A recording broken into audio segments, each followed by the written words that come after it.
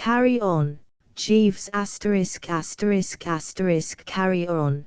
Jeeves P.G. Wodehouse Penguin Books published by the Penguin Group Penguin Books Limited, 80 Strand, London WC2R 0RL, England Penguin Putnam Incorporated, 375 Hudson Street, New York, New York 10014, USA Penguin Books Australia Limited, 250 Camberwell Road, Camberwell, Victoria 3124, Australia Penguin Books Canada Limited, 10 Alcorn Avenue, Toronto, Ontario, Canada M4V3B2 Penguin Books India, P. Limited, 11 Community Centre, Panchsheel Park, New Delhi, 110017, India Penguin Books,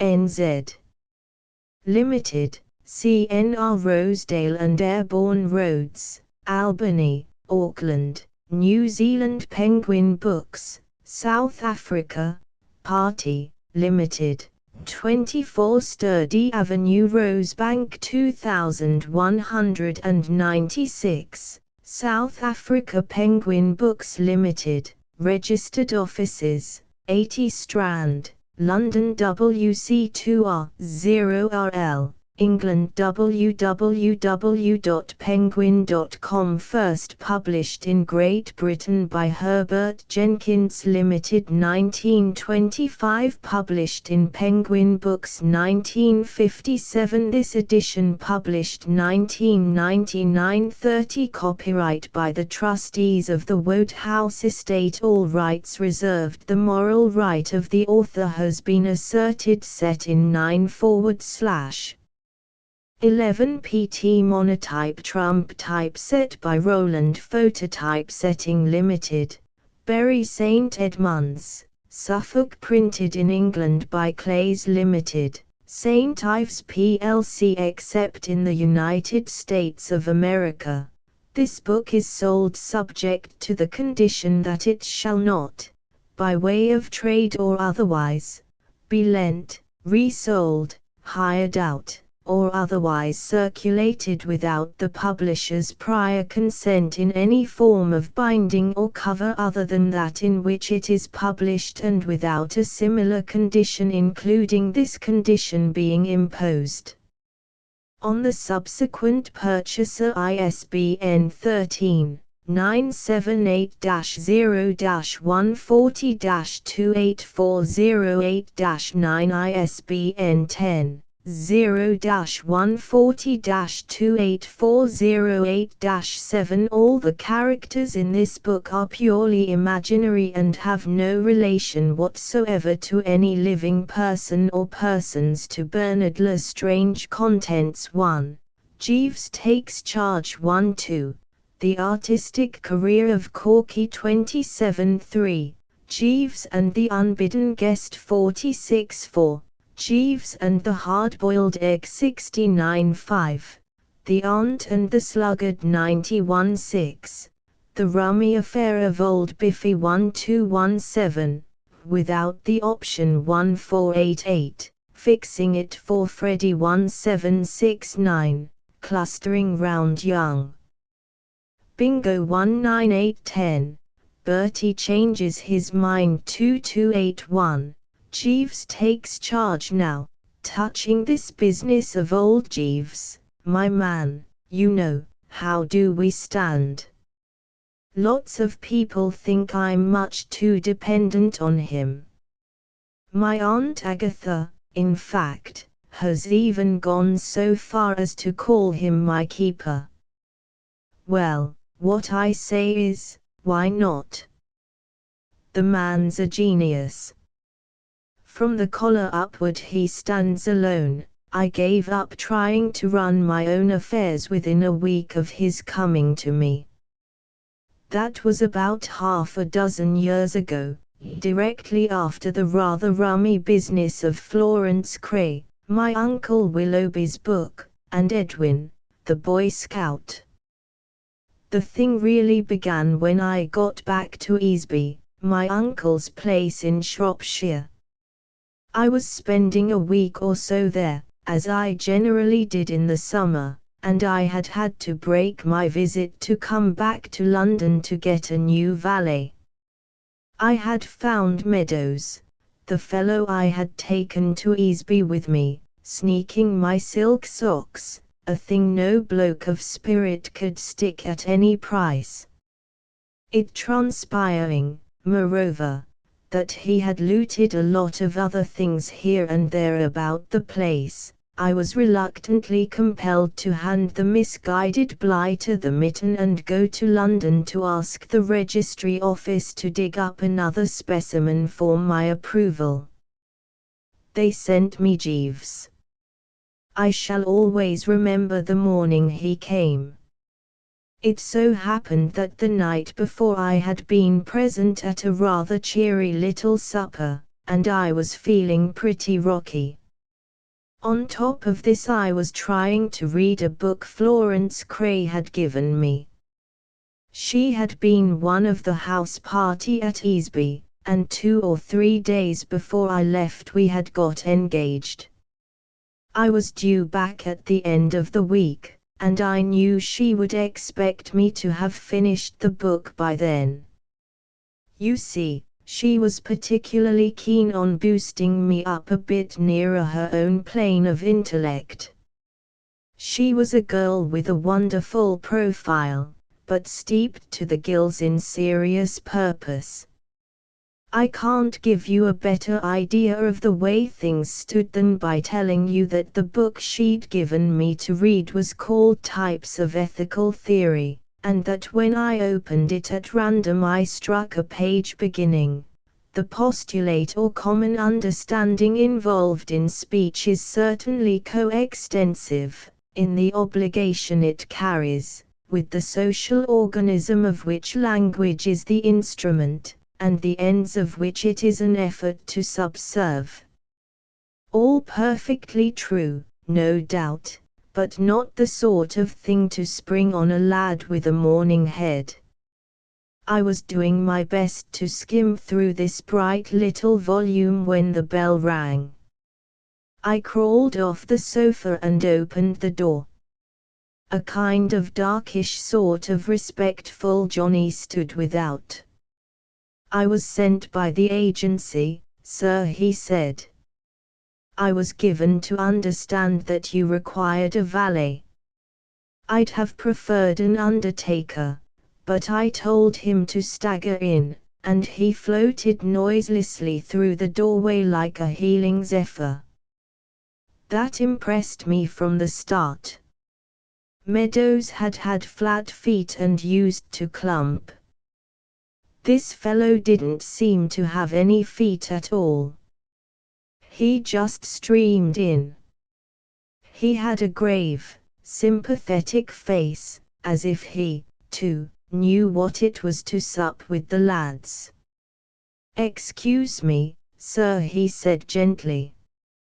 Then he seemed to flicker, and wasn't there any longer.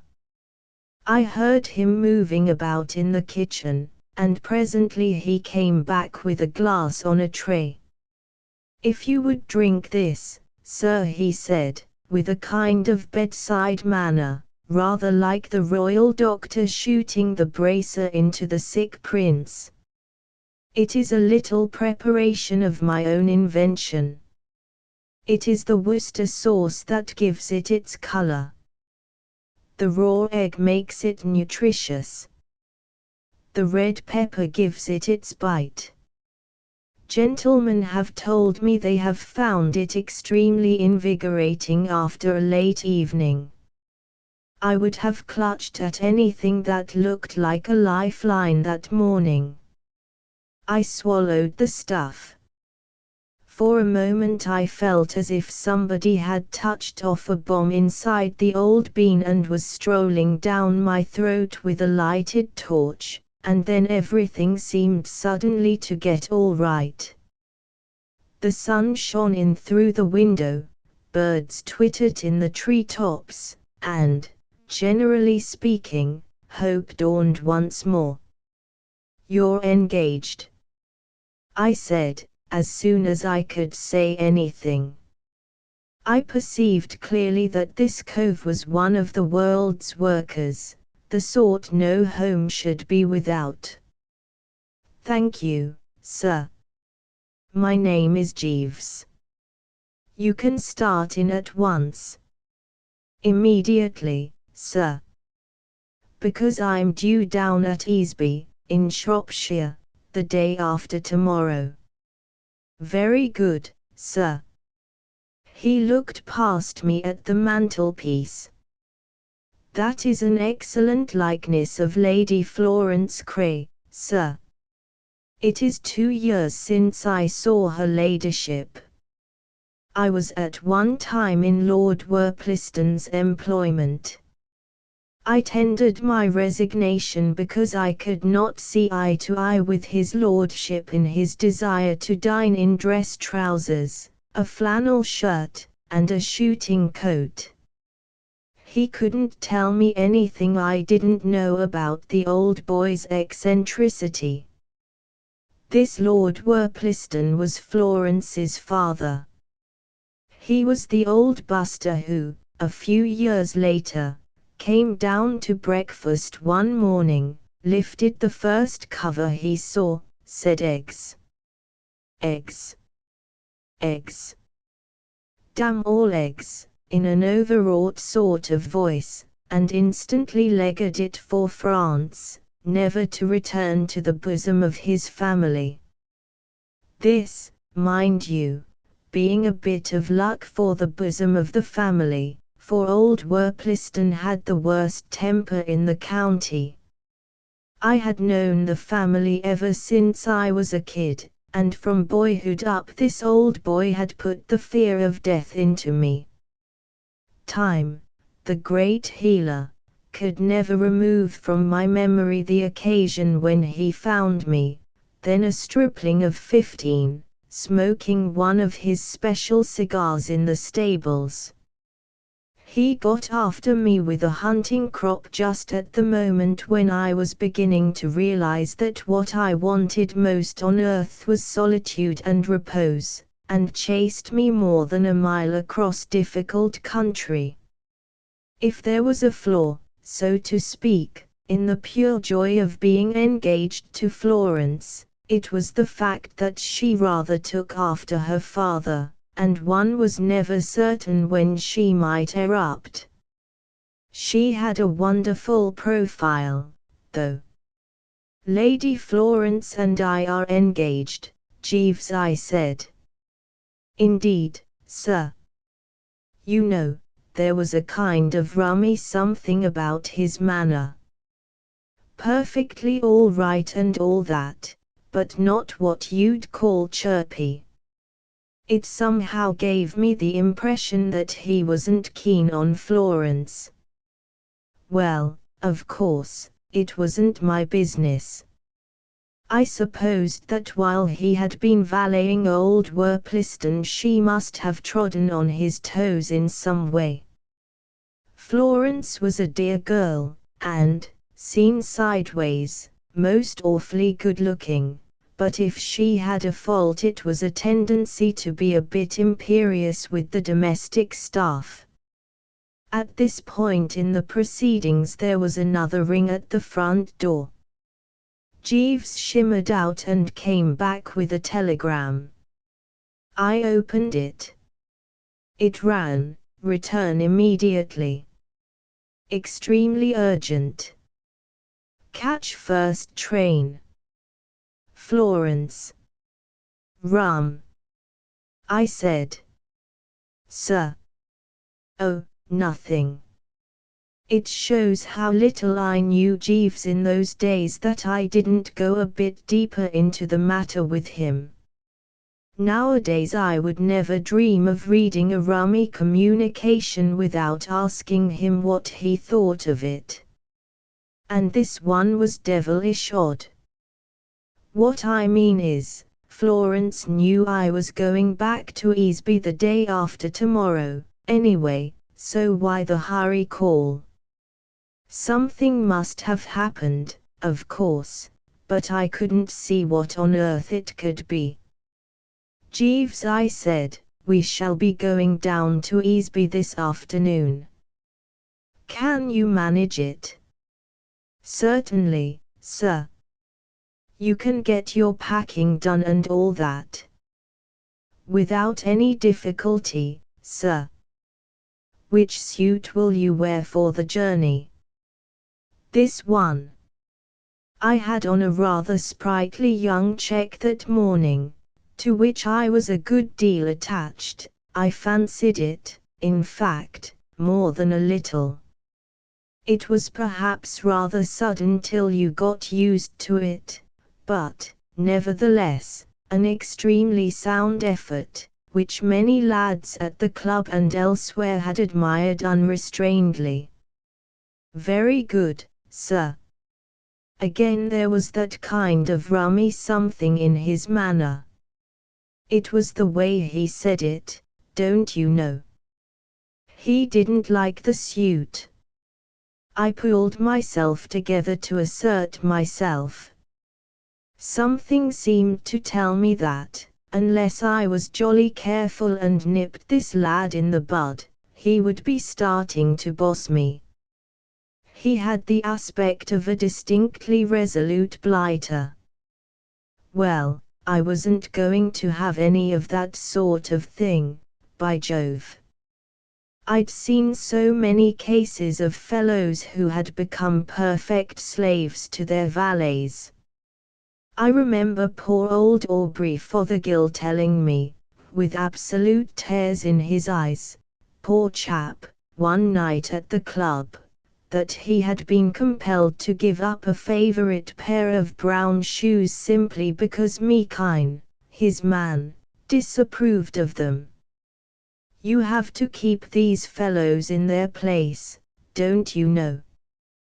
You have to work the good old iron hand in the velvet glove wheeze.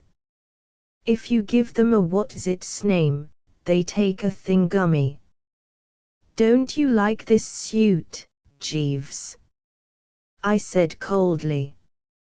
Oh, yes, sir. Well, what don't you like about it? It is a very nice suit, sir. Well, what's wrong with it? Out with it, dash it. If I might make the suggestion, sir, a simple brown or blue, with a hint of some quiet twill, what absolute rot. Very good, sir. Perfectly blithering, my dear man. As you say, sir. I felt as if I had stepped on the place where the last stair ought to have been, but wasn't. I felt defiant, if you know what I mean, and there didn't seem anything to defy. All right, then, I said. Yes, sir. And then he went away to collect his kit, while I started in again on types of ethical theory and took a stab at a chapter headed Idiot Psychological Ethics. Most of the way down in the train that afternoon, I was wondering what could be up at the other end. I simply couldn't see what could have happened. Easby wasn't one of those country houses you read about in the society novels, where young girls are lured on to play baccarat and then skinned to the bone of their jewelry, and so on. The house party I had left had consisted entirely of law-abiding birds like myself. Besides, my uncle wouldn't have let anything of that kind go on in his house. He was a rather stiff, precise sort of old boy, who liked a quiet life. He was just finishing a history of the family or something, which he had been working on for the last year, and didn't stir much from the library. He was rather a good instance of what they say about its being a good scheme for a fellow to sow his wild oats. I'd been told that in his youth Uncle Willoughby had been a bit of a rounder. You would never have thought it to look at him now. When I got to the house, Oakshott, the butler, told me that Florence was in her room, watching her maid pack. Apparently there was a dance on at a house about 20 miles away that night, and she was motoring over with some of the Easby lot and would be away some nights. Oakshott said she had told him to tell her the moment I arrived, so I trickled into the smoking room and waited, and presently in she came. A glance showed me that she was perturbed, and even peeved. Her eyes had a goggly look, and altogether she appeared considerably pipped.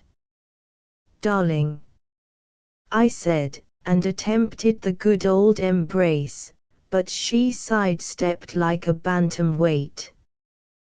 "Don't." "What's the matter?"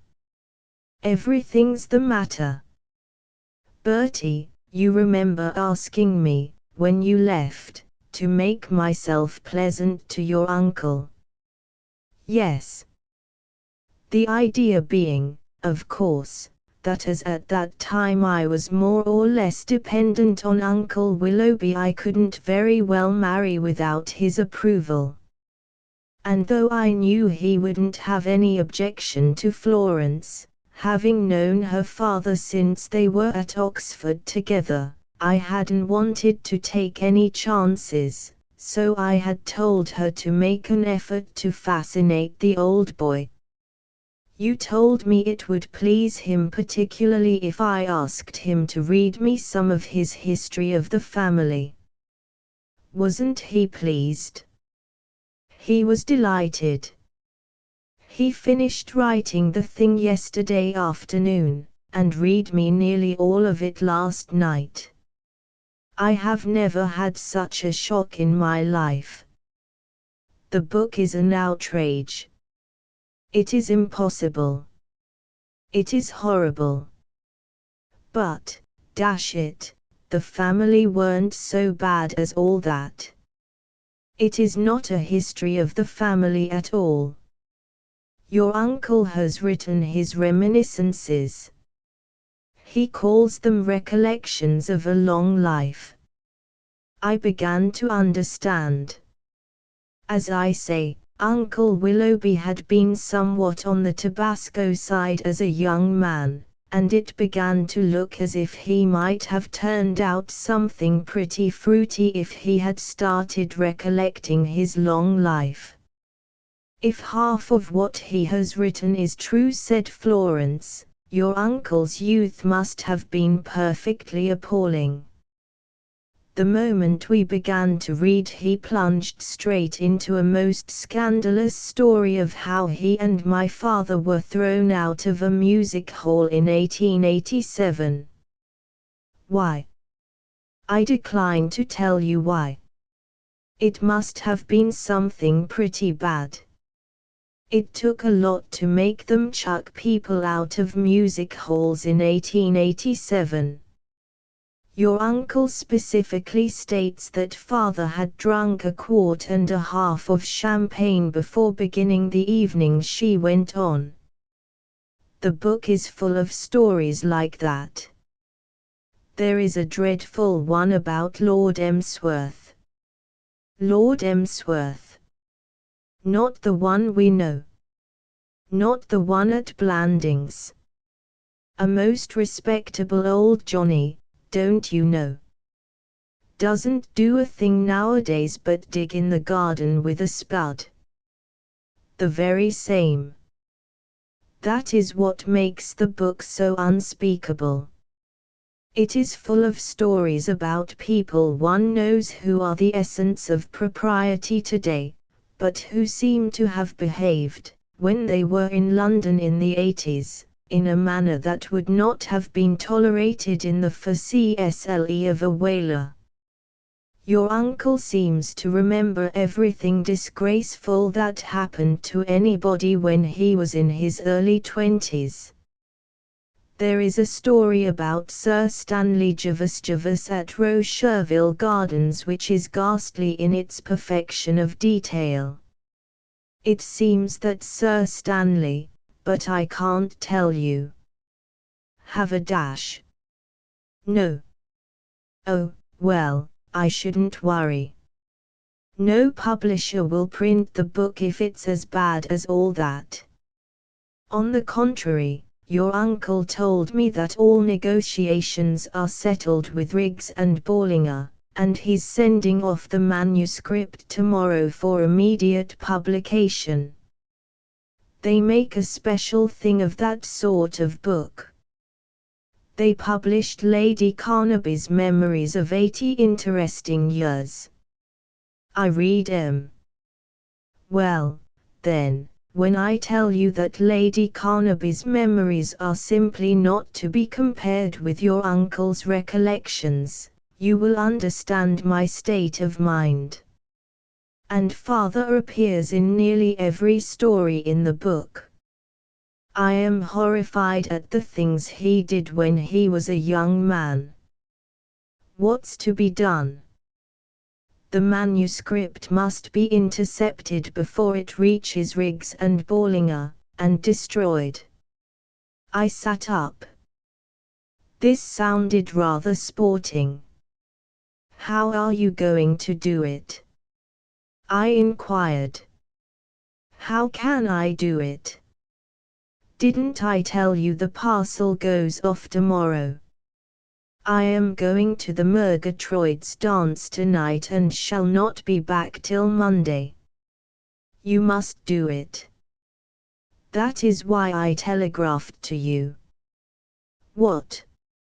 She gave me a look. Do you mean to say you refuse to help me, Bertie? No, but, I say. It's quite simple. But even if what I mean is, of course, anything I can do, but, if you know what I mean, you say you want to marry me, Bertie. Yes, of course, but still, for a moment she looked exactly like her old father. I will never marry you if those recollections are published. But, Florence, old thing. I mean it. You may look on it as a test, Bertie. If you have the resource and courage to carry this thing through, I will take it as evidence that you are not the vapid and shiftless person most people think you. If you fail, I shall know that your Aunt Agatha was right when she called you a spineless invertebrate and advised me strongly not to marry you. It will be perfectly simple for you to intercept the manuscript, Bertie. It only requires a little resolution. But suppose Uncle Willoughby catches me at it. He'd cut me off with a bob. If you care more for your uncle's money than for me, no, no. Rather not. Very well, then. The parcel containing the manuscript will, of course, be placed on the hall table tomorrow for Oakshott to take to the village with the letters. All you have to do is to take it away and destroy it. Then your uncle will think it has been lost in the post. It sounded thin to me. Hasn't he got a copy of it? No. It has not been typed. He is sending the manuscript just as he wrote it. But he could write it over again. As if he would have the energy. But, if you are going to do nothing but make absurd objections, Bertie, I was only pointing things out. Well, don't. Once and for all, will you do me this quite simple act of kindness? The way she put it gave me an idea. Why not get Edwin to do it? Keep it in the family, Kind of, don't you know? Besides, it would be a boon to the kid. A jolly bright idea it seemed to me. Edwin was her young brother, who was spending his holidays at Easby. He was a ferret-faced kid, whom I had disliked since birth. As a matter of fact, talking of recollections and memories, it was young blighted Edwin who, 9 years before, had led his father to where I was smoking his cigar and caused all the unpleasantness. He was 14 now and had just joined the Boy Scouts. He was one of those thorough kids, and took his responsibilities pretty seriously. He was always in a sort of fever because he was dropping behind schedule with his daily acts of kindness. However hard he tried, he'd fall behind, and then you would find him prowling about the house, setting such a clip to try and catch up with himself that Easby was rapidly becoming a perfect hell for man and beast. The idea didn't seem to strike Florence. "I shall do nothing of the kind, Bertie. I wonder you can't appreciate the compliment I am paying you, trusting you like this." "Oh, I see that all right, but what I mean is, Edwin would do it so much better than I would. These Boy Scouts are up to all sorts of dodges. They spore, don't you know, and take cover and creep about, and what not. Bertie, will you or will you not do this perfectly trivial thing for me? If not, say so now, and let us end this farce of pretending that you care a snap of the fingers for me. Dear old soul, I love you devotedly. Then will you or will you not?" "Oh, all right," I said. "All right. All right. All right." And then I tottered forth to think it over. I met Jeeves in the passage just outside. "I beg your pardon, sir. I was endeavoring to find you." "What's the matter?" "I felt that I should tell you, sir, that somebody has been putting black polish on our brown walking shoes." "What? Who? Why?" "I could not say, sir." "Can anything be done with them?" "Nothing, sir." "Damn." "Very good, sir. I've often wondered since then how these murderer fellows manage to keep in shape while they are contemplating their next effort. I had a much simpler sort of job on hand, and the thought of it rattled me to such an extent in the night watches that I was a perfect wreck next day. Dark circles under the eyes, I give you my word.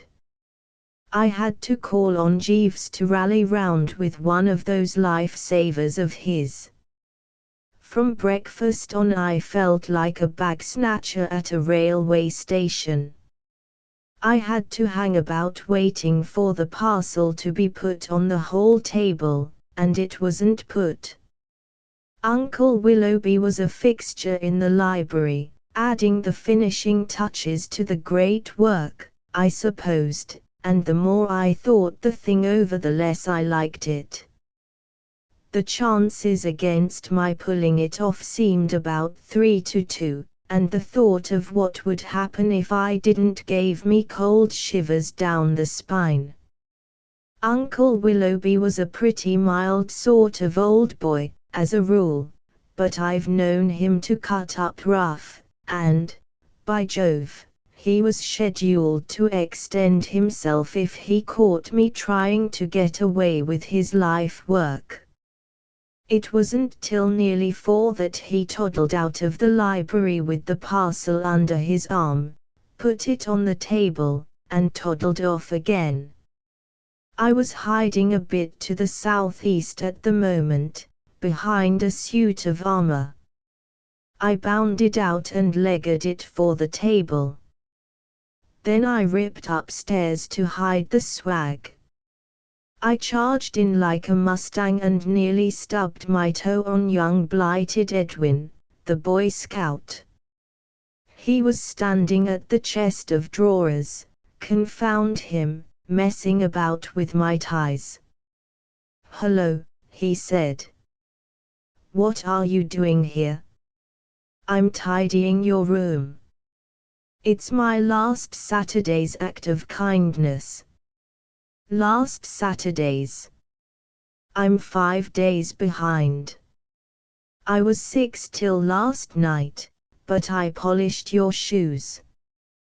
"Was it you?" "Yes." "Did you see them?" "I just happened to think of it. I was in here, looking round.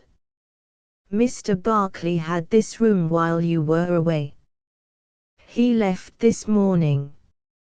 I thought perhaps he might have left something in it that I could have sent on. I've often done acts of kindness that way. You must be a comfort to one and all." It became more and more apparent to me that this infernal kid must somehow be turned out effed soons or right speedily. I had hidden the parcel behind my back, and I didn't think he had seen it, but I wanted to get at that chest of drawers quick, before anyone else came along. "I shouldn't bother about tidying the room," I said. "I like tidying it. It's not a bit of trouble, really. But it's quite tidy now. Not so tidy as I shall make it." This was getting perfectly rotten. I didn't want to murder the kid, and yet there didn't seem any other way of shifting him. I pressed down the mental accelerator. The old lemon throbbed fiercely. I got an idea. "There's something much kinder than that which you could do," I said. "You see that box of cigars? Take it down to the smoking room and snip off the ends for me. That would save me no end of trouble. Stagger along, laddie." He seemed a bit doubtful, but he staggered. I shoved the parcel into a drawer, locked it, trousered the key, and felt better.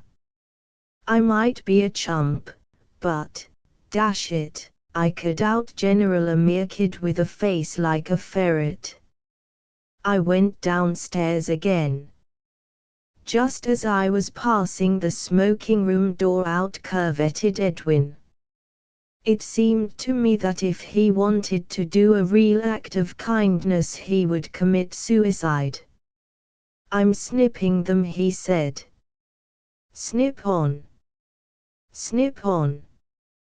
Do you like them snipped much, or only a bit?" "Medium." "All right. I'll be getting on, then." I should. And we parted. Fellows who know all about that sort of thing, detectives, and so on, will tell you that the most difficult thing in the world is to get rid of the body.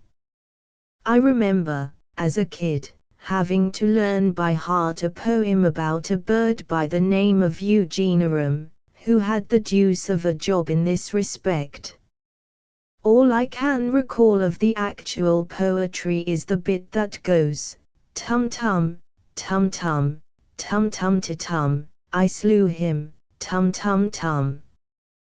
But I recollect that the poor blighter spent much of his valuable time dumping the corpse into ponds and burying it, and what not, only to have it pop out at him again.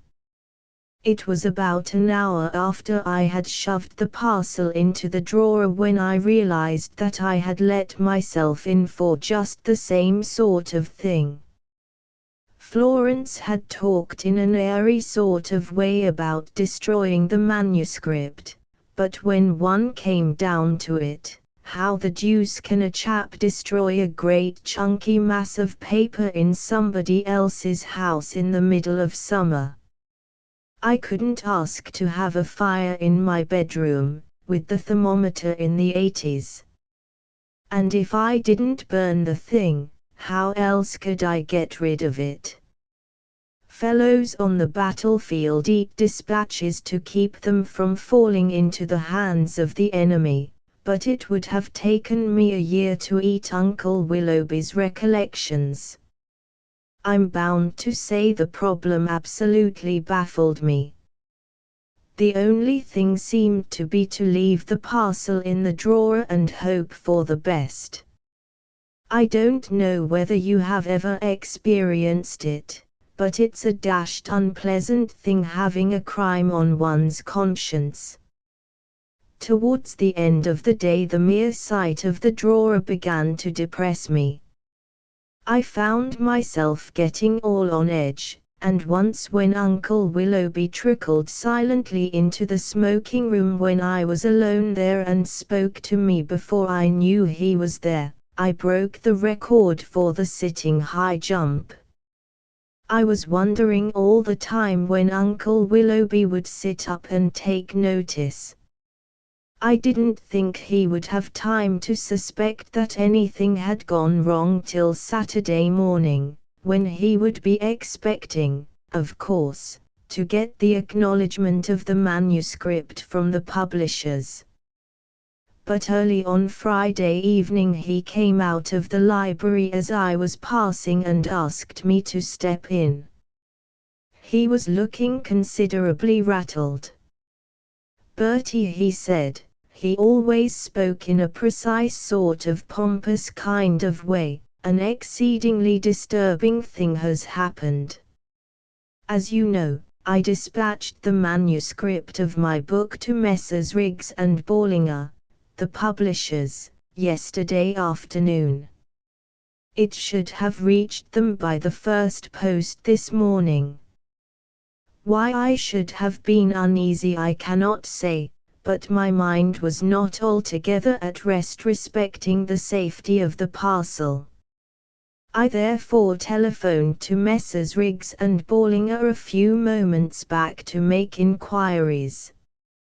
To my consternation they informed me that they were not yet in receipt of my manuscript. Very rum. I recollect distinctly placing it myself on the hall table in good time to be taken to the village. But here is a sinister thing. I have spoken to Oakshott, who took the rest of the letters to the post office, and he cannot recall seeing it there. He is, indeed, unswerving in his assertions that when he went to the hall to collect the letters there was no parcel among them. Sounds funny. Bertie, shall I tell you what I suspect? What's that? The suspicion will no doubt sound to you incredible, but it alone seems to fit the facts as we know them. I incline to the belief that the parcel has been stolen. Oh, I say. Surely not. Wait. Hear me out.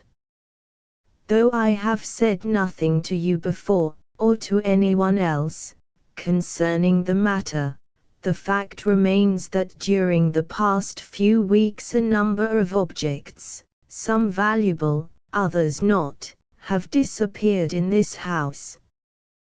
The conclusion to which one is irresistibly impelled is that we have a kleptomaniac in our midst. It is a peculiarity of kleptomania, as you are no doubt aware, that the subject is unable to differentiate between the intrinsic values of objects. He will purloin an old coat as readily as a diamond ring, or a tobacco pipe costing but a few shillings with the same eagerness as a purse of gold.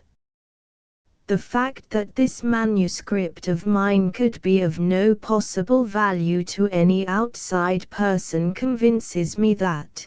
But, uncle, one moment, I know all about those things that were stolen. It was Meadows, my man, who pinched them. I caught him snaffling my silk socks. Right in the act, by Jove. He was tremendously impressed. You amaze me, Bertie. Send for the man at once and question him. But he isn't here. You see, directly I found that he was a sock sneaker, I gave him the boot. That's why I went to London, to get a new man. Then, if the man Meadows is no longer in the house, it could not be he who purloined my manuscript. The whole thing is inexplicable. After which we brooded for a bit. Uncle Willoughby pottered about the room, registering baffledness, while I sat sucking at a cigarette, feeling rather like a chappie I'd once read about in a book, who murdered another cove and hid the body under the dining room table, and then had to be the life and soul of a dinner party, with it there all the time. My guilty secret oppressed me to such an extent that after a while I couldn't stick it any longer. I lit another cigarette and started for a stroll in the grounds, by way of cooling off. It was one of those still evenings you get in the summer, when you can hear a snail clear its throat a mile away. The sun was sinking over the hills and the gnats were fooling about all over the place, and everything smelled rather topping, what with the falling dew and so on, and I was just beginning to feel a little soothed by the peace of it all when suddenly I heard my name spoken. It's about Bertie. It was the loathsome voice of young blighted Edwin. For a moment I couldn't locate it. Then I realized that it came from the library. My stroll had taken me within a few yards of the open window. I had often wondered how those Johnnies in books did it, I mean the fellows with whom it was the work of a moment to do about a dozen things that ought to have taken them about 10 minutes. But, as a matter of fact, it was the work of a moment with me to chuck away my cigarette, swear a bit, leap about 10 yards, dive into a bush that stood near the library window, and stand there with my ears flapping.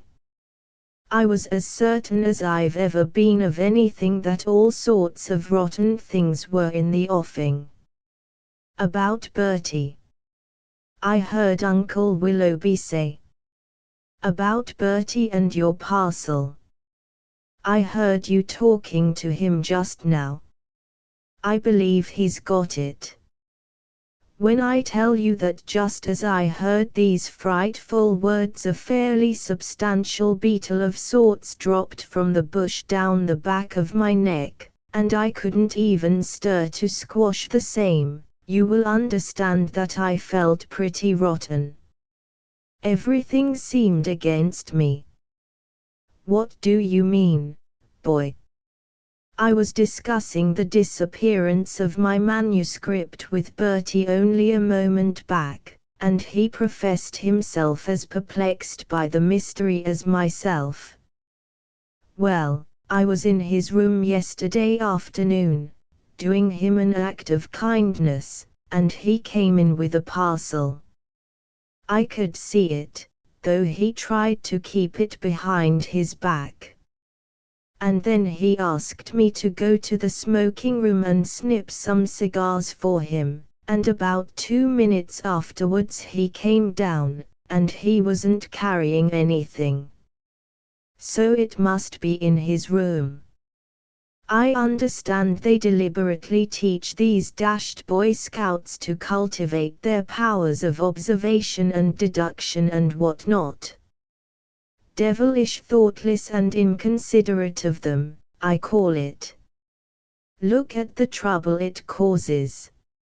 It sounds incredible, said Uncle Willoughby, thereby bucking me up a trifle. Shall I go and look in his room? Asked young blighted Edwin. I'm sure the parcel's there. But what could be his motive for perpetrating this extraordinary theft? Perhaps he's what you said just now. A kleptomaniac. Impossible. It might have been Bertie who took all those things from the very start, suggested the little brute hopefully. He may be like Raffles. Raffles. He's a chap in a book who went about pinching things. I cannot believe that Bertie would, go about pinching things. Well, I'm sure he's got the parcel. I'll tell you what you might do. You might say that Mr. Barclay wired that he had left something here. He had Bertie's room, you know. You might say you wanted to look for it. That would be possible. I didn't wait to hear any more. Things were getting too hot. I sneaked softly out of my bush and raced for the front door. I sprinted up to my room and made for the drawer where I had put the parcel. And then I found I hadn't the key. It wasn't for the deuce of a time that I recollected I had shifted it to my evening trousers the night before and must have forgotten to take it out again. Where the dickens were my evening things? I had looked all over the place before I remembered that Jeeves must have taken them away to brush. To leap at the bell and ring it was, with me, the work of a moment. I had just rung it when there was a footstep outside, and in came Uncle Willoughby. "Oh, Bertie," he said, without a blush, "I have, received a telegram from Barclay, who occupied this room in your absence, asking me to forward him his cigarette case, which, it would appear, he inadvertently omitted to take with him when he left the house. I cannot find it downstairs, and it has, therefore, occurred to me that he may have left it in this room. I will, just take a look round." It was one of the most disgusting spectacles I've ever seen, this white-haired old man, who should have been thinking of the hereafter, standing there lying like an actor. "I haven't seen it anywhere," I said. "Nevertheless, I will search. I must, spare no effort. I should have seen it if it had been here." "What?" "It may have escaped your notice. It is, possibly in one of the drawers." He began to nose about. He pulled out drawer after drawer, pottering round like an old bloodhound, and babbling from time to time about Barclay and his cigarette case in a way that struck me as perfectly ghastly. I just stood there, losing weight every moment. Then he came to the drawer where the parcel was. "This appears to be locked," he said, rattling the handle. "Yes, I shouldn't bother about that one. It's locked, and all that sort of thing. You have not the key." A soft, respectful voice spoke behind me. "I fancy, sir, that this must be the key you require. It was in the pocket of your evening trousers." It was Jeeves. He had shimmered in, carrying my evening things, and was standing there holding out the key. I could have massacred the man. Thank you, said my uncle. Not at all, sir. The next moment Uncle Willoughby had opened the drawer. I shut my eyes. No, said Uncle Willoughby, there is nothing here. The drawer is empty. Thank you, Bertie. I hope I have not disturbed you. I fancy, Barclay must have taken his case with him after all. When he had gone I shut the door carefully. Then I turned to Jeeves. The man was putting my evening things out on a chair. Jeeves. Sir. Oh, nothing. It was deuced difficult to know how to begin. Jeeves. Sir. Have you by chance, I removed the parcel this morning, sir. Oh, why? I considered it more prudent, sir. I mused for a while. Of course, I suppose all this seems tolerably rummy to you, Jeeves. Not at all, sir. I chanced to overhear you and Lady Florence speaking of the matter the other evening, sir. Did you, by Jove? Yes, sir. Well, Jeeves, I think that, on the whole, if you were to, as it were, freeze onto that parcel until we get back to London, exactly, sir. And then we might, so to speak, chuck it away somewhere, what? Precisely, sir. I'll leave it in your hands. Entirely, sir. You know, Jeeves, you're by way of being rather a topper.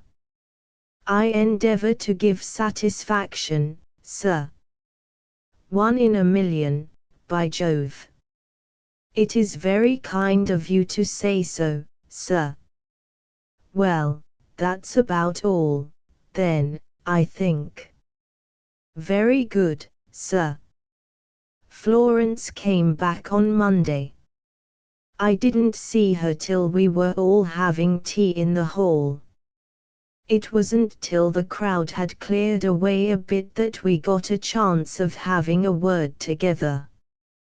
Well, Bertie, she said. It's all right. You have destroyed the manuscript. Not exactly, but, what do you mean? I mean I haven't absolutely, Bertie, your manner is furtive. It's all right. It's this way, and I was just going to explain how things stood when out of the library came leaping Uncle Willoughby, looking as braced as a 2-year-old. The old boy was a changed man. A most remarkable thing, Bertie. I have just been speaking with Mr. Riggs on the telephone, and he tells me he received my manuscript by the first post this morning. I cannot imagine what can have caused the delay. Our postal facilities are extremely inadequate in the rural districts. I shall write to headquarters about it. It is insufferable if valuable parcels are to be delayed in this fashion. I happened to be looking at Florence's profile at the moment, and at this juncture she swung round and gave me a look that went right through me like a knife. Uncle Willoughby meandered back to the library, and there was a silence that you could have dug bits out of with a spoon. I can't understand it, I said at last. I can't understand it, by Jove. I can. I can understand it perfectly, Bertie. Your heart failed you. Rather than risk offending your uncle no. Absolutely. You preferred to lose me rather than risk losing the money. Perhaps you did not think I meant what I said. I meant every word. Our engagement is ended. But, I say, not another word. But, Florence, old thing, I do not wish to hear any more. I see now that your Aunt Agatha was perfectly right. I consider that I have had a very lucky escape. There was a time when I thought that, with patience, you might be molded into something worthwhile. I see now that you are impossible. And she popped off, leaving me to pick up the pieces. When I had collected the debris to some extent, I went to my room and rang for Jeeves. He came in looking as if nothing had happened or was ever going to happen. He was the calmest thing in captivity. "Jeeves!" I yelled. "Jeeves, that parcel has arrived in London." "Yes, sir." "Did you send it?"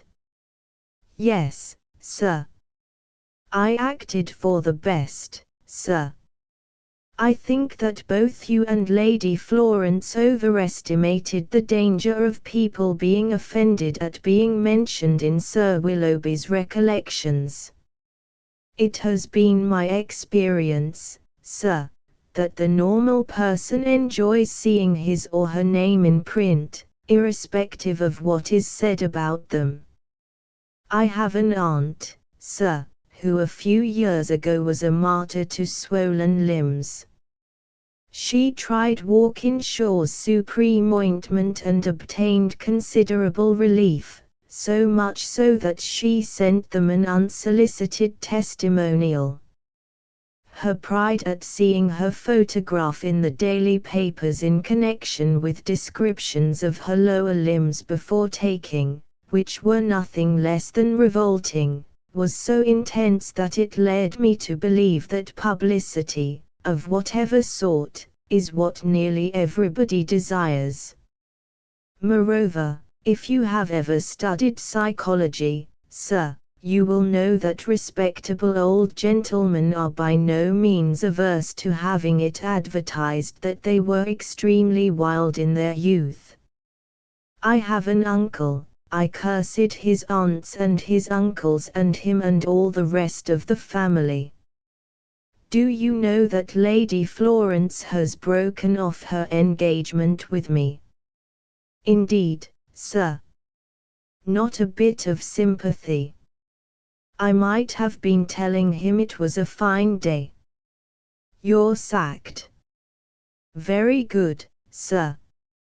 He coughed gently. As I am no longer in your employment, sir, I can speak freely without appearing to take a liberty. In my opinion, you and Lady Florence were quite unsuitably matched. Her ladyship is of a highly determined and arbitrary temperament, quite opposed to your own. I was in Lord Worpliston's service for nearly a year, during which time I had ample opportunities of studying her ladyship. The opinion of the servants' hall was far from favourable to her. Her ladyship's temper caused a good deal of adverse comment among us. It was at times quite impossible. You would not have been happy, sir. Get out. I think you would also have found her educational methods a little trying, sir. I have glanced at the book her ladyship gave you. It has been lying on your table since our arrival, and it is, in my opinion, quite unsuitable. You would not have enjoyed it. And I have it from her ladyship's own maid, who happened to overhear a conversation between her ladyship and one of the gentlemen staying here, Mr. Maxwell, who is employed in an editorial capacity by one of the reviews, that it was her intention to start you almost immediately upon Nietzsche. You would not enjoy Nietzsche, sir. He is fundamentally unsound. Get out. Very good, sir. It's rummy how sleeping on a thing often makes you feel quite different about it. It's happened to me over and over again.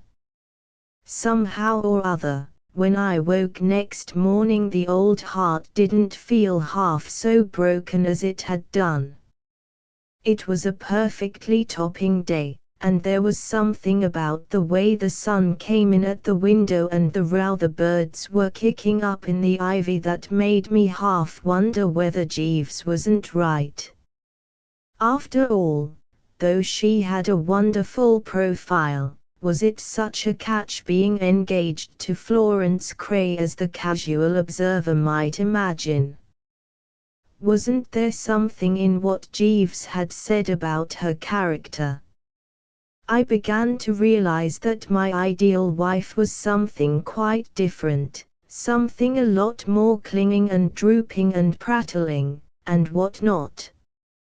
I had got as far as this in thinking the thing out when that types of ethical theory caught my eye. I opened it, and I give you my honest word this was what hit me. Of the two antithetic terms in the Greek philosophy, one only was real and self-subsisting, and that one was ideal thought as opposed to that which it has to penetrate and mold.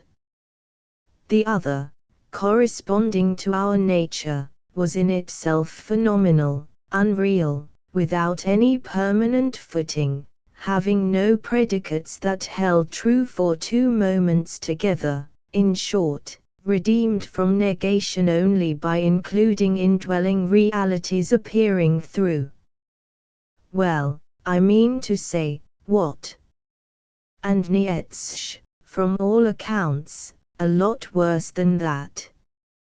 Jeeves, I said, when he came in with my morning tea, I've been thinking it over. You're engaged again. Thank you, sir. I sucked down a cheerful mouthful. A great respect for this bloke's judgment began to soak through me. Oh, Jeeves, I said, about that check suit. Yes, sir. Is it really a frost? A trifle too bizarre, sir, in my opinion. But lots of fellows have asked me who my tailor is. Doubtless in order to avoid him, sir. He's supposed to be one of the best men in London. I am saying nothing against his moral character, sir. I hesitated a bit. I had a feeling that I was passing into this chappie's clutches, and that if I gave in now I should become just like poor old Aubrey Fothergill, unable to call my soul my own. On the other hand, this was obviously a cove of rare intelligence, and it would be a comfort in a lot of ways to have him doing the thinking for me. I made up my mind. All right, Jeeves, I said. You know. Give the bally thing away to somebody. He looked down at me like a father gazing tenderly at the wayward child. Thank you, sir. I gave it to the under-gardener last night. A little more tea, sir. 2. The artistic career of Corky. You will notice, as you flit through these reminiscences of mine, that from time to time the scene of action is laid in and around the city of New York, and it is just possible that this may occasion the puzzled look and the start of surprise. What it is possible that you may ask yourselves, is Bertram doing so far from his beloved native land? Well, it's a fairly longish story, but, reefing it down a bit and turning it for the nonce into a two-reeler, what happened was that my Aunt Agatha on one occasion sent me over to America to try to stop young Gussie, my cousin, marrying a girl on the vaudeville stage, and I got the whole thing so mixed up that I decided it would be a sound scheme to stop on in New York for a bit instead of going back and having long, cozy chats with her about the affair. So I sent Jeeves out to find a decent flat, and settled down for a spell of exile. I'm bound to say New York's a most sprightly place to be exiled in. Everybody was awfully good to me, and there seemed to be plenty of things going on, so, take it for all in all, I didn't undergo any frightful hardships. Blokes introduced me to other blokes, and so on and so forth, and it wasn't long before I knew squads of the right sort, some who rolled in the stuff in houses up by the park, and others who lived with the gas turned down mostly around Washington Square, artists and writers and so forth. Brainy coves. Corky, the bird I am about to treat of, was one of the artists. A portrait painter, he called himself, but as a matter of fact his score up to date had been nil. You see, the catch about portrait painting, I've looked into the thing a bit, is that you can't start painting portraits till people come along and ask you to. And they won't come and ask you to until you've painted a lot first. This makes it kind of difficult, not to say tough, for the ambitious youngster. Corky managed to get along by drawing an occasional picture for the comic papers. He had rather a gift for funny stuff when he got a good idea, and doing bedsteads and chairs and things for the advertisements. His principal source of income, however, was derived from biting the ear of a rich uncle, one Alexander Werpel, who was in the jute business. I'm a bit foggy as to what jute is, but it's apparently something the populace is pretty keen on. For Mr. Werpel had made quite an indecently large stack out of it. Now, a great many fellows think that having a rich uncle is a pretty soft snap, but, according to Corky, such is not the case. Corky's uncle was a robust sort of cove, who looked like living forever. He was 51. And it seemed as if he might go to par. It was not this, however, that distressed poor Corky, for he was not bigoted and had no objection to the man going on living. What Corky kicked at was the way the above Werpel used to harry him. Corky's uncle, you see, didn't want him to be an artist. He didn't think he had any talent in that direction.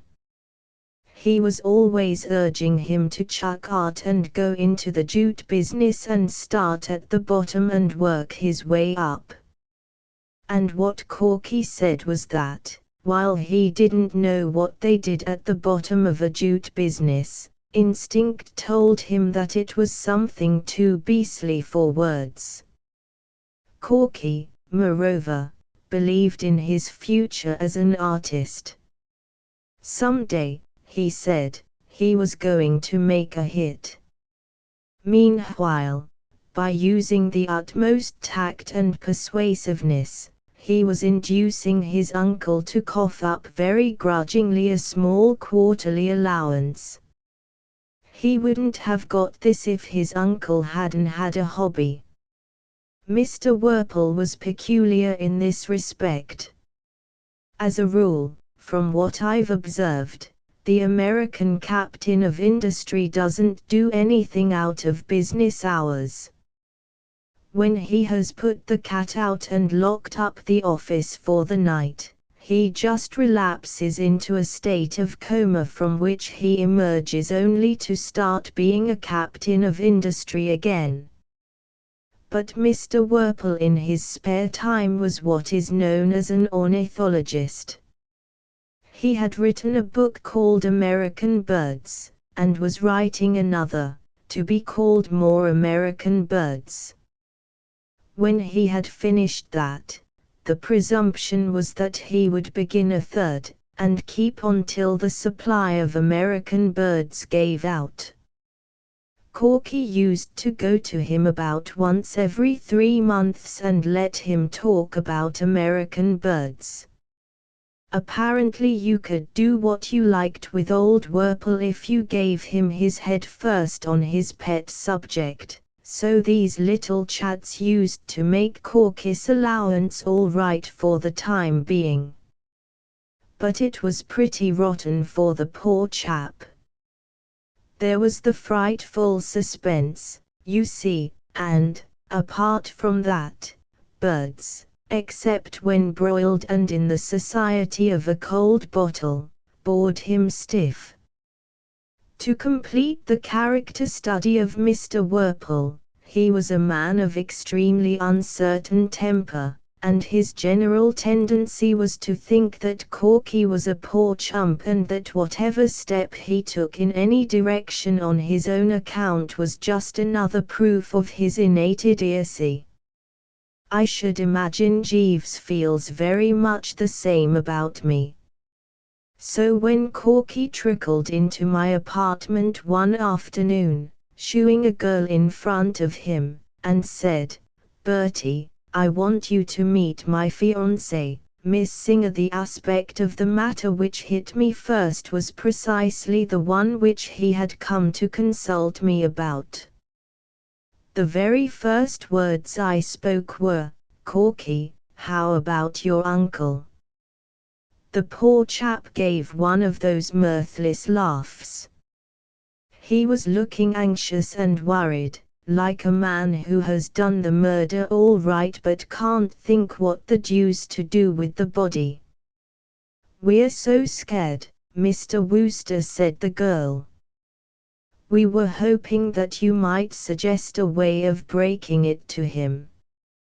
Muriel Singer was one of those very quiet, appealing girls who have a way of looking at you with their big eyes as if they thought you were the greatest thing on earth and wondered that you hadn't got onto it yet yourself.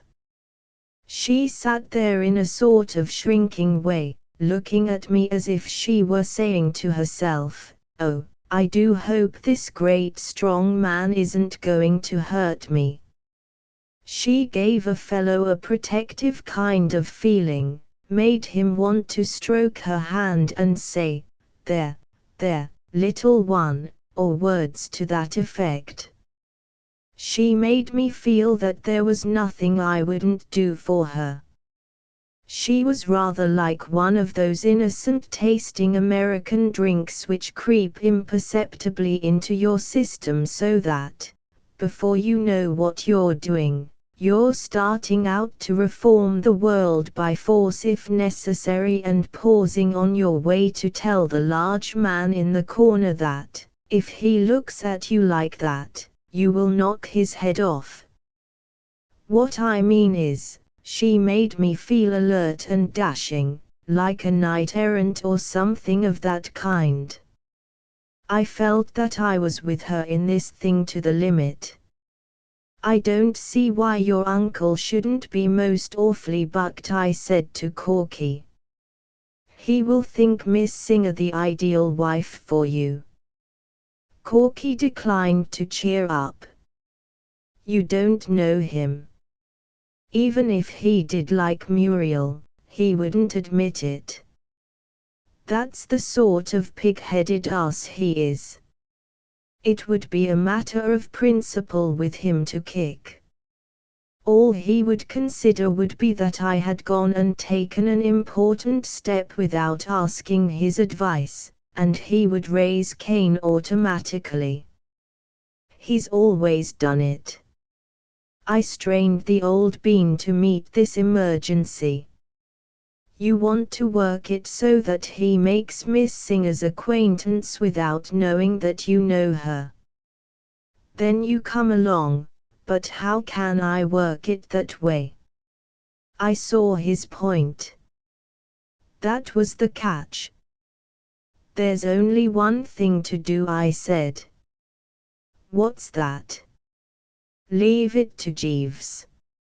And I rang the bell. Sir, said Jeeves, kind of manifesting himself. One of the rummy things about Jeeves is that, unless you watch like a hawk, you very seldom see him come into a room. He's like one of those weird birds in India who dissolve themselves into thin air and nip through space in a sort of disembodied way and assemble the parts again just where they want them. I've got a cousin who's what they call a theosophist, and he says he's often nearly worked the thing himself, but couldn't quite bring it off. Probably owing to having fed in his boyhood on the flesh of animals slain in anger and pie. The moment I saw the man standing there, registering respectful attention, a weight seemed to roll off my mind. I felt like a lost child who spots his father in the offing. Jeeves, I said, we want your advice. Very good, sir. I boiled down Corky's painful case into a few well-chosen words. So you see what it amounts to, Jeeves. We want you to suggest some way by which Mr. Worple can make Miss Singer's acquaintance without getting onto the fact that Mr. Corcoran already knows her. Understand? Perfectly, sir. Well, try to think of something.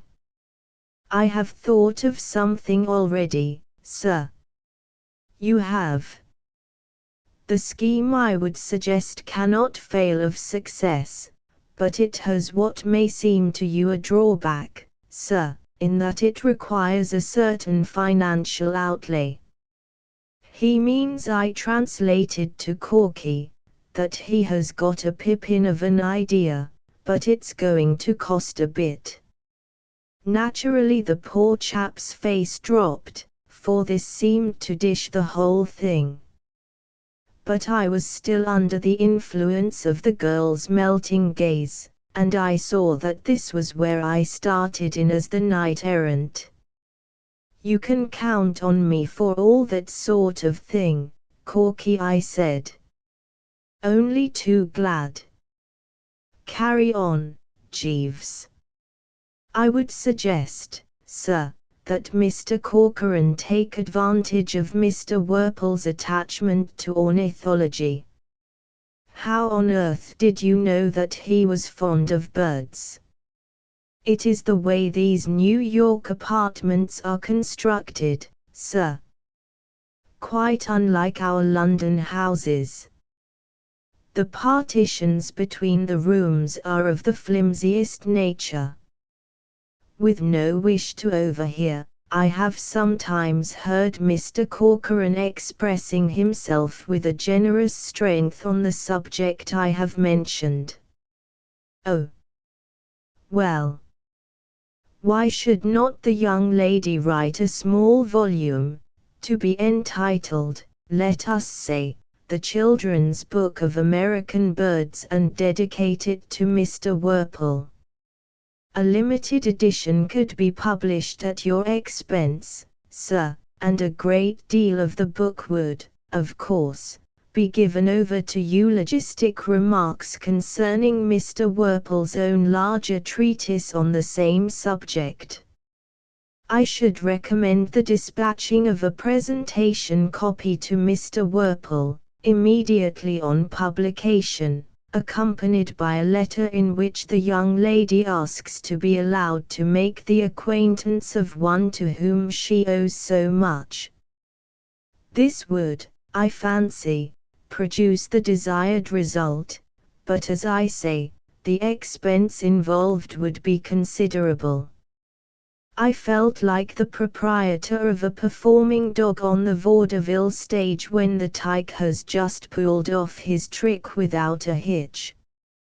I had bet on Jeeves all along, and I had known that he wouldn't let me down. It beats me sometimes why a man with his genius is satisfied to hang around pressing my clothes and what not. If I had half Jeeves' brain I should have a stab at being Prime Minister or something. Jeeves, I said, that is absolutely ripping. One of your very best efforts. Thank you, sir. The girl made an objection. But I'm sure I couldn't write a book about anything. I can't even write good letters. Muriel's talents, said Corky, with a little cough, lie more in the direction of the drama, Bertie. I didn't mention it before, but one of our reasons for being a trifle nervous as to how Uncle Alexander will receive the news is that Muriel is in the chorus of that show Choose Your Exit at the Manhattan. It's absurdly unreasonable, but we both feel that that fact might increase Uncle Alexander's natural tendency to kick like a steer. I saw what he meant. I don't know why it is, one of these psychology sharps could explain it, I suppose, but uncles and aunts, as a class, are always dead against the drama, legitimate or otherwise. They don't seem able to stick it at any price. But Jeeves had a solution, of course. I fancy it would be a simple matter, sir, to find some impecunious author who would be glad to do the actual composition of the volume for a small fee. It is only necessary that the young lady's name should appear on the title page. That's true, said Corky. Sam Patterson would do it for $100. He writes a novelet, 3 short stories, and 10,000 words of a serial for one of the all-fiction magazines under different names every month. A little thing like this would be nothing to him. I'll get after him right away. Fine. Will that be all, sir? Said Jeeves. Very good, sir. Thank you, sir. I always used to think that publishers had to be devilish intelligent fellows, loaded down with the grey matter, but I've got their number now. All a publisher has to do is to write checks at intervals, while a lot of deserving and industrious chappies rally round and do the real work. I know, because I've been one myself. I simply sat tight in the old flat with a fountain pen, and in due season a topping, shiny book came along. I happened to be down at Corky's place when the first copies of the children's book of American Birds bobbed up. Muriel Singer was there, and we were talking of things in general when there was a bang at the door and the parcel was delivered. It was certainly some book. It had a red cover with a fowl of some species on it, and underneath the girl's name in gold letters. I opened a copy at random. Often of a spring morning it said at the top of page 21, as you wander through the fields, you will hear the sweet-toned, carelessly flowing warble of the purple finch linnet. When you are older you must read all about him in Mr. Alexander Werpel's wonderful book, American Birds. You see. A boost for the uncle right away. And only a few pages later there he was in the limelight again in connection with the yellow-billed cuckoo. It was great stuff. The more I read, the more I admired the chap who had written it and Jeeves' genius in putting us onto the wheeze. I didn't see how the uncle could fail to drop. You can't call a chap the world's greatest authority on the yellow-billed cuckoo without rousing a certain disposition towards chumminess in him. It's a cert, I said. An absolute cinch, said Corky. And a day or two later he meandered up the avenue to my flat to tell me that all was well. The uncle had written Muriel a letter so dripping with the milk of human kindness that if he hadn't known Mr. Worple's handwriting, Corky would have refused to believe him the author of it.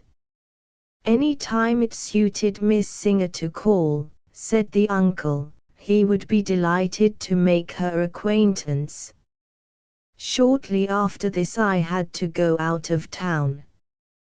Divers sound sportsmen had invited me to pay visits to their country places, and it wasn't for several months that I settled down in the city again. I had been wondering a lot, of course, about Corky, whether it all turned out right, and so forth, and my first evening in New York, happening to pop into a quiet sort of little restaurant which I go to when I don't feel inclined for the bright lights, I found Muriel Singer there, sitting by herself at a table near the door.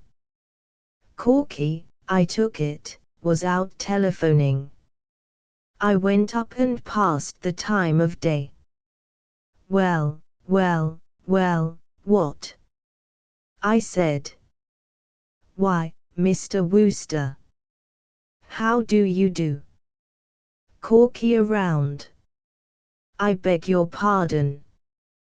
You're waiting for Corky, aren't you?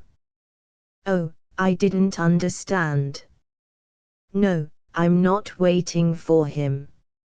It seemed to me that there was a sort of something in her voice, a kind of thingummy, you know. I say, you haven't had a row with Corky, have you? A row? A spat, don't you know, little misunderstanding, faults on both sides, and all that sort of thing. Why, whatever makes you think that? Oh, well, as it were, what? What I mean is, I thought you usually dined with him before you went to the theatre. I've left the stage now. Suddenly the whole thing dawned on me. I had forgotten what a long time I had been away. Why, of course, I see now. You're married. Yes. How perfectly topping. I wish you all kinds of happiness. Thank you so much. Oh, Alexander, she said, looking past me, this is a friend of mine, Mr. Wooster. I spun round. A bloke with a lot of stiff grey hair and a red sort of healthy face was standing there. Rather a formidable Johnny, he looked, though peaceful at the moment. I want you to meet my husband, Mr. Wooster. Mr. Wooster is a friend of Bruce's, Alexander. The old boy grasped my hand warmly, and that was all that kept me from hitting the floor in a heap. The place was rocking. Absolutely. So you know my nephew, Mr. Wooster? I heard him say. I wish you would try to knock a little sense into him and make him quit this playing at painting. But I have an idea that he is steadying down. I noticed it first that night he came to dinner with us, my dear, to be introduced to you. He seemed altogether quieter and more serious. Something seemed to have sobered him. Perhaps you will give us the pleasure of your company at dinner tonight, Mr. Wooster. Or have you dined? I said I had. What I needed then was air, not dinner. I felt that I wanted to get into the open and think this thing out. When I reached my flat I heard Jeeves moving about in his lair. I called him. Jeeves, I said, now is the time for all good men to come to the aid of the party. A stiff B&S first of all, and then I've a bit of news for you. He came back with a tray and a long glass. Better have one yourself, Jeeves. You'll need it.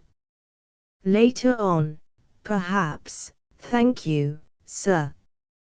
All right. Please yourself. But you're going to get a shock. You remember my friend, Mr. Corcoran? Yes, sir. And the girl who was to slide gracefully into his uncle's esteem by writing the book on birds? Perfectly, sir.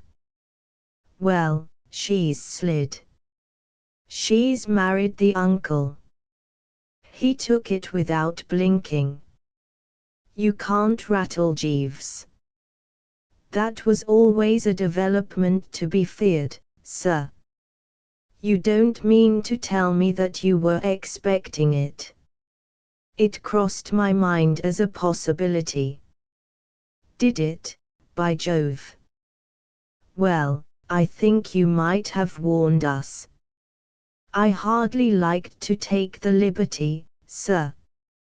Of course, as I saw after I had had a bite to eat and was in a calmer frame of mind, what had happened wasn't my fault, if you came down to it.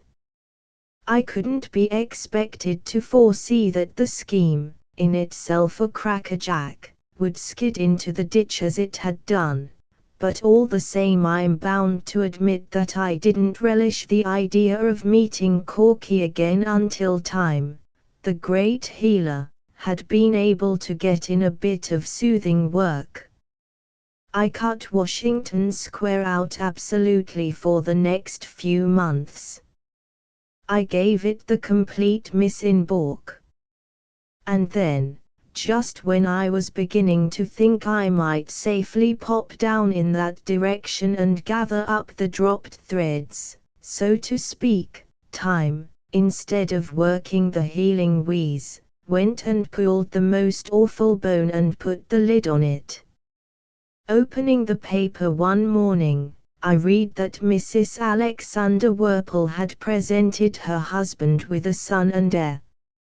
I was so dashed sorry for poor old Corky that I hadn't the heart to touch my breakfast. I was bowled over. Absolutely. It was the limit. I hardly knew what to do. I wanted, of course, to rush down to Washington Square and grip the poor blighter silently by the hand, and then, thinking it over, I hadn't the nerve. Absent treatment seemed the touch. I gave it him in waves. But after a month or so I began to hesitate again. It struck me that it was playing it a bit low down on the poor chap, avoiding him like this just when he probably wanted his pals to surge round him most.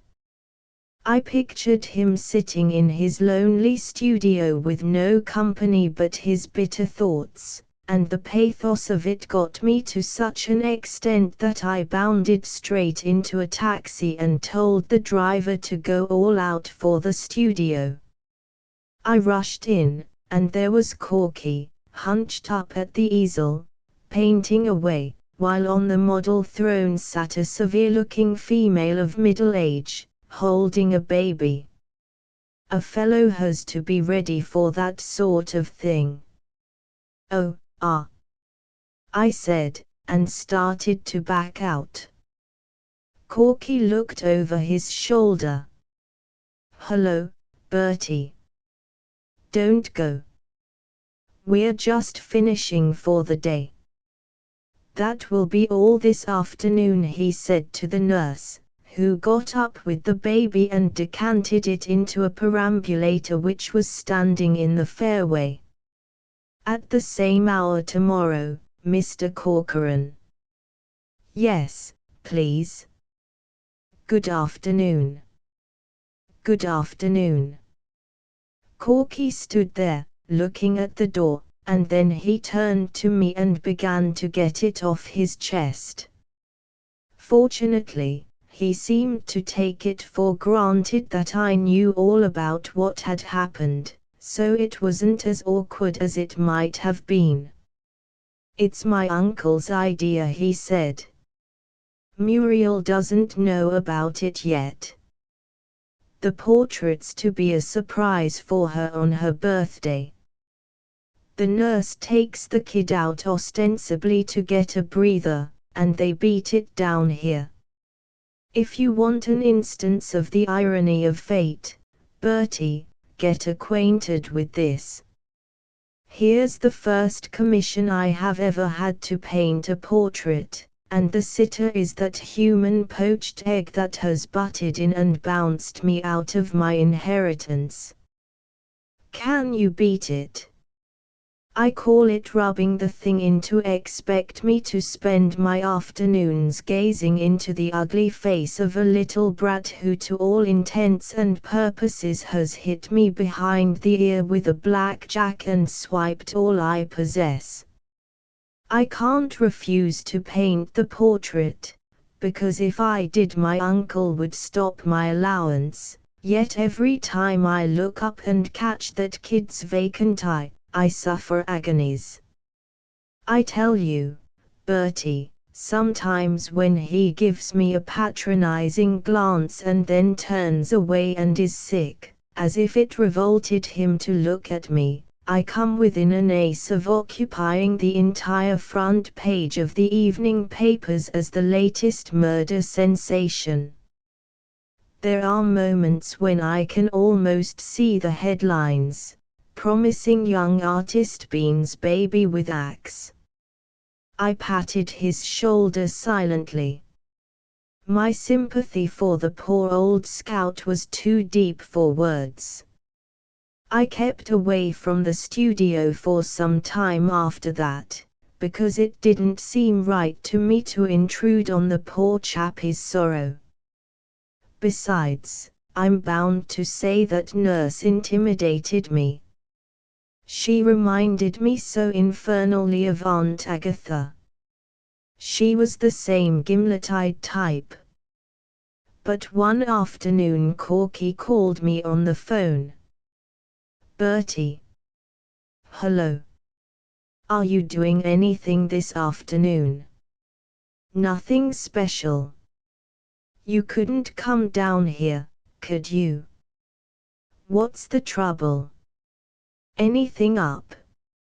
I've finished the portrait. Good boy. Stout work. Yes. His voice sounded rather doubtful. The fact is, Bertie, it doesn't look quite right to me. There's something about it. My uncle's coming in half an hour to inspect it, and I don't know why it is, but I kind of feel I'd like your moral support. I began to see that I was letting myself in for something. The sympathetic cooperation of Jeeves seemed to me to be indicated. You think he'll cut up rough? He may.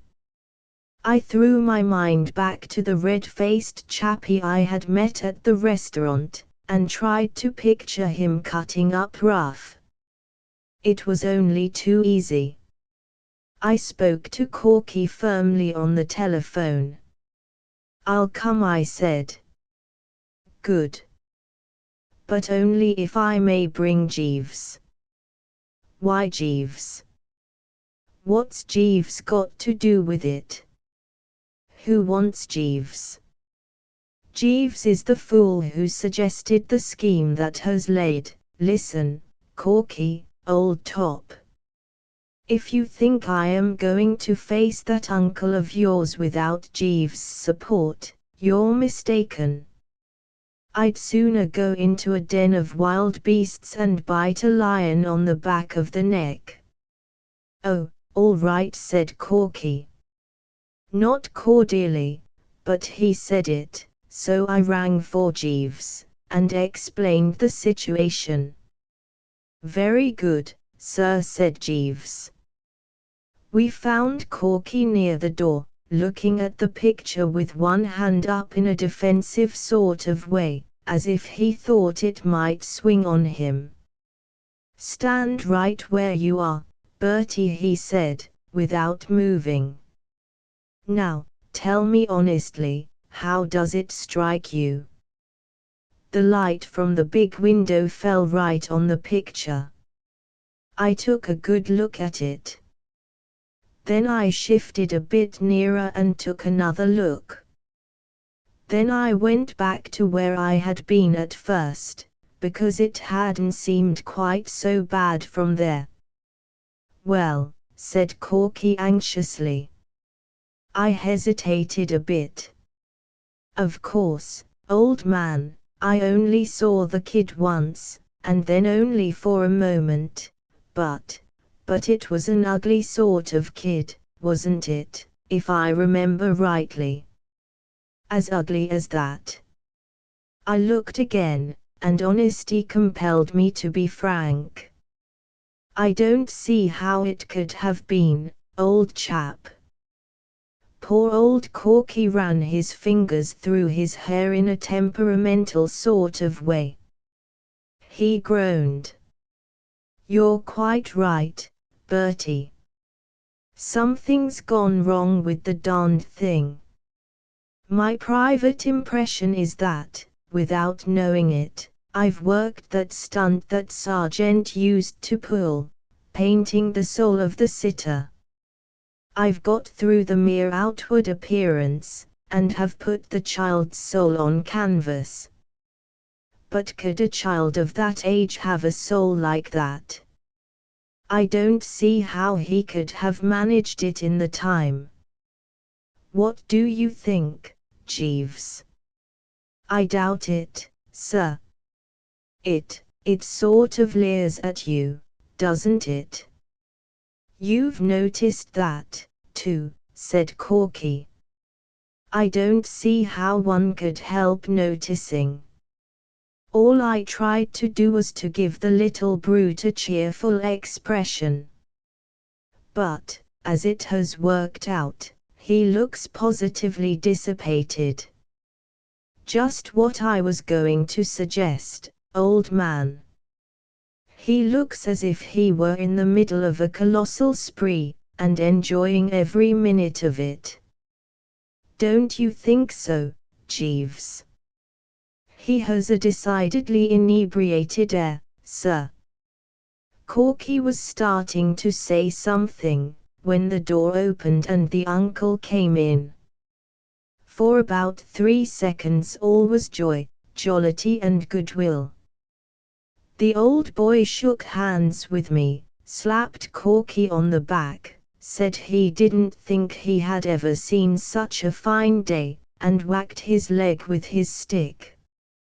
Jeeves had projected himself into the background, and he didn't notice him. Well, Bruce, my boy, so the portrait is really finished, is it, really finished? Well, bring it out. Let's have a look at it. This will be a wonderful surprise for your aunt. Where is it? Let's. And then he got it, suddenly, when he wasn't set for the punch, and he rocked back on his heels. Oosh, he exclaimed. And for perhaps a minute there was one of the scaliest silences I've ever run up against. Is this a practical joke? He said at last, in a way that set about 16 drafts cutting through the room at once. I thought it was up to me to rally round old Corky. "You want to stand a bit farther away from it," I said. "You're perfectly right," he snorted. "I do. I want to stand so far away from it that I can't see the thing with a telescope." He turned on Corky like an untamed tiger of the jungle who has just located a chunk of meat. "And this is what you have been wasting your time and my money for all these years. A painter. I wouldn't let you paint a house of mine. I gave you this commission, thinking that you were a competent worker, and this extract from a comic supplement is the result." He swung towards the door, lashing his tail and growling to himself. "This ends it. If you wish to continue this foolery of pretending to be an artist because you want an excuse for idleness, please yourself. But let me tell you this. Unless you report at my office on Monday morning, prepared to abandon all this idiocy and start in at the bottom of the business to work your way up, as you should have done half a dozen years ago, not another cent, not another cent, not another, boosh." Then the door closed and he was no longer with us. And I crawled out of the bomb-proof shelter. "Corky, old top," I whispered faintly. Corky was standing staring at the picture.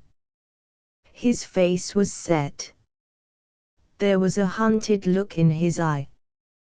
"Well, that finishes it," he muttered brokenly. "What are you going to do?" "Do? What can I do? I can't stick on here if he cuts off supplies. You heard what he said. I shall have to go to the office on Monday." I couldn't think of a thing to say. I knew exactly how he felt about the office. I don't know when I've been so infernally uncomfortable. It was like hanging round trying to make conversation to a pal who's just been sentenced to 20 years in quad. And then a soothing voice broke the silence. "If I might make a suggestion, sir." It was Jeeves. He had slid from the shadows and was gazing gravely at the picture. "Upon my word, I can't give you a better idea of the shattering effect of Corky's Uncle Alexander when in action than by saying that he had absolutely made me forget for the moment that Jeeves was there. I wonder if I have ever happened to mention to you, sir, a Mr. Digby Thistleton, with whom I was once in service. Perhaps you have met him. He was a financier. He is now Lord Bridgeworth. It was a favourite saying of his that there is always a way. The first time I heard him use the expression was after the failure of a patent depilatory which he promoted." "Jeeves," I said, "what on earth are you talking about?" "I mentioned Mr. Thistleton, sir, because his was in some respects a parallel case to the present one. His depilatory failed, but he did not despair. He put it on the market again under the name of Hero, guaranteed to produce a full crop of hair in a few months. It was advertised, if you remember, sir, by a humorous picture of a billiard ball, before and after taking, and made such a substantial fortune that Mr. Thistleton was soon afterwards elevated to the peerage for services to his party. It seems to me that, If Mr. Corcoran looks into the matter, he will find, like Mr. Thistleton, that there is always a way. Mr. Worple himself suggested the solution of the difficulty. In the heat of the moment he compared the portrait to an extract from a colored comic supplement. I consider the suggestion a very valuable one, sir. Mr. Corcoran's portrait may not have pleased Mr. Worple as a likeness of his only child, but I have no doubt that editors would gladly consider it as a foundation for a series of humorous drawings. If Mr. Corcoran will allow me to make the suggestion, his talent has always been for the humorous. There is something about this picture, something bold and vigorous, which arrests the attention. I feel sure it would be highly popular. Corky was glaring at the picture, and making a sort of dry, sucking noise with his mouth. He seemed completely overwrought. And then suddenly he began to laugh in a wild way. "Corky, old man," I said, massaging him tenderly. I feared the poor blighter was hysterical. He began to stagger about all over the floor. "He's right. The man's absolutely right. Jeeves, you're a lifesaver. You've hit on the greatest idea of the age. Report at the office on Monday. Start at the bottom of the business. I'll buy the business if I feel like it. I know the man who runs the comic section of the Sunday Star. He'll eat this thing. He was telling me only the other day how hard it was to get a good new series. He'll give me anything I ask for a real winner like this. I've got a gold mine. Where's my hat? I've got an income for life. Where's that confounded hat? Lend me a $5, Bertie. I want to take a taxi down to Park Row." Jeeves smiled paternally. Or, rather, he had a kind of paternal muscular spasm about the mouth, which is the nearest he ever gets to smiling. "If I might make the suggestion, Mr. Corcoran, for a title of the series which you have in mind, The Adventures of Baby Blobs. Corky and I looked at the picture, then at each other in an odd way. Jeeves was right. There could be no other title. "Jeeves," I said. It was a few weeks later, and I had just finished looking at the comic section of the Sunday Star. I'm an optimist. I always have been. The older I get, the more I agree with Shakespeare and those poet Johnnies about it always being darkest before the dawn and there's a silver lining, and what you lose on the swings you make up on the roundabouts. Look at Mr. Corcoran, for instance. There was a fellow, one would have said, clear up to the eyebrows in the soup. To all appearances he had got it right in the neck. Yet look at him now. Have you seen these pictures? I took the liberty of glancing at them before bringing them to you, sir. Extremely diverting. They have made a big hit, you know. I anticipated it, sir. I leaned back against the pillows. You know, Jeeves, you're a genius. You ought to be drawing a commission on these things. I have nothing to complain of in that respect, sir. Mr. Corcoran has been most generous.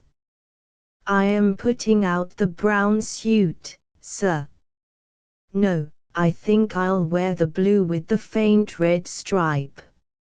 Not the blue with the faint red stripe, sir.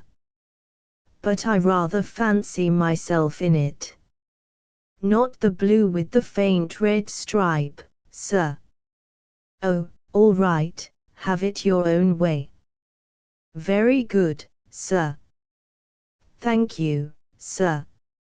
3. Jeeves and the unbidden guest. I'm not absolutely certain of my facts, but I rather fancy it's Shakespeare, or, if not, it's some equally brainy bird, who says that it's always just when a fellow is feeling particularly braced with things in general that fate sneaks up behind him with the bit of lead piping.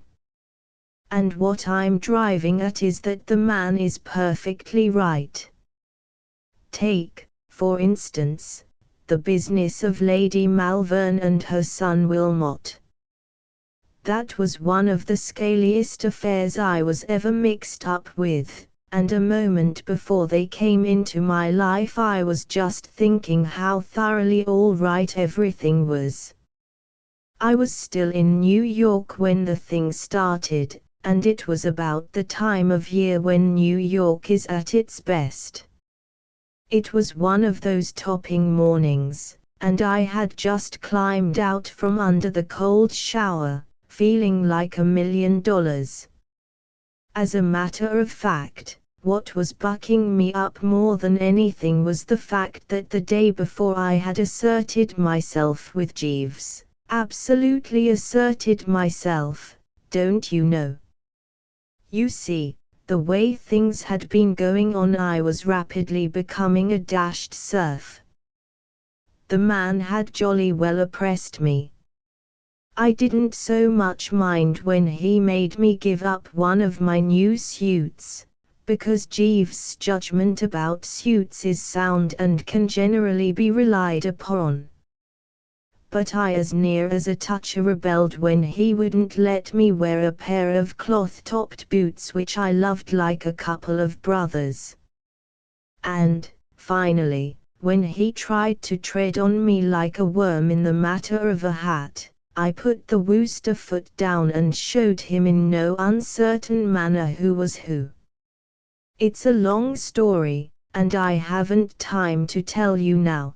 But the nub of the thing was that he wanted me to wear the White House Wonder, as worn by President Coolidge, when I had set my heart on the Broadway special, much patronized by the younger set, and the end of the matter was that, after a rather painful scene, I bought the Broadway special. So that's how things were on this particular morning, and I was feeling pretty manly and independent. Well, I was in the bathroom, wondering what there was going to be for breakfast while I massaged the spine with a rough towel and sang slightly, when there was a tap at the door. I stopped singing and opened the door an inch. "What ho, without there?" I said. "Lady Malvern has called, sir." "Eh? Lady Malvern, sir? She is waiting in the sitting room." "Pull yourself together, Jeeves, my man," I said rather severely, for I bar practical jokes before breakfast. "You know perfectly well there's no one waiting for me in the sitting room. How could there be when it's barely 10 o'clock yet?" I gathered from her ladyship, sir, that she had landed from an ocean liner at an early hour this morning. This made the thing a bit more plausible. I remembered that when I had arrived in America about a year before, the proceedings had begun at some ghastly hour like 6. And that I had been shot out onto a foreign shore considerably before 8. Who the deuce is Lady Malvern, Jeeves? Her ladyship did not confide in me, sir. Is she alone? Her ladyship is accompanied by a Lord Pershaw, sir. I fancy that his lordship would be her ladyship's son. Oh, well, put out retirement of sorts, and I'll be dressing.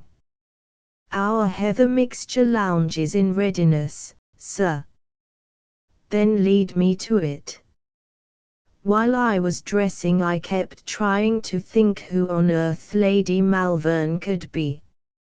It wasn't till I had climbed through the top of my shirt and was reaching out for the studs that I remembered.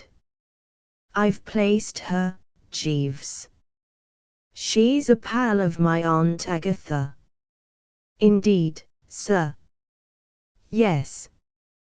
I met her at lunch one Sunday before I left London. A very vicious specimen. Writes books. She wrote a book on social conditions in India when she came back from the Durbar. Yes, sir. Pardon me, sir, but not that tie. Eh? Not that tie with the heather mixture lounge, sir. It was a shock to me. I thought I had quelled the fellow. It was rather a solemn moment. What I mean is, if I weakened now, all my good work the night before would be thrown away. I braced myself. What's wrong with this tie? I've seen you give it a nasty look before. Speak out like a man. What's the matter with it? Too ornate, sir. Nonsense. A cheerful pink. Nothing more. Unsuitable, sir. Jeeves, this is the tie I wear. Very good, sir. Dashed unpleasant. I could see that the man was wounded.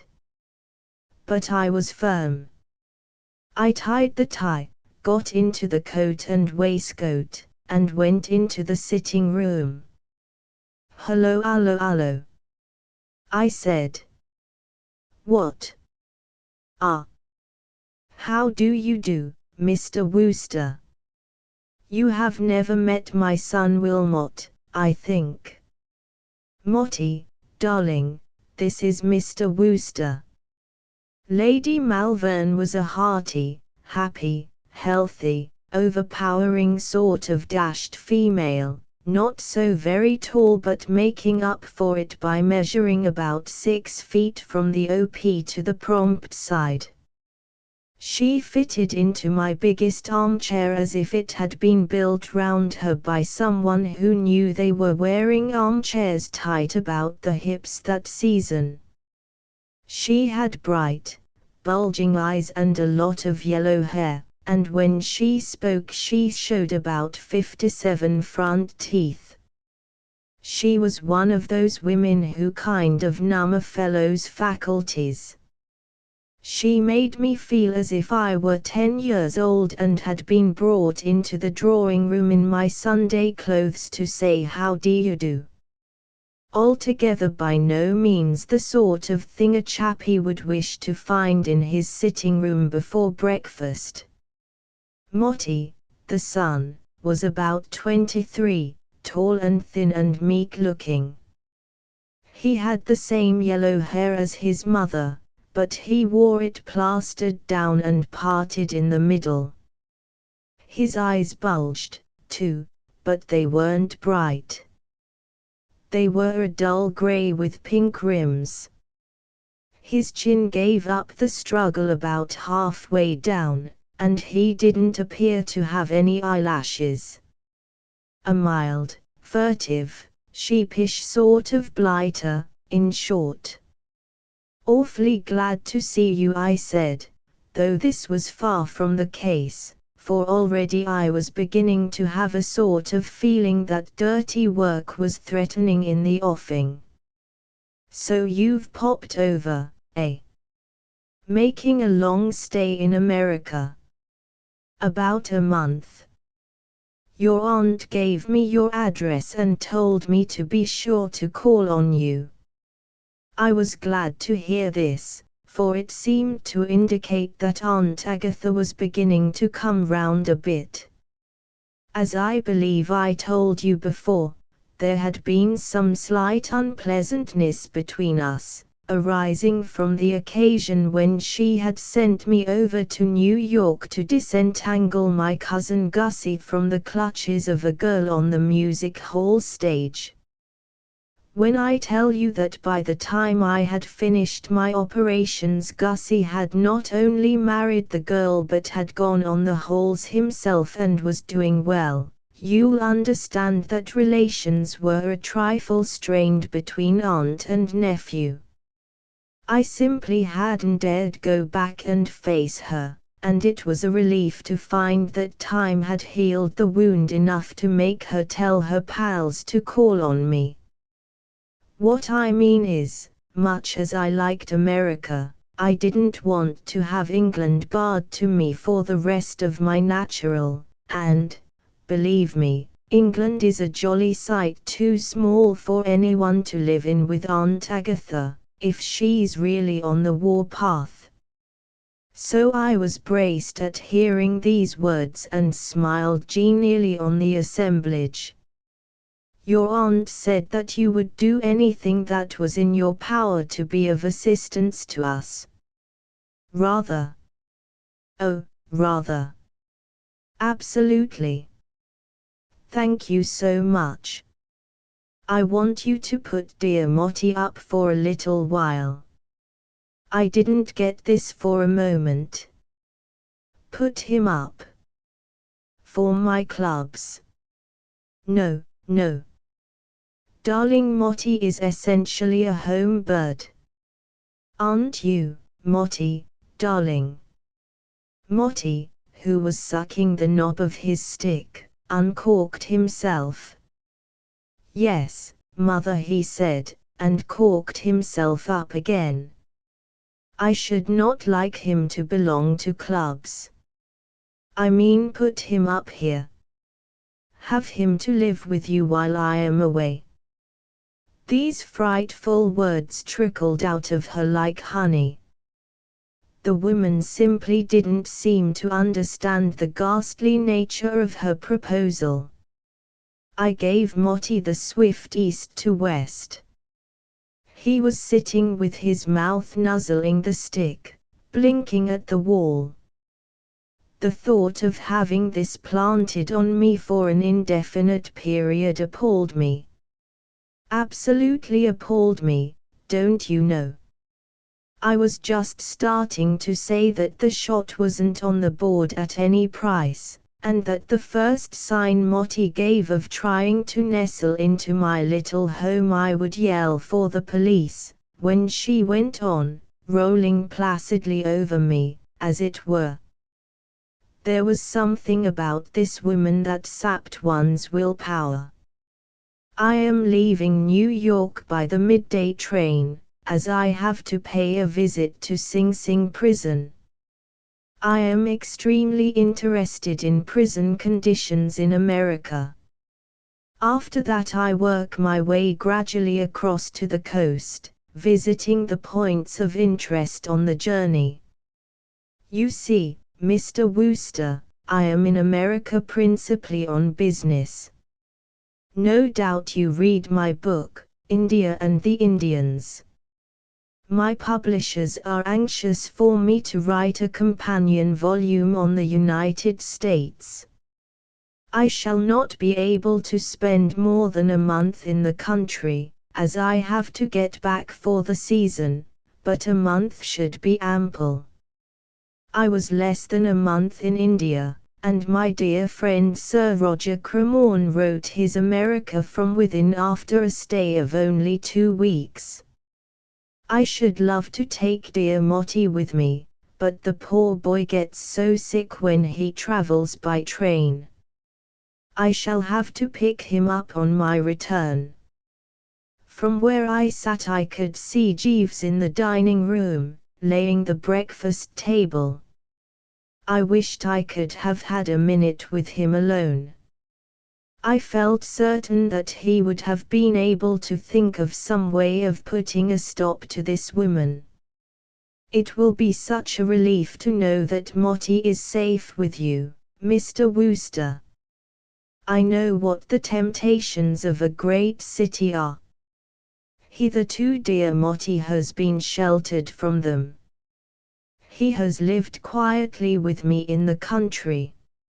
I know that you will look after him carefully, Mr. Wooster. He will give very little trouble. She talked about the poor blighter as if he wasn't there.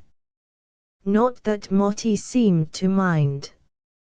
He had stopped chewing his walking stick and was sitting there with his mouth open. He is a vegetarian and a teetotaler and is devoted to reading. Give him a nice book and he will be quite contented. She got up.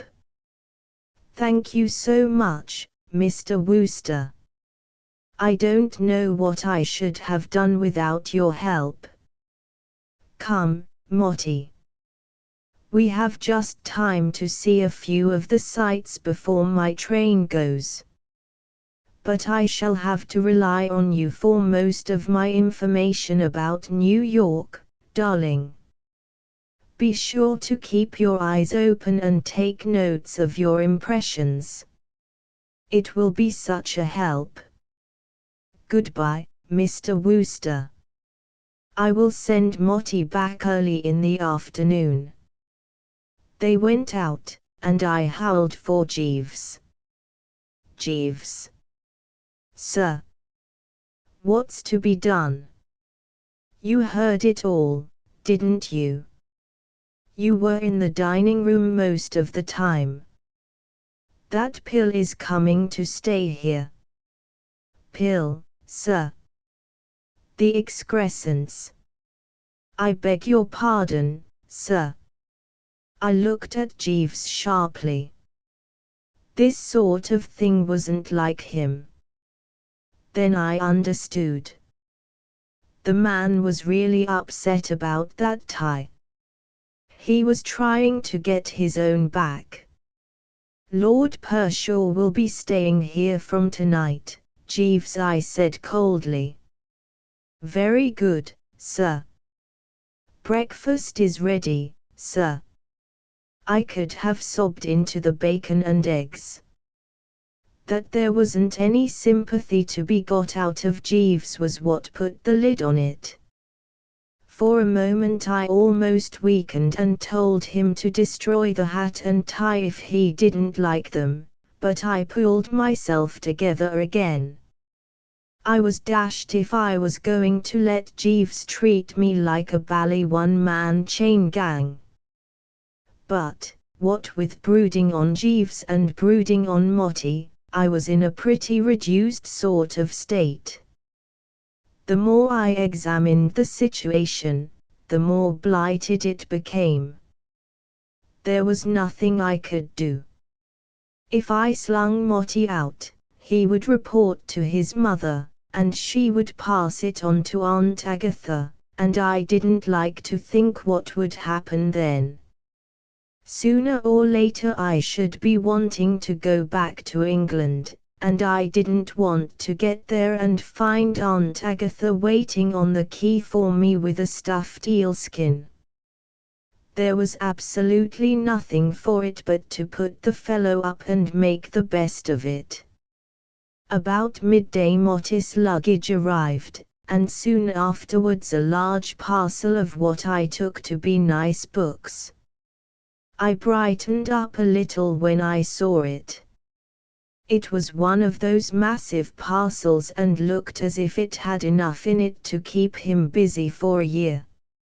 I felt a trifle more cheerful, and I got my Broadway special and stuck it on my head, and gave the pink tie a twist, and reeled out to take a bite of lunch with one or two of the lads at a neighboring hostelry. And what with excellent browsing and sluicing and cheery conversation and what not, the afternoon passed quite happily.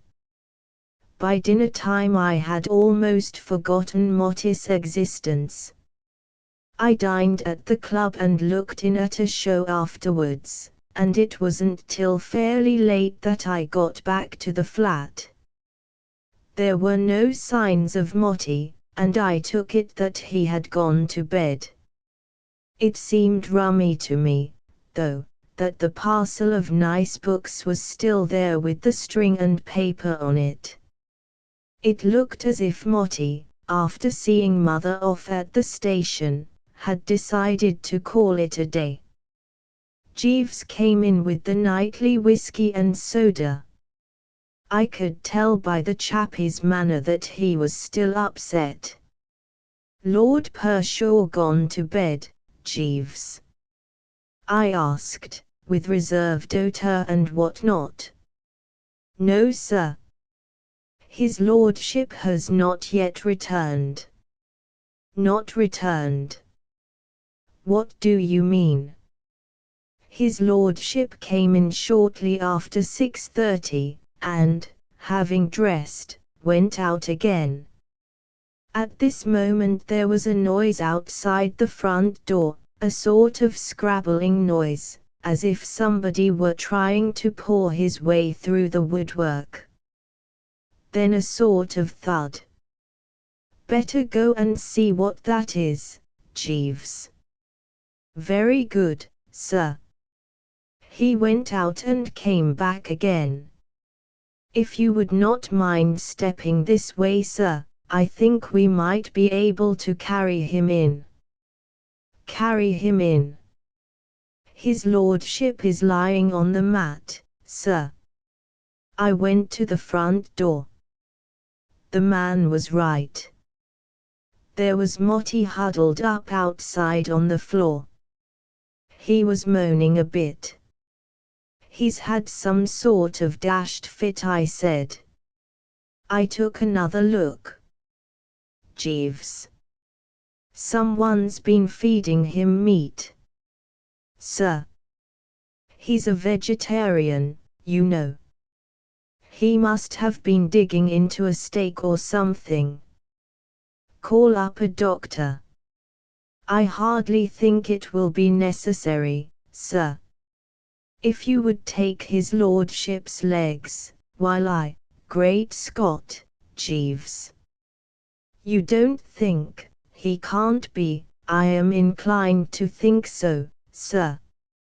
And, by Jove, he was right. Once on the right track, you couldn't mistake it. Motty was under the surface. Completely sozzled. It was the deuce of a shock. You never can tell, Jeeves. "Very seldom, sir." "Remove the eye of authority and where are you?" "Precisely, sir." "Where is my wandering boy tonight and all that sort of thing, what?" "It would seem so, sir." "Well, we had better bring him in, eh?" "Yes, sir."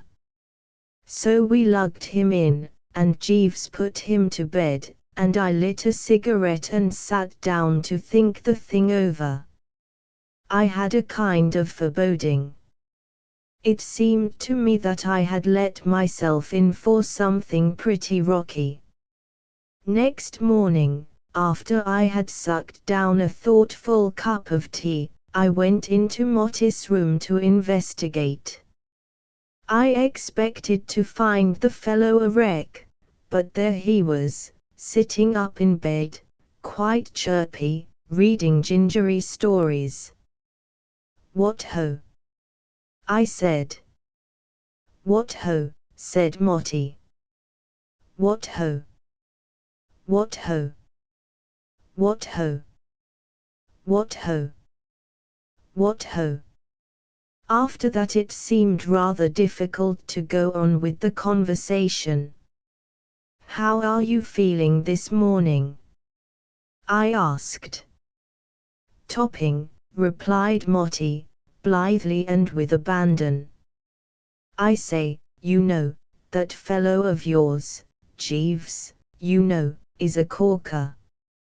I had a most frightful headache when I woke up, and he brought me a sort of rummy dark drink, and it put me right again at once. Said it was his own invention. I must see more of that lad. He seems to me distinctly one of the ones. I couldn't believe that this was the same blighter who had sat and sucked his stick the day before. You ate something that disagreed with you last night, didn't you? I said, by way of giving him a chance to slide out of it if he wanted to. But he wouldn't have it at any price. No, he replied firmly. I didn't do anything of the kind. I drank too much. Much too much. Lots and lots too much. And, what's more, I'm going to do it again. I'm going to do it every night. If ever you see me sober, old top, he said, with a kind of holy exaltation, tap me on the shoulder and say, tut. Tut, and I'll apologize and remedy the defect. But I say, you know, what about me? What about you? Well, I'm, so to speak, as it were, kind of responsible for you. What I mean to say is, if you go doing this sort of thing, I'm apt to get in the soup somewhat. I can't help your troubles, said Motty firmly. Listen to me, old thing. This is the first time in my life that I've had a real chance to yield to the temptations of a great city. What's the use of a great city having temptations if fellows don't yield to them? Makes it so bally discouraging for the great city. Besides, Mother told me to keep my eyes open and collect impressions. I sat on the edge of the bed. I felt dizzy. I know just how you feel, old dear, said Motty consolingly. And, if my principles would permit it, I would simmer down for your sake. But duty first. This is the first time I've been let out alone, and I mean to make the most of it. We're only young once. Why interfere with life's morning? Young man, rejoice in thy youth. Tra-la. What ho! Put like that, it did seem reasonable. All my bally life, dear boy, Motty went on, I've been cooped up in the ancestral home at Much Middlefold, in Shropshire. Until you've been cooped up in Much Middlefold, you don't know what cooping is. The only time we get any excitement is when one of the choir boys is caught sucking chocolate during the sermon. When that happens, we talk about it for days. I've got about a month of New York, and I mean to store up a few happy memories for the long winter evenings. This is my only chance to collect a past, and I'm going to do it. Now tell me, old sport, as man to man, how does one get in touch with that very decent bird Jeeves? Does one ring a bell or shout a bit? I should like to discuss the subject of a good stiff B&S with him. I had a sort of vague idea, don't you know, that if I stuck close to Motty and went about the place with him, I might act as a bit of a damper on the gaiety. What I mean is, I thought that if, when he was being the life and soul of the party, he were to catch my reproving eye, he might ease up a trifle on the revelry. So the next night I took him along to supper with me. It was the last time. I'm a quiet, peaceful sort of bloke who has lived all his life in London, and I can't stand the pace these swift sportsmen from the rural districts set. What I mean to say is, I'm all for rational enjoyment and so forth, but I think a chappie makes himself conspicuous when he throws soft-boiled eggs at the electric fan. And decent mirth and all that sort of thing are all right, but I do bar dancing on tables and having to dash all over the place dodging waiters, managers, and chuckers out, just when you want to sit still and digest. Directly I managed to tear myself away that night and get home, I made up my mind that this was jolly well the last time that I went about with Motty. The only time I met him late at night after that was once when I passed the door of a fairly low-down sort of restaurant and had to step aside to dodge him as he sailed through the REN route for the opposite pavement, with a muscular sort of looking fellow peering out after him with a kind of gloomy satisfaction. In a way, I couldn't help sympathizing with the chap. He had about 4 weeks to have the good time that ought to have been spread over about 10 years, and I didn't wonder at his wanting to be pretty busy. I should have been just the same in his place. Still, there was no denying that it was a bit thick. If it hadn't been for the thought of Lady Malvern and Aunt Agatha in the background, I should have regarded Motty's rapid work with an indulgent smile. But I couldn't get rid of the feeling that, sooner or later, I was the lad who was scheduled to get it behind the ear. And what with brooding on this prospect, and sitting up in the old flat waiting for the familiar footstep, and putting it to bed when it got there, and stealing into the sick chamber next morning to contemplate the wreckage, I was beginning to lose weight. Absolutely becoming the good old shadow, I give you my honest word. Starting at sudden noises and what not. And no sympathy from Jeeves. That was what cut me to the quick. The man was still thoroughly pipped about the hat and tie, and simply wouldn't rally round. One morning I wanted comforting so much that I sank the pride of the Woosters and appealed to the fellow direct. "Jeeves," I said, "this is getting a bit thick." "Sir, you know what I mean. This lad seems to have chucked all the principles of a well-spent boyhood. He has got it up his nose." "Yes, sir." "Well, I shall get blamed, don't you know? You know what my Aunt Agatha is?" "Yes, sir." "Very well, then." I waited a moment, but he wouldn't unbend.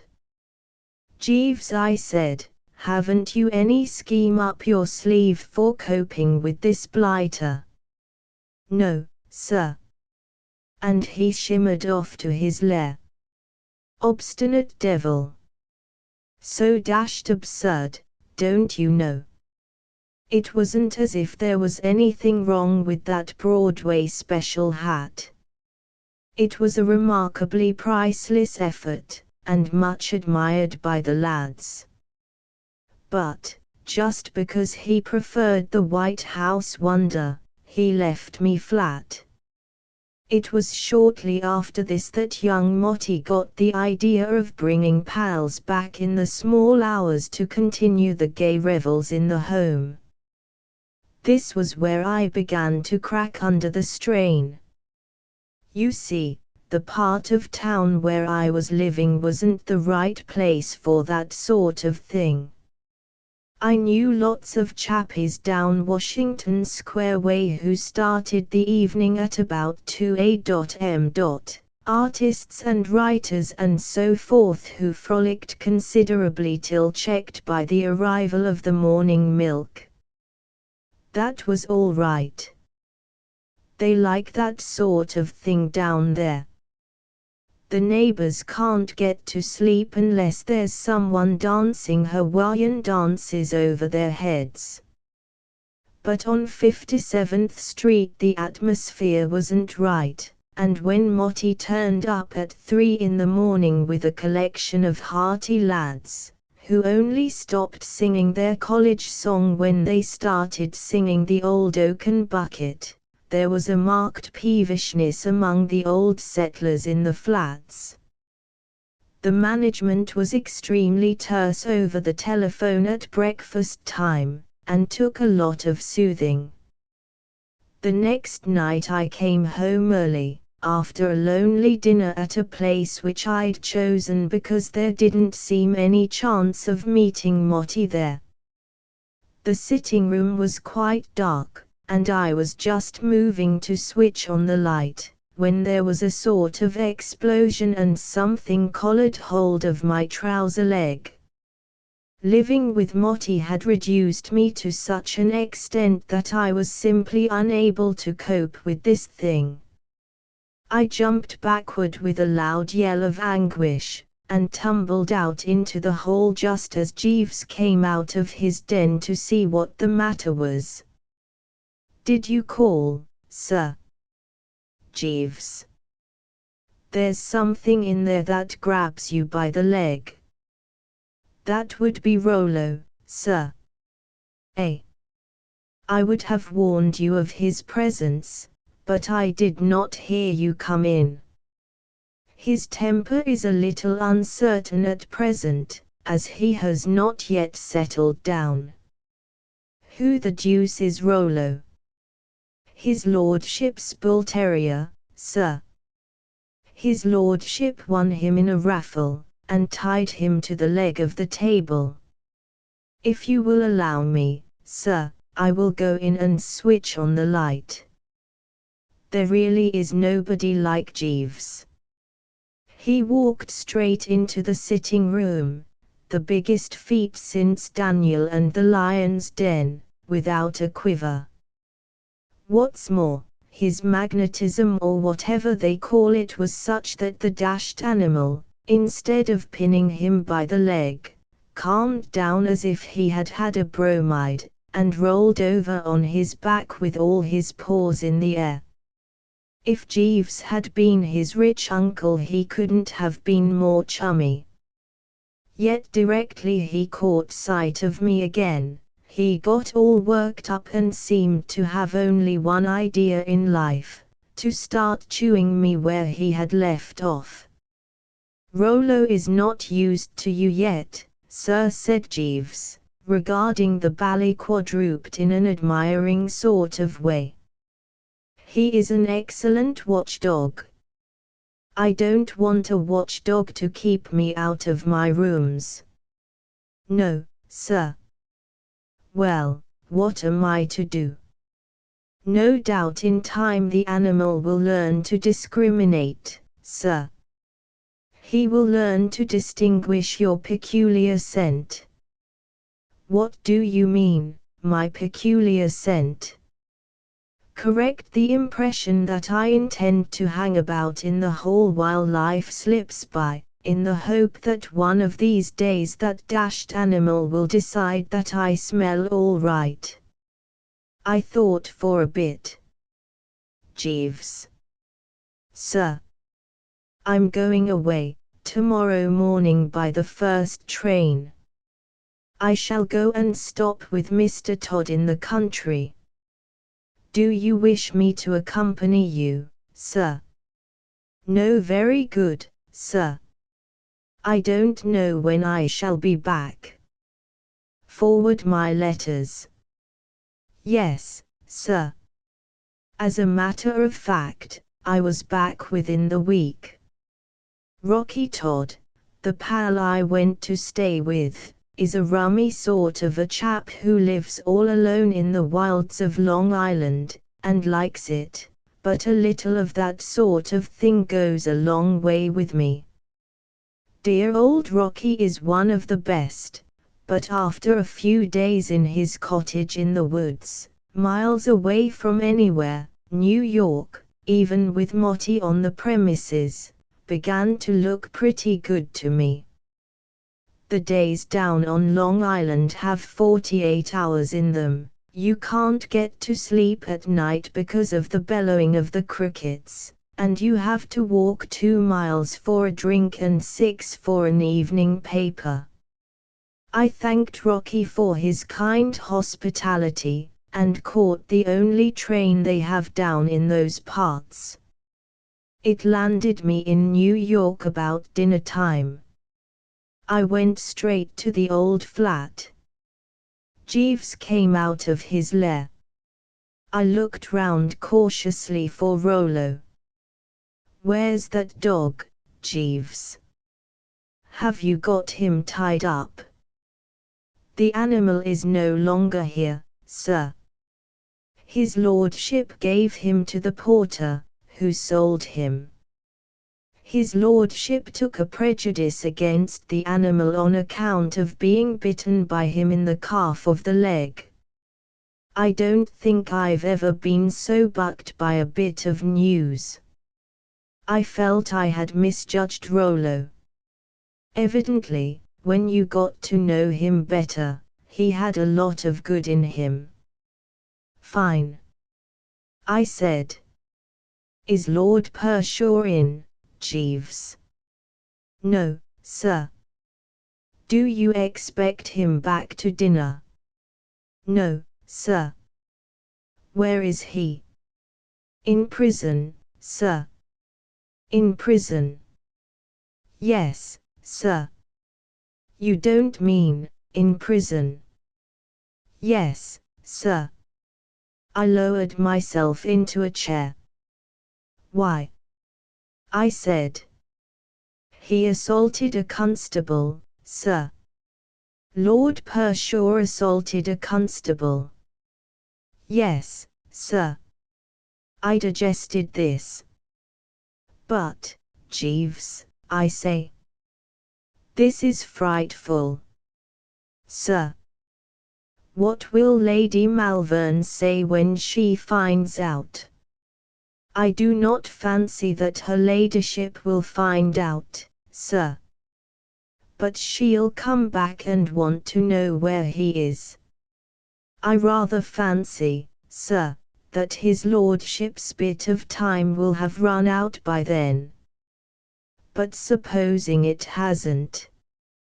In that event, sir, it may be judicious to prevaricate a little." "How?" "If I might make the suggestion, sir, I should inform her ladyship that his lordship has left for a short visit to Boston." "Why Boston?" "Very interesting and respectable centre, sir." "Jeeves, I believe you've hit it." "I fancy so, sir." "Why, this is really the best thing that could have happened. If this hadn't turned up to prevent him, young Motty would have been in a sanatorium by the time Lady Malvern got back." "Exactly, sir." The more I looked at it in that way, the sounder this prison wheeze seemed to me. There was no doubt in the world that prison was just what the doctor ordered for Motty. It was the only thing that could have pulled him up. I was sorry for the poor blighter, but after all, I reflected, a fellow who had lived all his life with Lady Malvern, in a small village in the interior of Shropshire, wouldn't have much to kick at in a prison. Altogether, I began to feel absolutely braced again. Life became like what the poet Johnny says, one grand, sweet song.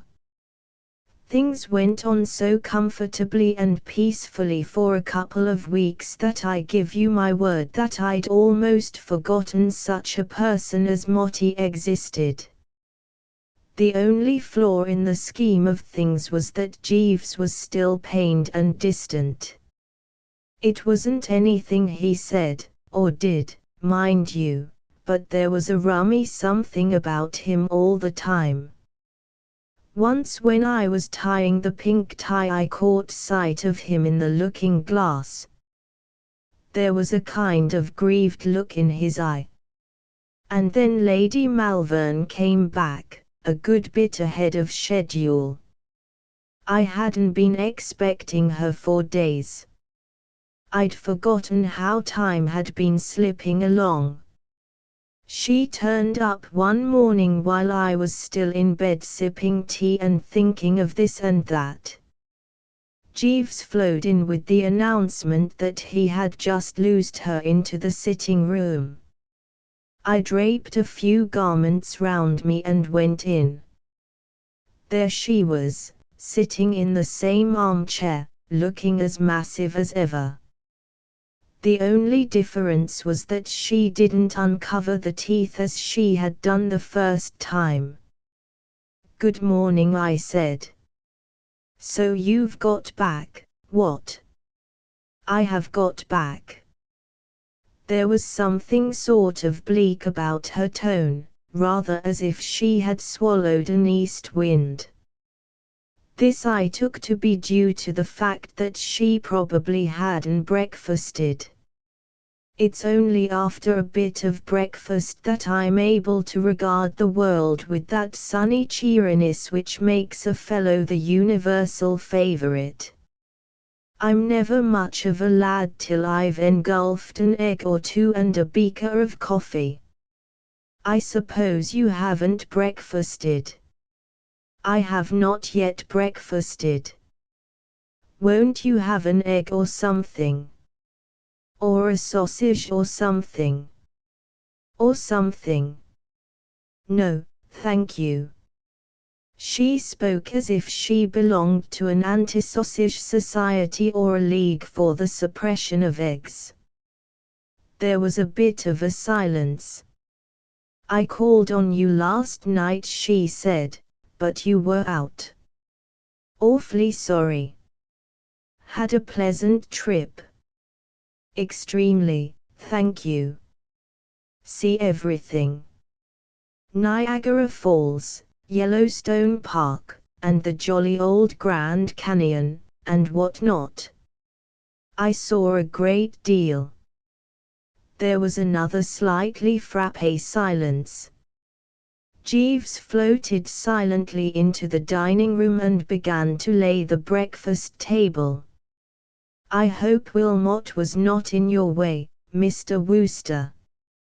I had been wondering when she was going to mention Motty. "Rather not. Great pals. Hit it off splendidly." "You were his constant companion, then?" "Absolutely. We were always together. Saw all the sights, don't you know. We'd take in the Museum of Art in the morning, and have a bit of lunch at some good vegetarian place, and then toddle along to a sacred concert in the afternoon, and home to an early dinner. We usually played dominoes after dinner. And then the early bed and the refreshing sleep. We had a great time. I was awfully sorry when he went away to Boston." "Oh. Wilmot is in Boston?" "Yes. I ought to have let you know, but of course we didn't know where you were. You were dodging all over the place like a snipe, I mean, don't you know, dodging all over the place, and we couldn't get at you." "Yes, Motty went off to Boston." "You're sure he went to Boston?" "Oh, absolutely." I called out to Jeeves, who was now messing about in the next room with forks and so forth. "Jeeves, Lord Pershaw didn't change his mind about going to Boston, did he?" "No, sir. I thought I was right. Yes, Motti went to Boston. Then how do you account, Mr. Wooster, for the fact that when I went yesterday afternoon to Blackwell's Island prison, to secure material for my book, I saw poor, dear Wilmot there, dressed in a striped suit, seated beside a pile of stones with a hammer in his hands. I tried to think of something to say, but nothing came. A fellow has to be a lot broader about the forehead than I am to handle a jolt like this. I strained the old beam till it creaked, but between the collar and the hair parting nothing stirred. I was dumb. Which was lucky, because I wouldn't have had a chance to get any persiflage out of my system. Lady Malvern collared the conversation. She had been bottling it up, and now it came out with a rush. So this is how you have looked after my poor, dear boy, Mr. Wooster. So this is how you have abused my trust. I left him in your charge, thinking that I could rely on you to shield him from evil. He came to you innocent, unversed in the ways of the world, confiding, unused to the temptations of a large city, and you led him astray. I hadn't any remarks to make. All I could think of was the picture of Aunt Agatha drinking all this in and reaching out to sharpen the hatchet against my return. You deliberately, far away in the misty distance a soft voice spoke, "If I might explain, your ladyship." Jeeves had projected himself in from the dining room and materialized on the rug. Lady Malvern tried to freeze him with a look, but you can't do that sort of thing to Jeeves. He is look-proof. I fancy, your ladyship, that you may have misunderstood Mr. Wooster, and that he may have given you the impression that he was in New York when his lordship was removed. When Mr. Wooster informed your ladyship that his lordship had gone to Boston, he was relying on the version I had given him of his lordship's movements. Mr. Wooster was away, visiting a friend in the country, at the time, and knew nothing of the matter till your ladyship informed him. Lady Malvern gave a kind of grunt. It didn't rattle Jeeves. I feared Mr. Wooster might be disturbed if he knew the truth, as he is so attached to his lordship and has taken such pains to look after him. So I took the liberty of telling him that his lordship had gone away for a visit. It might have been hard for Mr. Wooster to believe that his lordship had gone to prison voluntarily and from the best motives, but your ladyship, knowing him better, will readily understand. What? Lady Malvern goggled at him. Did you say that Lord Pershaw went to prison voluntarily? If I might explain, your ladyship. I think that your ladyship's parting words made a deep impression on his lordship. I have frequently heard him speak to Mr. Wooster of his desire to do something to follow your ladyship's instructions and collect material for your ladyship's book on America. Mr. Wooster will bear me out when I say that his lordship was frequently extremely depressed at the thought that he was doing so little to help. Absolutely, by Jove. Quite pipped about it. I said. The idea of making a personal examination into the prison system of the country, from within, occurred to his lordship very suddenly one night. He embraced it eagerly. There was no restraining him. Lady Malvern looked at Jeeves, then at me, then at Jeeves again. I could see her struggling with the thing. "Surely, your ladyship," said Jeeves, "it is more reasonable to suppose that a gentleman of his lordship's character went to prison of his own volition than that he committed some breach of the law which necessitated his arrest." Lady Malvern blinked. Then she got up. "Mr. Wooster," she said, "I apologize. I have done you an injustice. I should have known Wilmot better. I should have had more faith in his pure, fine spirit."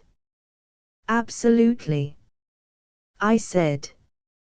"Your breakfast is ready, sir," said Jeeves. I sat down and dallied in a dazed sort of way with a poached egg. "Jeeves," I said, "you are certainly a life-saver." "Thank you, sir. Nothing would have convinced my Aunt Agatha that I hadn't lured that blighter into riotous living." "I fancy you are right, sir." I champed my egg for a bit. I was most awfully moved, don't you know, by the way Jeeves had rallied round. Something seemed to tell me that this was an occasion that called for rich rewards. For a moment I hesitated. Then I made up my mind. "Jeeves." "Sir." "That pink tie." "Yes, sir." "Burn it." "Thank you, sir." "And, Jeeves." "Yes, sir. Take a taxi and get me that White House wonder hat, as worn by President Coolidge." "Thank you very much, sir." I felt most awfully braced. I felt as if the clouds had rolled away and all was as it used to be. I felt like one of those chappies in the novels who calls off the fight with his wife in the last chapter and decides to forget and forgive. I felt I wanted to do all sorts of other things to show Jeeves that I appreciated him. "Jeeves," I said, "it isn't enough. Is there anything else you would like?" "Yes, sir. If I may make the suggestion, $50. $50. It will enable me to pay a debt of honor, sir. I owe it to his lordship." "You owe Lord Pershaw $50. "Yes, sir. I happened to meet him in the street the night his lordship was arrested. I had been thinking a good deal about the most suitable method of inducing him to abandon his mode of living, sir. His lordship was a little over-excited at the time, and I fancy that he mistook me for a friend of his. At any rate, when I took the liberty of wagering him $50 that he would not punch a passing policeman in the eye, he accepted the bet very cordially and won it. I produced my pocketbook and counted out 100. "Take this, Jeeves," I said, "50 isn't enough. Do you know, Jeeves, you absolutely stand alone." "I endeavor to give satisfaction, sir," said Jeeves. "For, Jeeves, and the hard-boiled egg sometimes of a morning, as I've sat in bed sucking down the early cup of tea and watched Jeeves flitting about the room and putting out the arraignment for the day, I've wondered what the deuce I should do if the fellow ever took it into his head to leave me. It's not so bad when I'm in New York, but in London the anxiety is frightful. There used to be all sorts of attempts on the part of low blighters to sneak him away from me. Young Reggie Foljambe, to my certain knowledge, offered him double what I was giving him, and Alistair Bingham Reeves, who's got a valet who had been known to press his trousers sideways, used to look at him, when he came to see me, with a kind of glittering, hungry eye which disturbed me deucedly. Bally pirates. The thing, you see, is that Jeeves is so dashed competent. You can spot it even in the way he shoves studs into a shirt. I rely on him absolutely in every crisis, and he never lets me down. And, what's more, he can always be counted on to extend himself on behalf of any pal of mine who happens to be to all appearances knee-deep in the bouillon. Take the rather rummy case, for instance, of dear old Bicky and his uncle, the hard-boiled egg. It happened after I had been in America for a few months. I got back to the flat late-ish one night, and when Jeeves brought me the final drink he said, "Mr. Bickersteth called to see you this evening, sir, while you were out." "Oh," I said. "Twice, sir." He appeared a trifle agitated. "What, pipped?" "He gave that impression, sir." I sipped the whiskey. I was sorry if Bicky was in trouble, but, as a matter of fact, I was rather glad to have something I could discuss freely with Jeeves just then, because things had been a bit strained between us for some time, and it had been rather difficult to hit on anything to talk about that wasn't apt to take a personal turn. You see, I had decided, rightly or wrongly, to grow a moustache, and this had cut Jeeves to the quick. He couldn't stick the thing at any price, and I had been living ever since in an atmosphere of bally disapproval till I was getting jolly well fed up with it. What I mean is, while there's no doubt that in certain matters of dress Jeeves' judgment is absolutely sound and should be followed, it seemed to me that it was getting a bit too thick if he was going to edit my face as well as my costume. No one can call me an unreasonable chappie, and menace the time I've given in like a lamb when Jeeves has voted against one of my pet suits or ties, but when it comes to a valet's staking out a claim on your upper lip, you've simply got to have a bit of the good old bulldog pluck and defy the blighter. He said that he would call again later, sir. Something must be up, Jeeves. Yes, sir. I gave the moustache a thoughtful twirl. It seemed to hurt Jeeves a good deal, so I chucked it. I see by the paper, sir, that Mr. Bickersteth's uncle is arriving on the Carmantic. Yes. His Grace the Duke of Chiswick, sir. This was news to me, that Bicky's uncle was a duke. Rum, how little one knows about one's pals. I had met Bicky for the first time at a species of Beano or jamboree down in Washington Square, not long after my arrival in New York. I suppose I was a bit homesick at the time, and I rather took to Bicky when I found that he was an Englishman and had, in fact, been up at Oxford with me.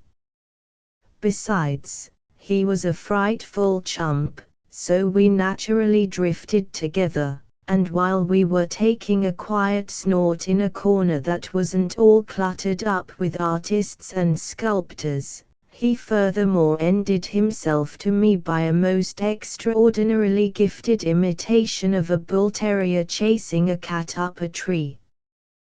but, though we had subsequently become extremely pally, all I really knew about him was that he was generally hard up, and had an uncle who relieved the strain a bit from time to time by sending him monthly remittances. "If the Duke of Chiswick is his uncle," I said, "why hasn't he a title? Why isn't he Lord Whatnot?" "Mr. Bickersteth is the son of his Grace's late sister, sir, who married Captain Rollo Bickersteth of the Coldstream Guards. Jeeves knows everything." "Is Mr. Bickersteth's father dead too?" "Yes, sir." "Leave any money?" "No, sir." I began to understand why poor old Bicky was always more or less on the rocks. To the casual and irreflective observer it may sound a pretty good wheeze having a duke for an uncle, but the trouble about old Chiswick was that, though an extremely wealthy old buster, owning half London and about 5 counties up north, he was notoriously the most prudent spender in England. He was what Americans call a hard-boiled egg. If Bicky's people hadn't left him anything and he depended on what he could prize out of the old Duke, he was in a pretty bad way. Not that that explained why he was hunting me like this, because he was a chap who never borrowed money. He said he wanted to keep his pals, so never bit anyone's ear on principle. At this juncture the doorbell rang. Jeeves floated out to answer it. "Yes, sir. Mr. Wooster has just returned," I heard him say. And Bicky came beetling in, looking pretty sorry for himself. "Hello, Bicky," I said.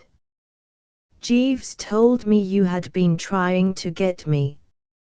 "What's the trouble, Bicky?" "I'm in a hole, Bertie. I want your advice." "Say on, old lad." "My uncle's turning up tomorrow, Bertie." "So Jeeves told me." "The Duke of Chiswick, you know." "So Jeeves told me." Bicky seemed a bit surprised. "Jeeves seems to know everything." Rather rummily, "That's exactly what I was thinking just now myself." "Well, I wish," said Bicky, gloomily, "that he knew a way to get me out of the hole I'm in." "Mr. Bickersteth is in a hole, Jeeves," I said, "and wants you to rally round." "Very good, sir." Bicky looked a bit doubtful. "Well, of course, you know, Bertie, this thing is by way of being a bit private and all that." "I shouldn't worry about that, old top. I bet Jeeves knows all about it already." "Don't you, Jeeves?" "Yes, sir." Said Bicky, rattled. "I am open to correction, sir, but is not your dilemma due to the fact that you are at a loss to explain to His Grace why you are in New York instead of in Colorado?" Bicky rocked like a jelly in a high wind. "How the deuce do you know anything about it?" "I chanced to meet His Grace's butler before we left England. He informed me that he happened to overhear His Grace speaking to you on the matter, sir, as he passed the library door." Bicky gave a hollow sort of laugh. "Well, as everybody seems to know all about it, there's no need to try to keep it dark. The old boy turfed me out, Bertie, because he said I was a brainless nincompoop." The idea was that he would give me a remittance on condition that I dashed out to some blighted locality of the name of Colorado and learned farming or ranching, or whatever they call it, at some Valley ranch or farm, or whatever it's called. I didn't fancy the idea a bit. I should have had to ride horses and pursue cows, and so forth. At the same time, don't you know, I had to have that remittance. I get you absolutely, old thing. Well, when I got to New York it looked a decent sort of place to me, so I thought it would be a pretty sound notion to stop here. So I cabled to my uncle telling him that I had dropped into a good business wheeze in the city and wanted to chuck the ranch idea. He wrote back that it was all right, and here I've been ever since. He thinks I'm doing well at something or other over here. I never dreamed, don't you know, that he would ever come out here. What on earth am I to do? Jeeves, I said, what on earth is Mr. Bickersteth to do? You see, said Bicky, I had a wireless from him to say that he was coming to stay with me, to save hotel bills, I suppose. I've always given him the impression that I was living in pretty good style. I can't have him to stay at my boarding house. Thought of anything, Jeeves? I said. To what extent, sir, if the question is not a delicate one, are you prepared to assist Mr. Bickersteth? I'll do anything I can for you, of course, Bicky, old man. Then, if I might make the suggestion, sir, you might lend Mr. Bickersteth, no, by Jove, said Bicky firmly. I never have touched you, Bertie, and I'm not going to start now. I may be a chump, but it's my boast that I don't owe a penny to a single soul, not counting tradesmen, of course. I was about to suggest, sir, that you might lend Mr. Bickersteth this flat. Mr. Bickersteth could give His Grace the impression that he was the owner of it. With your permission I could convey the notion that I was in Mr. Bickersteth's employment and not in yours. You would be residing here temporarily as Mr. Bickersteth's guest. His Grace would occupy the second spare bedroom. I fancy that you would find this answer satisfactory, sir. Bicky had stopped rocking himself and was staring at Jeeves in an odd sort of way. I would advocate the dispatching of a wireless message to His Grace on board the vessel, notifying him of the change of address. Mr. Bickersteth could meet His Grace at the dock and proceed directly here. Will that meet the situation, sir? Absolutely. Thank you, sir. Bicky followed him with his eye till the door closed. How does he do it, Bertie? He said. I'll tell you what I think it is. I believe it's something to do with the shape of his head. Have you ever noticed his head, Bertie, old man? It sort of sticks out at the back. I hopped out of bed pretty early next morning, so as to be among those present when the old boy should arrive. I knew from experience that these ocean liners fetch up at the dock at a deucedly ungodly hour. It wasn't much after 9 by the time I'd dressed and had my morning tea and was leaning out of the window, watching the street for Bicky and his uncle. It was one of those jolly, peaceful mornings that make a chappie wish he'd got a soul or something, and I was just brooding on life in general when I became aware of the dickens of a spat in progress down below. A taxi had driven up, and an old boy in a top hat had got out and was kicking up a frightful row about the fare. As far as I could make out, he was trying to get the cabbie to switch from New York to London prices, and the cabbie had apparently never heard of London before, and didn't seem to think a lot of it now. The old boy said that in London the trip would have set him back a shilling, and the cabbie said he should worry. I called to Jeeves. "The Duke has arrived, Jeeves." "Yes, sir." "That'll be him at the door now." Jeeves made a long arm and opened the front door, and the old boy crawled in. "How do you do, sir?" I said, bustling up and being the ray of sunshine. "Your nephew went down to the dock to meet you, but you must have missed him.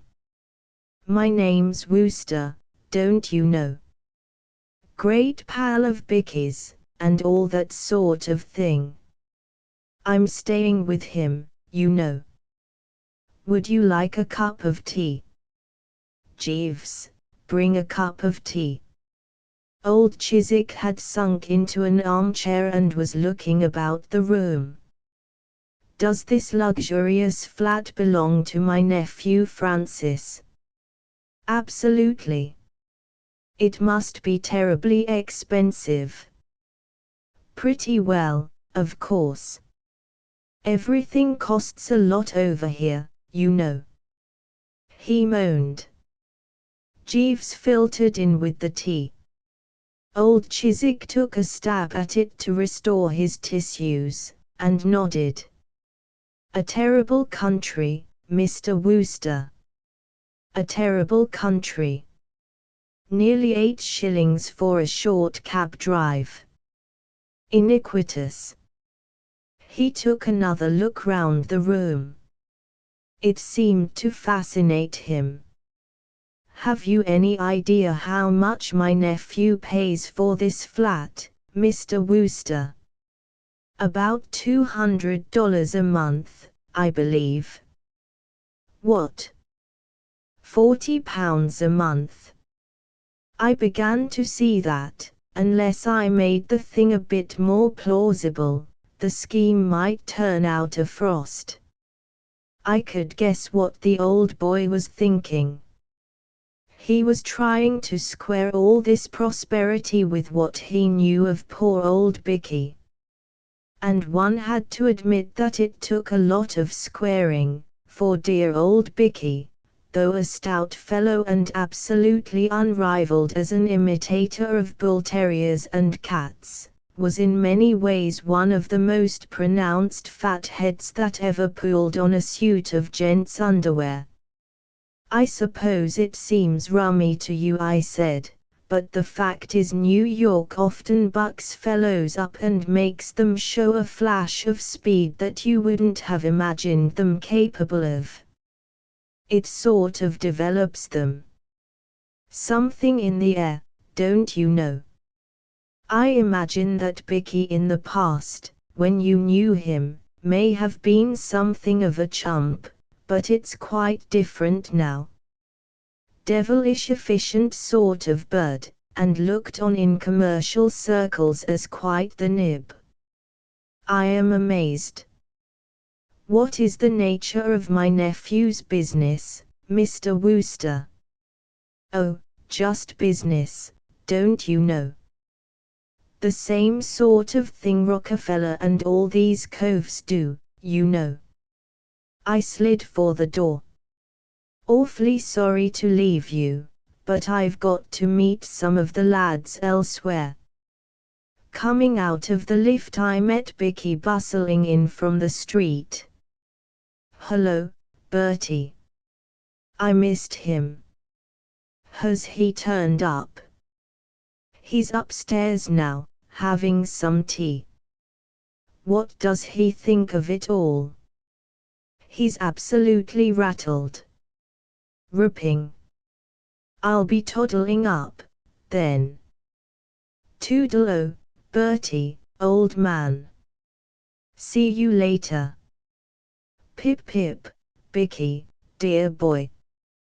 He trotted off, full of merriment and good cheer, and I went off to the club to sit in the window and watch the traffic coming up one way and going down the other. It was late-ish in the evening when I looked in at the flat to dress for dinner. "Where's everybody, Jeeves?" I said, finding no little feet pattering about the place. "Gone out.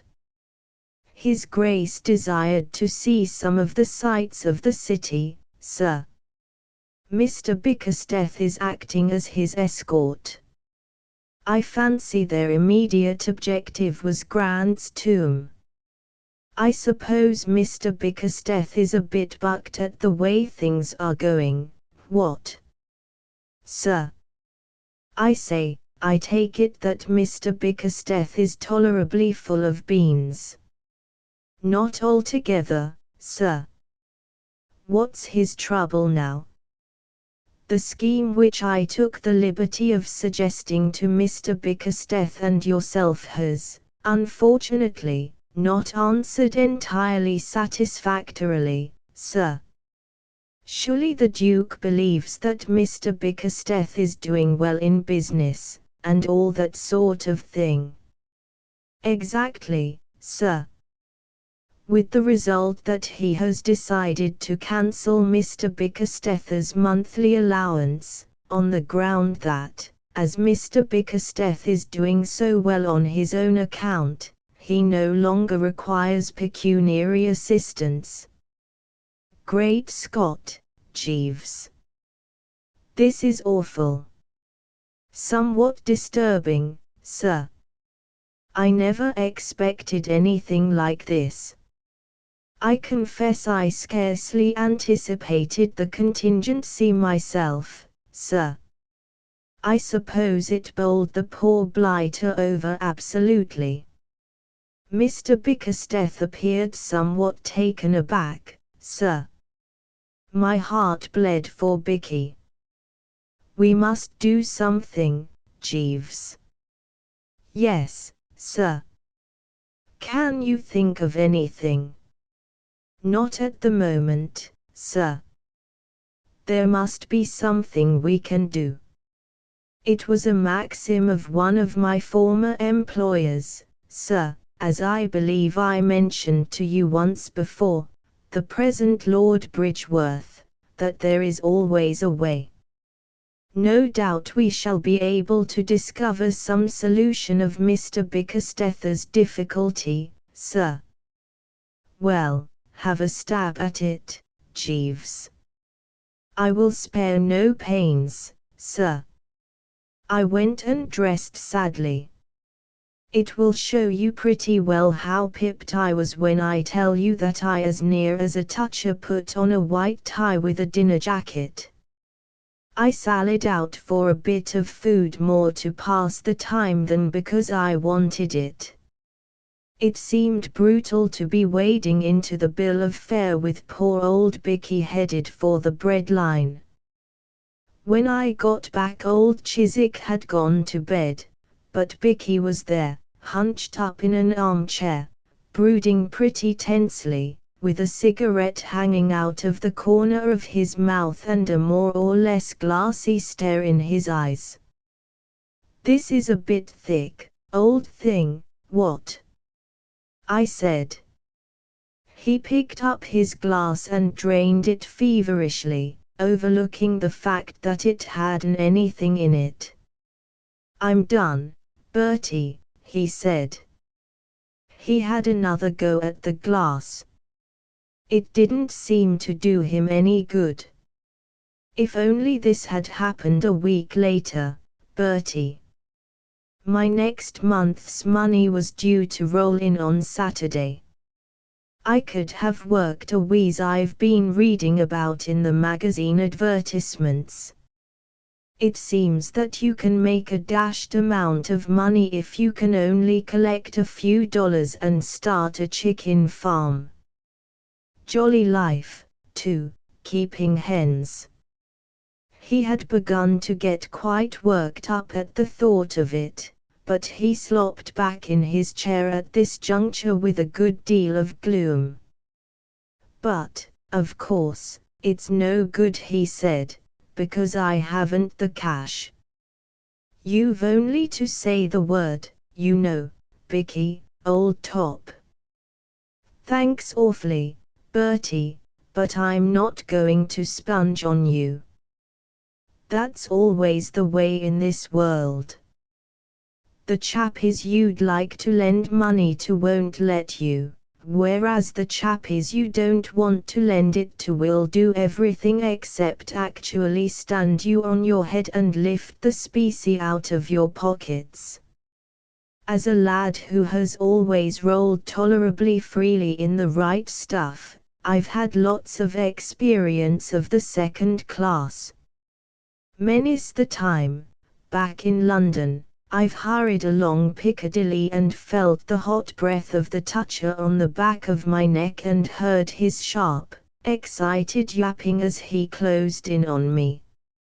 I've simply spent my life scattering largesse to blighters I didn't care a hang for, yet here was I now, dripping doubloons and pieces of 8 and longing to hand them over, and Bicky, poor fish, absolutely on his uppers, not taking any at any price. Well, there's only one hope then. What's that? Jeeves. Sir. There was Jeeves, standing behind me, full of zeal. In this matter of shimmering into rooms the man is rummy to a degree. You're sitting in the old armchair, thinking of this and that, and then suddenly you look up, and there he is. He moves from point to point with as little uproar as a jellyfish. The thing startled poor old Bicky considerably. He rose from his seat like a rocketing pheasant. I'm used to Jeeves now, but often in the days when he first came to me I've bitten my tongue freely on finding him unexpectedly in my midst. Did you call, sir? Oh, there you are, Jeeves. Precisely, sir. Any ideas, Jeeves? Why, yes, sir. Since we had our recent conversation I fancy I have found what may prove a solution.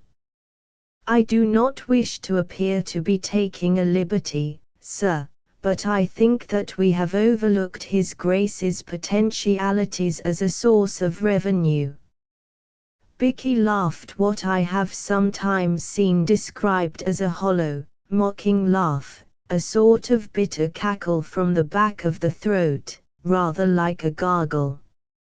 I do not allude, sir, explained Jeeves, to the possibility of inducing His Grace to part with money. I am taking the liberty of regarding His Grace in the light of an at present, if I may say so, useless property, which is capable of being developed. Bicky looked at me in a helpless kind of way. I'm bound to say I didn't get it myself. Couldn't you make it a bit easier, Jeeves? In a nutshell, sir, what I mean is this: His Grace is, in a sense, a prominent personage. The inhabitants of this country, as no doubt you are aware, sir, are peculiarly addicted to shaking hands with prominent personages. It occurred to me that Mr. Bickersteth or yourself might know of persons who would be willing to pay a small fee, let us say $2 or $3, for the privilege of an introduction, including handshake, to His Grace. Bicky didn't seem to think much of it. Do you mean to say that anyone would be mug enough to part with solid cash just to shake hands with my uncle? I have an aunt, sir, who paid 5 shillings to a young fellow for bringing a moving picture actor to tea at her house one Sunday. It gave her social standing among the neighbours. Bicky wavered. If you think it could be done, I feel convinced of it, sir. What do you think, Bertie? I'm for it, old boy, absolutely. A very brainy wheeze. Thank you, sir. Will there be anything further? Good night, sir. And he flitted out, leaving us to discuss details. Until we started this business of floating old Chiswick as a money-making proposition, I had never realized what a perfectly foul time those stock exchange fellows must have when the public isn't biting freely. Nowadays I read that bit they put in the financial reports about the market opened quietly with a sympathetic eye, for, by Jove, it certainly opened quietly for us. You'd hardly believe how difficult it was to interest the public and make them take a flutter on the old boy. By the end of a week the only name we had on our list was a delicatessen store keeper down in Bicky's part of the town, and as he wanted us to take it out in sliced ham instead of cash, that didn't help much. There was a gleam of light when the brother of Bicky's pawnbroker offered $10, money down, for an introduction to old Chiswick, but the deal fell through, owing to its turning out that the chap was an anarchist and intended to kick the old boy instead of shaking hands with him. At that, it took me the deuce of a time to persuade Bicky not to grab the cash and let things take their course. He seemed to regard the pawnbroker's brother rather as a sportsman and benefactor of his species than otherwise. The whole thing, I'm inclined to think, would have been off if it hadn't been for Jeeves. There is no doubt that Jeeves is in a class of his own. In the matter of brain and resource I don't think I have ever met a chappie so supremely like Mother Maid. He trickled into my room one morning with the good old cup of tea, and intimated that there was something doing. Might I speak to you with regard to that matter of his grace, sir? It's all off. We've decided to chuck it. Sir. It won't work. We can't get anybody to come. I fancy I can arrange that aspect of the matter, sir. Do you mean to say you've managed to get anybody? Yes, sir. 87 gentlemen from Birdsburg, sir. I sat up in bed and spilled the tea. Birdsburg, Missouri, sir. How did you get them? I happened last night, sir, as you had intimated that you would be absent from home, to attend a theatrical performance, and entered into conversation between the acts with the occupant of the adjoining seat. I had observed that he was wearing a somewhat ornate decoration in his buttonhole, sir, a large blue button with the words Boost for Birdsburg upon it in red letters, scarcely a judicious addition to a gentleman's evening costume. To my surprise I noticed that the auditorium was full of persons similarly decorated. I ventured to inquire the explanation, and was informed that these gentlemen, forming a party of 87, are a convention from a town of the name of Birdsburg in the state of Missouri. Their visit, I gathered, was purely of a social and pleasurable nature, and my informant spoke at some length of the entertainments arranged for their stay in the city. It was when he related with a considerable amount of satisfaction and pride that a deputation of their number had been introduced to and had shaken hands with a well-known prize fighter that it occurred to me to broach the subject of his grace. To make a long story short, sir, I have arranged, subject to your approval, that the entire convention shall be presented to His Grace tomorrow afternoon. I was amazed. 87, Jeeves. At how much ahead? I was obliged to agree to a reduction for quantity, sir. The terms finally arrived at were $150 for the party.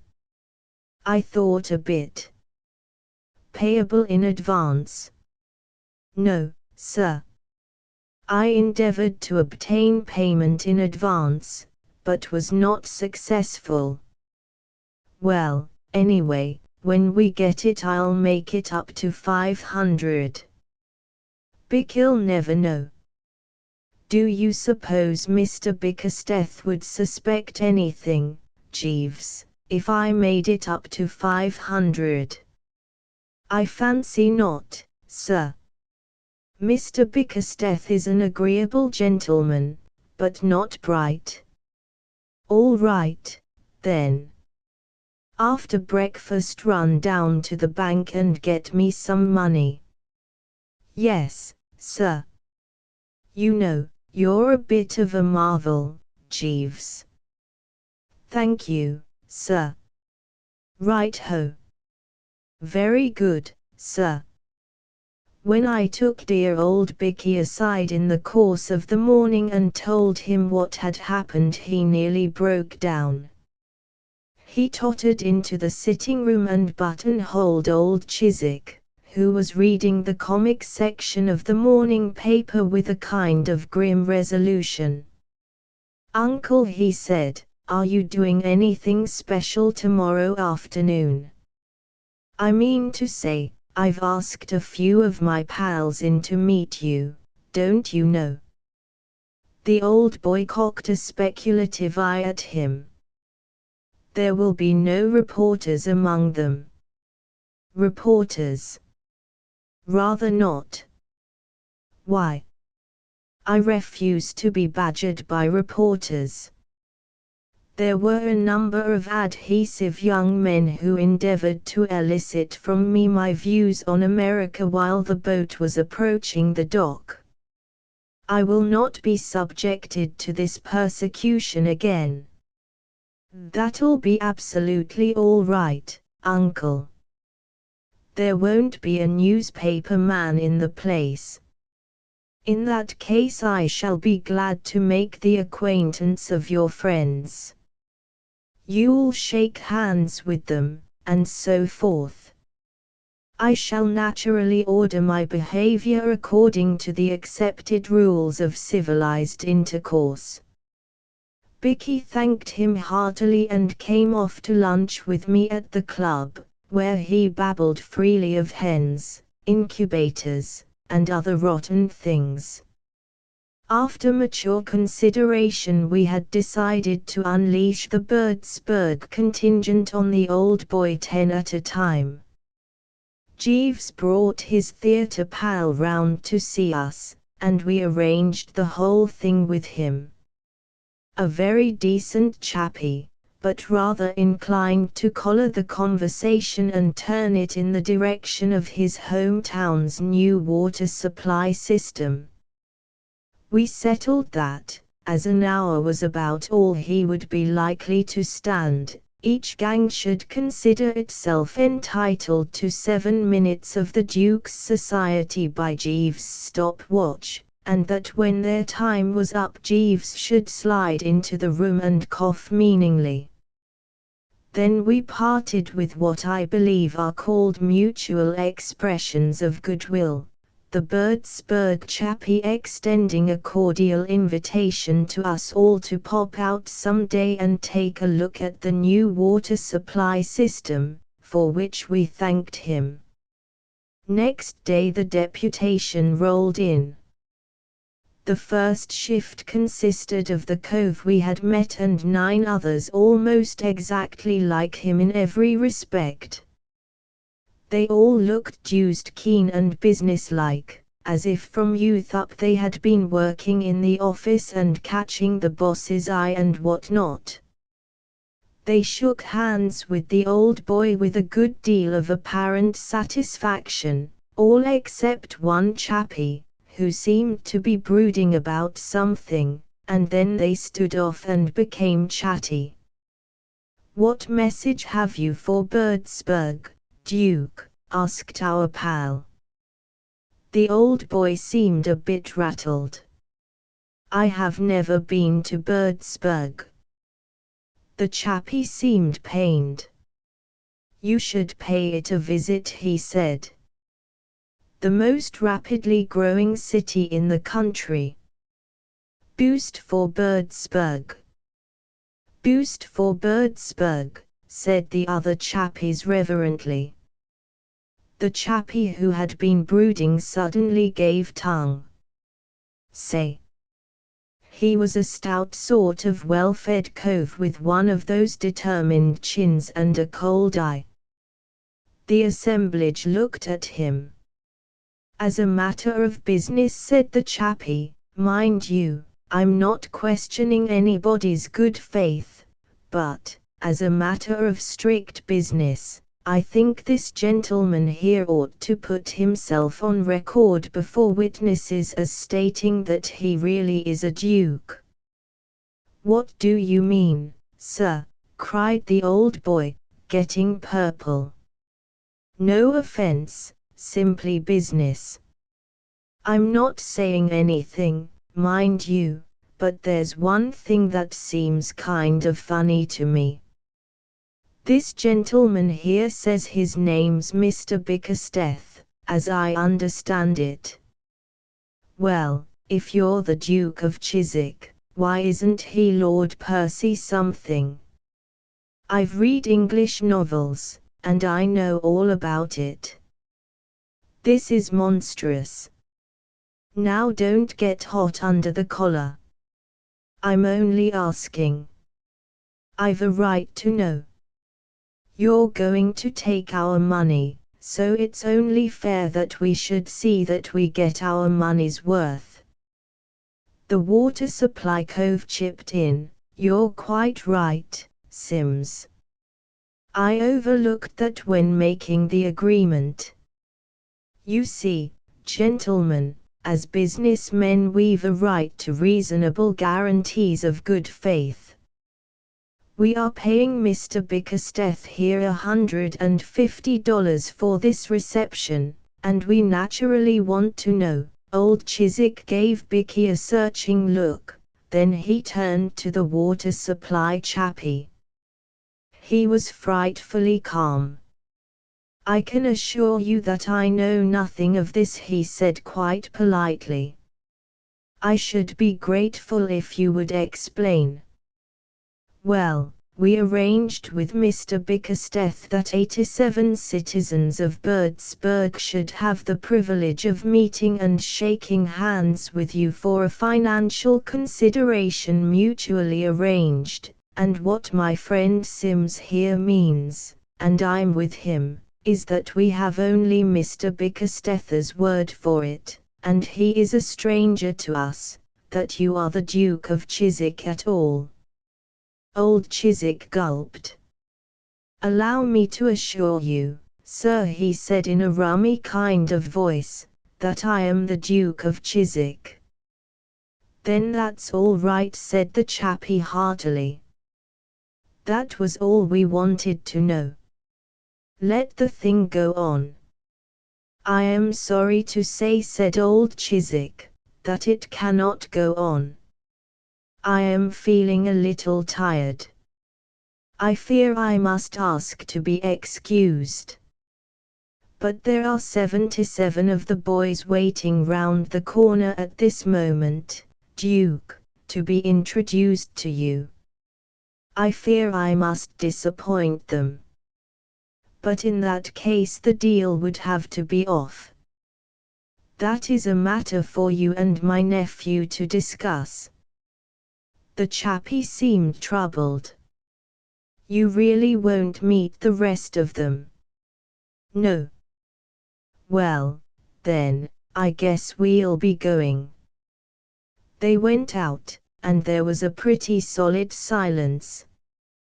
Then old Chiswick turned to Bicky. Well, Bicky didn't seem to have anything to say. Was it true what that man said? Yes, uncle. What do you mean by playing this trick? Bicky seemed pretty well knocked out, so I put in a word. I think you'd better explain the whole thing, Bicky, old top. Bicky's Adam's apple jumped about a bit, then he started. You see, you had cut off my allowance, uncle, and I wanted a bit of money to start a chicken farm. I mean to say it's an absolute cert if you once get a bit of capital.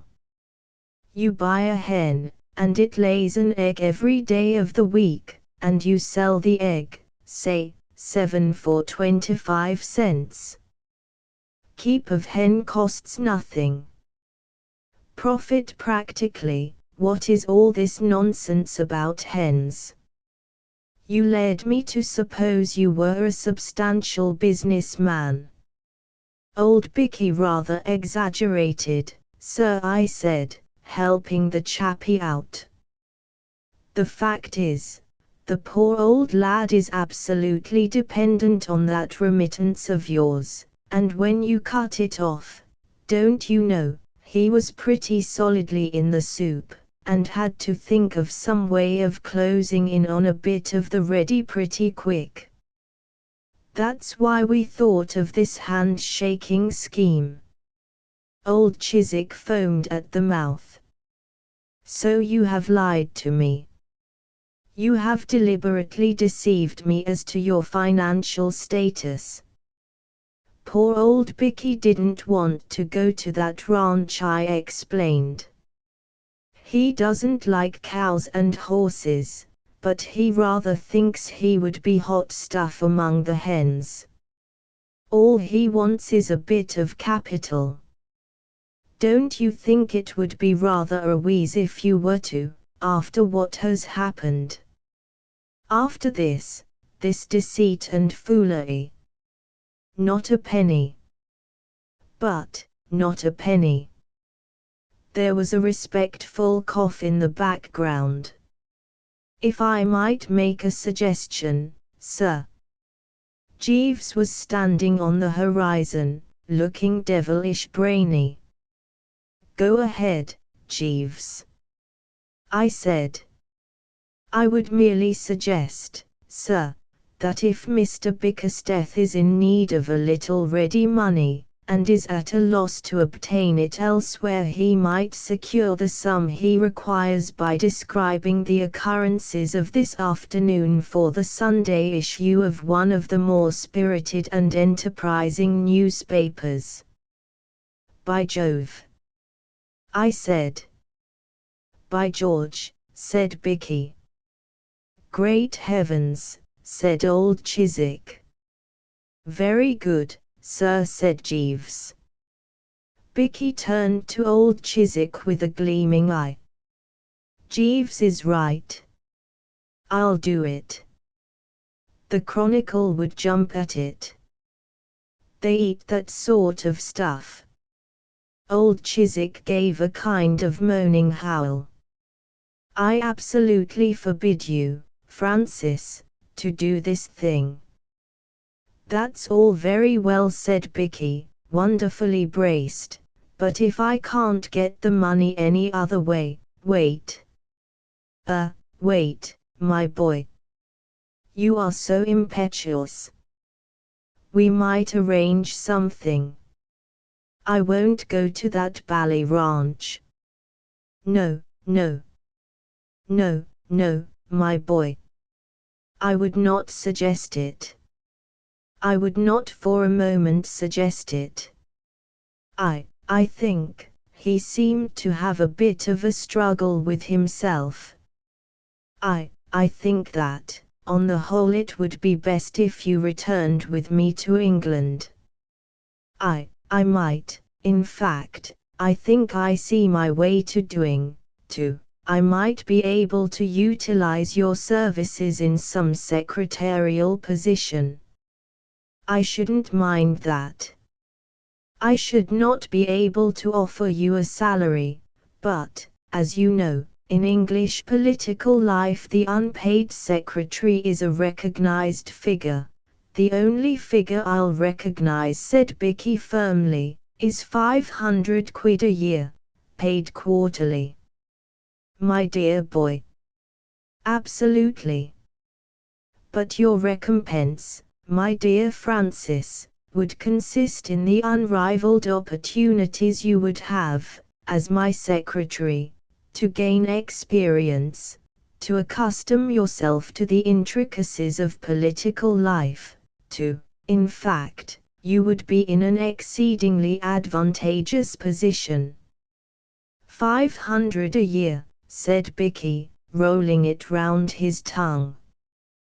Why, that would be nothing to what I could make if I started a chicken farm. It stands to reason. Suppose you have a dozen hens. Each of the hens has a dozen chickens.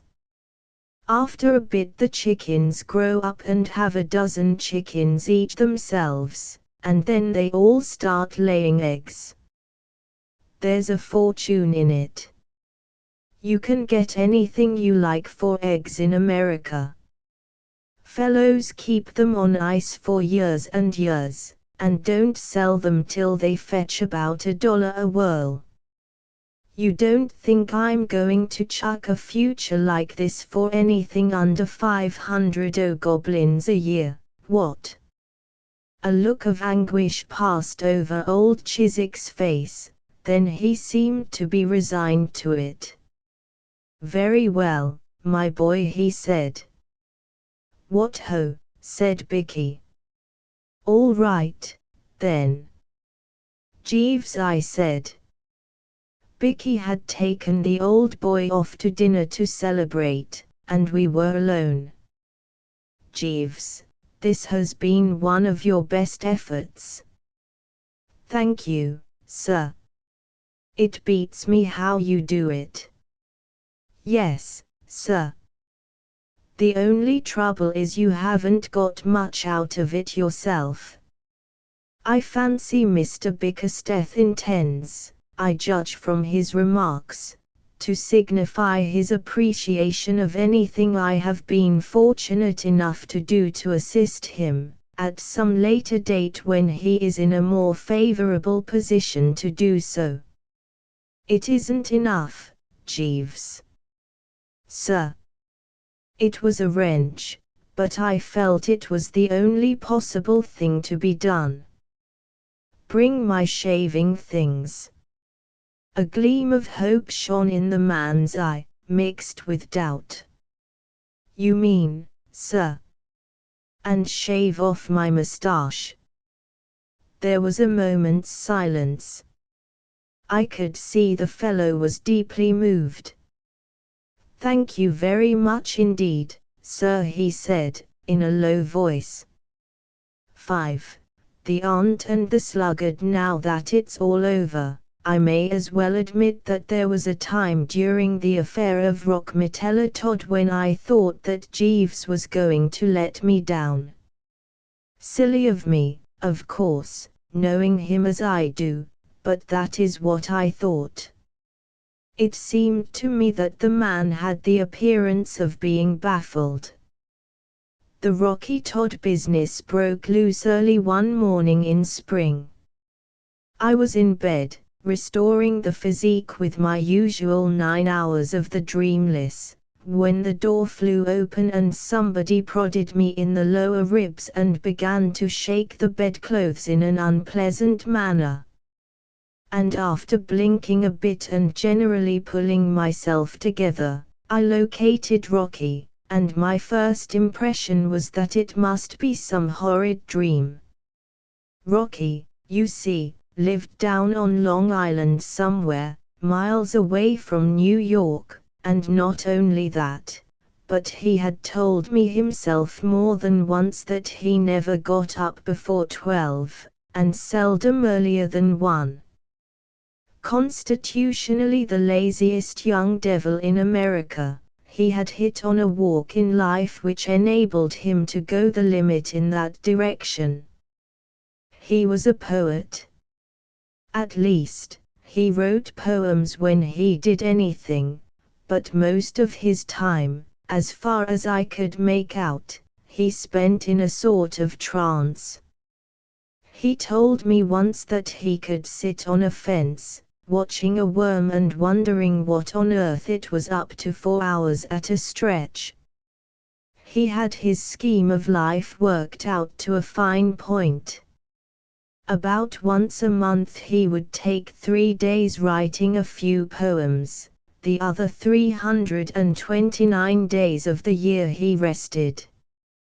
I didn't know there was enough money in poetry to support a chappie, even in the way in which Rocky lived, but it seems that, if you stick to exhortations to young men to lead the strenuous life and don't shove in any rhymes, American editors fight for the stuff. Rocky showed me one of his things once. It began. B. The past is dead, tomorrow is not born. Be today. Be with every nerve, with every fiber, with every drop of your red blood. Be.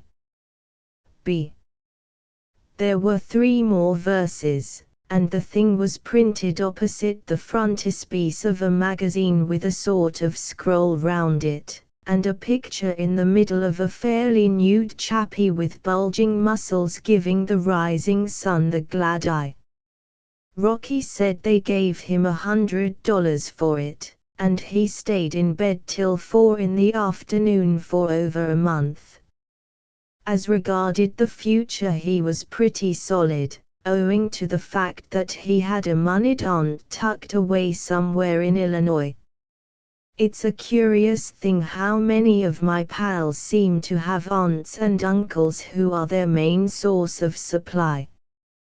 There is Bicky for one, with his uncle the Duke of Chiswick, Corky, who, until things went wrong, looked to Alexander Werpel, the bird specialist, for sustenance.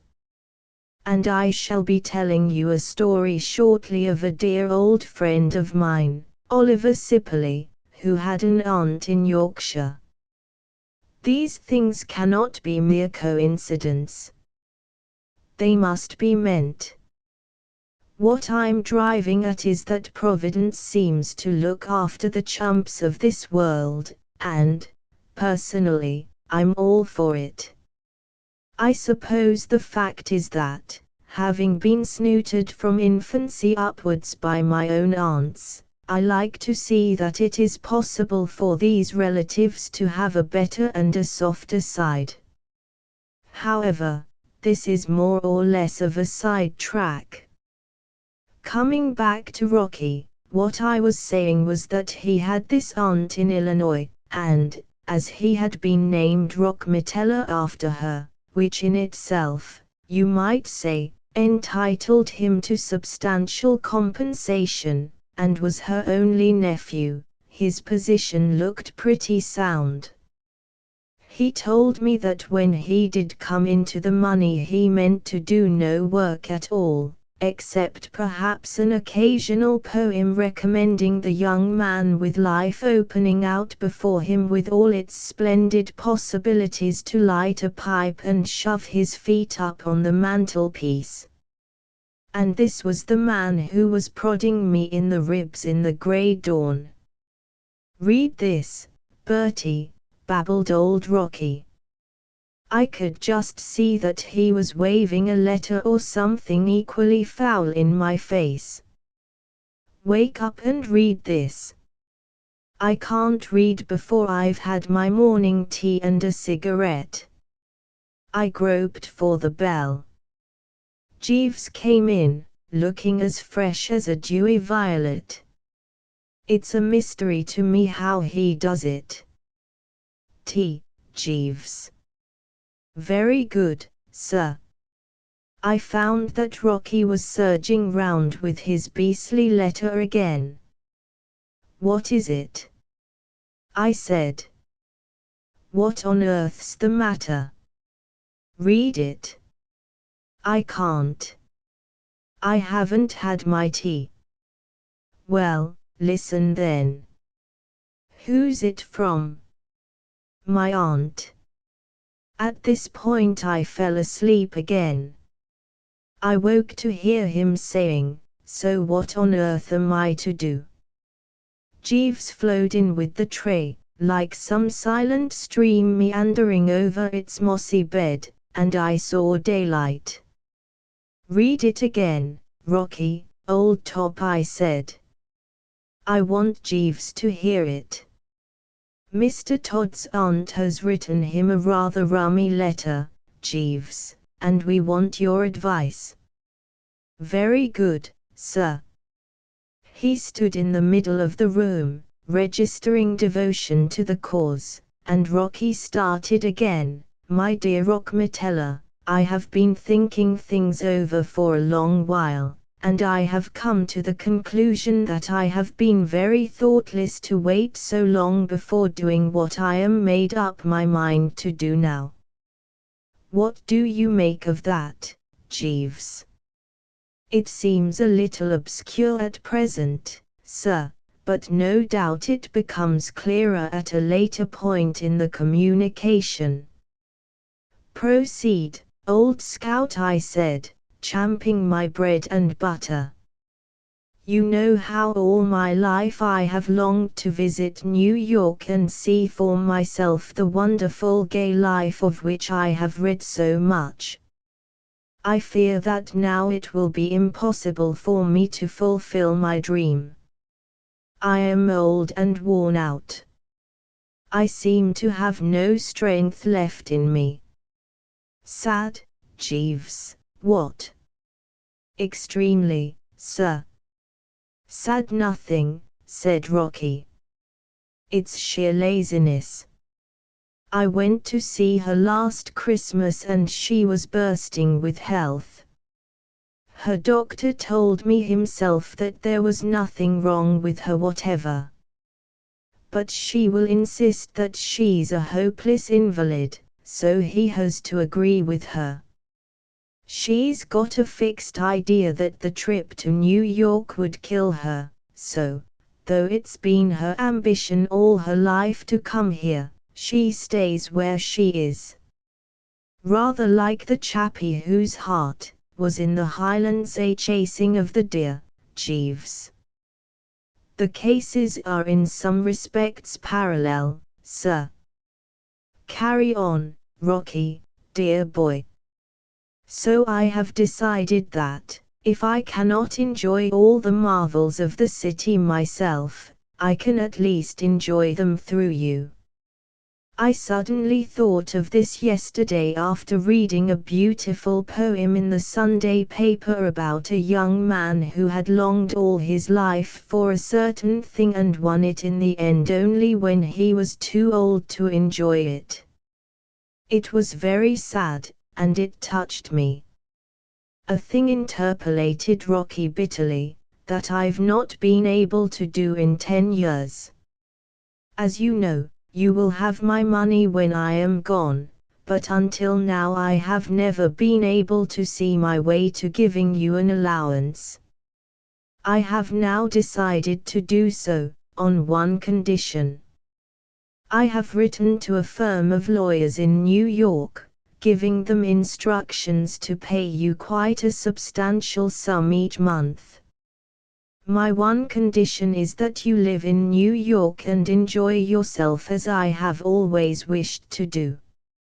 I want you to be my representative, to spend this money for me as I should do myself. I want you to plunge into the gay, prismatic life of New York. I want you to be the life and soul of brilliant supper parties. Above all, I want you, indeed, I insist on this, to write me letters at least once a week, giving me a full description of all you are doing and all that is going on in the city, so that I may enjoy at second hand what my wretched health prevents my enjoying for myself. Remember that I shall expect full details, and that no detail is too trivial to interest. Your affectionate aunt, Isabel Rockmetella. What about it? Said Rocky. What about it? I said. Yes. What on earth am I going to do? It was only then that I really got onto the extremely rummy attitude of the chappie, in view of the fact that a quite unexpected mess of good cash had suddenly descended on him from a blue sky. To my mind it was an occasion for the beaming smile and the joyous whoop, yet here the man was, looking and talking as if fate had swung on his solar plexus. It amazed me. Aren't you bucked? I said. Bucked. If I were in your place I should be frightfully braced. I consider this pretty soft for you. He gave a kind of yelp, stared at me for a moment, and then began to talk of New York in a way that reminded me of Jimmy Monday, the reformer bloke.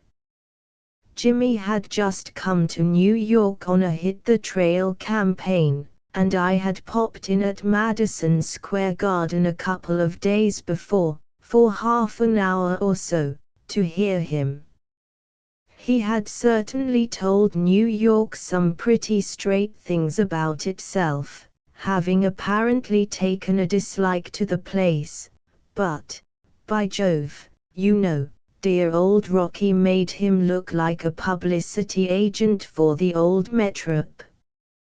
Pretty soft, he cried. To have to come and live in New York. To have to leave my little cottage and take a stuffy, smelly, overheated hole of an apartment in this heaven-forsaken, festering Gehenna.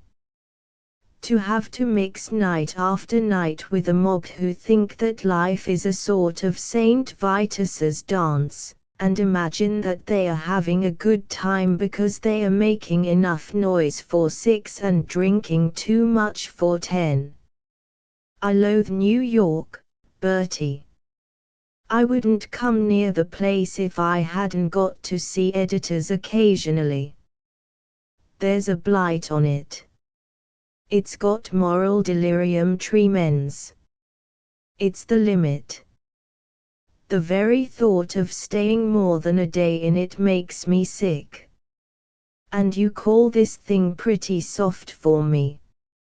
I felt rather like Lot's friends must have done when they dropped in for a quiet chat and their genial host began to criticize the cities of the plain. I had no idea old Rocky could be so eloquent. It would kill me to have to live in New York, he went on.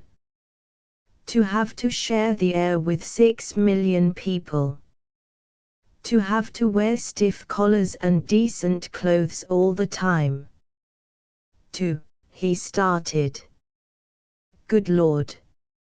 I suppose I should have to dress for dinner in the evenings.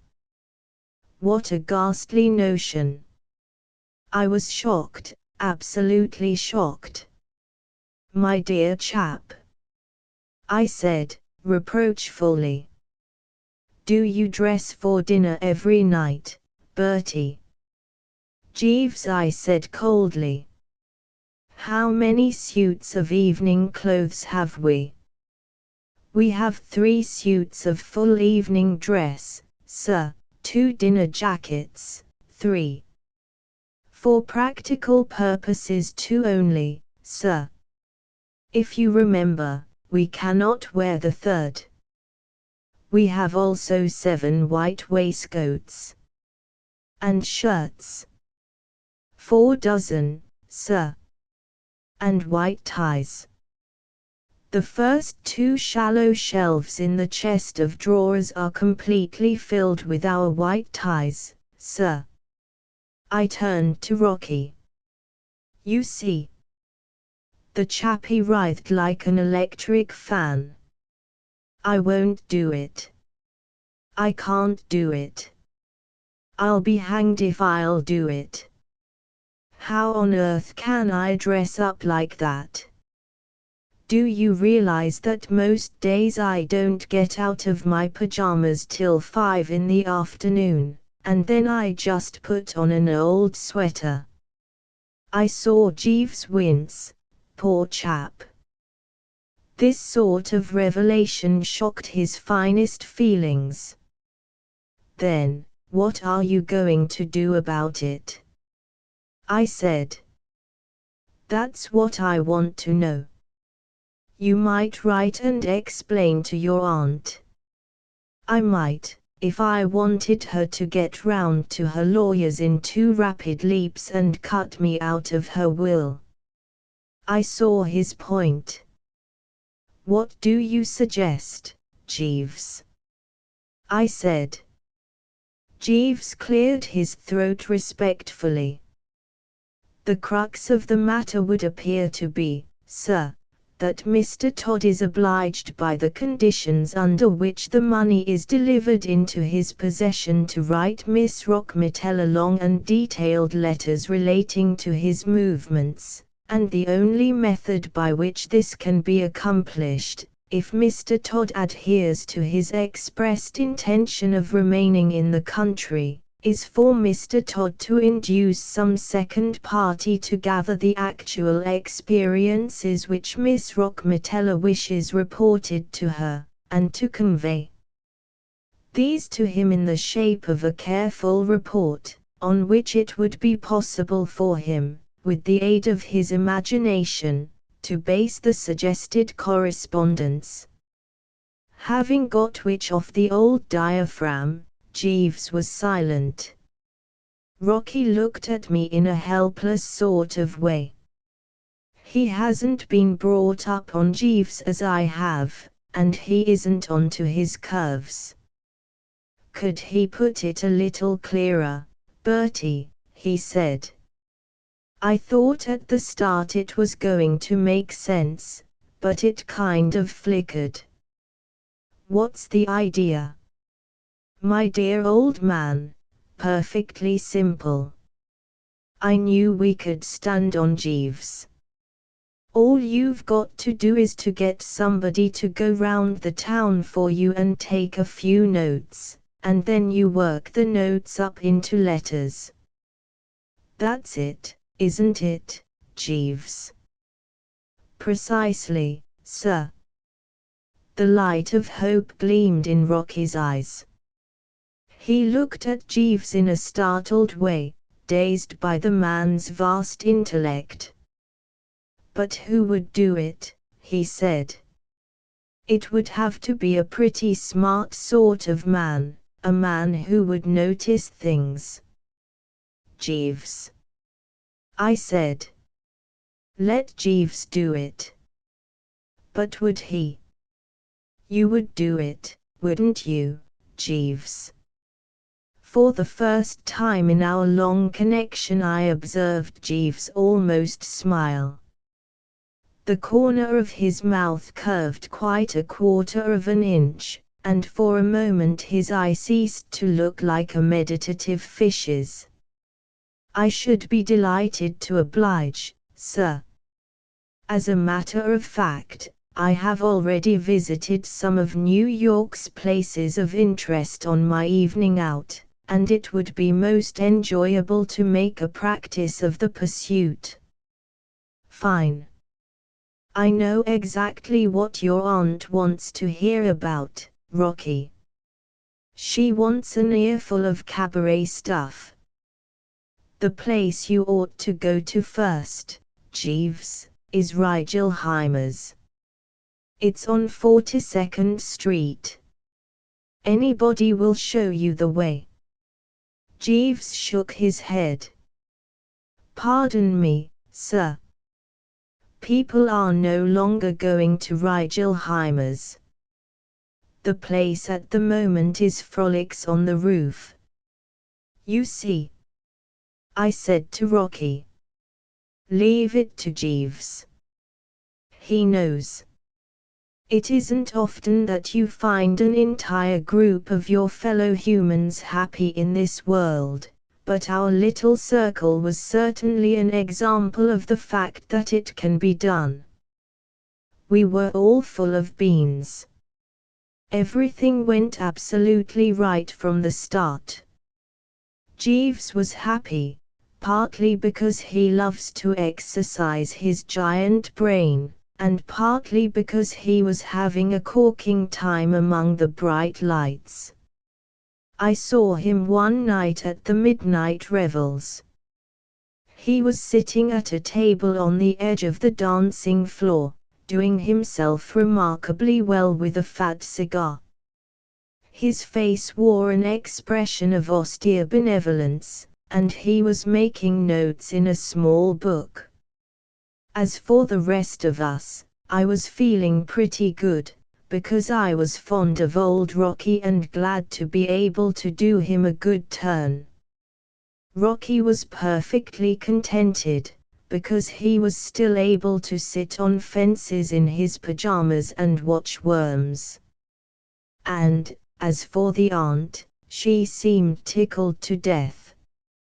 She was getting Broadway at pretty long range, but it seemed to be hitting her just right. I read one of her letters to Rocky, and it was full of life.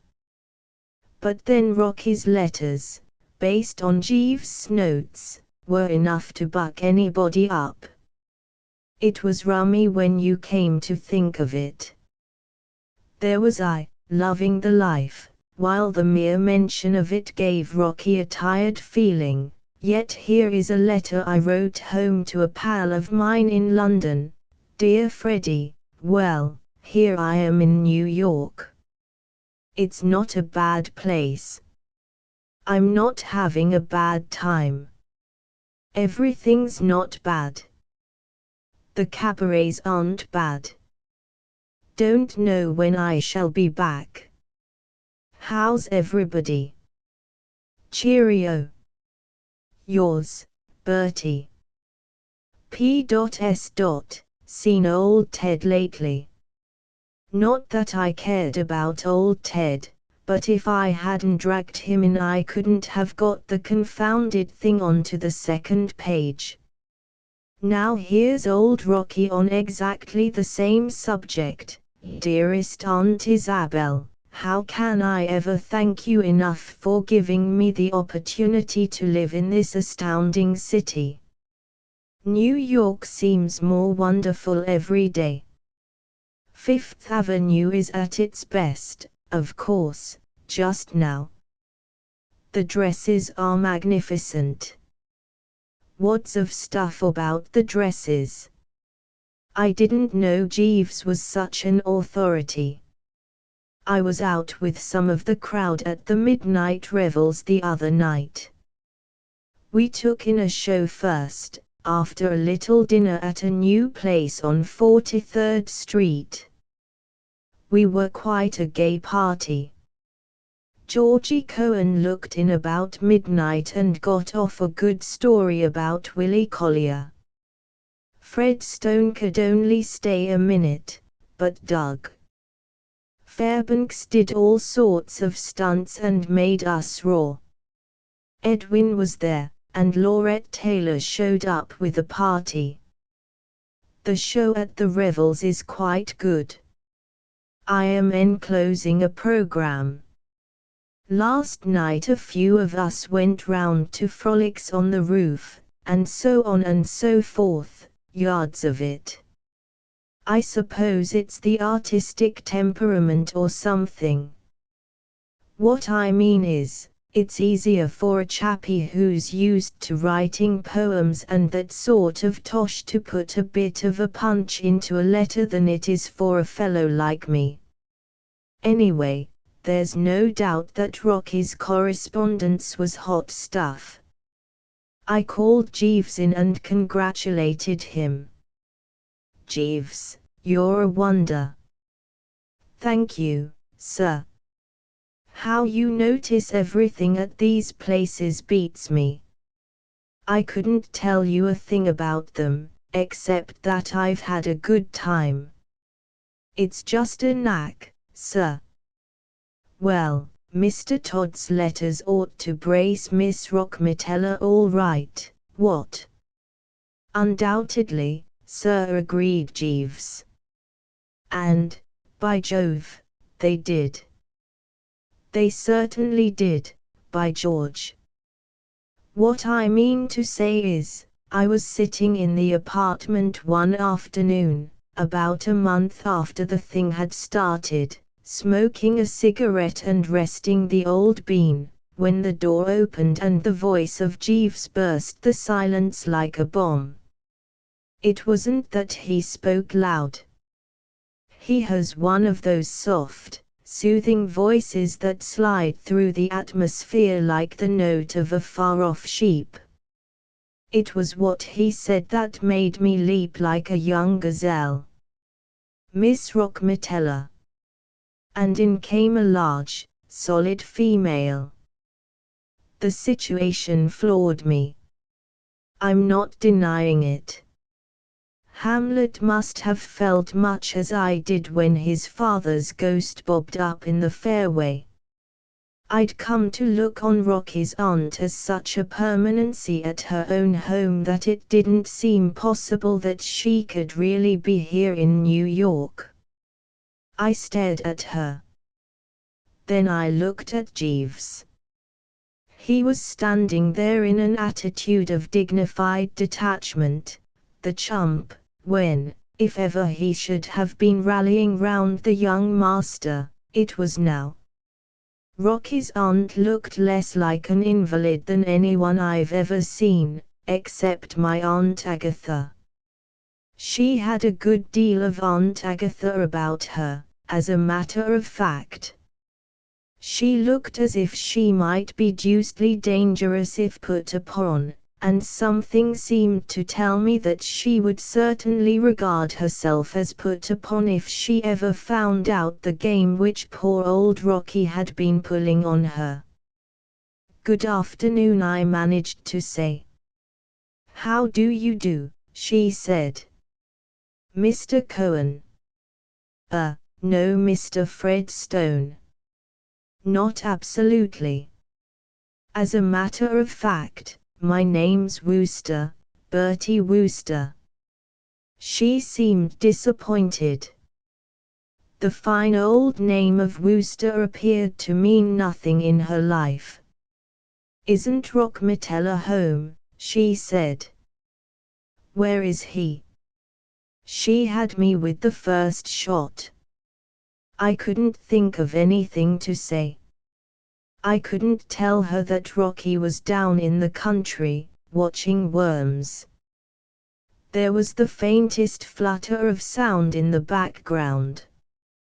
It was the respectful cough with which Jeeves announces that he is about to speak without having been spoken to.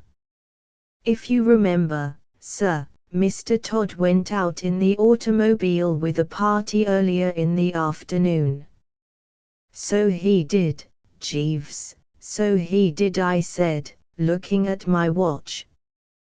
"Did he say when he would be back?"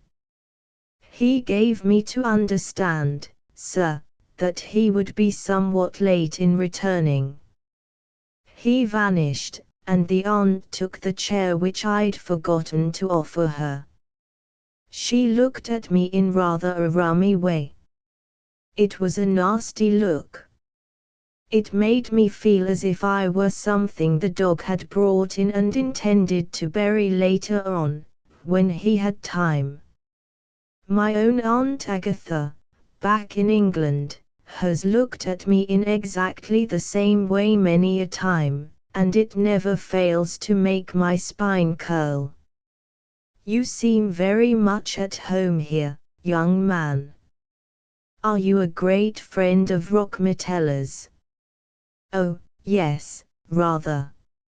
She frowned as if she had expected better things of old Rocky. Well, you need to be, she said, the way you treat his flat as your own. I give you my word, this quite unforeseen slam simply robbed me of the power of speech. I'd been looking on myself in the light of the dashing host, and suddenly to be treated as an intruder jarred me. It wasn't, mark you, as if she had spoken in a way to suggest that she considered my presence in the place as an ordinary social call. She obviously looked on me as a cross between a burglar and the plumber's man come to fix the leak in the bathroom. It hurt her, my being there. At this juncture, with the conversation showing every sign of being about to die in awful agonies, an idea came to me. Tea, the good old standby. Would you care for a cup of tea? I said. Tea. She spoke as if she had never heard of the stuff. Nothing like a cup after a journey, I said. Bucks you up. Puts a bit of zip into you. What I mean is, restores you, and so on, don't you know? I'll go and tell Jeeves. I tottered down the passage to Jeeves' lair. The man was reading the evening paper as if he hadn't a care in the world. Jeeves, I said, we want some tea. Very good, sir. I say, Jeeves, this is a bit thick, what? I wanted sympathy, don't you know, sympathy and kindness. The old nerve centers had had the deuce of a shock. She's got the idea this place belongs to Mr. Todd. What on earth put that into her head? Jeeves filled the kettle with a restrained dignity. No doubt because of Mr. Todd's letters, sir, he said. It was my suggestion, sir, if you remember, that they should be addressed from this apartment in order that Mr. Todd should appear to possess a good central residence in the city. I remembered. We had thought it a brainy scheme at the time. Well, it's dashed awkward, you know, Jeeves. She looks on me as an intruder. By Jove. I suppose she thinks I'm someone who hangs about here, touching Mr. Todd for free meals and borrowing his shirts. Extremely probable, sir. It's pretty rotten, you know. Most disturbing, sir. And there's another thing, what are we to do about Mr. Todd? We've got to get him up here as soon as ever we can. When you have brought the tea you had better go out and send him a telegram, telling him to come up by the next train. I have already done so, sir. I took the liberty of writing the message and dispatching it by the lift attendant. By Jove, you think of everything, Jeeves. Thank you, sir. A little buttered toast with the tea. Just so, sir.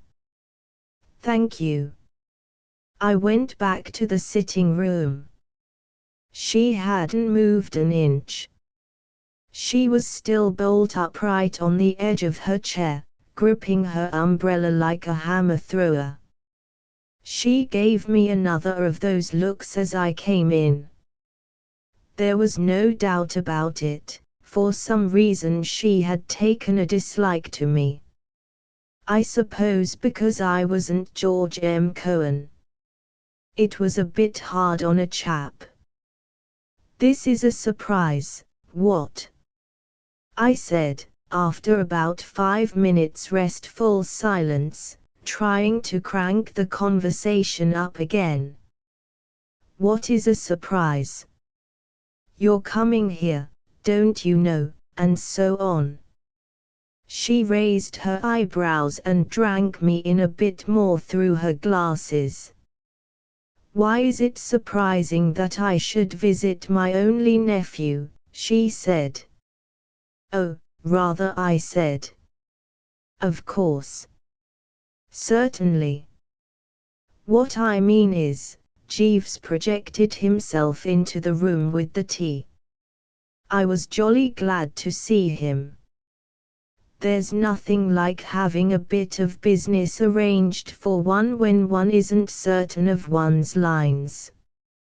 With the teapot to fool about with, I felt happier. Tea, what? What?" I said. It wasn't what I had meant to say. My idea had been to be a good deal more formal, and so on. Still, it covered the situation. I poured her out a cup. She sipped it and put the cup down with a shudder. "Do you mean to say, young man," she said, frostily, "that you expect me to drink this stuff?" "Rather. Bucks you up, you know." "What do you mean by the expression bucks you up?"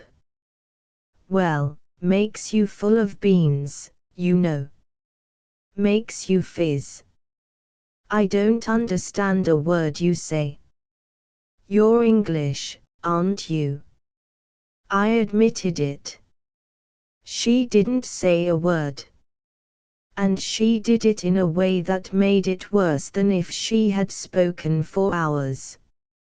Somehow it was brought home to me that she didn't like Englishmen, and that if she had had to meet an Englishman I was the one she'd have chosen last. Conversation languished once more after that.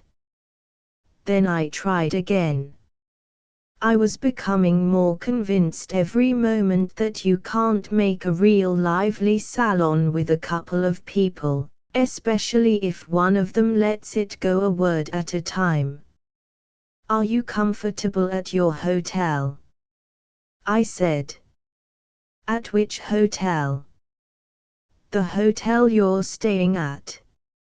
"I am not staying at an hotel." "Stopping with friends, what?"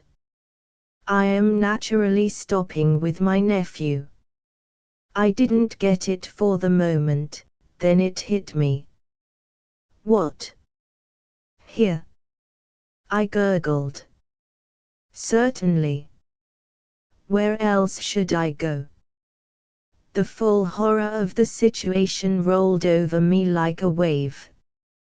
I couldn't see what on earth I was to do. I couldn't explain that this wasn't Rocky's flat without giving the poor old chap away hopelessly, because she would then ask me where he did live, and then he would be right in the soup. I was trying to recover from the shock when she spoke again. "Will you kindly tell my nephew's manservant to prepare my room? I wish to lie down." "Your nephew's manservant?" "The man you call Jeeves. If Rockmitella has gone for an automobile ride there is no need for you to wait for him. He will naturally wish to be alone with me when he returns." I found myself tottering out of the room. The thing was too much for me. I crept into Jeeves' den. "Jeeves," I whispered. "Sir." "Mix me a B and S, Jeeves. I feel weak." "Very good, sir." "This is getting thicker every minute, Jeeves." "Sir." "She thinks you're Mr. Todd's man. She thinks the whole place is his, and everything in it. I don't see what you're to do, except stay on and keep it up. We can't say anything or she'll get onto the whole thing, and I don't want to let Mr. Todd down. By the way, Jeeves, she wants you to prepare her bed."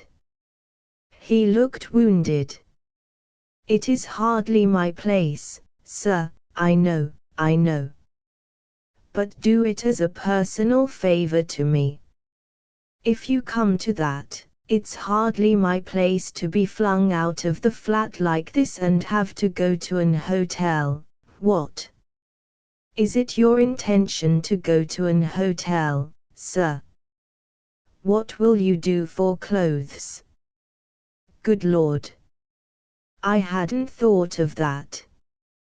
Can you put a few things in a bag when she isn't looking, and sneak them down to me at the St. Aura?" "I will endeavor to do so, sir." "Well, I don't think there's anything more, is there? Tell Mr. Todd where I am when he gets here." "Very good, sir." I looked round the place. The moment of parting had come. I felt sad. The whole thing reminded me of one of those melodramas where they drive chappies out of the old homestead into the snow. "Goodbye, Jeeves," I said. "Goodbye, sir." And I staggered out. You know, I rather think I agree with those poet and philosopher Johnnies who insist that a fellow ought to be devilish pleased if he has a bit of trouble. All that stuff about being refined by suffering, you know. Suffering does give a chap a sort of broader and more sympathetic outlook. It helps you to understand other people's misfortunes if you've been through the same thing yourself. As I stood in my lonely bedroom at the hotel, trying to tie my white tie myself, it struck me for the first time that there must be whole squads of chappies in the world who had to get along without a man to look after them. I'd always thought of Jeeves as a kind of natural phenomenon, but, by Jove. Of course, when you come to think of it, there must be quite a lot of fellows who have to press their own clothes themselves, and haven't got anybody to bring them tea in the morning, and so on. It was rather a solemn thought, don't you know? I mean to say, ever since then I've been able to appreciate the frightful privations the poor have to stick. I got dressed somehow. Jeeves hadn't forgotten a thing in his packing. Everything was there, down to the final stud. I'm not sure this didn't make me feel worse. It kind of deepened the pathos. It was like what somebody or other wrote about the touch of a vanished hand. I had a bit of dinner somewhere and went to a show of some kind, but nothing seemed to make any difference. I simply hadn't the heart to go on to supper anywhere. I just went straight up to bed. I don't know when I've felt so rotten. Somehow I found myself moving about the room softly, as if there had been a death in the family. If I had had anybody to talk to, I should have talked in a whisper. In fact, when the telephone bell rang, I answered in such a sad, hushed voice that the fellow at the other end of the wire said hello 5 times, thinking he hadn't got me. It was Rocky. The poor old scout was deeply agitated. "Bertie. Is that you, Bertie? Oh, gosh. I'm having a time. Where are you speaking from?"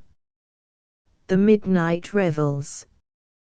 We've been here an hour, and I think we're a fixture for the night. I've told Aunt Isabel I've gone out to call up a friend to join us. She's glued to a chair, with 'This is the life' written all over her, taking it in through the pores. She loves it, and I'm nearly crazy." "Tell me all, old top," I said. "A little more of this," he said, "and I shall sneak quietly off to the river and end it all."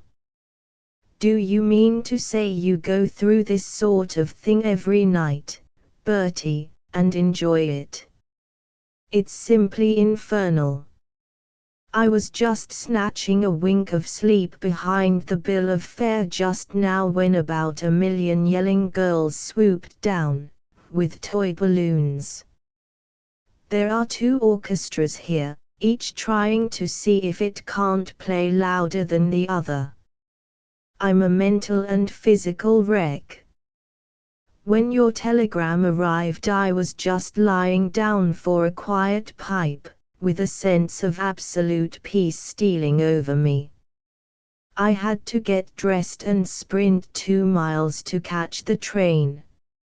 It nearly gave me heart failure, and on top of that I almost got brain fever inventing lies to tell Aunt Isabel. And then I had to cram myself into these confounded evening clothes of yours." I gave a sharp wail of agony. It hadn't struck me till then that Rocky was depending on my wardrobe to see him through. "You'll ruin them." "I hope so," said Rocky in the most unpleasant way. His troubles seemed to have had the worst effect on his character. "I should like to get back at them somehow, they've given me a bad enough time.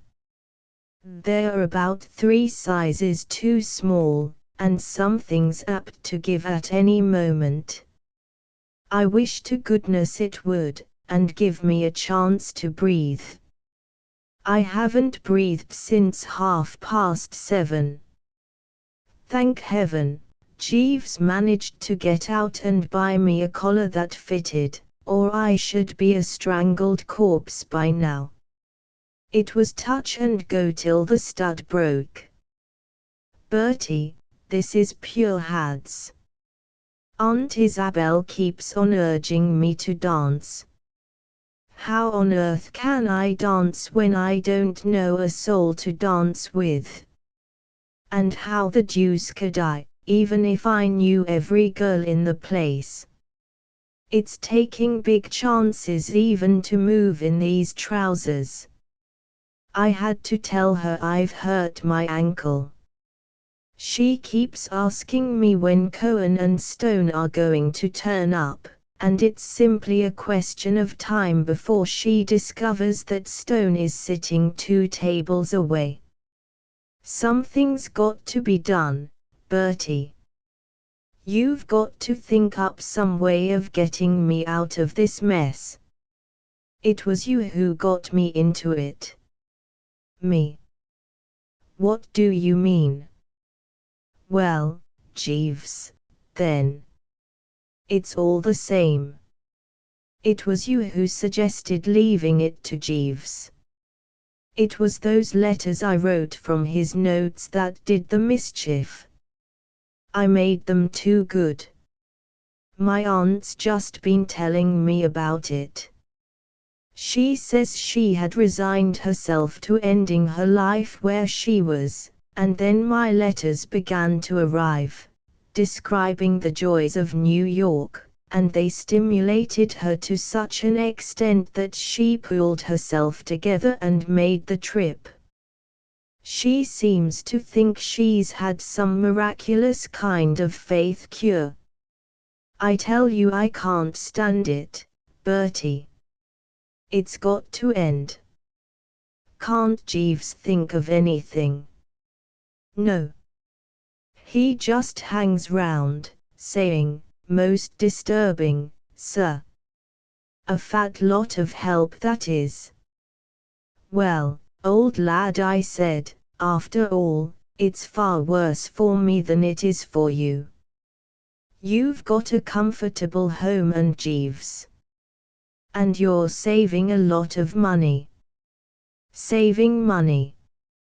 What do you mean, saving money?" "Why, the allowance your aunt was giving you. I suppose she's paying all the expenses now, isn't she?" "Certainly she is, but she's stopped the allowance. She wrote the lawyers tonight.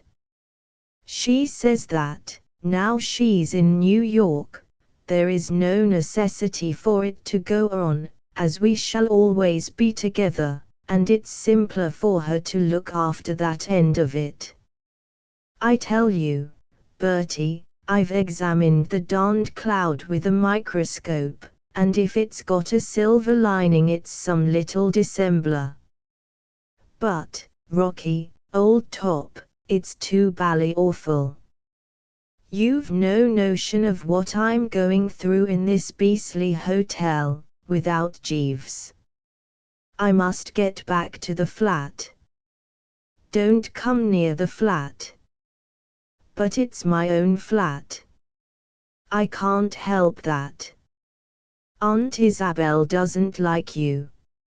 She asked me what you did for a living. And when I told her you didn't do anything she said she thought as much, and that you were a typical specimen of a useless and decaying aristocracy. So if you think you have made a hit, forget it.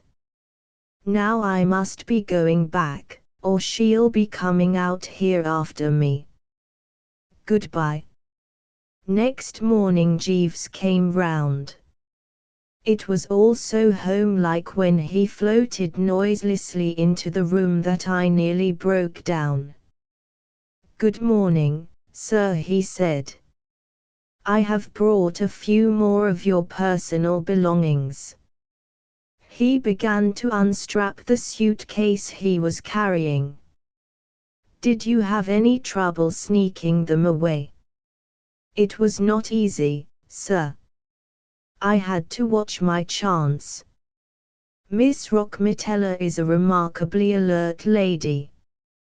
You know, Jeeves, say what you like, this is a bit thick, isn't it? The situation is certainly one that has never before come under my notice, sir. I have brought the heather mixture suit, as the climatic conditions are congenial. Tomorrow, if not prevented, I will endeavor to add the brown lounge with the faint green twill. It can't go on, this sort of thing, Jeeves. We must hope for the best, sir. Can't you think of anything to do?" "I have been giving the matter considerable thought, sir, but so far without success. I am placing 3 silk shirts, the dove-colored, the light blue, and the mauve, in the first long drawer, sir." "You don't mean to say you can't think of anything, Jeeves?" "For the moment, sir, no. You will find a dozen handkerchiefs and the tan socks in the upper drawer on the left." He strapped the suitcase and put it on a chair. "A curious lady, Miss Rockmitella, sir." "You understate it, Jeeves." He gazed meditatively out of the window. "In many ways, sir, Miss Rockmitella reminds me of an aunt of mine who resides in the southeast portion of London. Their temperaments are much alike. My aunt has the same taste for the pleasures of the great city. It is a passion with her to ride in hansom cabs, sir. Whenever the family take their eyes off her, she escapes from the house and spends the day riding about in cabs. On several occasions she has broken into the children's savings bank to secure the means to enable her to gratify this desire. I love to have these little chats with you about your female relatives, Jeeves, I said coldly, for I felt that the man had let me down, and I was fed up with him.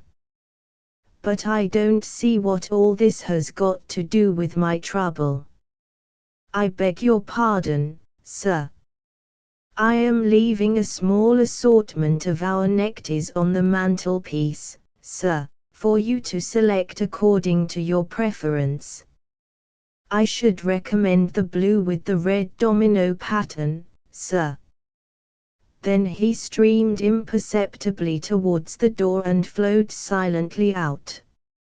I've often heard that fellows after some great shock or loss have a habit, after they've been on the floor for a while wondering what hit them, of picking themselves up and piecing themselves together, and sort of taking a whirl at beginning a new life.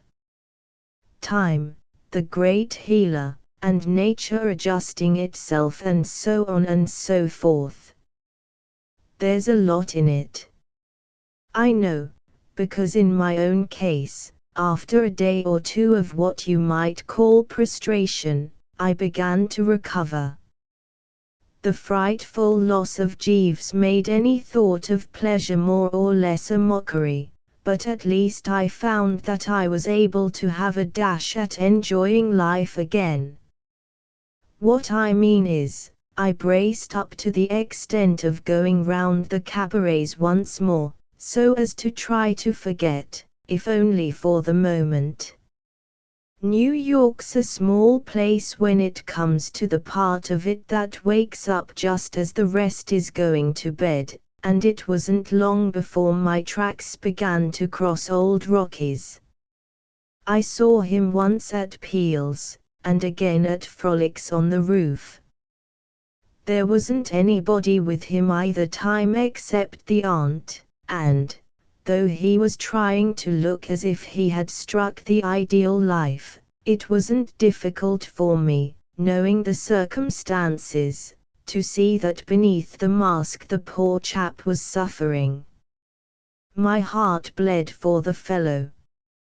At least, what there was of it that wasn't bleeding for myself bled for him. He had the air of one who was about to crack under the strain. It seemed to me that the aunt was looking slightly upset also. I took it that she was beginning to wonder when the celebrities were going to surge round, and what had suddenly become of all those wild, careless spirits Rocky used to mix with in his letters. I didn't blame her.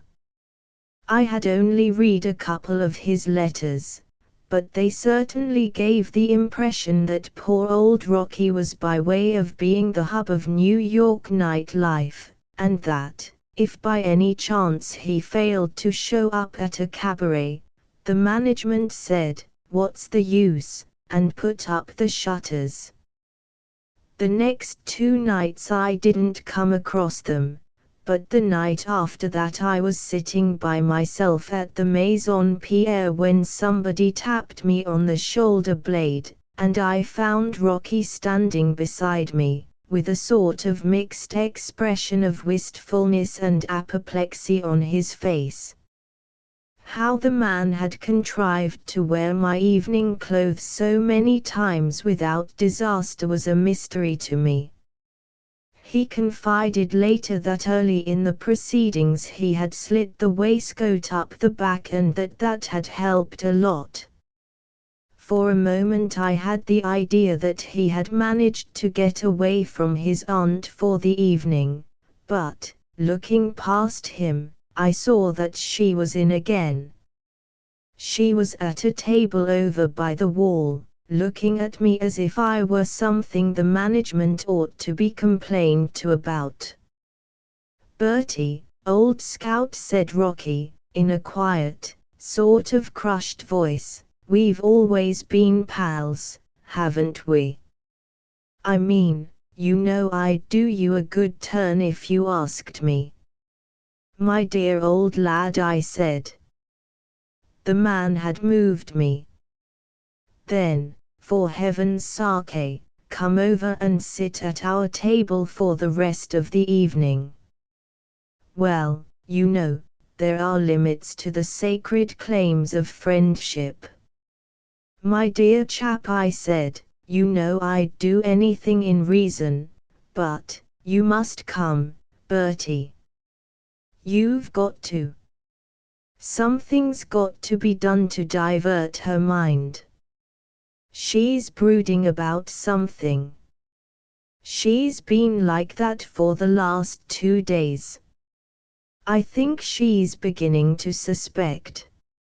She can't understand why we never seem to meet anyone I know at these joints.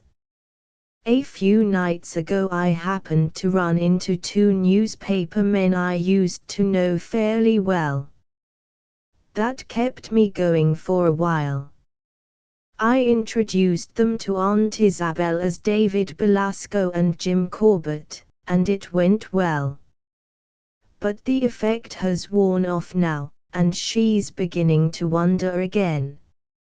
Something's got to be done, or she will find out everything, and if she does I'd take a nickel for my chance of getting a cent from her later on. So, for the love of Mike, come across to our table and help things along." I went along. One has to rally round a pal in distress. Aunt Isabel was sitting bolt upright, as usual. It certainly did seem as if she had lost a bit of the zest with which she had started out to explore Broadway. She looked as if she had been thinking a good deal about rather unpleasant things. "You've met Bertie Wooster, Aunt Isabel," said Rocky. "I have." "Take a seat, Bertie," said Rocky. And so the merry party began. It was one of those jolly, happy, bread-crumbling parties where you cough twice before you speak, and then decide not to say it after all. After we had had an hour of this wild dissipation, Aunt Isabel said she wanted to go home. In the light of what Rocky had been telling me, this struck me as sinister. I had gathered that at the beginning of her visit she had had to be dragged home with ropes. It must have hit Rocky the same way, for he gave me a pleading look. "You'll come along, won't you, Bertie, and have a drink at the flat?" I had a feeling that this wasn't in the contract, but there wasn't anything to be done. It seemed brutal to leave the poor chap alone with the woman, so I went along. Right from the start, from the moment we stepped into the taxi, the feeling began to grow that something was about to break loose. A massive silence prevailed in the corner where the aunt sat, and the Rocky, balancing himself on the little seat in front, did his best to supply dialogue. We weren't a chatty party. I had a glimpse of Jeeves as we went into the flat, sitting in his lair, and I wished I could have called to him to rally round. Something told me that I was about to need him. The stuff was on the table in the sitting room. Rocky took up the decanter. "Say when, Bertie." "Stop," barked the aunt, and he dropped it. I caught Rocky's eye as he stooped to pick up the ruins. It was the eye of one who sees it coming. "Leave it there, Rockmitella," said Aunt Isabel, and Rocky left it there. "The time has come to speak," she said. "I cannot stand idly by and see a young man going to perdition." Poor old Rocky gave a sort of gurgle, a kind of sound rather like the whiskey had made running out of the decanter onto my carpet. He said, blinking. The aunt proceeded. "The fault," she said, "was mine. I had not then seen the light. But now my eyes are open. I see the hideous mistake I have made. I shudder at the thought of the wrong I did you, Rockmitella, by urging you into contact with this wicked city." I saw Rocky grope feebly for the table. His fingers touched it, and a look of relief came into the poor chappie's face. I understood his feelings.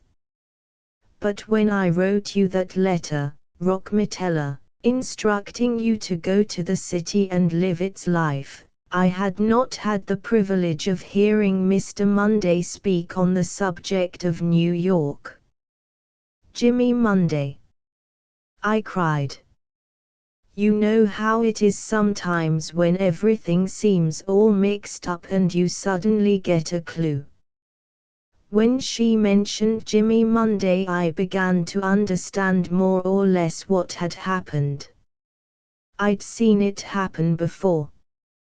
I remember, back in England, the man I had before Jeeves sneaked off to a meeting on his evening out and came back and denounced me in front of a crowd of chappies I was giving a bit of supper to as a useless blot on the fabric of society. The aunt gave me a withering up and down. "Yes, Jimmy Monday," she said. "I am surprised at a man of your stamp having heard of him. There is no music, there are no drunken, dancing men, no shameless, flaunting women at his meetings, so for you they would have no attraction. But for others, less dead in sin, he has his message. He has come to save New York from itself, to force it, in his picturesque phrase, to hit the trail. It was 3 days ago, Rockmitella, that I first heard him. It was an accident that took me to his meeting.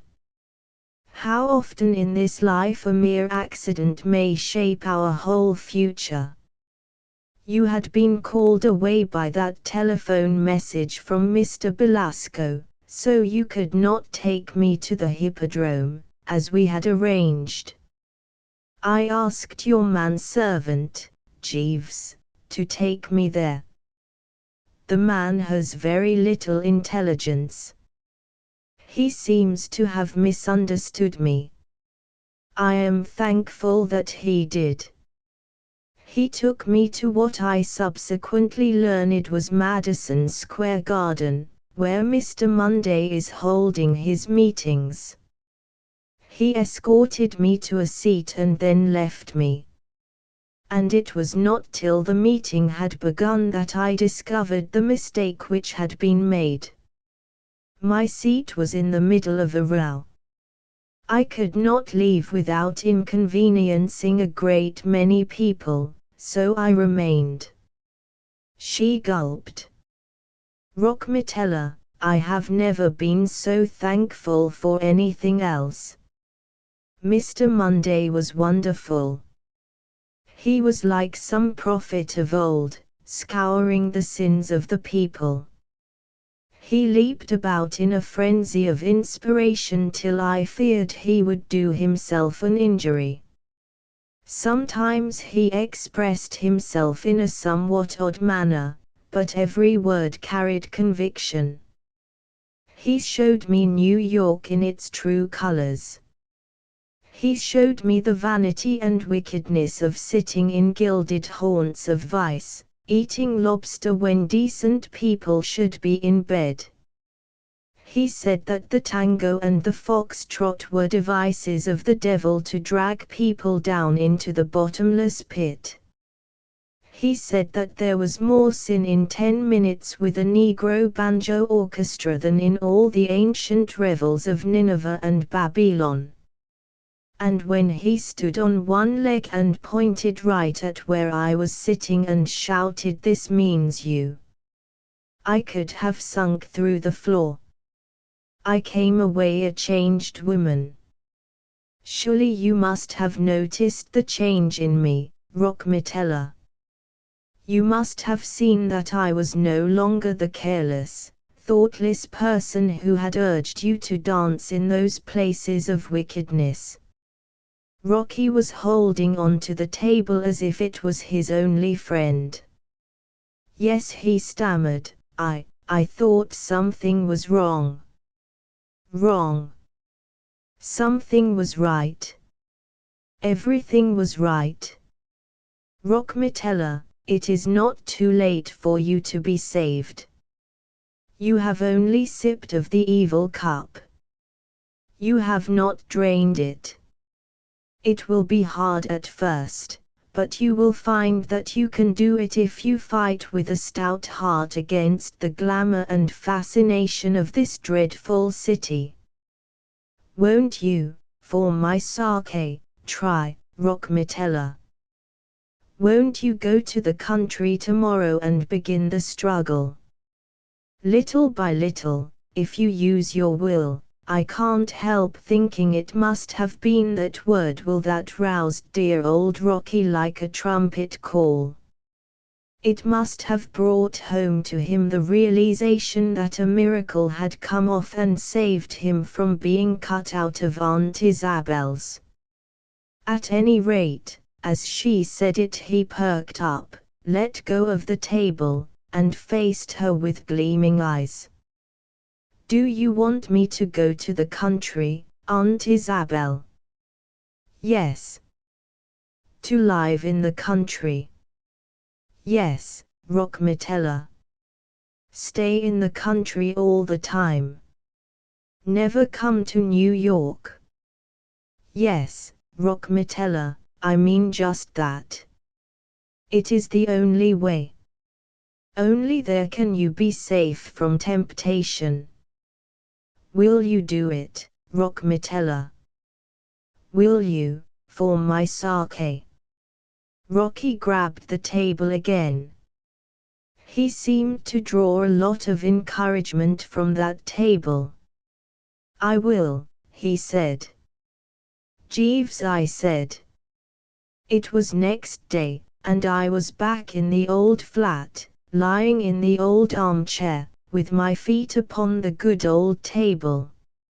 I had just come from seeing dear old Rocky off to his country cottage, and an hour before he had seen his aunt off to whatever hamlet it was that she was the curse of, so we were alone at last. Jeeves, there's no place like home, what? Very true, sir. The jolly old roof tree, and all that sort of thing, what? Precisely, sir.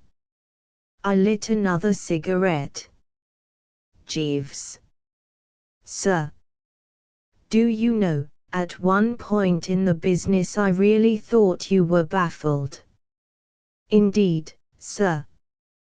When did you get the idea of taking Miss Rockmitella to the meeting?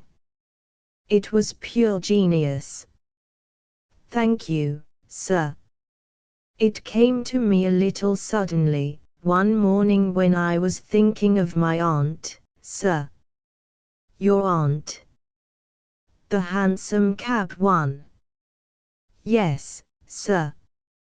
I recollected that, whenever we observed one of her attacks coming on, we used to send for the clergyman of the parish.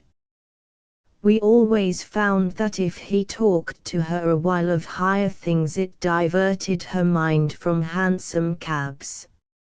It occurred to me that the same treatment might prove efficacious in the case of Miss Rockmitella. I was stunned by the man's resource. "It's brain," I said, "pure brain." "What do you do to get like that, Jeeves?" "I believe you must eat a lot of fish, or something." "Do you eat a lot of fish, Jeeves?" "No, sir." "Oh, well, then, it's just a gift, I take it, and if you aren't born that way there's no use worrying." "Precisely, sir," said Jeeves. "If I might make the suggestion, sir, I should not continue to wear your present tie. The green shade gives you a slightly bilious air. I should strongly advocate the blue with the red domino pattern instead, sir." "All right, Jeeves," I said humbly. "You know." 6. The rummy affair of old Biffy Jeeves, I said, emerging from the old tub. "Rally round." "Yes, sir." I beamed on the man with no little geniality. I was putting in a week or two in Paris at the moment, and there's something about Paris that always makes me feel fairly full of espiglerie and joie de vivre. "Lay out our gents medium smart arraignment, suitable for bohemian revels," I said. "I am lunching with an artist bloke on the other side of the river." "Very good, sir. And if anybody calls for me, Jeeves, say that I shall be back towards the quiet even fall."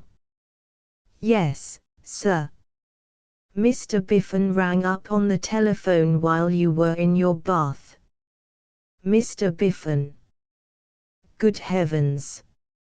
Amazing how one's always running across fellows in foreign cities, coves, I mean, whom you haven't seen for ages and would have bet weren't anywhere in the neighborhood.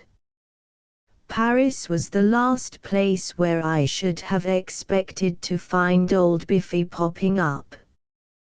There was a time when he and I had been lads about town together, lunching and dining together practically every day, but some 18 months back his old godmother had died and left him that place in Herefordshire, and he had retired there to wear gaiters and prod cows in the ribs and generally be the country gentleman and landed proprietor.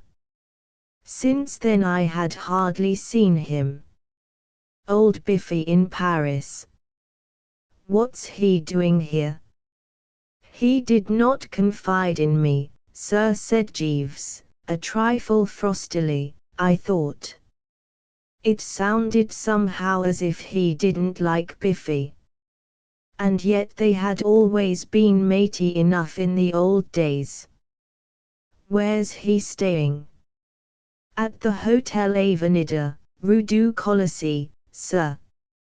He informed me that he was about to take a walk and would call this afternoon.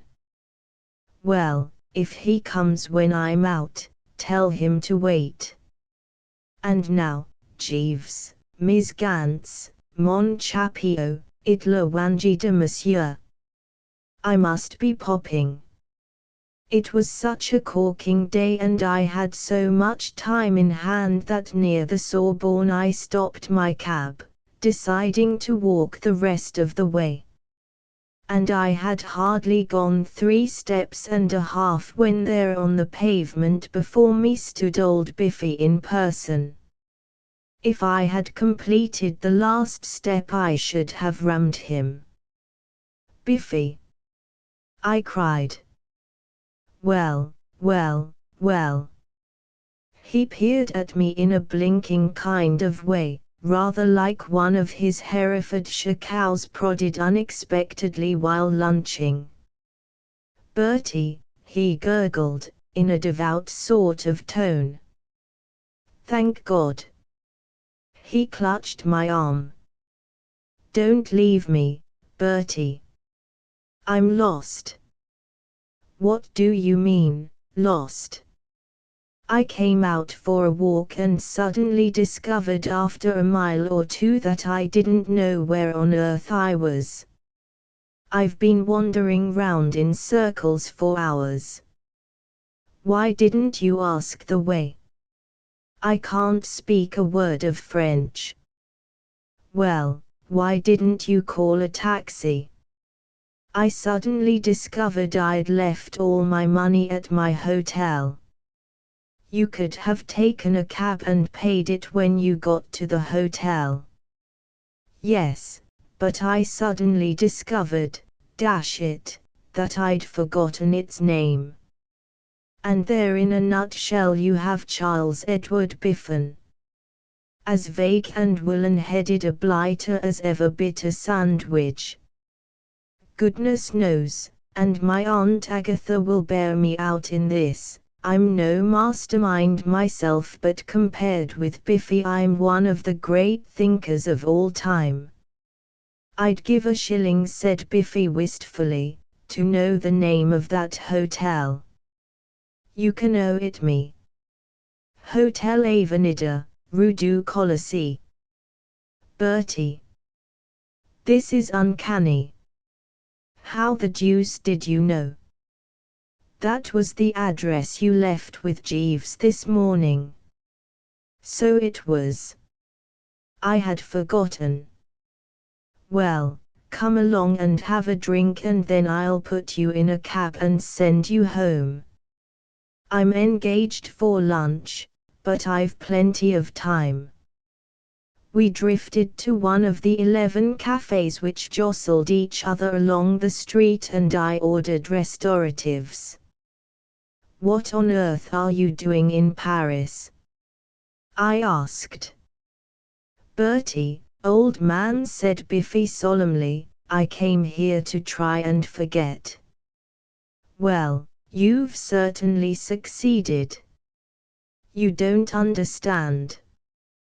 The fact is, Bertie, old lad, my heart is broken. I'll tell you the whole story." "No, I say," I protested. But he was off. "Last year," said Biffy, "I buzzed over to Canada to do a bit of salmon fishing. I ordered another. If this was going to be a fish story, I needed stimulants. On the liner going to New York I met a girl." Biffy made a sort of curious gulping noise not unlike a bulldog trying to swallow half a cutlet in a hurry so as to be ready for the other half.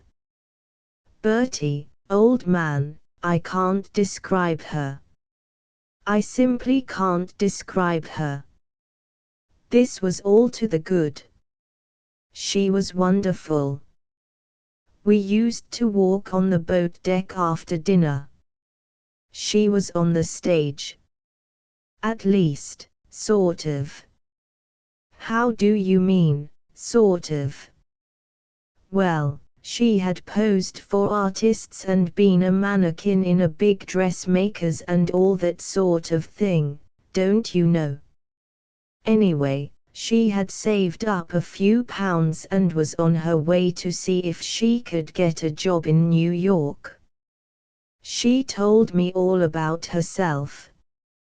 Her father ran a milk walk in Clapham. Or it may have been Cricklewood. At least, it was either a milk walk or a boot shop. Easily confused." "What I'm trying to make you understand," said Biffy, "is that she came of good, sturdy, respectable middle-class stock. Nothing flashy about her. The sort of wife any man might have been proud of." "Well, whose wife was she?" "Nobody's. That's the whole point of the story. I wanted her to be mine, and I lost her. Had a quarrel, you mean? No, I don't mean we had a quarrel. I mean I literally lost her. The last I ever saw of her was in the customs sheds at New York. We were behind a pile of trunks, and I had just asked her to be my wife, and she had just said she would, and everything was perfectly splendid, when a most offensive blighter in a peaked cap came up to talk about some cigarettes which he had found at the bottom of my trunk and which I had forgotten to declare. It was getting pretty late by then, for we hadn't docked till about 10:30, so I told Mabel to go on to her hotel and I would come round next day and take her to lunch.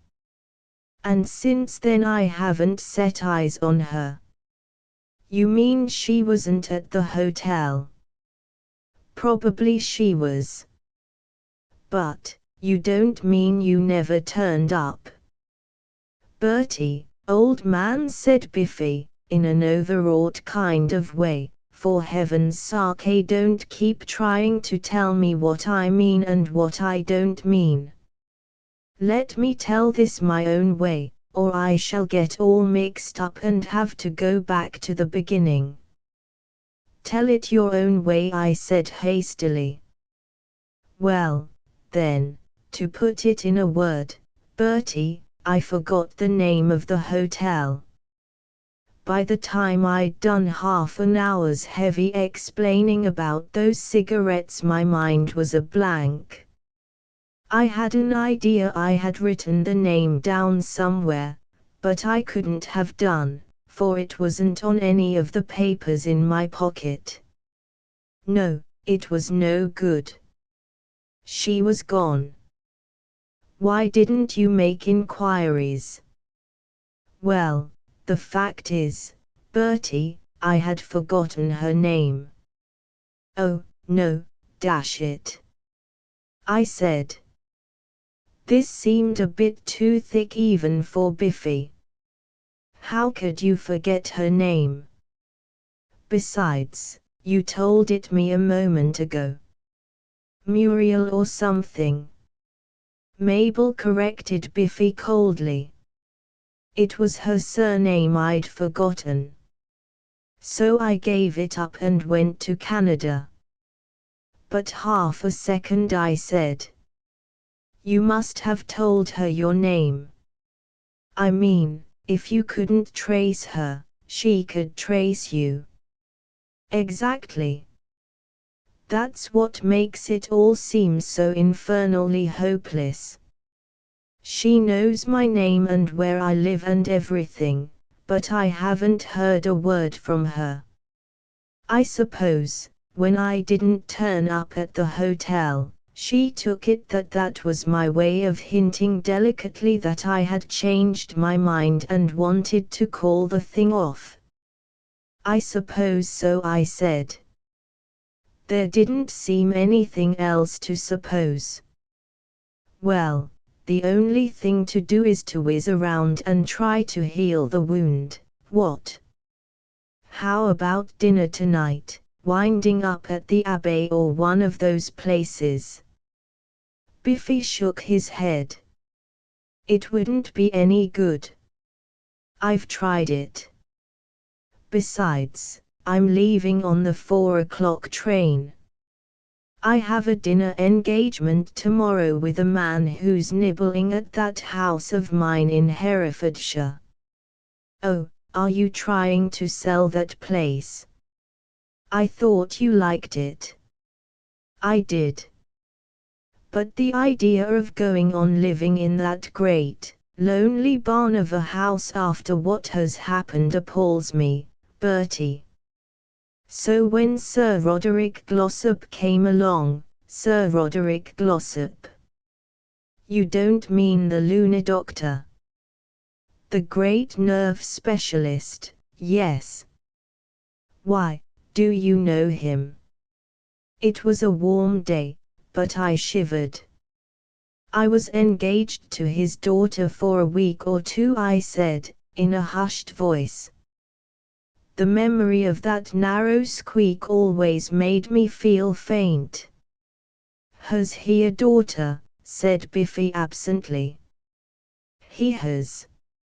Let me tell you all about, not just now, old man, said Biffy, getting up. I ought to be going back to my hotel to see about my packing. Which, after I had listened to his story, struck me as pretty low down. However, the longer you live, the more you realize that the good old sporting spirit of give and take has practically died out in our midst. So I boosted him into a cab and went off to lunch. It can't have been more than 10 days after this that I received a nasty shock while getting outside my morning tea and toast. The English papers had arrived, and Jeeves was just drifting out of the room after depositing the Times by my bedside, when, as I idly turned the pages in search of the sporting section, a paragraph leaped out and hit me squarely in the eyeball. As follows.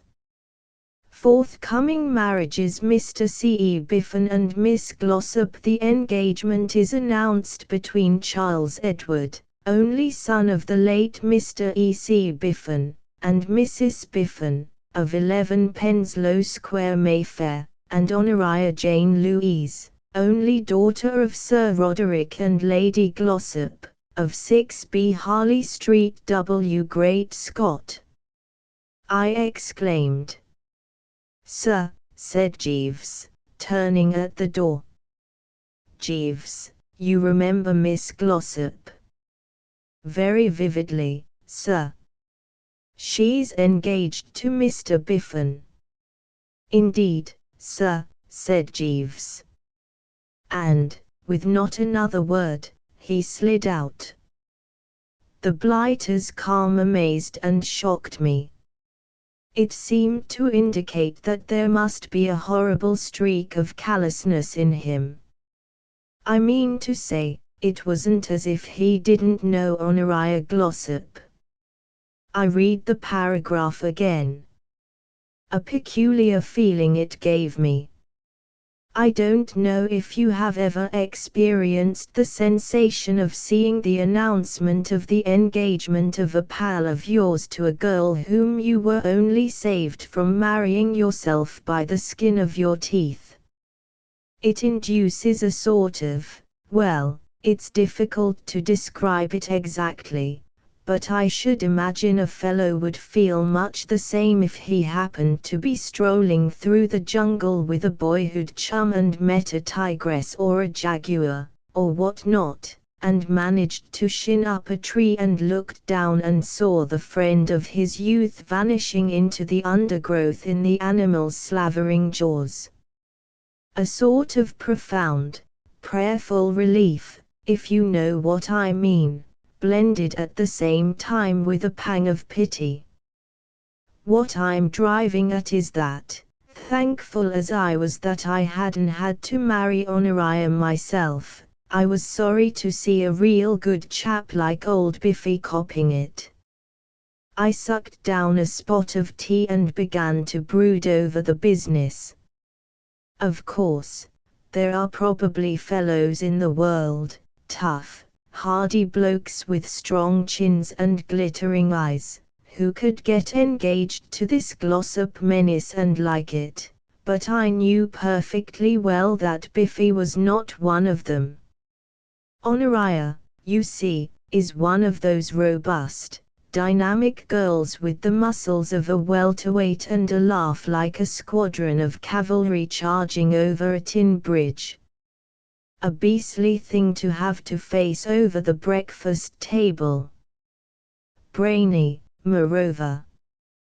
The sort of girl who reduces you to pulp with 16 sets of tennis and a few rounds of golf and then comes down to dinner as fresh as a daisy, expecting you to take an intelligent interest in Freud. If I had been engaged to her another week, her old father would have had one more patient on his books, and Biffy is much the same quiet sort of peaceful, inoffensive bird as me. I was shocked, I tell you, shocked. And, as I was saying, the thing that shocked me most was Jeeves' frightful lack of proper emotion. The man happening to float in at this juncture, I gave him one more chance to show some human sympathy. You got the name correctly, didn't you, Jeeves? I said. Mr. Biffin is going to marry Honoria Glossop, the daughter of the old boy with the egg-like head and the eyebrows. Yes, sir. Which suit would you wish me to lay out this morning? And this, mark you, from the man who, when I was engaged to the Glossop, strained every fibre in his brain to extricate me. It beat me. I couldn't understand it. The blue with the red twill, I said coldly. My manner was marked, and I meant him to see that he had disappointed me sorely. About a week later I went back to London, and scarcely had I got settled in the old flat when Biffy blew in. One glance was enough to tell me that the poisoned wound had begun to fester. The man did not look bright.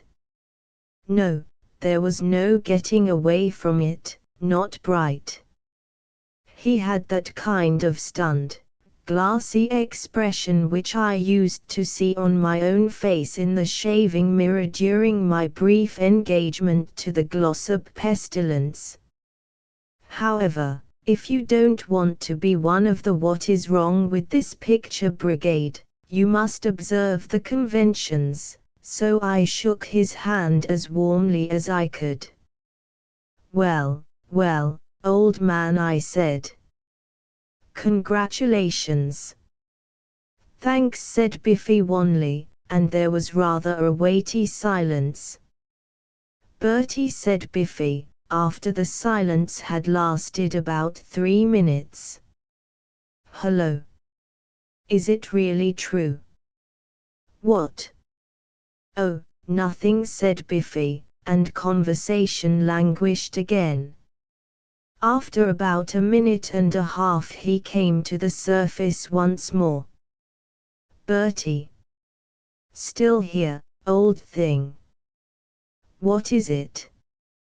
I say, Bertie, is it really true that you were once engaged to Honoria? It is. Biffy coughed.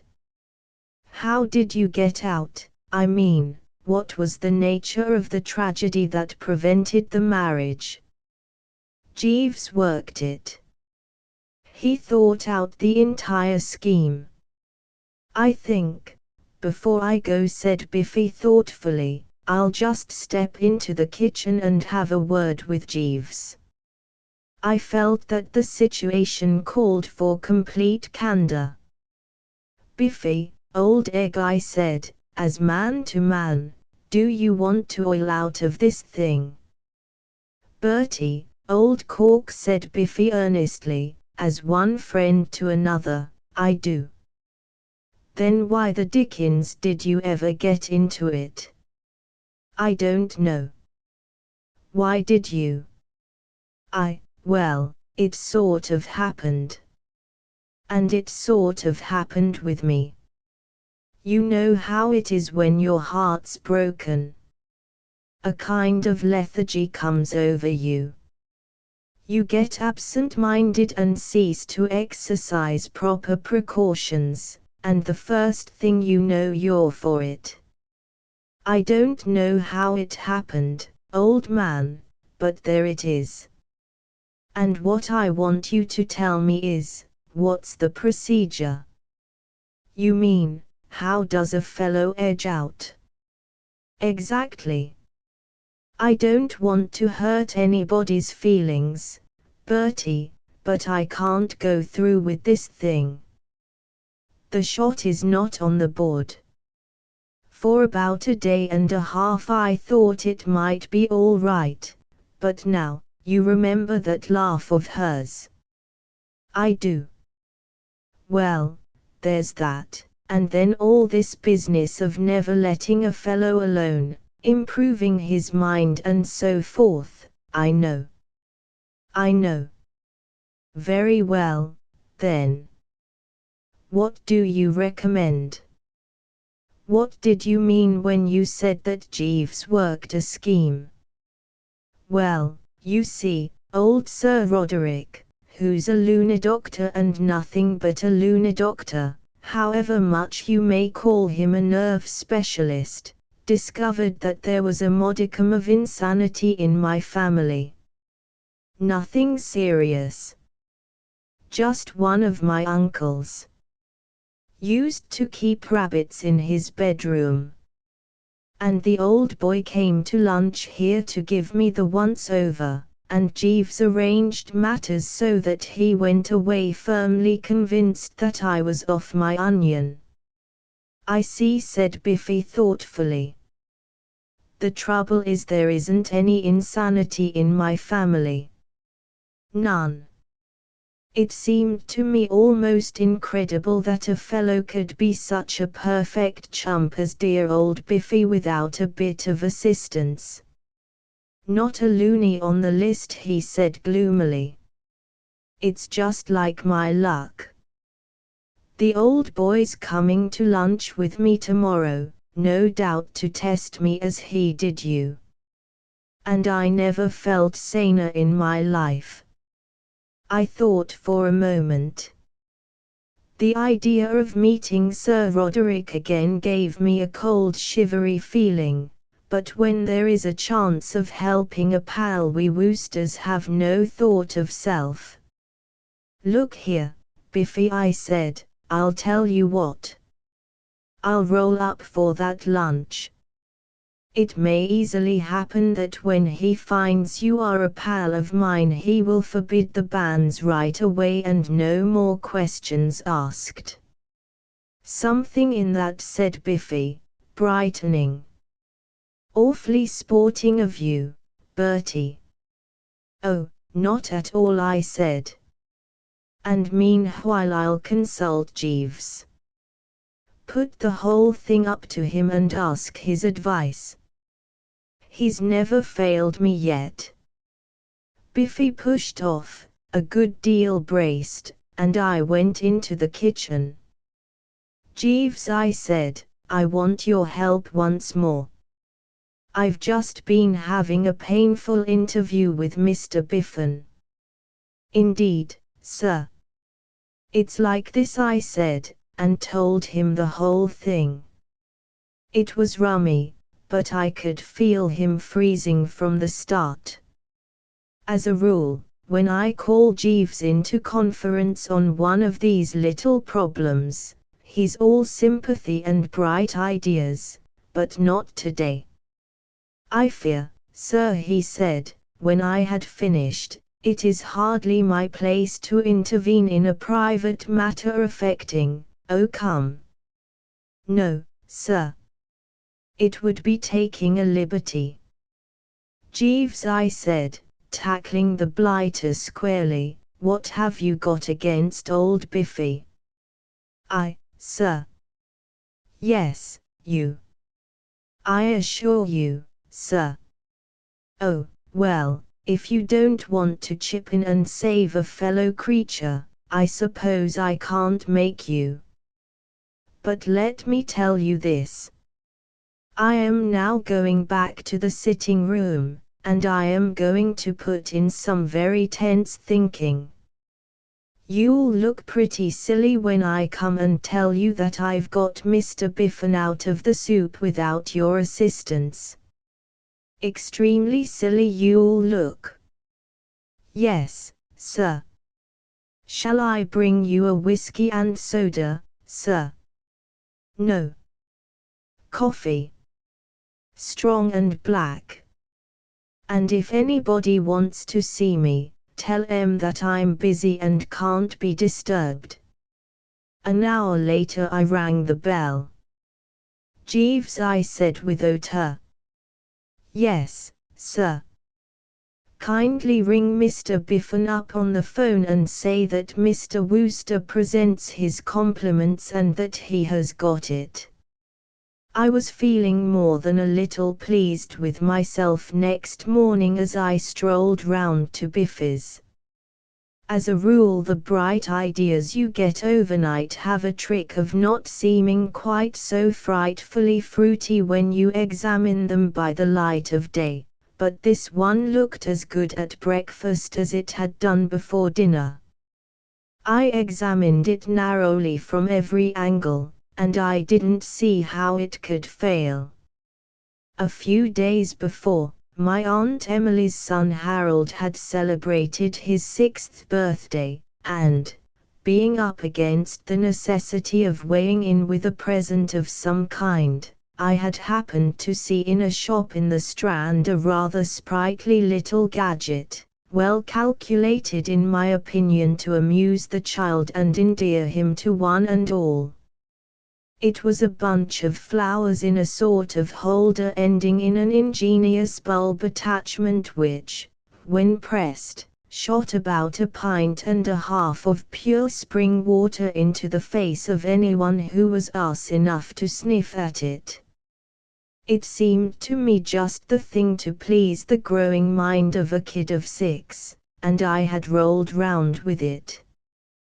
But when I got to the house I found Harold sitting in the midst of a mass of gifts so luxurious and costly that I simply hadn't the crust to contribute a thing that had set me back a mere 11 halfpenny. So with rare presence of mind, for we Woosters can think quick on occasion, I wrenched my Uncle James's card off a toy aeroplane, substituted my own, and trousered the squirt, which I took away with me.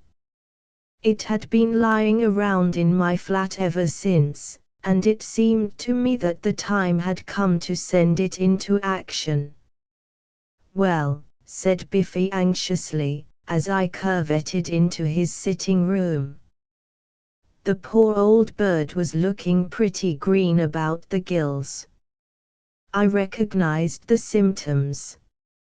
I had felt much the same myself when waiting for Sir Roderick to turn up and lunch with me. How the deuce people who have anything wrong with their nerves can bring themselves to chat with that man, I can't imagine, and yet he has the largest practice in London.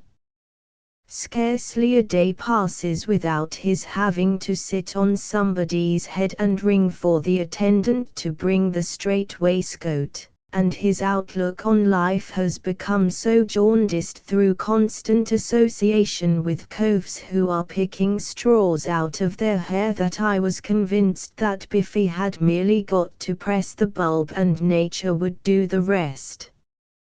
So I patted him on the shoulder and said, "It's all right, old man." "What does Jeeves suggest?" asked Biffy eagerly. "Jeeves doesn't suggest anything." "But you said it was all right." "Jeeves isn't the only thinker in the Wooster home, my lad. I have taken over your little problem, and I can tell you at once that I have the situation well in hand." "You," said Biffy. His tone was far from flattering. It suggested a lack of faith in my abilities, and my view was that an ounce of demonstration would be worth a ton of explanation. I shoved the bouquet at him. "Are you fond of flowers, Biffy?" I said. "Eh? Smell these." Biffy extended the old beak in a careworn sort of way, and I pressed the bulb as per printed instructions on the label. I do like getting my money's worth. 11 halfpenny the thing had cost me, and it would have been cheap at double. The advertisement on the outside of the box had said that its effects were indescribably ludicrous, and I can testify that it was no overstatement. Poor old Biffy leaped 3 feet in the air and smashed a small table. "There," I said. The old egg was a trifle incoherent at first, but he found words fairly soon and began to express himself with a good deal of warmth. "Calm yourself, laddie," I said, as he paused for breath. It was no mere jest to pass an idle hour. It was a demonstration. "Take this, Biffy, with an old friend's blessing, refill the bulb, shove it into Sir Roderick's face, press firmly, and leave the rest to him. I'll guarantee that in something under 3 seconds the idea will have dawned on him that you are not required in his family." Biffy stared at me. "Are you suggesting that I squirt Sir Roderick?" "Absolutely. Squirt him good. Squirt as you have never squirted before." But he was still yammering at me in a feverish sort of way when there was a ring at the front door bell. "Good Lord," cried Biffy, quivering like a jelly. "There he is. Talk to him while I go and change my shirt." I had just time to refill the bulb and shove it beside Biffy's plate, when the door opened and Sir Roderick came in. I was picking up the fallen table at the moment, and he started talking brightly to my back. "Good afternoon. I trust I am not, Mr. Wooster." I'm bound to say I was not feeling entirely at my ease. There is something about the man that is calculated to strike terror into the stoutest heart. If ever there was a bloke at the very mention of whose name it would be excusable for people to tremble like aspens, that bloke is Sir Roderick Glossop. He has an enormous bald head, all the hair which ought to be on it seeming to have run into his eyebrows, and his eyes go through you like a couple of death rays. "How are you, how are you, how are you?" I said, overcoming a slight desire to leap backwards out of the window. "Long time since we met, what?" "Nevertheless, I remember you most distinctly, Mr. Wooster." "That's fine," I said. "Old Biffy asked me to come and join you in mangling a bit of lunch." He waggled the eyebrows at me. "Are you a friend of Charles Biffin?" "Oh, rather. Been friends for years and years." He drew in his breath sharply, and I could see that Biffy's stock had dropped several points. His eye fell on the floor, which was strewn with things that had tumbled off the upset table. "Have you had an accident?" he said. "Nothing serious," I explained. "Old Biffy had some sort of fit or seizure just now and knocked over the table." "A fit? Or seizure? Is he subject to fits?" I was about to answer, when Biffy hurried in. He had forgotten to brush his hair, which gave him a wild look, and saw the old boy direct a keen glance at him. It seemed to me that what you might call the preliminary spade work had been most satisfactorily attended to and that the success of the good old bulb could be in no doubt whatever. Biffy's man came in with the nose bags and we sat down to lunch. It looked at first as though the meal was going to be one of those complete frosts which occur from time to time in the career of a constant luncher out. Biffy, a very C3 host, contributed nothing to the feast of reason and flow of soul beyond an occasional hiccup, and every time I started to pull a nifty, Sir Roderick swung round on me with such a piercing stare that it stopped me in my tracks.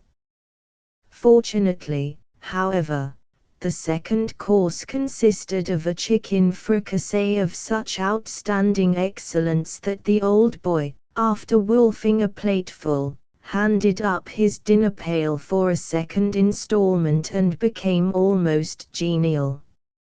"I am here this afternoon, Charles," he said, with what practically amounted to bonhomie, "on what I might describe as a mission." "Yes, a mission. This is most excellent chicken." "Glad you like it," mumbled old Biffy. "Singularly toothsome," said Sir Roderick, pronging another half-ounce. "Yes, as I was saying, a mission. You young fellows nowadays are, I know, content to live in the center of the most wonderful metropolis the world has seen, blind and indifferent to its many marvels. I should be prepared, were I a betting man, which I am not, to wager a considerable sum that you have never in your life visited even so historic a spot as Westminster Abbey. Am I right?" Biffy gurgled something about always having meant to. "Nor the Tower of London." "No, nor the Tower of London.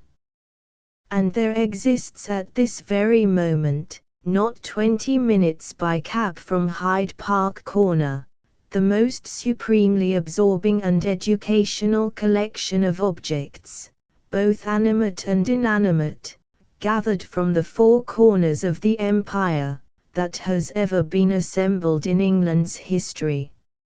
I allude to the British Empire Exhibition now situated at Wembley." "A fellow told me one about Wembley yesterday," I said, to help on the cheery flow of conversation. "Stop me if you've heard it before." Chap goes up to deaf chap outside the exhibition and says, "Is this Wembley?" "Hey," says deaf chap. "Is this Wembley?" says chap. "Hey," says deaf chap.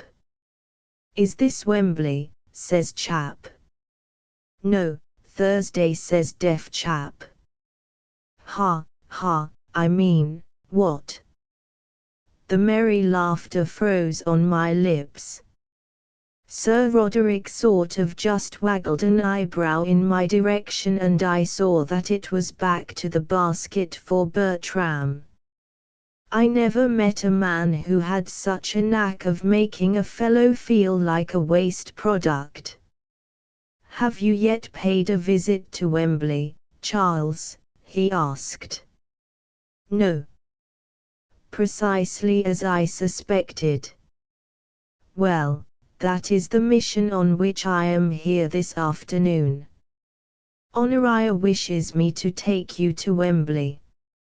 She says it will broaden your mind, in which view I am at one with her. We will start immediately after luncheon." Biffy cast an imploring look at me. "You'll come too, Bertie." There was such agony in his eyes that I only hesitated for a second. A pal is a pal. Besides, I felt that, if only the bulb fulfilled the high expectations I had formed of it, the merry expedition would be cancelled in no uncertain manner. "Oh, rather," I said. "We must not trespass on Mr. Wooster's good nature," said Sir Roderick, looking pretty puff-faced. "Oh, that's all right," I said. "I've been meaning to go to the good old exhibition for a long time. I'll slip home and change my clothes and pick you up here in my car." There was a silence. Biffy seemed too relieved at the thought of not having to spend the afternoon alone with Sir Roderick to be capable of speech, and Sir Roderick was registering silent disapproval. And then he caught sight of the bouquet by Biffy's plate. "Ah, flowers," he said. "Sweet peas, if I am not in error. A charming plant, pleasing alike to the eye and the nose." I caught Biffy's eye across the table. It was bulging, and a strange light shone in it.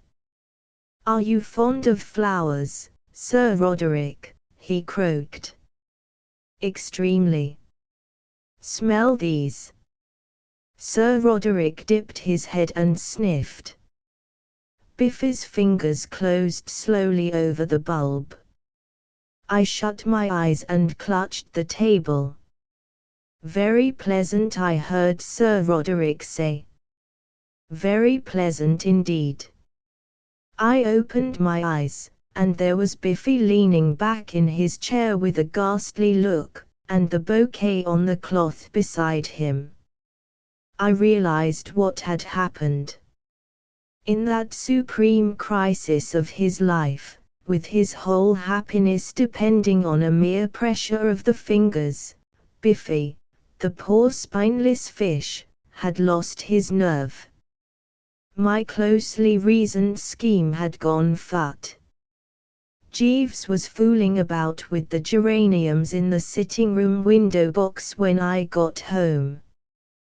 "They make a very nice display, sir," he said, cocking a paternal eye at the things. "Don't talk to me about flowers," I said. "Jeeves, I know now how a general feels when he plans out some great scientific movement and his troops let him down at the 11th hour." "Indeed, sir." "Yes," I said, and told him what had happened. He listened thoughtfully. A somewhat vacillating and changeable young gentleman, Mr. Biffin was his comment when I had finished. "Would you be requiring me for the remainder of the afternoon, sir?" "No. I'm going to Wembley. I just came back to change and get the car. Produce some fairly durable garments which can stand getting squashed by the many-headed, Jeeves, and then phone to the garage." "Very good, sir. The grey Cheviot lounge will, I fancy, be suitable. Would it be too much if I asked you to give me a seat in the car, sir? I had thought of going to Wembley myself this afternoon." "Eh? Oh, all right. Thank you very much, sir." I got dressed, and we drove round to Biffy's flat. Biffy and Sir Roderick got in at the back and Jeeves climbed into the front seat next to me. Biffy looked so ill-attuned to an afternoon's pleasure that my heart bled for the blighter, and I made one last attempt to appeal to Jeeves' better feelings. "I must say, Jeeves," I said, "I'm dashed disappointed in you." "I am sorry to hear that, sir." "Well, I am dashed disappointed. I do think you might rally round." "Did you see Mr. Biffin's face?" "Yes, sir." "Well, then, if you will pardon my saying so, sir, Mr. Biffin has surely only himself to thank if he has entered upon matrimonial obligations which do not please him." "You're talking absolute rot, Jeeves. You know as well as I do that honoria glossop is an act of God. You might just as well blame a fellow for getting run over by a truck." "Yes, sir. Absolutely yes. Besides, the poor ass wasn't in a condition to resist. He told me all about it. He had lost the only girl he had ever loved, and you know what a man's like when that happens to him. How was that, sir? Apparently he fell in love with some girl on the boat going over to New York, and they parted at the customs sheds, arranging to meet next day at her hotel. Well, you know what Biff is like. He forgets his own name half the time. He never made a note of the address, and it passed clean out of his mind. He went about in a sort of trance, and suddenly woke up to find that he was engaged to Honoria Glossop. I did not know of this, sir. I don't suppose anybody knows of it except me. He told me when I was in Paris. I should have supposed it would have been feasible to make inquiries, sir. That's what I said. But he had forgotten her name. That sounds remarkable, sir. I said that too. But it's a fact. All he remembered was that her Christian name was Mabel. Well, you can't go scouring New York for a girl named Mabel, what? I appreciate the difficulty, sir. Well, there it is, then. I see, sir. We had got into a mob of vehicles outside the exhibition by this time, and, some tricky driving being indicated, I had to suspend the conversation. We parked ourselves eventually and went in. Jeeves drifted away, and Sir Roderick took charge of the expedition. He headed for the Palace of Industry, with Biffy and myself trailing behind. Well, you know, I have never been much of a lad for exhibitions. The citizenry in the mass always rather puts me off, and after I have been shuffling along with the multitude for a quarter of an hour or so, I feel as if I were walking on hot bricks. About this particular binge, too, there seemed to me a lack of what you might call human interest. I mean to say, millions of people, no doubt, are so constituted that they scream with joy and excitement at the spectacle of a stuffed porcupine fish or a glass jar of seeds from Western Australia, but not Bertram. No, if you will take the word of one who would not deceive you, not Bertram. By the time we had tottered out of the Gold Coast village and were working towards the Palace of Machinery, everything pointed to my shortly executing a quiet sneak in the direction of that rather jolly Planters' Bar in the West Indian section.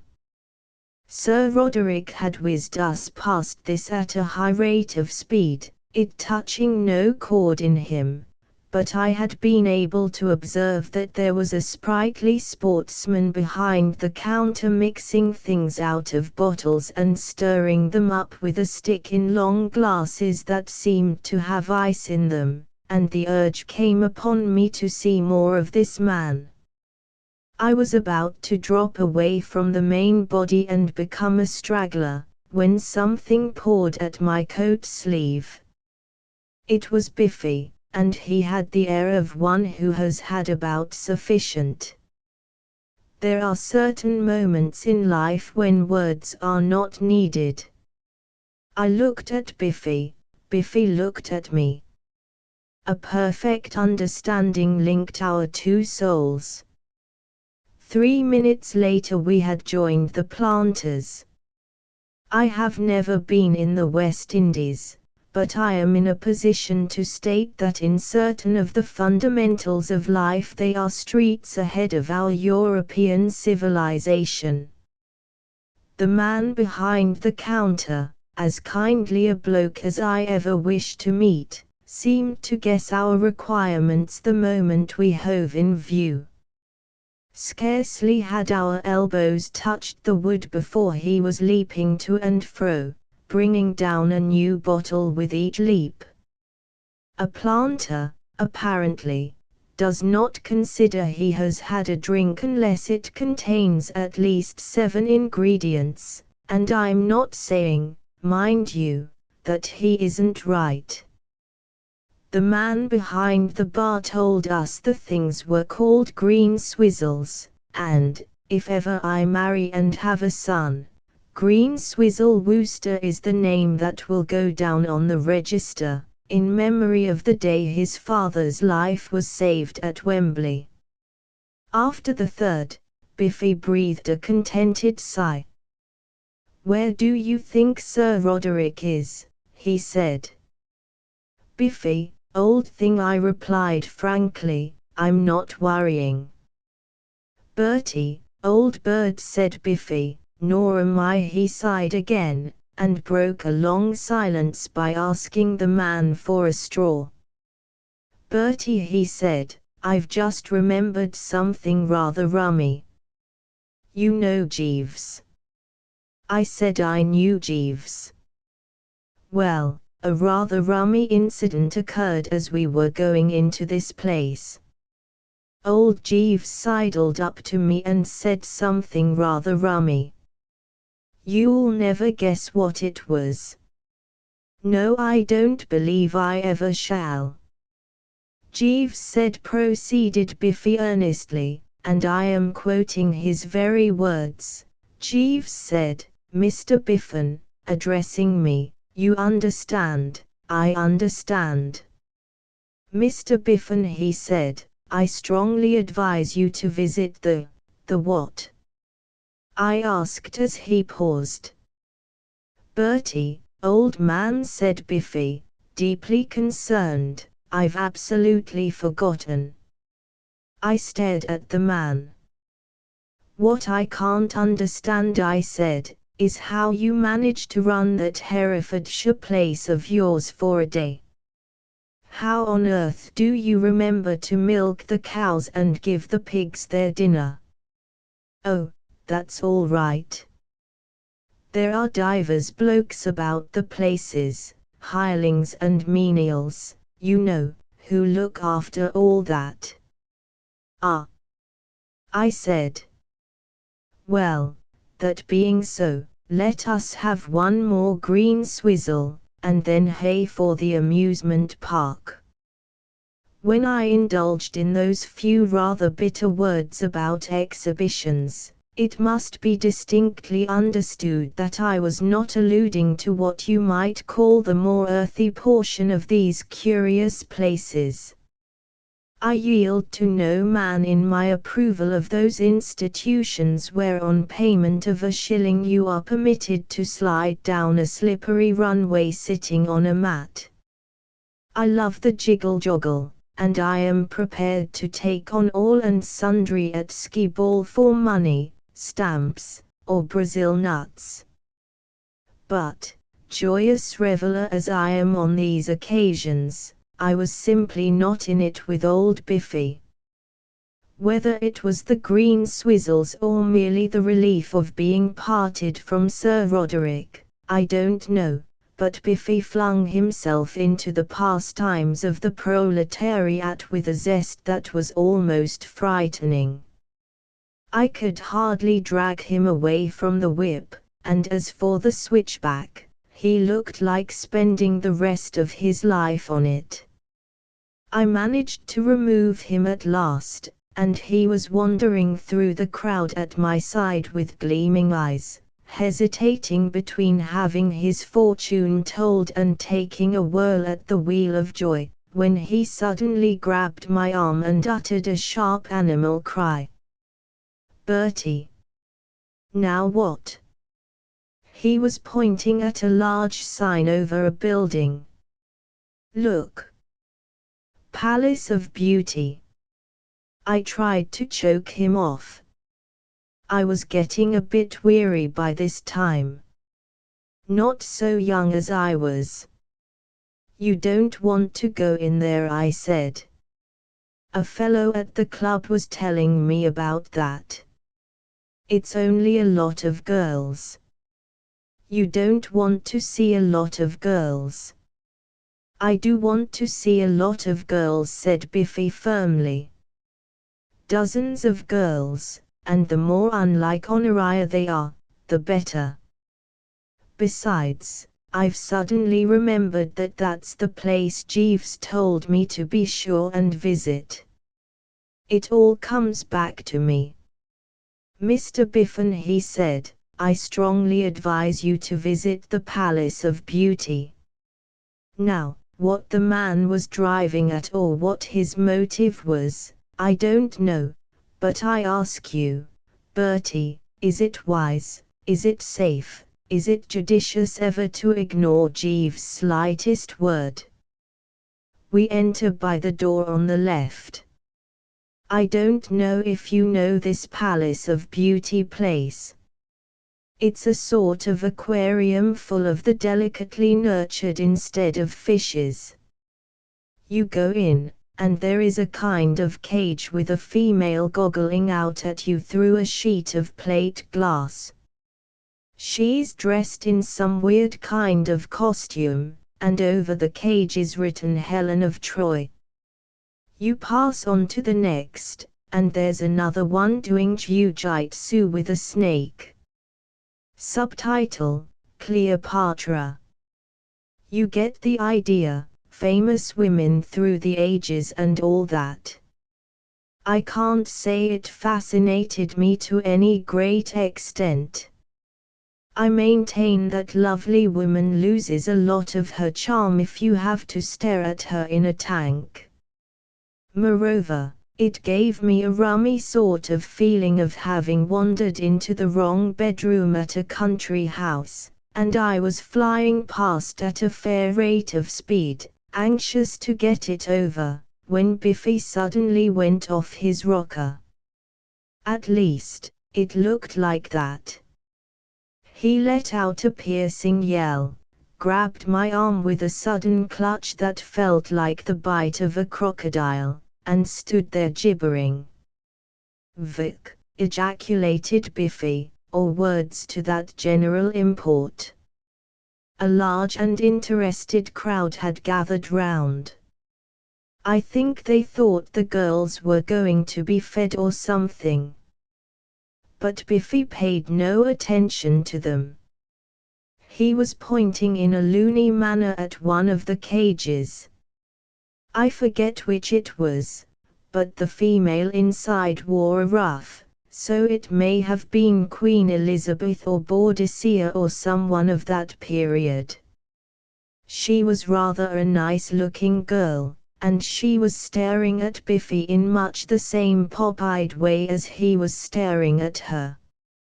"Mabel," yelled Biffy, going off in my ear like a bomb. I can't say I was feeling my chirpiest. Drama is all very well, but I hate getting mixed up in it in a public spot, and I had not realized before how dashed public this spot was. The crowd seemed to have doubled itself in the last 5 seconds, and, while most of them had their eye on Biffy, quite a goodish few were looking at me as if they thought I was an important principal in the scene and might be expected at any moment to give of my best in the way of wholesome entertainment for the masses. Biffy was jumping about like a lamb in the springtime, and, what is more, a feeble-minded lamb.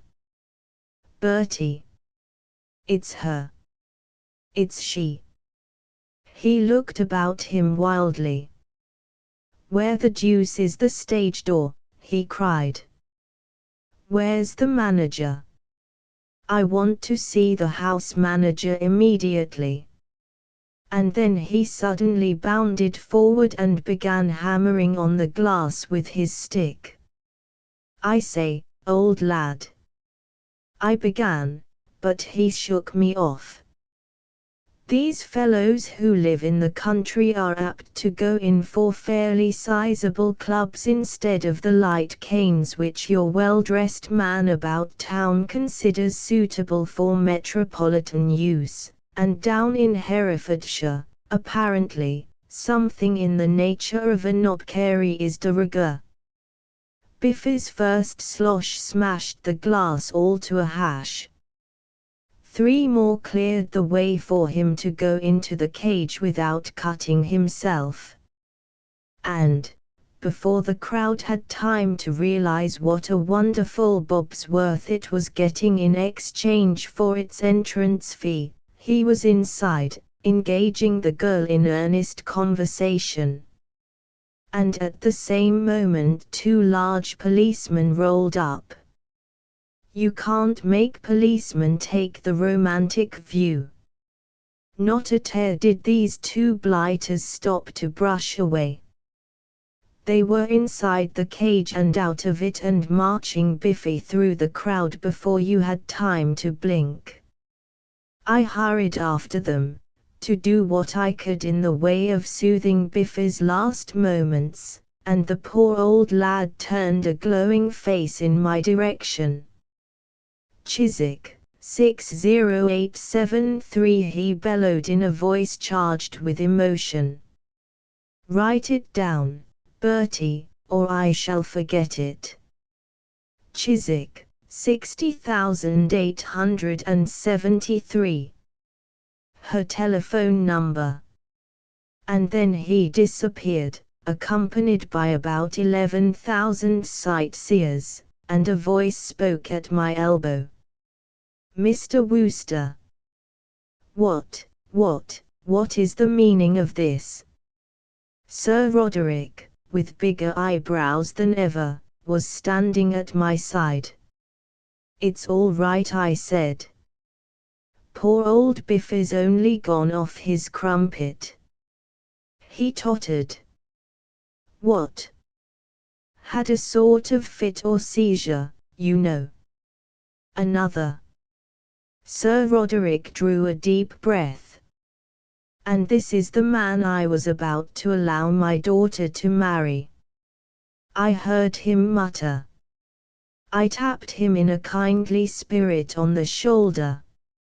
It took some doing, mark you, but I did it. If I were you, I said, I should call that off. Scratch the fixture. Wash it out absolutely, is my advice. He gave me a nasty look. I do not require your advice, Mr. Wooster. I had already arrived independently at the decision of which you speak. Mr. Wooster, you are a friend of this man, a fact which should in itself have been sufficient warning to me. You will, unlike myself, be seeing him again. Kindly inform him, when you do see him, that he may consider his engagement at an end. Right ho, I said, and hurried off after the crowd. It seemed to me that a little bailing out might be in order.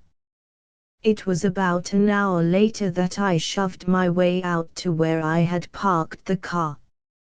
Jeeves was sitting in the front seat, brooding over the cosmos. He rose courteously as I approached.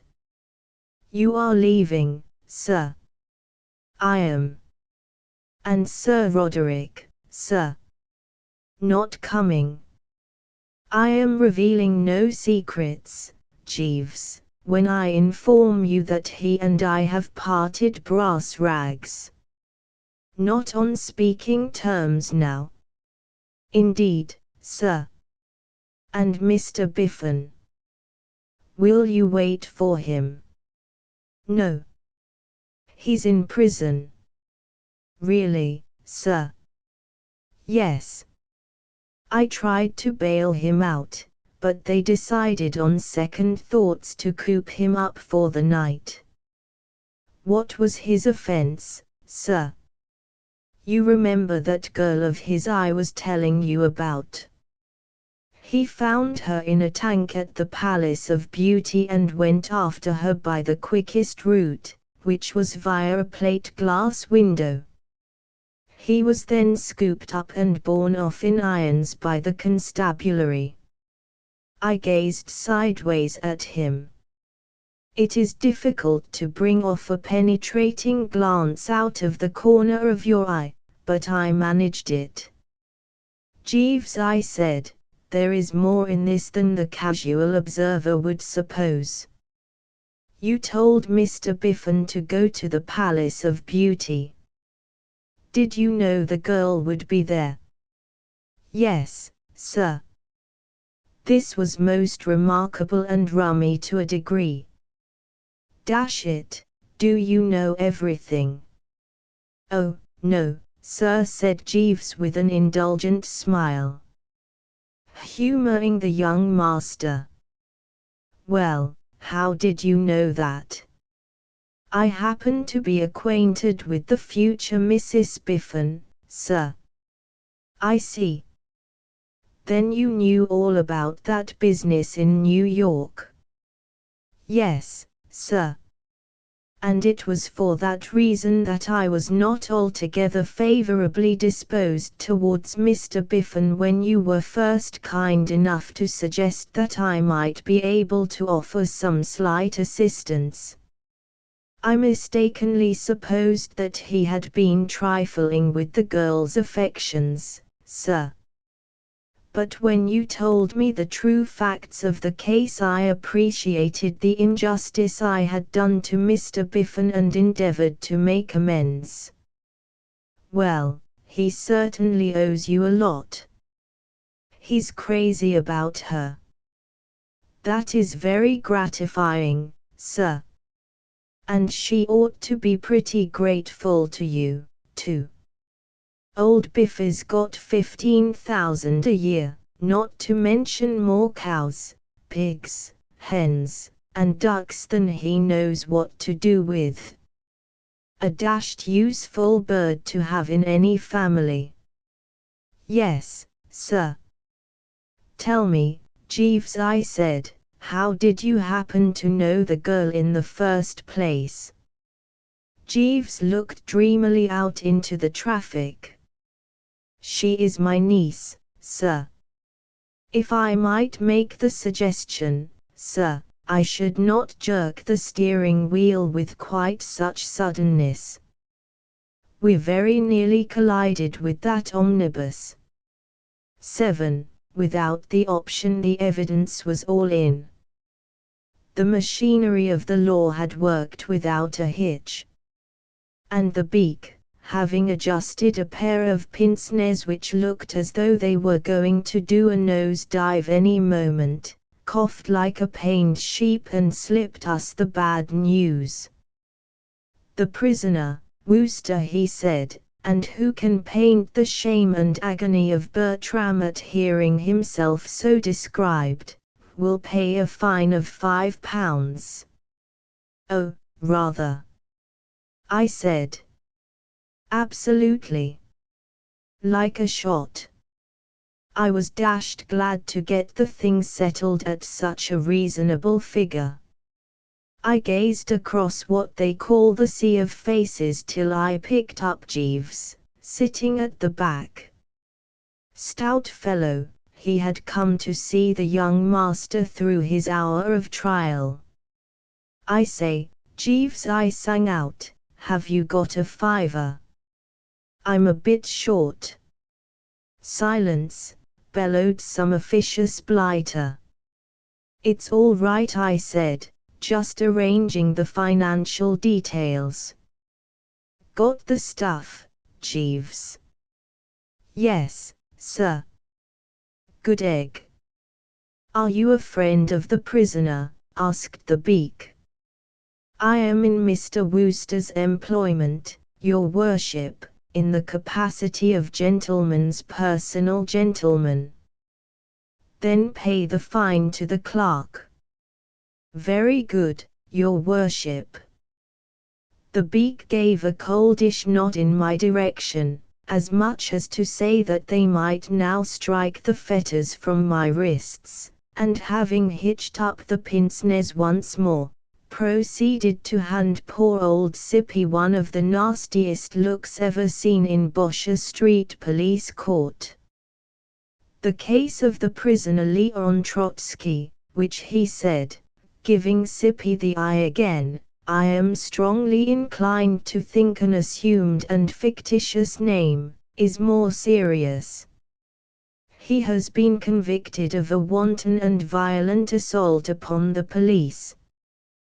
The evidence of the officer has proved that the prisoner struck him in the abdomen, causing severe internal pain, and in other ways interfered with him in the execution of his duties.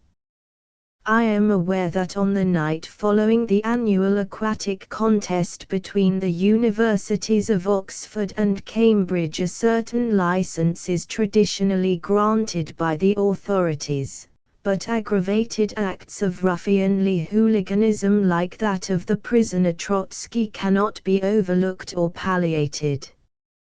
He will serve a sentence of 30 days in the 2nd Division without the option of a fine. No, I say, here, hi, dash it all, protested poor old Sippy. Silence, bellowed the officious blighter. Next case, said the Beak. And that was that. The whole affair was most unfortunate. Memory is a trifle blurred, but as far as I can piece together the facts, what happened was more or less this: abstemious cove though I am as a general thing, there is one night in the year when, putting all other engagements aside, I am rather apt to let myself go a bit and renew my lost youth, as it were. The night to which I allude is the one following the annual aquatic contest between the universities of Oxford and Cambridge, or, putting it another way, boat race night. Then, if ever, you will see Bertram under the influence. And on this occasion, I freely admit, I had been doing myself rather juicily, with the result that when I ran into old Sippy opposite the Empire I was in quite fairly bonhomous mood. This being so, it cut me to the quick to perceive that Sippy, generally the brightest of revellers, was far from being his usual sunny self. He had the air of a man with a secret sorrow. Bertie, he said as we strolled along towards Piccadilly Circus, the heart bowed down by weight of woe to weakest hope will cling. Sippy is by way of being an author, though mainly dependent for the necessaries of life on subsidies from an old aunt who lives in the country, and his conversation often takes a literary turn. But the trouble is that I have no hope to cling to, weak or otherwise. I am up against it, Bertie. In what way, laddie? I've got to go tomorrow and spend 3 weeks with some absolutely dud, I will go further, some positively scaly friends of my Aunt Vera. She has fixed the thing up, and may a nephew's curse blister every bulb in her garden. Who are these hounds of hell? I asked. Some people named Pringle. I haven't seen them since I was 10, but I remember them at that time striking me as England's Premier Warts. Tough luck. No wonder you've lost your morale. The world, said Sippy, is very grey. How can I shake off this awful depression? It was then that I got one of those bright ideas one does get round about 11.30 on boat race night. What you want, old man, I said, is a policeman's helmet. Do I, Bertie? If I were you, I'd just step straight across the street and get that one over there. But there's a policeman inside it. You can see him distinctly. What does that matter? I said. I simply couldn't follow his reasoning. Sippy stood for a moment in thought. I believe you're absolutely right, he said at last. Funny, I never thought of it before. You really recommend me to get that helmet? I do, indeed. Then I will, said Sippy, brightening up in the most remarkable manner. So there you have the posish, and you can see why, as I left the dock a free man, remorse gnawed at my vitals.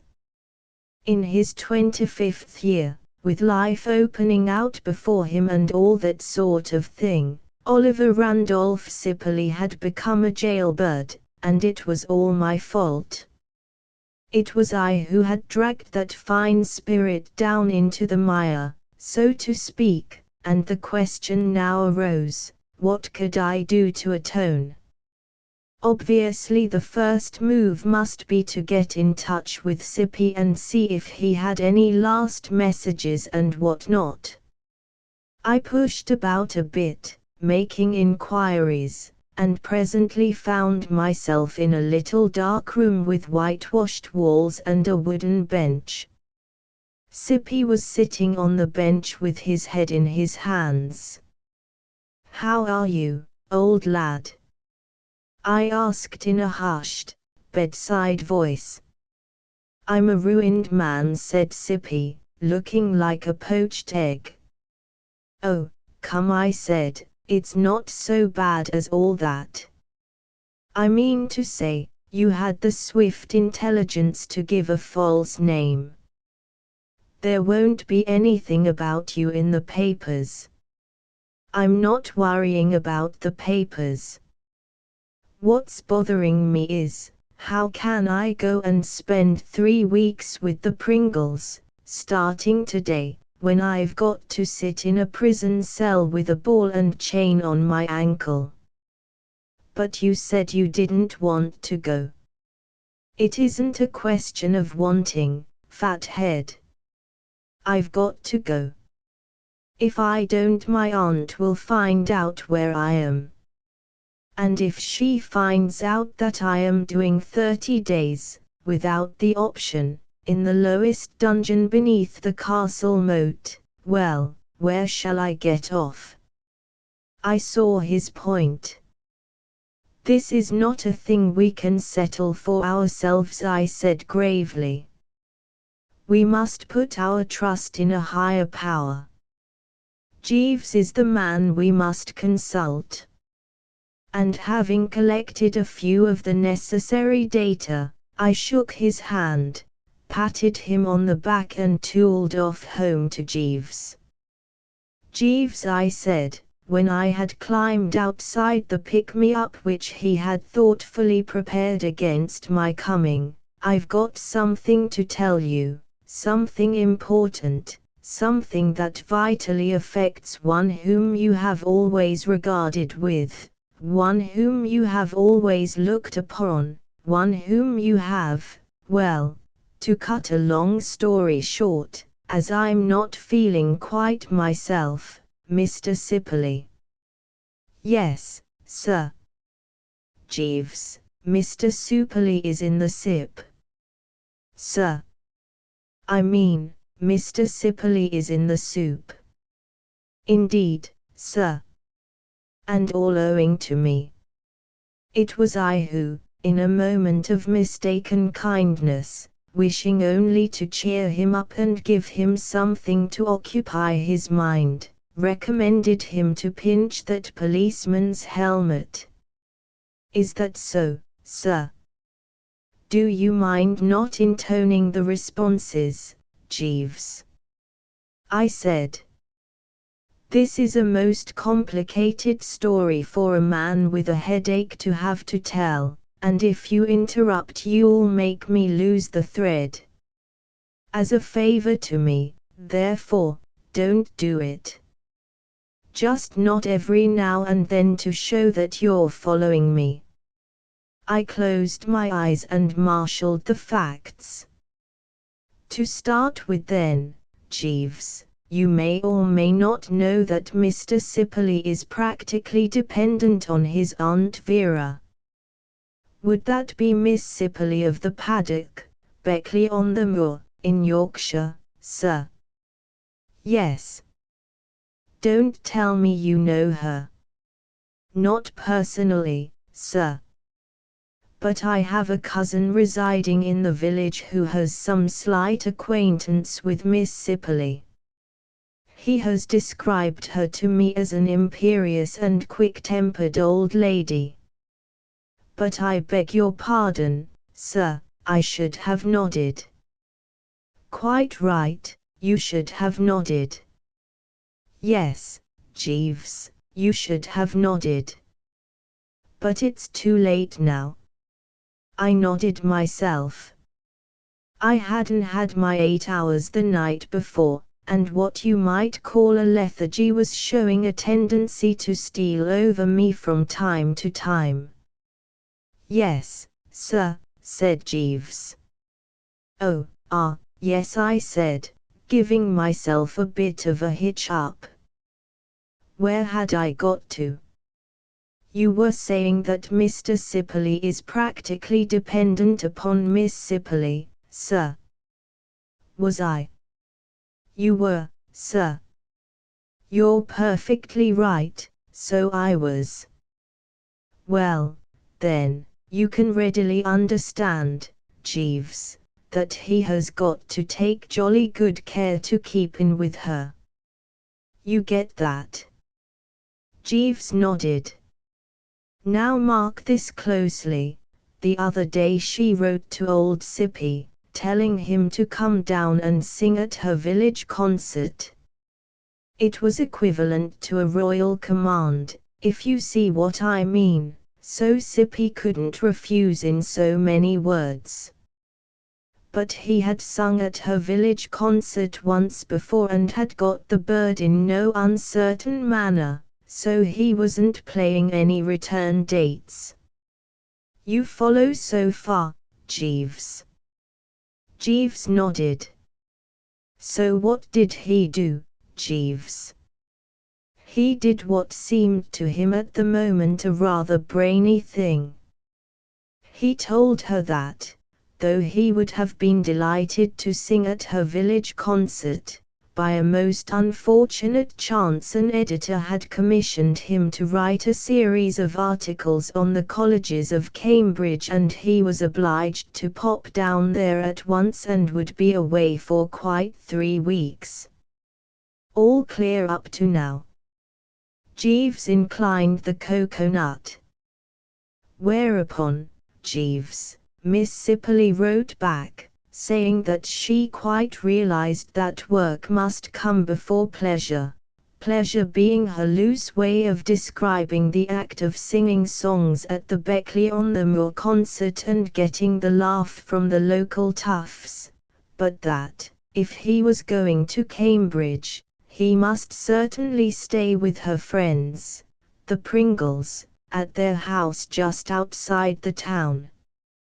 And she dropped them a line telling them to expect him on the 28th, and they dropped another line saying right ho, and the thing was settled. And now Mr. Sipperley is in the jug, and what will be the ultimate outcome or upshot? Jeeves, it is a problem worthy of your great intellect. I rely on you. I will do my best to justify your confidence, sir. Carry on, then. And meanwhile pull down the blinds and bring a couple more cushions and heave that small chair this way so that I can put my feet up, and then go away and brood and let me hear from you in, say, a couple of hours, or maybe 3. And if anybody calls and wants to see me, inform them that I am dead. Dead, sir. Dead. You won't be so far wrong. It must have been well towards evening when I woke up with a crick in my neck, but otherwise somewhat refreshed. I pressed the bell. I looked in twice, sir, said Jeeves, but on each occasion you were asleep and I did not like to disturb you. The right spirit, Jeeves. Well, I have been giving close thought to the little problem which you indicated, sir, and I can see only one solution. One is enough. What do you suggest? That you go to Cambridge in Mr. Sipley's place, sir. I stared at the man. Certainly I was feeling a good deal better than I had been a few hours before, but I was far from being in a fit condition to have rot like this talked to me. Jeeves, I said sternly, pull yourself together. This is mere babble from the sickbed. I fear I can suggest no other plan of action, sir, which will extricate Mr. Sipley from his dilemma. But think. Reflect. Why, even I, in spite of having had a disturbed night and a most painful morning with the minions of the law, can see that the scheme is a loony one. To put the finger on only one leak in the thing, it isn't me these people want to see, it's Mr. Sipley.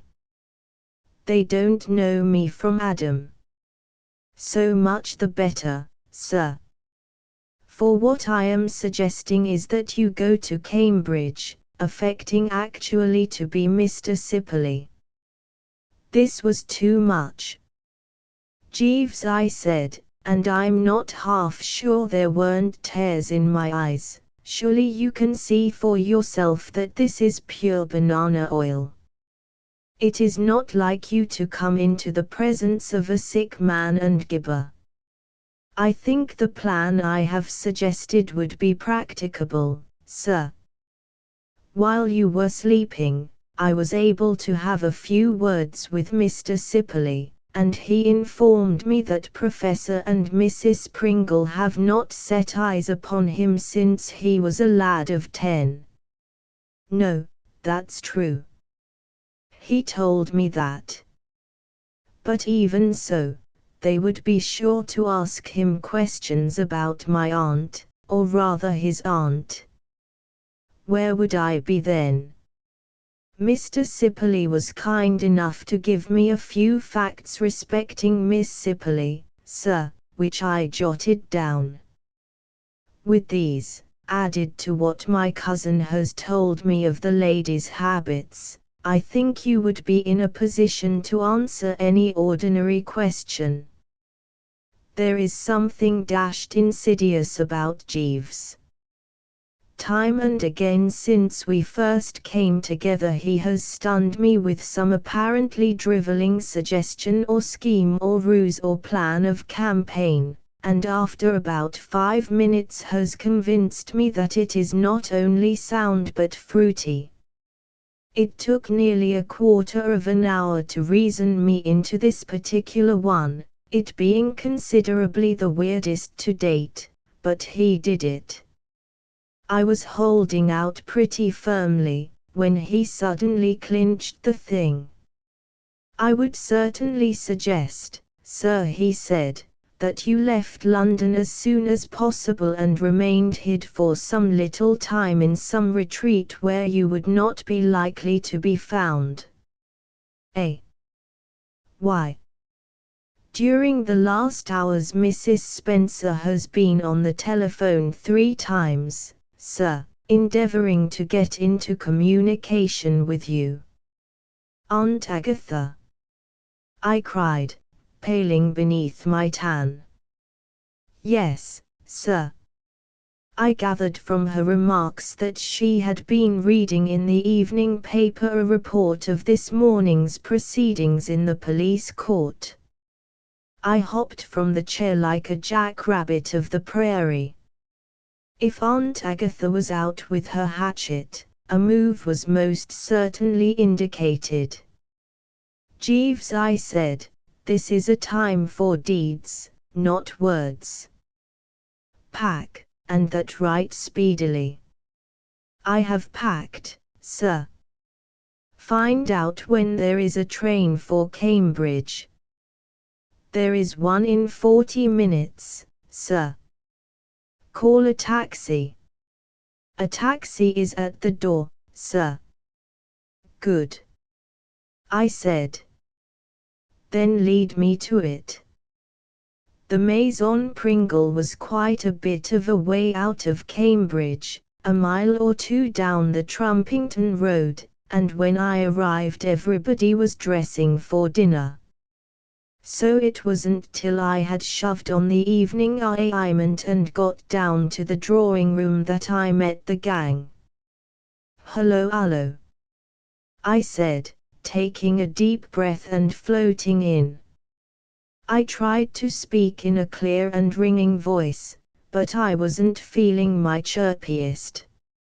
It is always a nervous job for a diffident and unassuming bloke to visit a strange house for the first time, and it doesn't make the thing any better when he goes there pretending to be another fellow.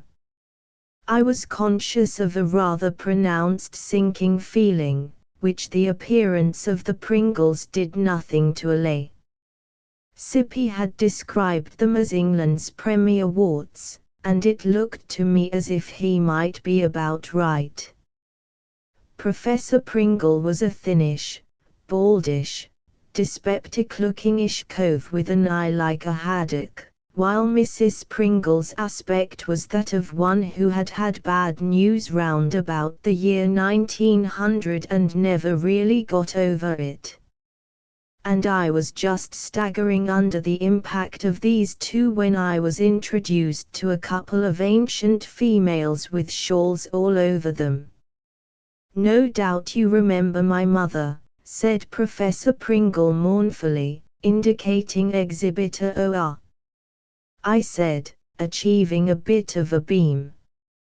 "And my aunt," sighed the prof, as if things were getting worse and worse. "Well, well, well," I said, shooting another beam in the direction of Exhibit B. "They were saying only this morning that they remembered you," groaned the prof, abandoning all hope. There was a pause. The whole strength of the company gazed at me like a family group out of one of Edgar Allan Poe's less cheery yarns, and I felt my joie de vivre dying at the roots. "I remember Oliver," said Exhibitor. She heaved a sigh. "He was such a pretty child. What a pity. What a pity. Tactful, of course, and calculated to put the guest completely at his ease." "I remember Oliver," said Exhibit B, looking at me in much the same way as the Bosher Street beak had looked at Sippy before putting on the black cap. "Nasty little boy. He teased my cat." "Aunt Jane's memory is wonderful, considering that she will be 87 next birthday," whispered Mrs. Pringle with mournful pride. "What did you say?" asked the exhibit suspiciously. "I said your memory was wonderful." "Ah." The dear old creature gave me another glare. I could see that no beautiful friendship was to be looked for by Bertram in this quarter. He chased my Tybee all over the garden, shooting arrows at her from a bow. At this moment a cat strolled out from under the sofa and made for me with its tail up. Cats always do take to me, which made it all the sadder that I should be saddled with Sippy's criminal record. I stooped to tickle it under the ear, such being my invariable policy, and the exhibit uttered a piercing cry. "Stop him! Stop him!" She leaped forward, moving uncommonly well for one of her years, and having scooped up the cat, stood eyeing me with bitter defiance, as if daring me to start anything. Most unpleasant. I like cats, I said feebly. It didn't go. The sympathy of the audience was not with me, and conversation was at what you might call a low ebb, when the door opened and a girl came in. "My daughter." "Hello," said the prof moodily, as if he hated to admit it. I turned to meet the female, and stood there with my hand out, gaping. I can't remember when I've had such a nasty shock. I suppose everybody has had the experience of suddenly meeting somebody who reminded them frightfully of some fearful person. I mean to say, by way of an example, once when I was golfing in Scotland I saw a woman come into the hotel who was the living image of my Aunt Agatha. Probably a very decent sort, if I had only waited to see, but I didn't wait. I legged it that evening, utterly unable to stand the spectacle. And on another occasion I was driven out of a thoroughly festive nightclub because the head waiter reminded me of my Uncle Percy. Well, Hello's Pringle, in the most ghastly way, resembled Honoria Glossop. I think I may have told you before about this Glossop scourge. She was the daughter of Sir Roderick Glossop, the lunar doctor, and I had been engaged to her for about 3 weeks, much against my wishes, when the old boy most fortunately got the idea that I was off my rocker and put the B on the proceedings. Since then the mere thought of her had been enough to make me start out of my sleep with a loud cry. And this girl was exactly like her. How are you?" I said. "How do you do?" Her voice put the lid on it. It might have been Honoria herself talking. Honoria Glossop has a voice like a lion tamer making some authoritative announcement to one of the troupe, and so had this girl. I backed away convulsively and sprang into the air as my foot stubbed itself against something squashy. A sharp yowl rent the air, followed by an indignant cry, and I turned to see Aunt Jane, on all fours, trying to put things right with the cat, which had gone to earth under the sofa. She gave me a look, and I could see that her worst fears had been realized. At this juncture dinner was announced, not before I was ready for it. "Jeeves," I said, when I got him alone that night, "I am no faint heart, but I am inclined to think that this binge is going to prove a shade above the odds." "You are not enjoying your visit, sir." "I am not, Jeeves." "Have you seen Miss Pringle?" "Yes, sir, from a distance." "The best way to see her." "Did you observe her keenly?" "Yes, sir." "Did she remind you of anybody?" "She appeared to me to bear a remarkable likeness to her cousin, Miss Glossop, sir." "Her cousin? You don't mean to say she's Honoria Glossop's cousin?" "Yes, sir." Mrs. Pringle was a Miss Blatherwick, the younger of 2 sisters, the elder of whom married Sir Roderick Glossop. Great Scott! That accounts for the resemblance. "Yes, sir." "And what a resemblance, Jeeves. She even talks like Miss Glossop." "Indeed, sir. I have not yet heard Miss Pringle speak." You have missed little. And what it amounts to, Jeeves, is that, though nothing will induce me to let old Sippy down, I can see that this visit is going to try me high. At a pinch, I could stand the prof and wife. I could even make the effort of a lifetime and bear up against Aunt Jane. But to expect a man to mix daily with the girl Hellos, and to do it, what is more, on lemonade, which is all there was to drink at dinner, is to ask too much of him. What shall I do, Jeeves? I think that you should avoid Miss Pringle's society as much as possible. The same great thought had occurred to me, I said. It is all very well, though, to talk airily about avoiding a female's society, but when you are living in the same house with her, and she doesn't want to avoid you, it takes a bit of doing. It is a peculiar thing in life that the people you most particularly want to edge away from always seem to cluster round like a poultice. I hadn't been 24 hours in the place before I perceived that I was going to see a lot of this pestilence. She was one of those girls you're always meeting on the stairs and in passages. I couldn't go into a room without seeing her drift in a minute later. And if I walked in the garden she was sure to leap out at me from a laurel bush or the onion bed or something. By about the 10th day I had begun to feel absolutely haunted. Jeeves, I said, I have begun to feel absolutely haunted. Sir. This woman dogs me. I never seem to get a moment to myself.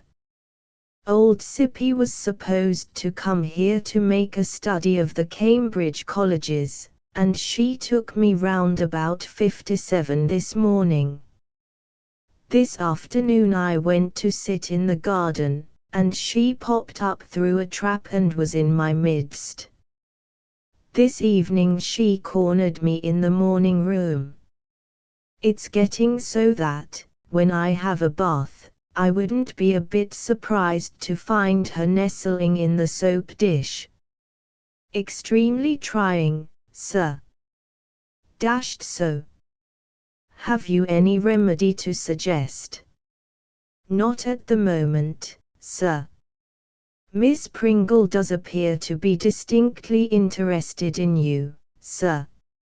She was asking me questions this morning respecting your mode of life in London. What? Yes, sir. I stared at the man in horror. A ghastly thought had struck me. I quivered like an aspen. At lunch that day a curious thing had happened.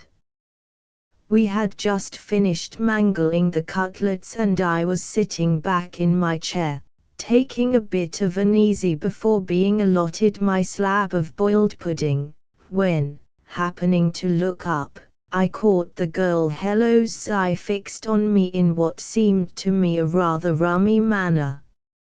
I didn't think much about it at the time, because boiled pudding is a thing you have to give your undivided attention to if you want to do yourself justice, but now, recalling the episode in the light of Jeeves' words, the full sinister meaning of the thing seemed to come home to me. Even at the moment, something about that look had struck me as oddly familiar, and now I suddenly saw why.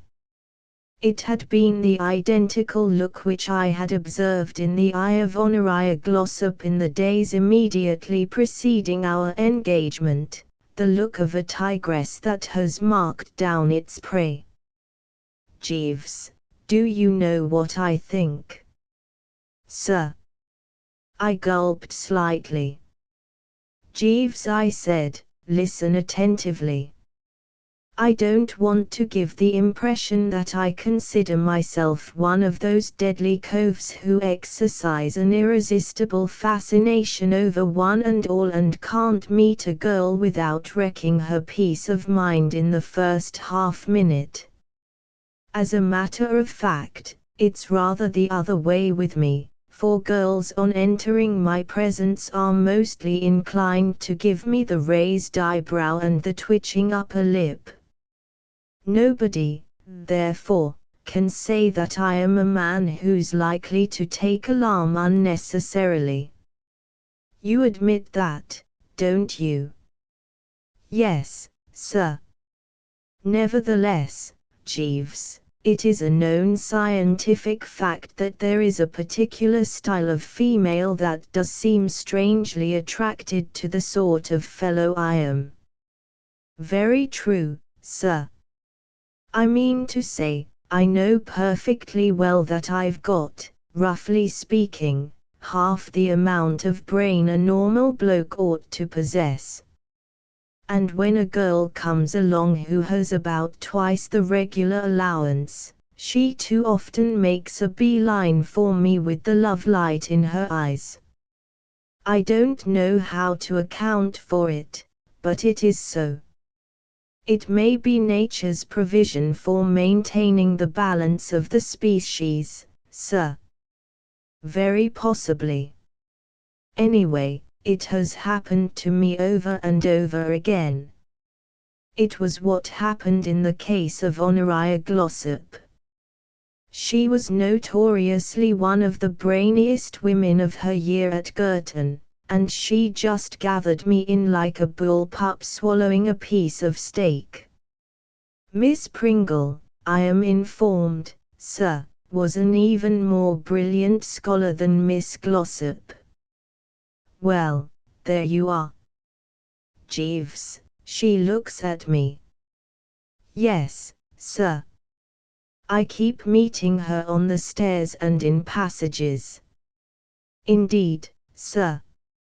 She recommends me books to read, to improve my mind. Highly suggestive, sir. And at breakfast this morning, when I was eating a sausage, she told me I shouldn't, as modern medical science held that a 4-inch sausage contained as many germs as a dead rat. The maternal touch, you understand, fussing over my health. I think we may regard that, sir, as practically conclusive. I sank into a chair, thoroughly pipped. What's to be done, Jeeves? We must think, sir. You think? I haven't the machinery. I will most certainly devote my very best attention to the matter, sir, and will endeavor to give satisfaction. Well, that was something. But I was ill at ease. Yes, there is no getting away from it, Bertram was ill at ease. Next morning we visited 63 more Cambridge colleges, and after lunch I said I was going to my room to lie down. After staying there for half an hour to give the coast time to clear, I shoved a book and smoking materials in my pocket, and climbing out of a window, shinned down a convenient water pipe into the garden. My objective was the summer house, where it seemed to me that a man might put in a quiet hour or so without interruption. It was extremely jolly in the garden. The sun was shining, the crocuses were all to the mustard and there wasn't a sign of Hello's Pringle anywhere. The cat was fooling about on the lawn, so I chirruped to it and it gave a low gargle and came trotting up. I had just got it in my arms and was scratching it under the ear when there was a loud shriek from above, and there was Aunt Jane half out of the window. Dashed disturbing. Oh, right ho, I said. I dropped the cat, which galloped off into the bushes, and dismissing the idea of bunging a brick at the aged relative, went on my way, heading for the shrubbery. Once safely hidden there, I worked round till I got to the summer house. And, believe me, I had hardly got my first cigarette nicely under way when a shadow fell on my book, and there was young Sticketh closer than a brother in person. "So there you are," she said. She seated herself by my side, and with a sort of gruesome playfulness jerked the gasper out of the holder and heaved it through the door. "You're always smoking," she said, a lot too much like a lovingly chiding young bride for my comfort. "I wish you wouldn't. It's so bad for you. And you ought not to be sitting out here without your light overcoat. You want someone to look after you." "I've got Jeeves." She frowned a bit. "I don't like him," she said. "Eh? Why not?" "I don't know. I wish you would get rid of him." My flesh absolutely crept. And I'll tell you why. One of the first things Honoria Glossop had done after we had become engaged was to tell me she didn't like Jeeves and wanted him shot out. The realization that this girl resembled Honoria not only in body but in blackness of soul made me go all faint. "What are you reading?" She picked up my book and frowned again. The thing was one I had brought down from the old flat in London, to glance at in the train, a fairly zippy effort in the detective line called The Trail of Blood. She turned the pages with a nasty sneer. "I can't understand you liking nonsense of this." She stopped suddenly. "Good gracious. What's the matter? Do you know Bertie Wooster?" And then I saw that my name was scrawled right across the title page, and my heart did 3 back somersaults. "Oh, well, that is to say, well, slightly. He must be a perfect horror. I'm surprised that you can make a friend of him. Apart from anything else, the man is practically an imbecile. He was engaged to my cousin Honoria at one time, and it was broken off because he was next door to insane. You should hear my Uncle Roderick talk about him. I wasn't keen." "Do you see much of him?" "A goodish bit. I saw in the paper the other day that he was fined for making a disgraceful disturbance in the street." "Yes, I saw that." She gazed at me in a foul, motherly way. "He can't be a good influence for you," she said. "I do wish you would drop him." "Will you?" "Well," I began. And at this point old Cuthbert, the cat, having presumably found it a bit slow by himself in the bushes, wandered in with a matey expression on his face and jumped on my lap. I welcomed him with a good deal of cordiality. Though but a cat, he did make a sort of third at this party, and he afforded a good excuse for changing the conversation. "Jolly birds, cats," I said. She wasn't having any. "Will you drop Bertie Wooster?" she said, absolutely ignoring the cat motif. "It would be so difficult." "Nonsense. It only needs a little willpower. The man surely can't be so interesting a companion as all that. Uncle Roderick says he is an invertebrate waster." I could have mentioned a few things that I thought Uncle Roderick was, but my lips were sealed, so to speak. "You have changed a great deal since we last met," said the Pringle Disease reproachfully. She bent forward and began to scratch the cat under the other ear. "Do you remember, when we were children together, you used to say that you would do anything for me?" "Did I? I remember once you cried because I was cross and wouldn't let you kiss me. I didn't believe it at the time, and I don't believe it now. Sippy is in many ways a good deal of a chump, but surely even at the age of 10 he cannot have been such a priceless ass as that." I think the girl was lying, but that didn't make the position of affairs any better. I edged away a couple of inches and sat staring before me, the old brow beginning to get slightly bedewed. And then suddenly, "Well, you know how it is, I mean. I suppose everyone has had that ghastly feeling at one time or another of being urged by some overwhelming force to do some absolutely blithering act.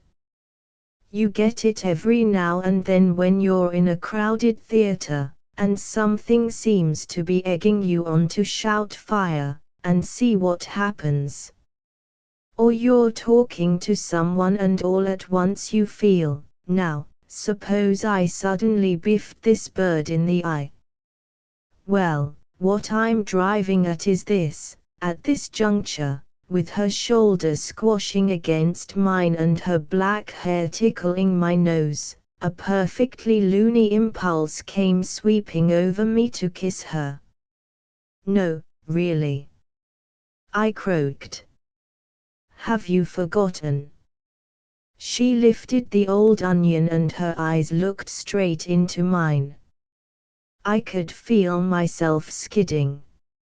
I shut my eyes. And then from the doorway there spoke the most beautiful voice I had ever heard in my life: "Give me that cat." I opened my eyes. There was good old Aunt Jane, that queen of her sex, standing before me, glaring at me as if I were a vivisectionist and she had surprised me in the middle of an experiment. How this pearl among women had tracked me down I don't know, but there she stood, bless her dear, intelligent old soul, like the rescue party in the last reel of a motion picture. I didn't wait. The spell was broken and I legged it. As I went, I heard that lovely voice again. "He shot arrows at my Tybee from a bow," said this most deserving and excellent octogenarian. For the next few days all was peace. I saw comparatively little of Hellos. I found the strategic value of that water pipe outside my window beyond praise. I seldom left the house now by any other route. It seemed to me that, if only the luck held like this, I might after all be able to stick this visit out for the full term of the sentence. But meanwhile, as they say in the movies, the whole family appeared to be present and correct as I came down to the drawing room a couple of nights later. The Prof, Mrs. Prof, the two exhibits and the girl Hellos were scattered about at intervals. The cat slept on the rug, the canary in its cage. There was nothing, in short, to indicate that this was not just one of our ordinary evenings. "Well, well, well," I said cheerily. "Hullo, hullo, hullo." I always like to make something in the nature of an entrance speech, it seeming to me to lend a chummy tone to the proceedings. The girl Hellos looked at me reproachfully. "Where have you been all day?" she asked. "I went to my room after lunch." "You weren't there at 5?" "No. After putting in a spell of work on the good old colleges I went for a stroll. Fellow must have exercise if he means to keep fit." "Mens sana in corpore sano," observed the professor. "I shouldn't wonder," I said cordially.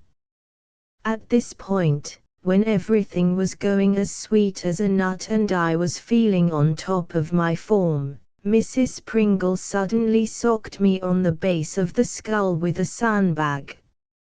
"Not actually, I don't mean." No, I speak figuratively, as it were." "Roderick is very late," she said. You may think it strange that the sound of that name should have sloshed into my nerve centers like a half-brick. But, take it from me, to a man who has had any dealings with Sir Roderick Glossop, there is only one Roderick in the world, and that is one too many. "Roderick," I gurgled. "My brother-in-law, Sir Roderick Glossop, comes to Cambridge tonight," said the professor. "He lectures at St. Luke's tomorrow. He is coming here to dinner." And while I stood there, feeling like the hero when he discovers that he is trapped in the den of the Secret Nine, the door opened. "Sir Roderick Glossop," announced the maid or some such person, and in he came. One of the things that get this old crumb so generally disliked among the better element of the community is the fact that he has a head like the dome of St. Paul's and eyebrows that want bobbing or shingling to reduce them to anything like reasonable size. It is a nasty experience to see this bald and bushy bloke advancing on you when you haven't prepared the strategic railways in your rear. As he came into the room I backed behind a sofa and commended my soul to God. I didn't need to have my hand read to know that trouble was coming to me through a dark man. He didn't spot me at first. He shook hands with the prof and wife, kissed hellos and waggled his head at the exhibits. "I fear I am somewhat late," he said. "A slight accident on the road, affecting what my chauffeur termed the," and then he saw me lurking on the outskirts and gave a startled grunt, as if I hurt him a good deal internally. "This," began the prof, waving in my direction. "I am already acquainted with Mr. Wooster." "This," went on the prof, "is Miss Sipley's nephew, Oliver." "You remember Miss Sipley?" "What do you mean?" barked Sir Roderick. Having had so much to do with loonies has given him a rather sharp and authoritative manner on occasion. "This is that wretched young man, Bertram Wooster." "What is all this nonsense about Olivers and Sipleys?" The prof was eyeing me with some natural surprise. So were the others. I beamed a bit weakly. "Well, as a matter of fact," I said. The prof was wrestling with the situation. You could hear his brain buzzing. "He said he was Oliver Sipley," he moaned. "Come here," bellowed Sir Roderick. "Am I to understand that you have inflicted yourself on this household under the pretense of being the nephew of an old friend?" It seemed a pretty accurate description of the facts. "Well, yes," I said. Sir Roderick shot an eye at me. It entered the body somewhere about the top stud, roamed around inside for a bit and went out at the back. "Insane." "Quite insane," as I knew from the first moment I saw him. "What did he say?" asked Aunt Jane. "Roderick says this young man is insane," roared the professor. "Ah," said Aunt Jane, nodding. "I thought so. He climbs down water pipes." "Does what?" "I've seen him, many a time." Sir Roderick snorted violently. "He ought to be under proper restraint. It is abominable that a person in his mental condition should be permitted to roam the world at large. The next stage may quite easily be homicidal. It seemed to me that, even at the expense of giving old Sippy away, I must be cleared of this frightful charge. After all, Sippy's number was up anyway." "Let me explain," I said. "Sippy asked me to come here." "What do you mean?" "He couldn't come himself, because he was jugged for biffing a cop on boat race night." Well, it wasn't easy to make them get the hang of the story, and even when I'd done it, it didn't seem to make them any chummier towards me. A certain coldness about expresses it, and when dinner was announced I counted myself out and pushed off rapidly to my room. I could have done with a bit of dinner, but the atmosphere didn't seem just right. "Jeeves," I said, having shot in and pressed the bell, "we're sunk." "Sir." "Hell's foundations are quivering and the game is up." He listened attentively. The contingency was one always to have been anticipated as a possibility, sir. It only remains to take the obvious step. "What's that?" "Go and see Miss Sipperley, sir." "What on earth for?" "I think it would be judicious to apprise her of the facts yourself, sir, instead of allowing her to hear of them through the medium of a letter from Professor Pringle. That is to say, if you are still anxious to do all in your power to assist Mr. Sipperley. I can't let Sippy down. If you think it's any good, we can but try it, sir. I have an idea, sir, that we may find Miss Sipperley disposed to look leniently upon Mr. Sipperley's misdemeanor." "What makes you think that?" "It is just a feeling that I have, sir." "Well, if you think it would be worth trying, how do we get there?" "The distance is about 150 miles, sir. Our best plan would be to hire a car." "Get it at once," I said. The idea of being 150 miles away from Hello's Pringle, not to mention Aunt Jane and Sir Roderick Glossop, sounded about as good to me as anything I had ever heard. The paddock, Beckley on the Moor, was about a couple of parasangs from the village, and I set out for it next morning, after partaking of a hearty breakfast at the local inn, practically without a tremor.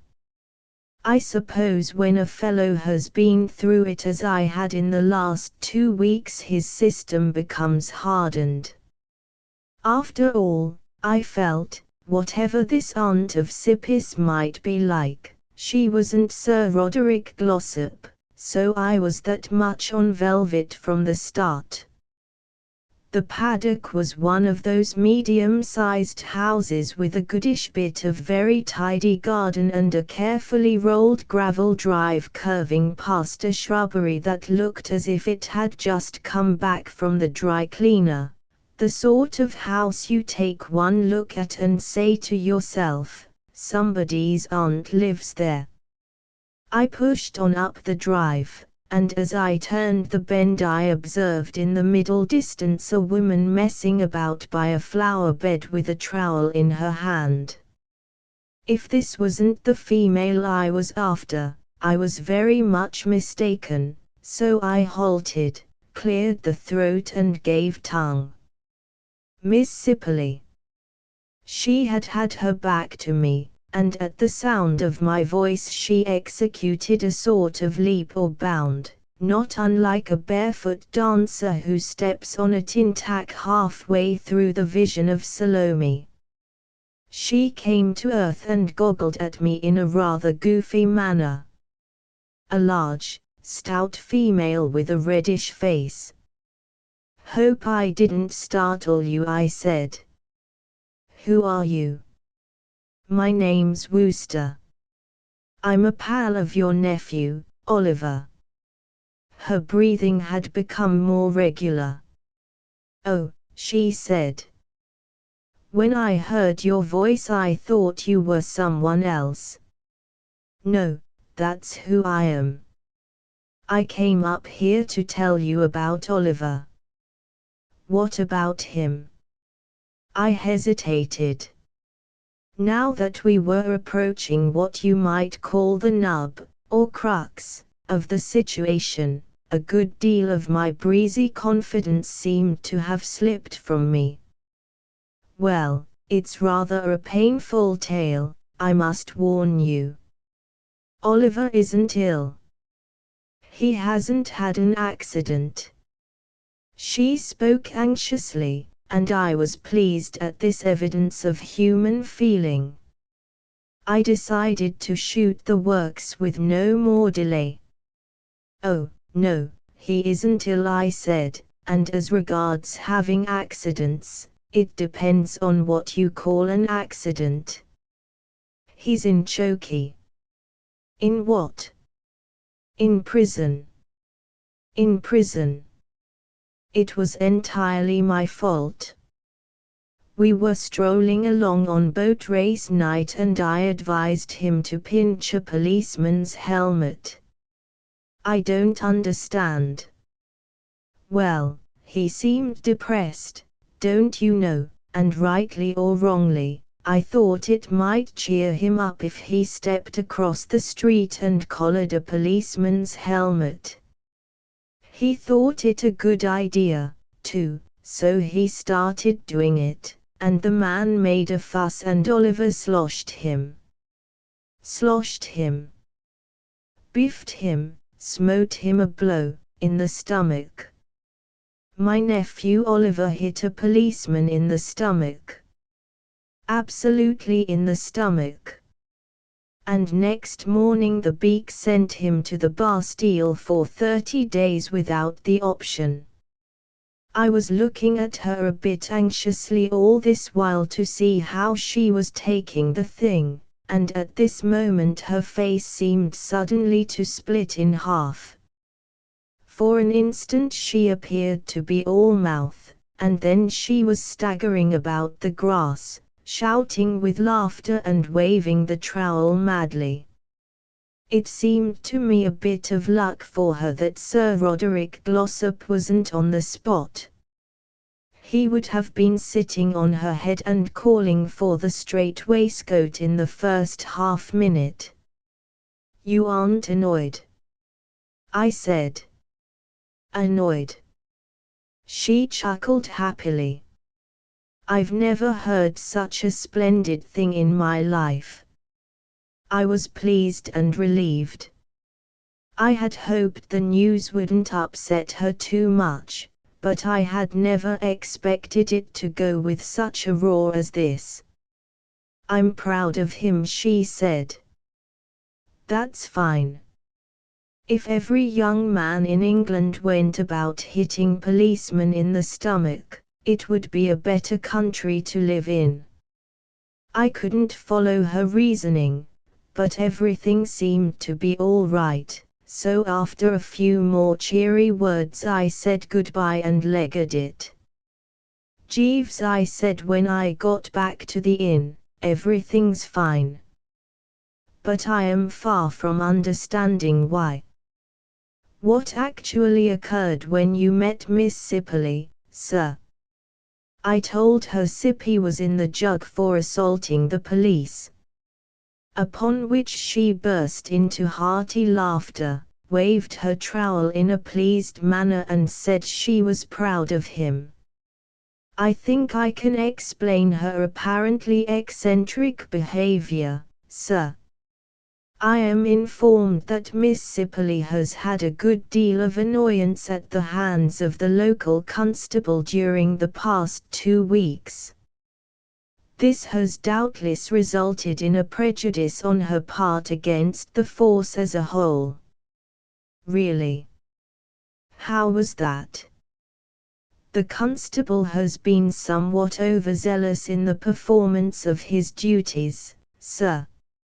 On no fewer than 3 occasions in the last 10 days he has served summonses upon Miss Sippely, for exceeding the speed limit in her car, for allowing her dog to appear in public without a collar, and for failing to abate a smoky chimney.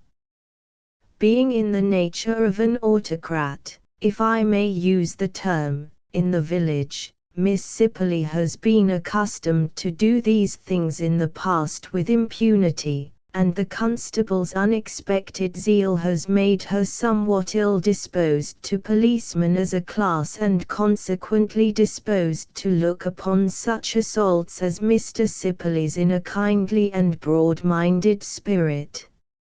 I saw his point. What an amazing bit of luck, Jeeves. Yes, sir. Where did you hear all this? My informant was the constable himself, sir. He is my cousin.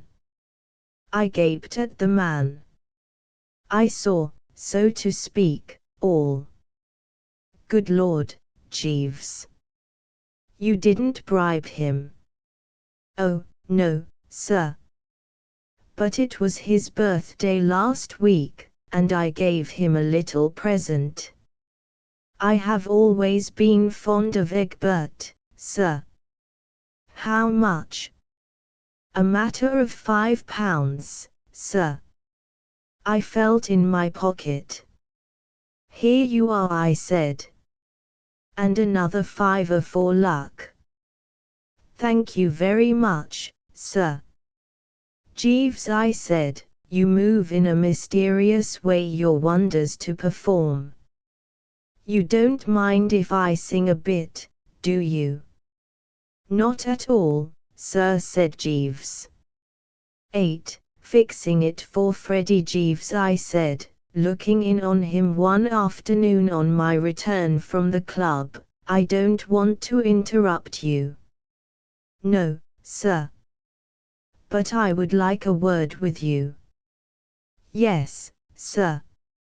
He had been packing a few of the Worcester necessaries in the old kit bag against our approaching visit to the seaside, and he now rose and stood bursting with courteous zeal.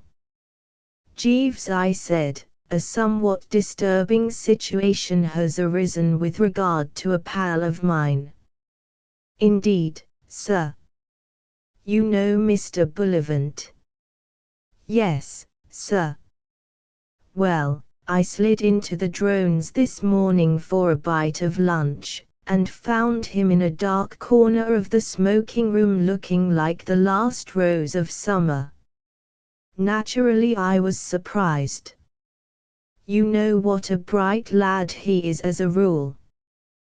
The life and soul of every gathering he attends. Yes, sir. Quite the little lump of fun, in fact. Precisely, sir. Well, I made inquiries, and he told me that he had had a quarrel with the girl he's engaged to. You knew he was engaged to Miss Elizabeth Vickers? Yes, sir. I recall reading the announcement in the Morning Post. Well, he isn't any longer. What the row was about he didn't say, but the broad facts, Jeeves, are that she has scratched the fixture. She won't let him come near her, refuses to talk on the phone, and sends back his letters unopened. Extremely trying, sir. We ought to do something, Jeeves. But what? It is somewhat difficult to make a suggestion, sir. Well, what I'm going to do for a start is to take him down to Marvis Bay with me. I know these birds who have been handed their hat by the girl of their dreams, Jeeves. What they want is complete change of scene. There is much in what you say, sir. Yes. Change of scene is the thing. I heard of a man. Girl refused him. Man went abroad. 2 months later girl wired him come back, Muriel. Man started to write out a reply, suddenly found that he couldn't remember girl's surname, so never answered at all, and lived happily ever after. It may well be, Jeeves, that after Freddie Bullivant has had a few weeks of Marvis Bay he will get completely over it. Very possibly, sir. And, if not, it is quite likely that, refreshed by sea air and good simple food, you will get a brain wave and think up some scheme for bringing these two misguided blighters together again. I will do my best, sir. I knew it, Jeeves, I knew it. Don't forget to put in plenty of socks. No, sir. Also of tennis shirts, not a few. Very good, sir. I left him to his packing, and a couple of days later we started off for Marvis Bay, where I had taken a cottage for July and August. I don't know if you know Marvis Bay. It's in Dorsetshire, and, while not what you would call a fiercely exciting spot, has many good points. You spend the day there bathing and sitting on the sands, and in the evening you stroll out on the shore with the mosquitoes. At 9 p.m. you rub ointment on the wounds and go to bed. It was a simple, healthy life, and it seemed to suit poor old Freddie absolutely. Once the moon was up and the breeze sighing in the trees, you couldn't drag him from that beach with ropes. He became quite a popular pet with the mosquitoes. They would hang round waiting for him to come out, and would give a miss to perfectly good strollers just so as to be in good condition for him. It was during the day that I found Freddie, poor old chap, a trifle heavy as a guest. I suppose you can't blame a bloke whose heart is broken, but it required a good deal of fortitude to bear up against this gloom-crushed exhibit during the early days of our little holiday. When he wasn't chewing a pipe and scowling at the carpet, he was sitting at the piano, playing the rosary with one finger. He couldn't play anything except the rosary, and he couldn't play much of that. However firmly and confidently he started off, somewhere around the third bar a fuse would blow out and he would have to start all over again. He was playing it as usual one morning when I came in from bathing, and it seemed to me that he was extracting more hideous melancholy from it even than usual. Nor had my sense deceived me. "Bertie," he said in a hollow voice, skidding on the fourth crotchet from the left as you enter the second bar and producing a distressing sound like the death rattle of a sand eel, "I've seen her." "Seen her?" I said. "What, Elizabeth Vickers?" How do you mean, you've seen her? She isn't down here. Yes, she is.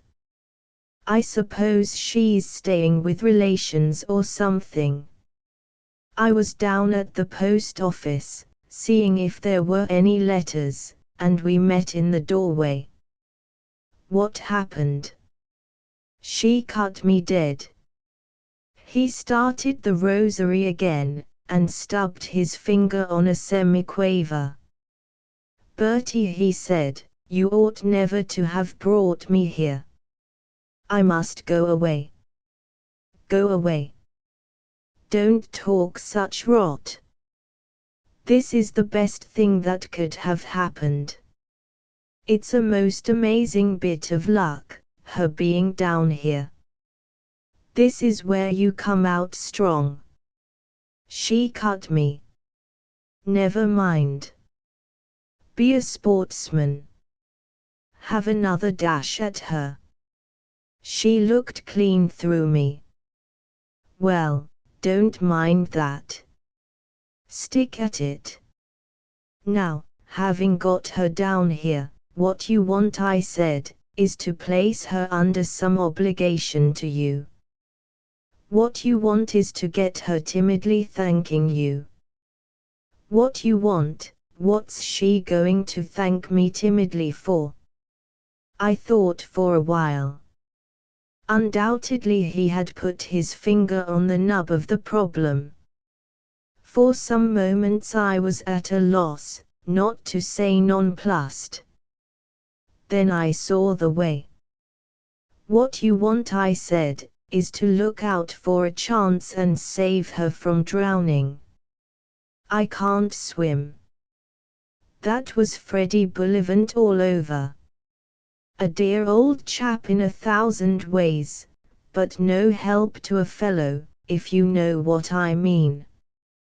He cranked up the piano once more, and I legged it for the open. I strolled out on the beach and began to think this thing over. I would have liked to consult Jeeves, of course, but Jeeves had disappeared for the morning. There was no doubt that it was hopeless expecting Freddie to do anything for himself in this crisis. I'm not saying that dear old Freddie hasn't got his strong qualities. He is good at polo, and I have heard him spoken of as a coming man at snooker pool. But apart from this, you couldn't call him a man of enterprise. Well, I was rounding some rocks, thinking pretty tensely, when I caught sight of a blue dress, and there was the girl in person. I had never met her, but Freddie had 16 photographs of her sprinkled round his bedroom, and I knew I couldn't be mistaken. She was sitting on the sand, helping a small, fat child to build a castle. On a chair close by was an elderly female reading a novel. I heard the girl call her aunt. So, getting the reasoning faculties to work, I deduced that the fat child must be her cousin. It struck me that if Freddie had been there, he would probably have tried to work up some sentiment about the kid on the strength of it. I couldn't manage this. I don't think I ever saw a kid who made me feel less sentimental. He was one of those round, bulging kids. After he had finished his castle, he seemed to get bored with life and began to cry. The girl, who seemed to read him like a book, took him off to where a fellow was selling sweets at a stall. And I walked on. Now, those who know me, if you ask them, will tell you that I'm a chump. My Aunt Agatha would testify to this effect. So would my Uncle Percy and many more of my nearest and, if you like to use the expression, dearest. Well, I don't mind. I admit it. I am a chump. But what I do say, and I should like to lay the greatest possible stress on this, is that every now and then, just when the populace has given up hope that I will ever show any real human intelligence, I get what it is idle to pretend is not an inspiration. And that's what happened now. I doubt if the idea that came to me at this juncture would have occurred to a single one of any dozen of the largest-brained blokes in history. Napoleon might have got it, but I'll bet Darwin and Shakespeare and Thomas Hardy wouldn't have thought of it in 1,000 years. It came to me on my return journey. I was walking back along the shore, exercising the old bean fiercely, when I saw the fat child meditatively smacking a jellyfish with a spade. The girl wasn't with him. The aunt wasn't with him. In fact, there wasn't anybody else in sight. And the solution of the whole trouble between Freddie and his Elizabeth suddenly came to me in a flash.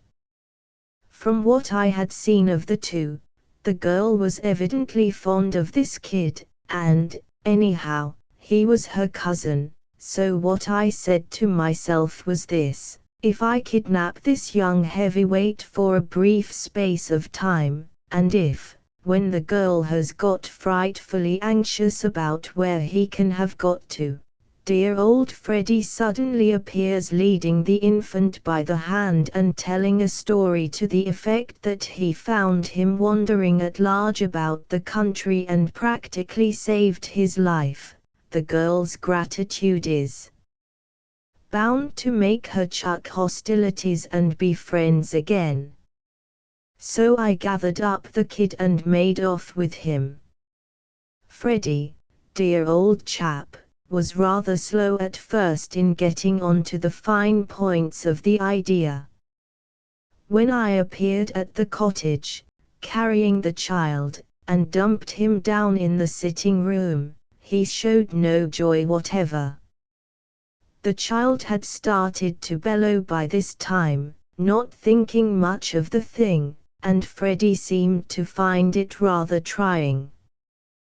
"What the devil's all this?" he asked, regarding the little visitor with a good deal of loathing.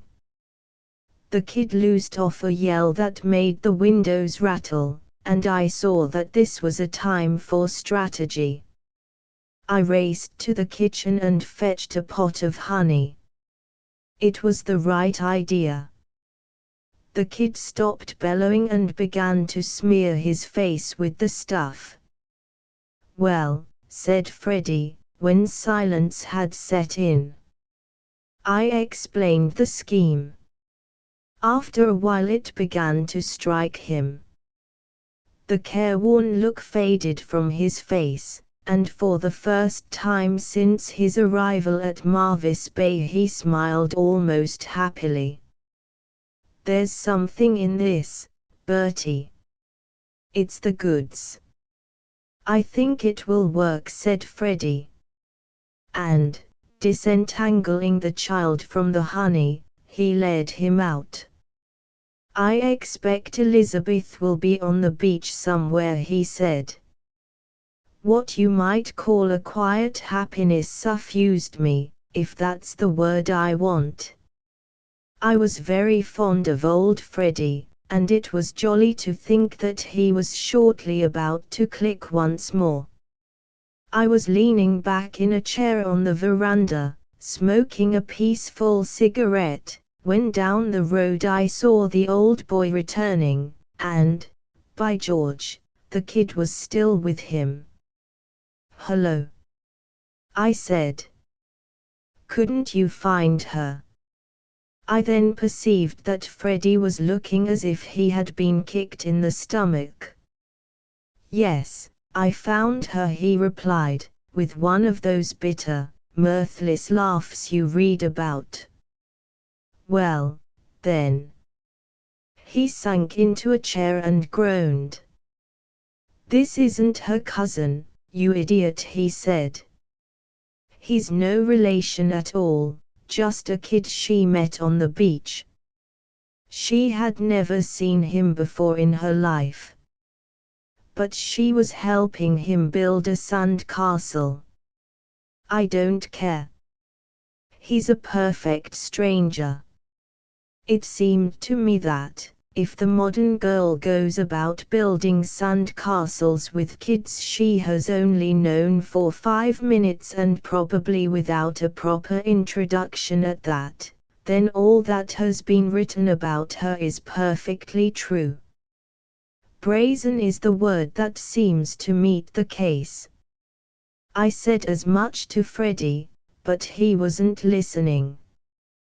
"Well, who is this ghastly child, then?" I said. "I don't know. Oh Lord, I've had a time. Thank goodness you will probably spend the next few years of your life in Dartmoor for kidnapping. That's my only consolation. I'll come and jeer at you through the bars on visiting days."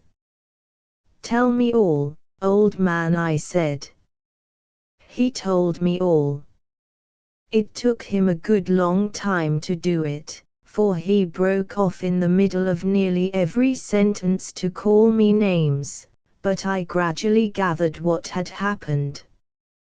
The girl Elizabeth had listened like an iceberg while he worked off the story he had prepared, and then, well, she didn't actually call him a liar in so many words, but she gave him to understand in a general sort of way that he was a worm and an outcast. And then he crawled off with the kid, licked to a splinter. "And mind," he concluded, "this is your affair. I'm not mixed up in it at all. If you want to escape your sentence, or anyway get a portion of it remitted, you'd better go and find the child's parents and return him before the police come for you." "Who are his parents?" "I don't know." "Where do they live?" "I don't know." The kid didn't seem to know, either. A thoroughly vapid and uninformed infant. I got out of him the fact that he had a father, but that was as far as he went. It didn't seem ever to have occurred to him, chatting of an evening with the old man, to ask him his name and address. So, after a wasted 10 minutes, out we went into the great world, more or less what you might call at random. I give you my word that, until I started to tramp the place with this child, I never had a notion that it was such a difficult job restoring a son to his parents. How kidnappers ever get caught is a mystery to me. I searched Marvis Bay like a bloodhound, but nobody came forward to claim the infant. You would have thought, from the lack of interest in him, that he was stopping there all by himself in a cottage of his own. It wasn't till, by another inspiration, I thought to ask the sweet stall man that I got on the track. The sweet stall man, who seemed to have seen a lot of him, said that the child's name was Kegworthy, and that his parents lived at a place called Ocean Rest. It then remained to find Ocean Rest. And eventually, after visiting Ocean View, Ocean Prospect, Ocean Breeze, Ocean Cottage, Ocean Bungalow, Ocean Nook and Ocean Homestead, I trailed it down. I knocked at the door. Nobody answered. I knocked again. I could hear movements inside, but nobody appeared. I was just going to get to work with that knocker in such a way that it would filter through these people's heads that I wasn't standing there just for the fun of the thing, when a voice from somewhere above shouted hi. I looked up and saw a round, pink face, with grey whiskers east and west of it, staring down at me from an upper window. Hi, it shouted again. You can't come in. I don't want to come in. Because, oh, is that Tootles? My name is not Tootles. Are you Mr. Kegworthy? I've brought back your son. I see him. Peep-o, Tootles, Dada can see-o. The face disappeared with a jerk. I could hear voices. The face reappeared. Hi. I churned the gravel madly. This blighter was giving me the pip. Do you live here? Asked the face. I have taken a cottage here for a few weeks. What's your name? Wooster. Fancy that. Do you spell it Worcester or Wooster? Woo, I ask because I once knew a Miss Wooster, spelled W-O. I had had about enough of this spelling bee. Will you open the door and take this child in? I mustn't open the door.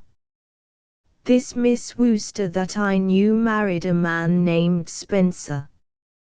Was she any relation? She is my Aunt Agatha, I replied, and I spoke with a good deal of bitterness, trying to suggest by my manner that he was exactly the sort of man, in my opinion, who would know my Aunt Agatha. He beamed down at me. This is most fortunate. We were wondering what to do with Tootles. You see, we have mumps here. My daughter Bootles has just developed mumps. Tootles must not be exposed to the risk of infection. We could not think what to do with him. It was most fortunate, your finding the dear child. He strayed from his nurse. I would hesitate to trust him to a stranger, but you are different. Any nephew of Mrs. Spencer's has my complete confidence. You must take Tootles into your house. It will be an ideal arrangement. I have written to my brother in London to come and fetch him. He may be here in a few days. May.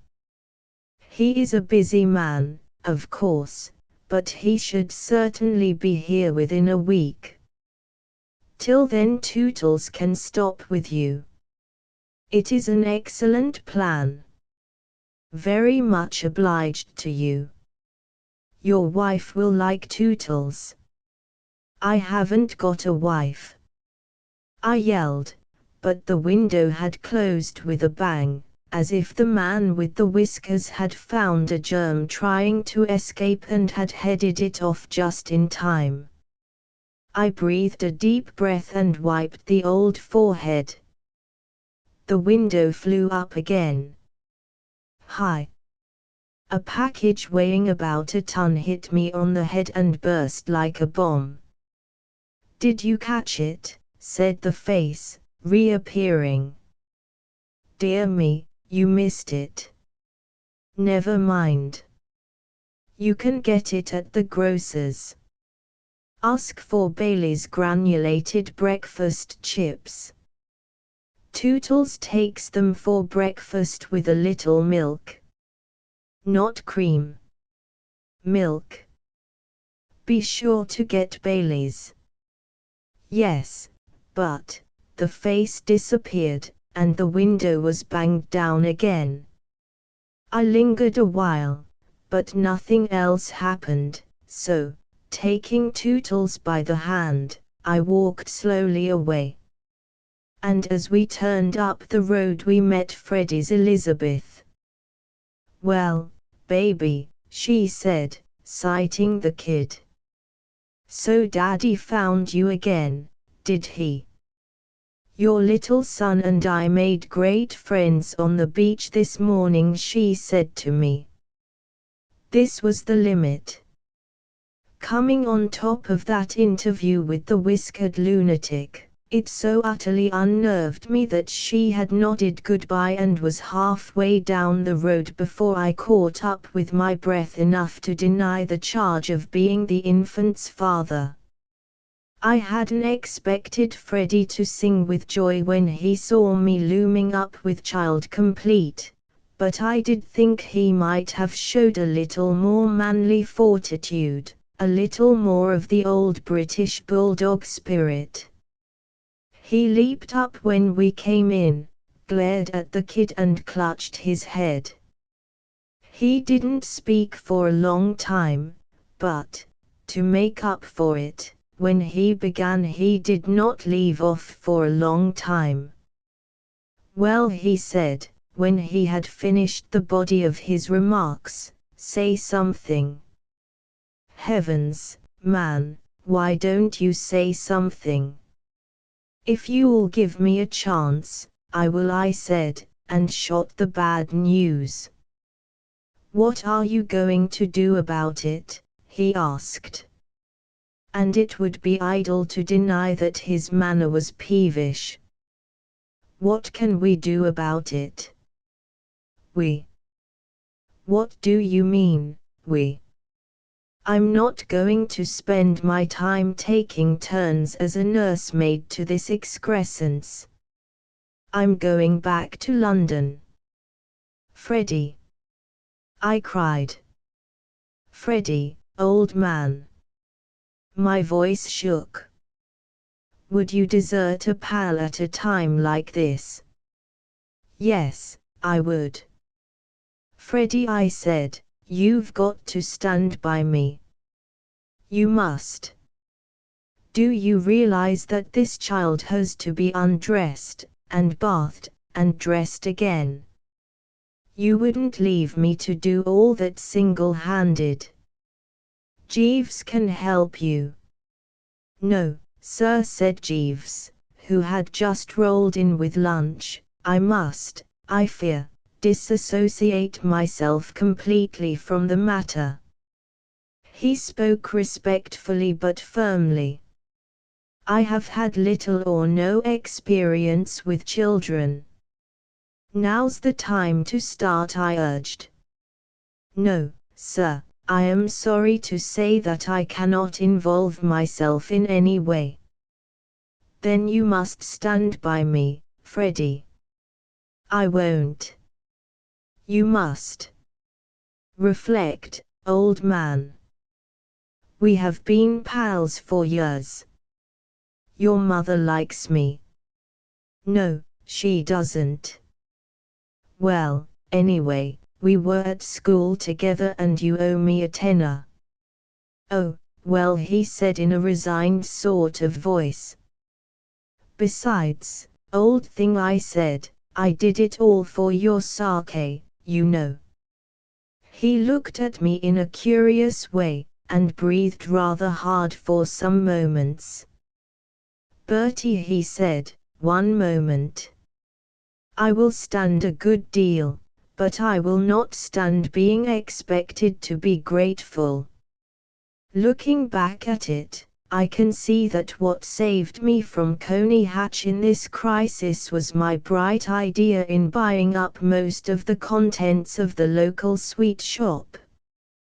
By serving out sweets to the kid practically incessantly, we managed to get through the rest of that day pretty satisfactorily.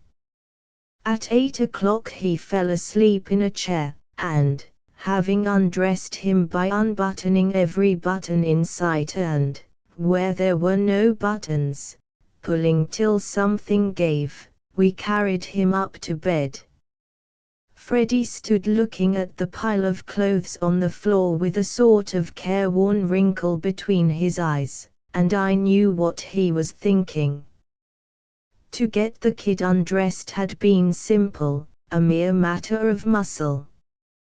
But how were we to get him into his clothes again? I stirred the heap with my foot. There was a long linen arrangement which might have been anything. Also a strip of pink flannel which was like nothing on earth. Almost unpleasant. But in the morning I remembered that there were children in the next bungalow but one, and I went there before breakfast and borrowed their nurse. Women are wonderful, by Jove they are. This nurse had all the spare parts assembled and in the right places in about 8 minutes, and there was the kid dressed and looking fit to go to a garden party at Buckingham Palace. I showered wealth upon her, and she promised to come in morning and evening. I sat down to breakfast almost cheerful again. It was the first bit of silver lining that had presented itself to date. And, after all I said, there's lots to be argued in favor of having a child about the place, if you know what I mean. Kind of cozy and domestic, what? Just then the kid upset the milk over Freddie's trousers, and when he had come back after changing he lacked sparkle. It was shortly after breakfast that Jeeves asked if he could have a word in my ear. Now, though in the anguish of recent events I had rather tended to forget what had been the original idea in bringing Freddie down to this place, I hadn't forgotten it altogether, and I'm bound to say that, as the days went by, I had found myself a little disappointed in Jeeves. The scheme had been, if you recall, that he should refresh himself with sea air and simple food and, having thus got his brain into prime working order, evolve some means of bringing Freddie and his Elizabeth together again. And what had happened? The man had eaten well and he had slept well, but not a step did he appear to have taken towards bringing about the happy ending. The only move that had been made in that direction had been made by me, alone and unaided, and, though I freely admit that it had turned out a good deal of a bloomer, still the fact remains that I had shown zeal and enterprise. Consequently I received him with a bit of hauteur when he blew in. Slightly cold. A trifle frosty. Yes, Jeeves. I said. You wished to speak to me. Yes, sir. Say on, Jeeves, I said. Thank you, sir. What I desired to say, sir, was this: I attended a performance at the local cinema last night. I raised the eyebrows. I was surprised at the man. With life in the home so frightfully tense and the young master up against it to such a fearful extent, I disapproved of him coming toddling in and prattling about his amusements. I hope you enjoyed yourself, I said in rather a nasty manner. Yes, sir, thank you. The management was presenting a super film in 7 reels, dealing with life in the wilder and more feverish strata of New York society, featuring Bertha Blevitch, Orlando Murphy and Baby Bobby. I found it most entertaining, sir. That's good, I said. And if you have a nice time this morning on the sands with your spade and bucket, you will come and tell me all about it, won't you? I have so little on my mind just now that it's a treat to hear all about your happy holiday. Satirical, if you see what I mean. Sarcastic. Almost bitter, as a matter of fact, if you come right down to it. The title of the film was Tiny Hands, Sir.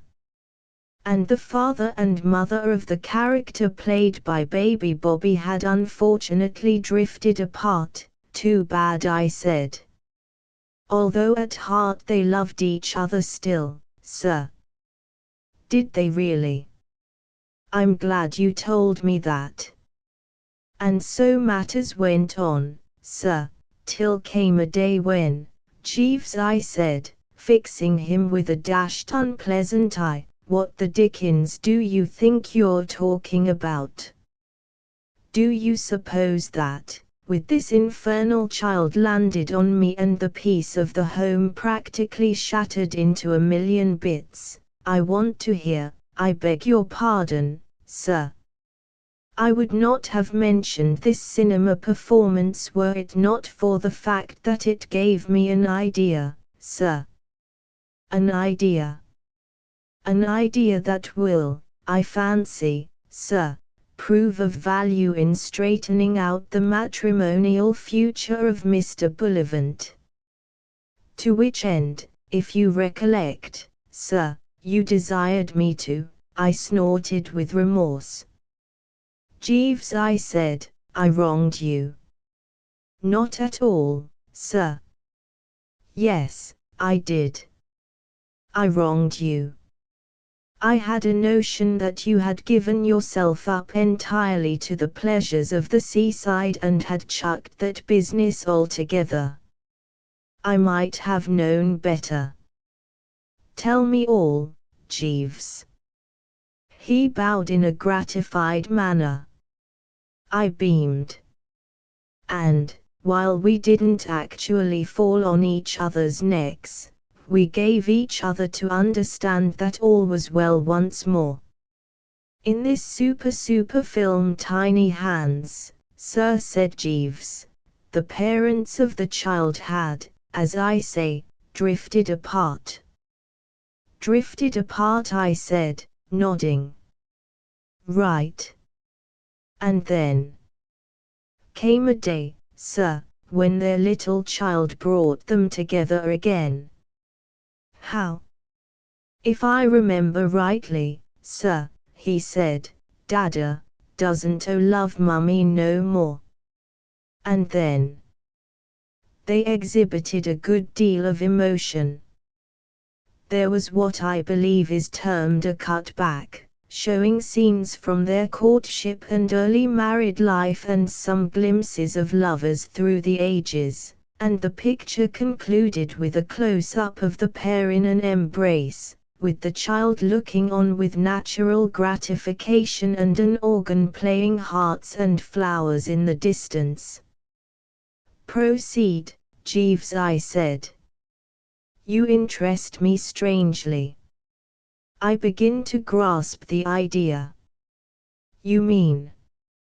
I mean, sir, that, with this young gentleman on the premises, it might be possible to arrange a dinerment of a somewhat similar nature in regard to Mr. Bullivant and Miss Vickers.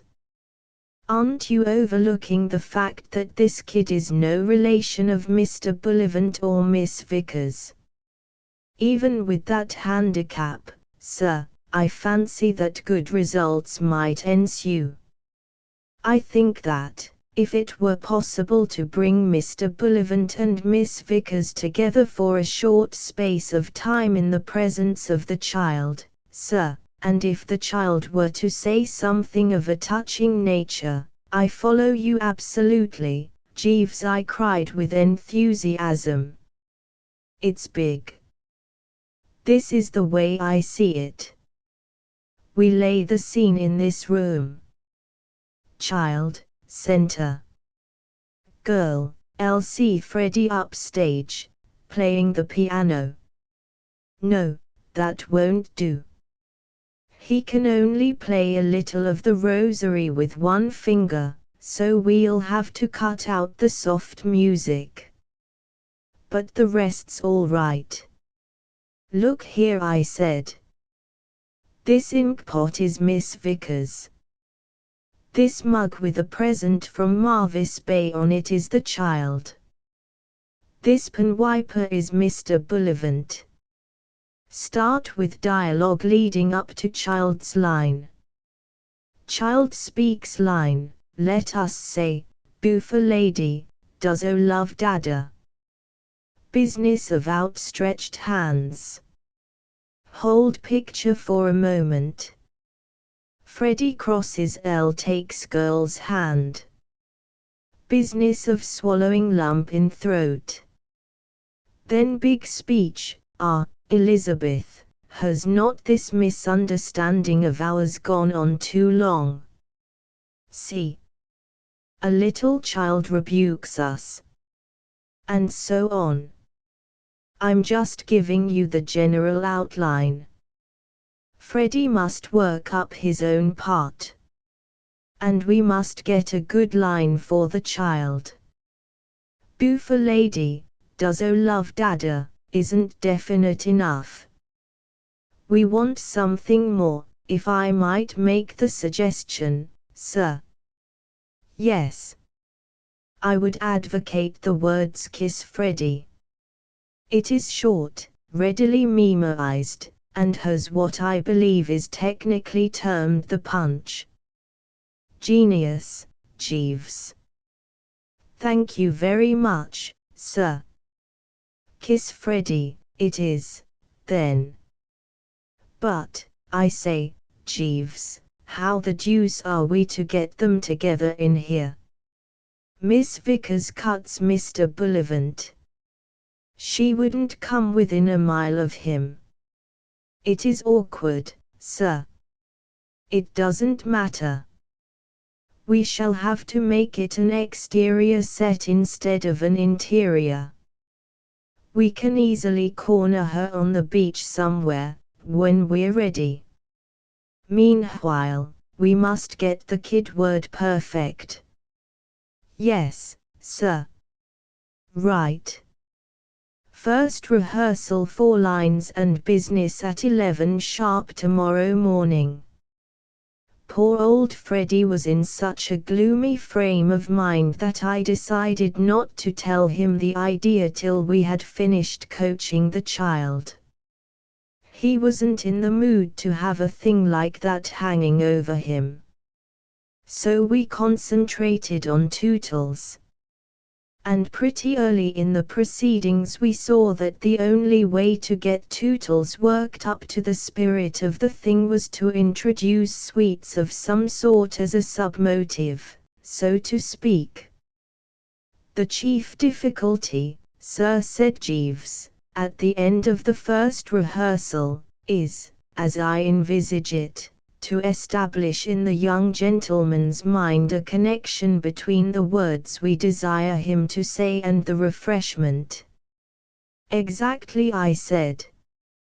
Once the blighter has grasped the basic fact that these 2 words, clearly spoken, result automatically in chocolate nugget, we have got a success. I've often thought how interesting it must be to be one of those animal trainer blokes, to stimulate the dawning intelligence and all that. Well, this was every bit as exciting. Some days success seemed to be staring us in the eyeball, and the kid got out the line as if he had been an old professional. And then he would go all to pieces again. And time was flying. We must hurry up, Jeeves, I said. The kid's uncle may arrive any day now and take him away.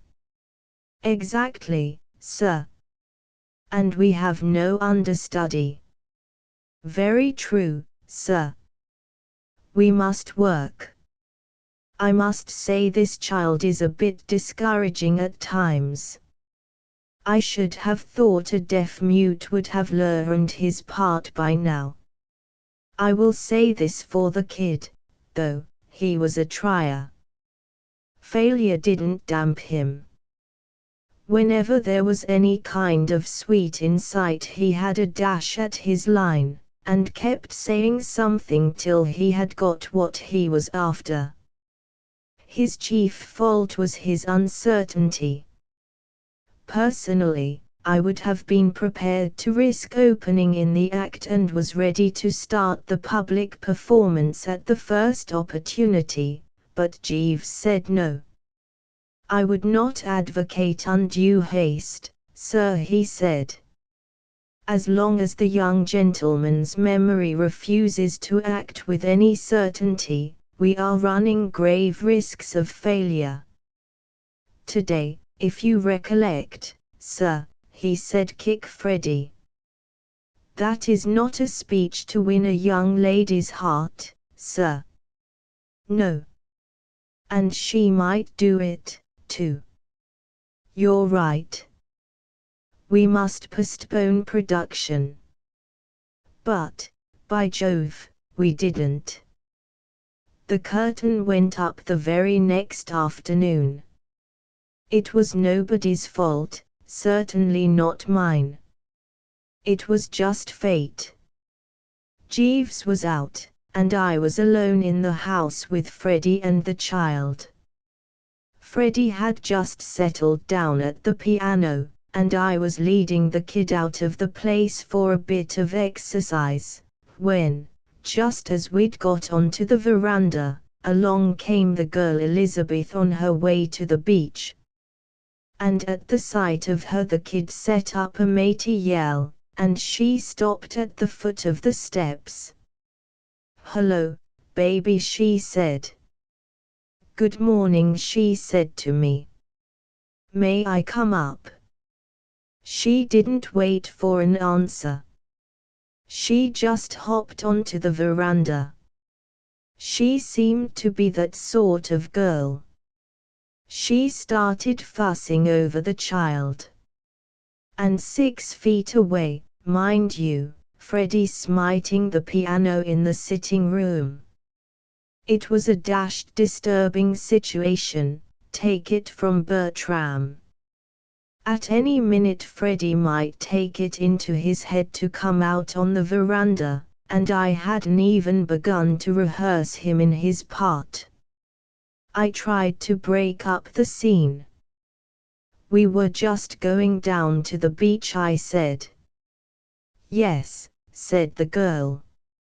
She listened for a moment. "So you're having your piano tuned," she said. "My aunt has been trying to find a tuner for hours.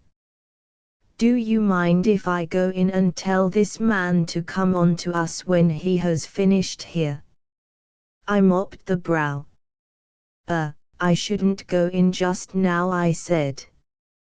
"Not just now, while he's working, if you don't mind.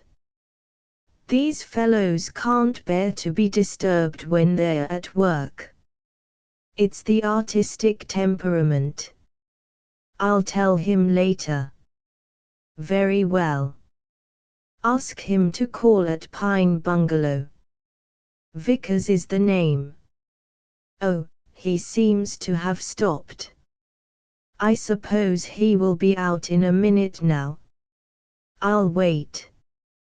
"Don't you think, shouldn't you be getting on to the beach?" I said. She had started talking to the kid and didn't hear.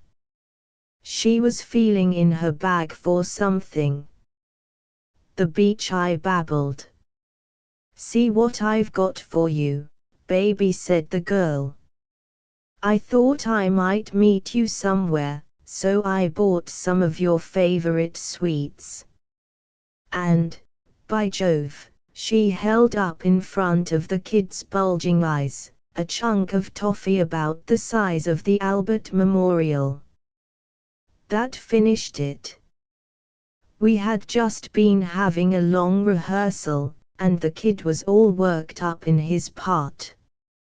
He got it right first time. "Kiss Freddie," he shouted.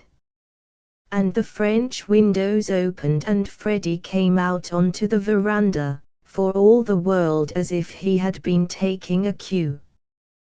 "Kiss Freddie," shrieked the child. Freddie looked at the girl, and the girl looked at him. I looked at the ground, and the kid looked at the toffee. "Kiss Freddy," he yelled. "Kiss Freddy." "What does this mean?" said the girl, turning on me. "You'd better give it him," I said. "He'll go on till you do, you know." She gave the kid the toffee and he subsided. Freddy, poor ass, still stood there gaping, without a word. "What does it mean?" said the girl again. Her face was pink, and her eyes were sparkling in the sort of way, don't you know, that makes a fellow feel as if he hadn't any bones in him, if you know what I mean. Yes, Bertram felt filleted. Did you ever tread on your partner's dress at a dance? I'm speaking now of the days when women wore dresses long enough to be trodden on, and hear it rip and see her smile at you like an angel and say, "Please don't apologize. It's nothing," and then suddenly meet her clear blue eyes and feel as if you had stepped on the teeth of a rake and had the handle jump up and hit you in the face. Well, that's how Freddy's Elizabeth looked. "Well," she said, and her teeth gave a little click. I gulped. Then I said it was nothing. Then I said it was nothing much. Then I said, "Oh, well, it was this way." And I told her all about it. And all the while idiot Freddy stood there gaping, without a word. Not one solitary yip had he let out of himself from the start. And the girl didn't speak, either. She just stood listening. And then she began to laugh. I never heard a girl laugh so much. She leaned against the side of the veranda and shrieked. And all the while Freddy, the world's champion dumb brick, standing there, saying nothing. Well, I finished my story and sidled to the steps. I had said all I had to say, and it seemed to me that about here the stage direction "Exit cautiously" was written in my part. I gave poor old Freddy up in despair. If only he had said a word it might have been all right. But there he stood speechless. Just out of sight of the house I met Jeeves, returning from his stroll. "Jeeves," I said, "all is over. The thing's finished. Poor dear old Freddy has made a complete ass of himself and killed the whole show." "Indeed, sir." "What has actually happened?" I told him. He fluffed in his lines. I concluded.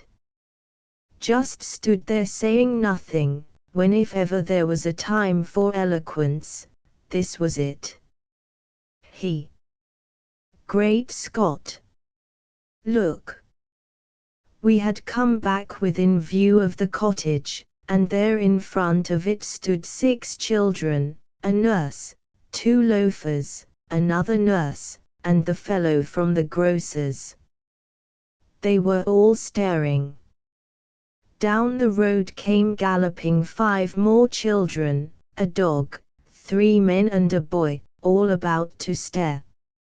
And on our porch, as unconscious of the spectators as if they had been alone in the Sahara, stood Freddy and his Elizabeth, clasped in each other's arms. "Great Scott!" I said. "It would appear, sir," said Jeeves, "that everything has concluded most satisfactorily, after all." "Yes. Dear old Freddy may have been fluffy in his lines," I said, "but his business certainly seems to have gone with a bang." "Very true, sir," said Jeeves. 9. Clustering round young Bingo, I blotted the last page of my manuscript and sank back, feeling more or less of a spent force. After incredible sweat of the old brow, the thing seemed to be in pretty fair shape, and I was just reading it through and debating whether to bung in another paragraph at the end, when there was a tap at the door and Jeeves appeared. "Mrs. Travers, sir, on the telephone." "Oh," I said. "Preoccupied, don't you know?" "Yes, sir. She presents her compliments and would be glad to know what progress you have made with the article which you are writing for her." "Jeeves, can I mention men's knee-length underclothing in a woman's paper?" "No, sir." "Then tell her it's finished." "Very good, sir. And, Jeeves, when you're through, come back. I want you to cast your eye over this effort and give it the okay." My Aunt Dahlia, who runs a women's paper called Milady's Boudoir, had recently backed me into a corner and made me promise to write her a few authoritative words for her husband's and brother's page on what the well-dressed man is wearing. I believe in encouraging aunts, when deserving, and, as there are many worse eggs than her knocking about the metrop, I had consented blithely. But I give you my honest word that if I had had the foggiest notion of what I was letting myself in for, not even a nephew's devotion would have kept me from giving her the raspberry. A deuce of a job it had been, taxing the physique to the utmost. I don't wonder now that all these author blokes have bald heads and faces like birds who have suffered. "Jeeves," I said, when he came back, "you don't read a paper called Milady's Boudoir by any chance, do you?" "No, sir. The periodical has not come to my notice." "Well, spring sixpence on it next week, because this article will appear in it. Wooster on the well-dressed man, don't you know?" "Indeed, sir." "Yes, indeed, Jeeves. I've rather extended myself over this little bijou. There's a bit about socks that I think you will like." He took the manuscript, brooded over it, and smiled a gentle, approving smile. "The sock passage is quite in the proper vein, sir," he said. "Well expressed, what?" "Extremely, sir." I watched him narrowly as he read on, and, as I was expecting, what you might call the love light suddenly died out of his eyes. I braced myself for an unpleasant scene. "Come to the bit about soft silk shirts for evening wear?" I asked carelessly. "Yes, sir," said Jeeves, in a low, cold voice, as if he had been bitten in the leg by a personal friend. "And if I may be pardoned for saying so, you don't like it?" "No, sir. I do not. Soft silk shirts with evening costume are not worn, sir." "Jeeves," I said, looking the blighter diametrically in the center of the eyeball, "they're dashed well going to be.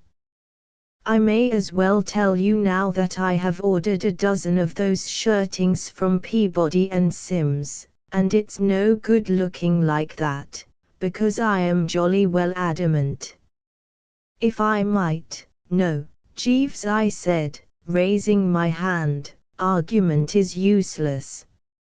Nobody has a greater respect than I have for your judgment in socks, in ties, and, I will go farther, in spats, but when it comes to evening shirts your nerve seems to fail you. You have no vision. You are prejudiced and reactionary. Hidebound is the word that suggests itself.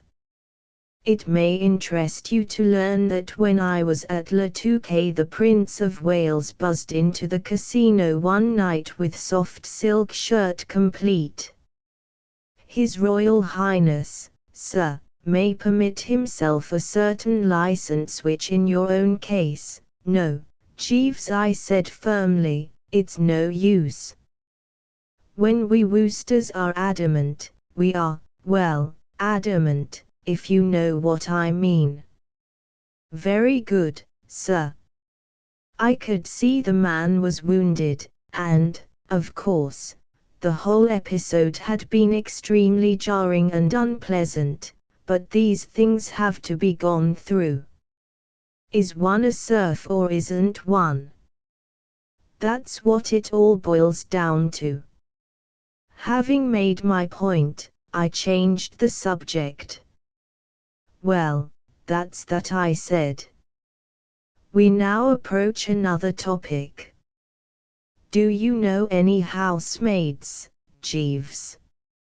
Housemaids, sir. Come, Jeeves, you know what housemaids are. Are you requiring a housemaid, sir? No, but Mr. Little is. I met him at the club a couple of days ago, and he told me that Mrs. Little is offering rich rewards to anybody who will find her one guaranteed to go light on the china. Indeed, sir. Yes. The one now in office apparently runs through the objets d'art like a typhoon, Simum, or Sirocco. So if you know any, I know a great many, sir. Some intimately, others mere acquaintances. Well, start digging round among the old pals. And now the hat, the stick, and other necessaries. I must be getting along and handing in this article. The offices of Milady's boudoir were in one of those rummy streets in the Covent Garden neighborhood, and I had just got to the door, after wading through a deep top dressing of old cabbages and tomatoes, when who should come out but Mrs. Little. She greeted me with the warmth due to the old family friend, in spite of the fact that I hadn't been round to the house for a goodish while. Whatever are you doing in these parts, Bertie? I thought you never came east of Leicester Square.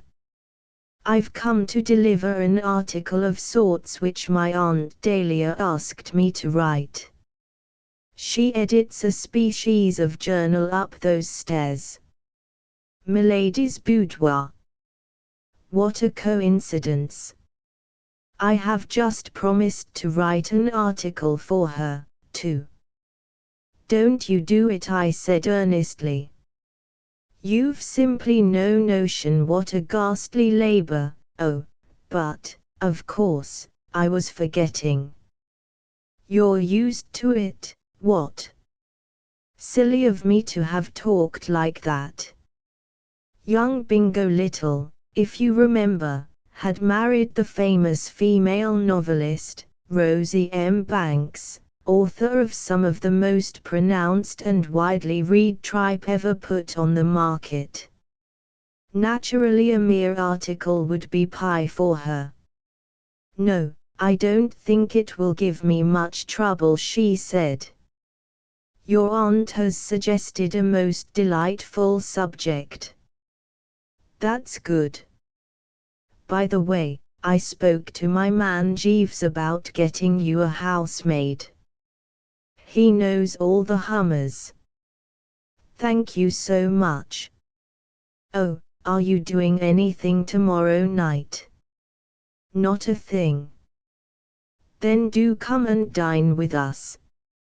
Your aunt is coming, and hopes to bring your uncle. I am looking forward to meeting him. Thanks. Delighted. I mean it, too. The little household may be weak on housemaids, but it is right there when it comes to cooks. Somewhere or other some time ago Bingo's missus managed to dig up a Frenchman of the most extraordinary vim and skill. A most amazing Johnny who dishes a wicked ragout. Old Bingo has put on at least 10 pounds in weight since this fellow Anatole arrived in the home. At 8, then. Right. Thanks ever so much. She popped off, and I went upstairs to hand in my copy, as we boys of the press call it. I found Aunt Dahlia immersed to the gills in papers of all descriptions.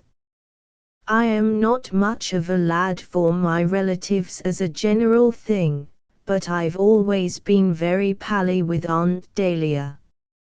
She married my Uncle Thomas, between ourselves a bit of a squirt, the year Blue Bottle won the Cambridgeshire, and they hadn't got halfway down the aisle before I was saying to myself, that woman is much too good for the old bird. Aunt Dahlia is a large, genial soul, the sort you see in dozens on the hunting field. As a matter of fact, until she married Uncle Thomas, she put in most of her time on horseback, but he won't live in the country, so nowadays she expends her energy on this paper of hers.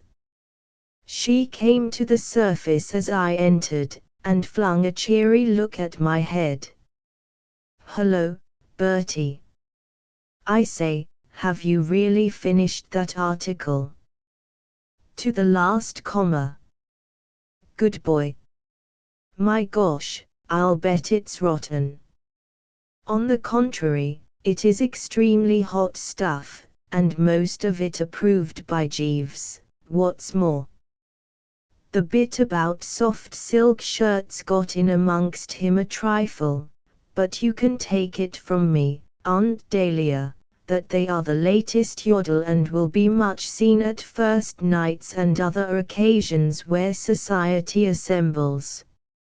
Your man Jeeves, said Aunt Dahlia, flinging the article into a basket and skewering a few loose pieces of paper on a sort of meat hook, is a washout, and you can tell him I said so. Oh, come, I said. He may not be sound on shirtings, I'm not referring to that. As long as a week ago I asked him to get me a cook, and he hasn't found one yet. Great Scott! Is Jeeves a domestic employment agency? Mrs. Little wants him to find her a housemaid. I met her outside. She tells me she's doing something for you. Yes, thank goodness. I'm relying on it to bump the circulation up a bit. I can't read her stuff myself, but women love it. Her name on the cover will mean a lot. And we need it. Paper not doing well. It's doing all right really, but it's got to be a slow job building up a circulation. I suppose so. I can get Tom to see that in his lucid moments, said Aunt Dahlia, skewering a few more papers. But just at present the poor fathead has got one of his pessimistic spells. It's entirely due to that mechanic who calls herself a cook. A few more of her alleged dinners, and Tom will refuse to go on paying the printer's bills. You don't mean that? I do mean it. There was what she called a ris de voix la financière last night which made him talk for 3/4 of an hour about good money going to waste and nothing to show for it. I quite understood, and I was dashed sorry for her. My Uncle Thomas is a cove who made a colossal pile of money out in the East, but in doing so put his digestion on the blink. This has made him a tricky proposition to handle. Many a time I've lunched with him and found him perfectly chirpy up to the fish, only to have him turn blue on me well before the cheese. Who was that lad they used to try to make me read at Oxford? Shop, Schopenhauer. That's the name. A grouch of the most pronounced description. Well, Uncle Thomas, when his gastric juices have been giving him the elbow, can make Schopenhauer look like Pollyanna. And the worst of it is, from Aunt Dahlia's point of view, that on these occasions he always seems to think he's on the brink of ruin and wants to start to economize. Pretty tough, I said. Well, anyway, he'll get one good dinner tomorrow night at the Littles. Can you guarantee that, Bertie? Asked Aunt Dahlia earnestly. I simply daren't risk unleashing him on anything at all wonky. They've got a marvelous cook. I haven't been round there for some time, but unless he's lost his form of 2 months ago, Uncle Thomas is going to have the treat of a lifetime. It'll only make it all the worse for him. Coming back to our steak incinerator, said Aunt Dahlia, a bit on the Schopenhauer side herself. The little nest where Bingo and his bride had settled themselves was up in St. John's Wood, one of those rather jolly houses with a bit of garden. When I got there on the following night, I found that I was the last to weigh in. Aunt Dahlia was chatting with Rosie in a corner, while Uncle Thomas, standing by the mantelpiece with Bingo, sucked down a cocktail in a frowning, suspicious sort of manner, rather like a chappie having a short snort before dining with the Borgias, as if he were saying to himself that, even if this particular cocktail wasn't poisoned, he was bound to cop it later on. Well, I hadn't expected anything in the nature of beaming joie de vivre from Uncle Thomas, so I didn't pay much attention to him. What did surprise me was the extraordinary gloom of young Bingo. You may say what you like against Bingo, but nobody has ever found him a depressing host. Why, many a time in the days of his bachelorhood I've known him to start throwing bread before the soup course. Yet now he and Uncle Thomas were a pair.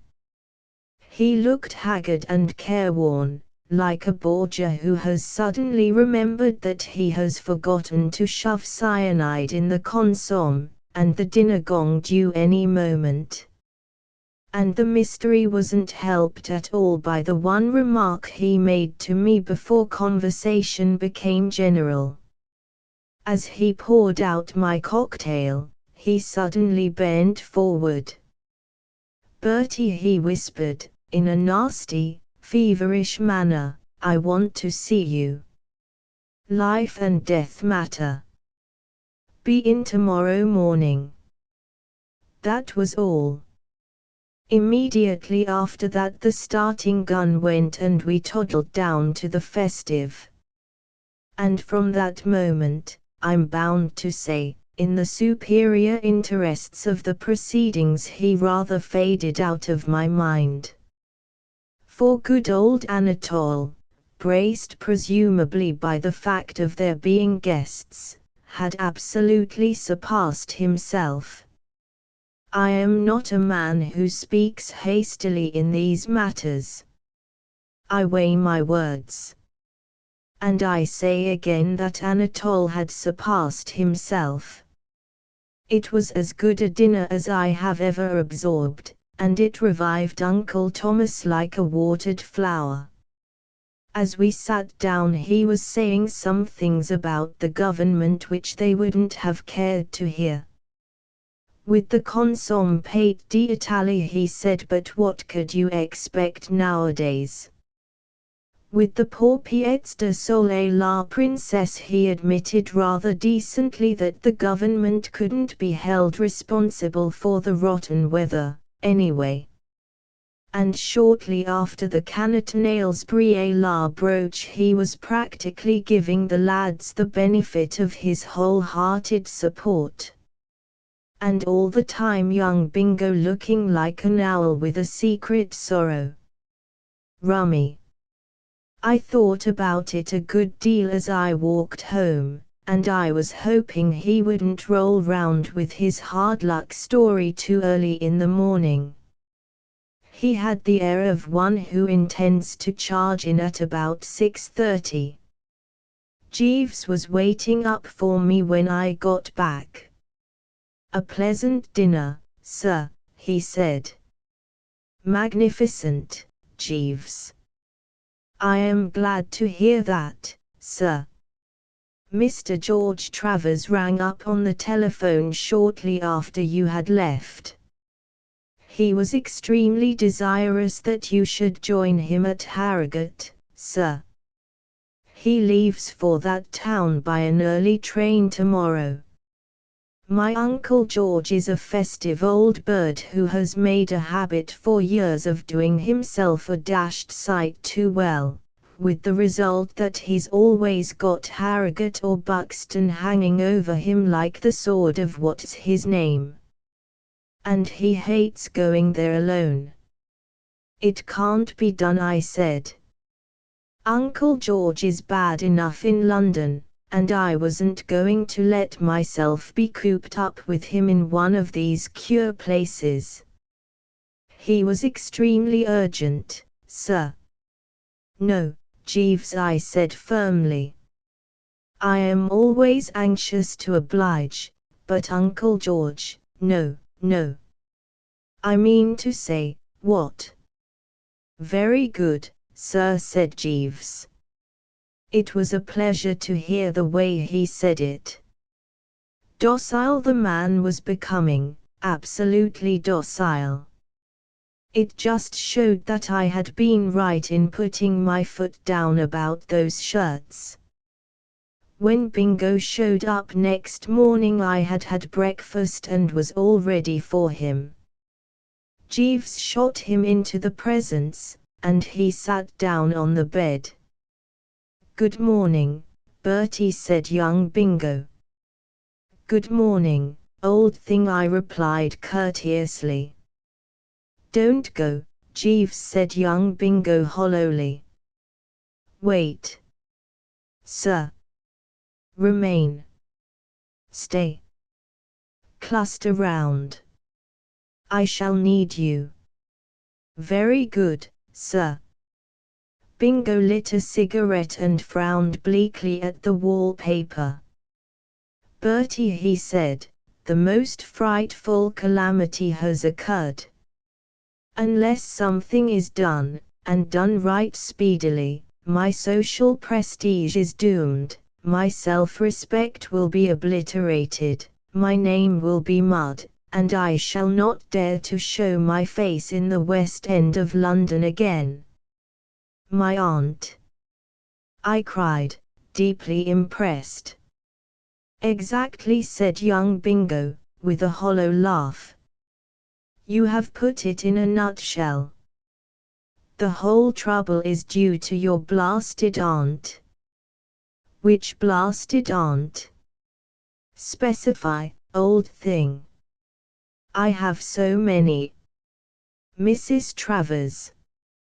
The one who runs that infernal paper." "Oh, no, dash it, old man," I protested. "She's the only decent aunt I've got." "Jeeves, you will bear me out in this." "Such has always been my impression, I must confess, sir."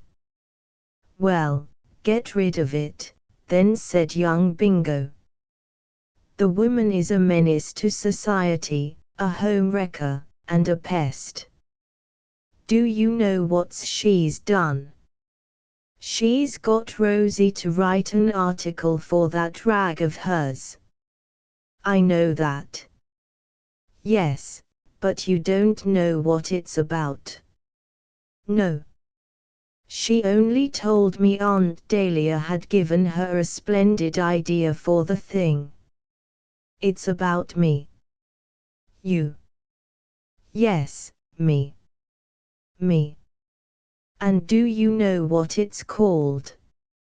It is called How I Keep the Love of My Husband Baby. My what? Husband baby. What's a husband baby? I am, apparently, said young Bingo, with much bitterness.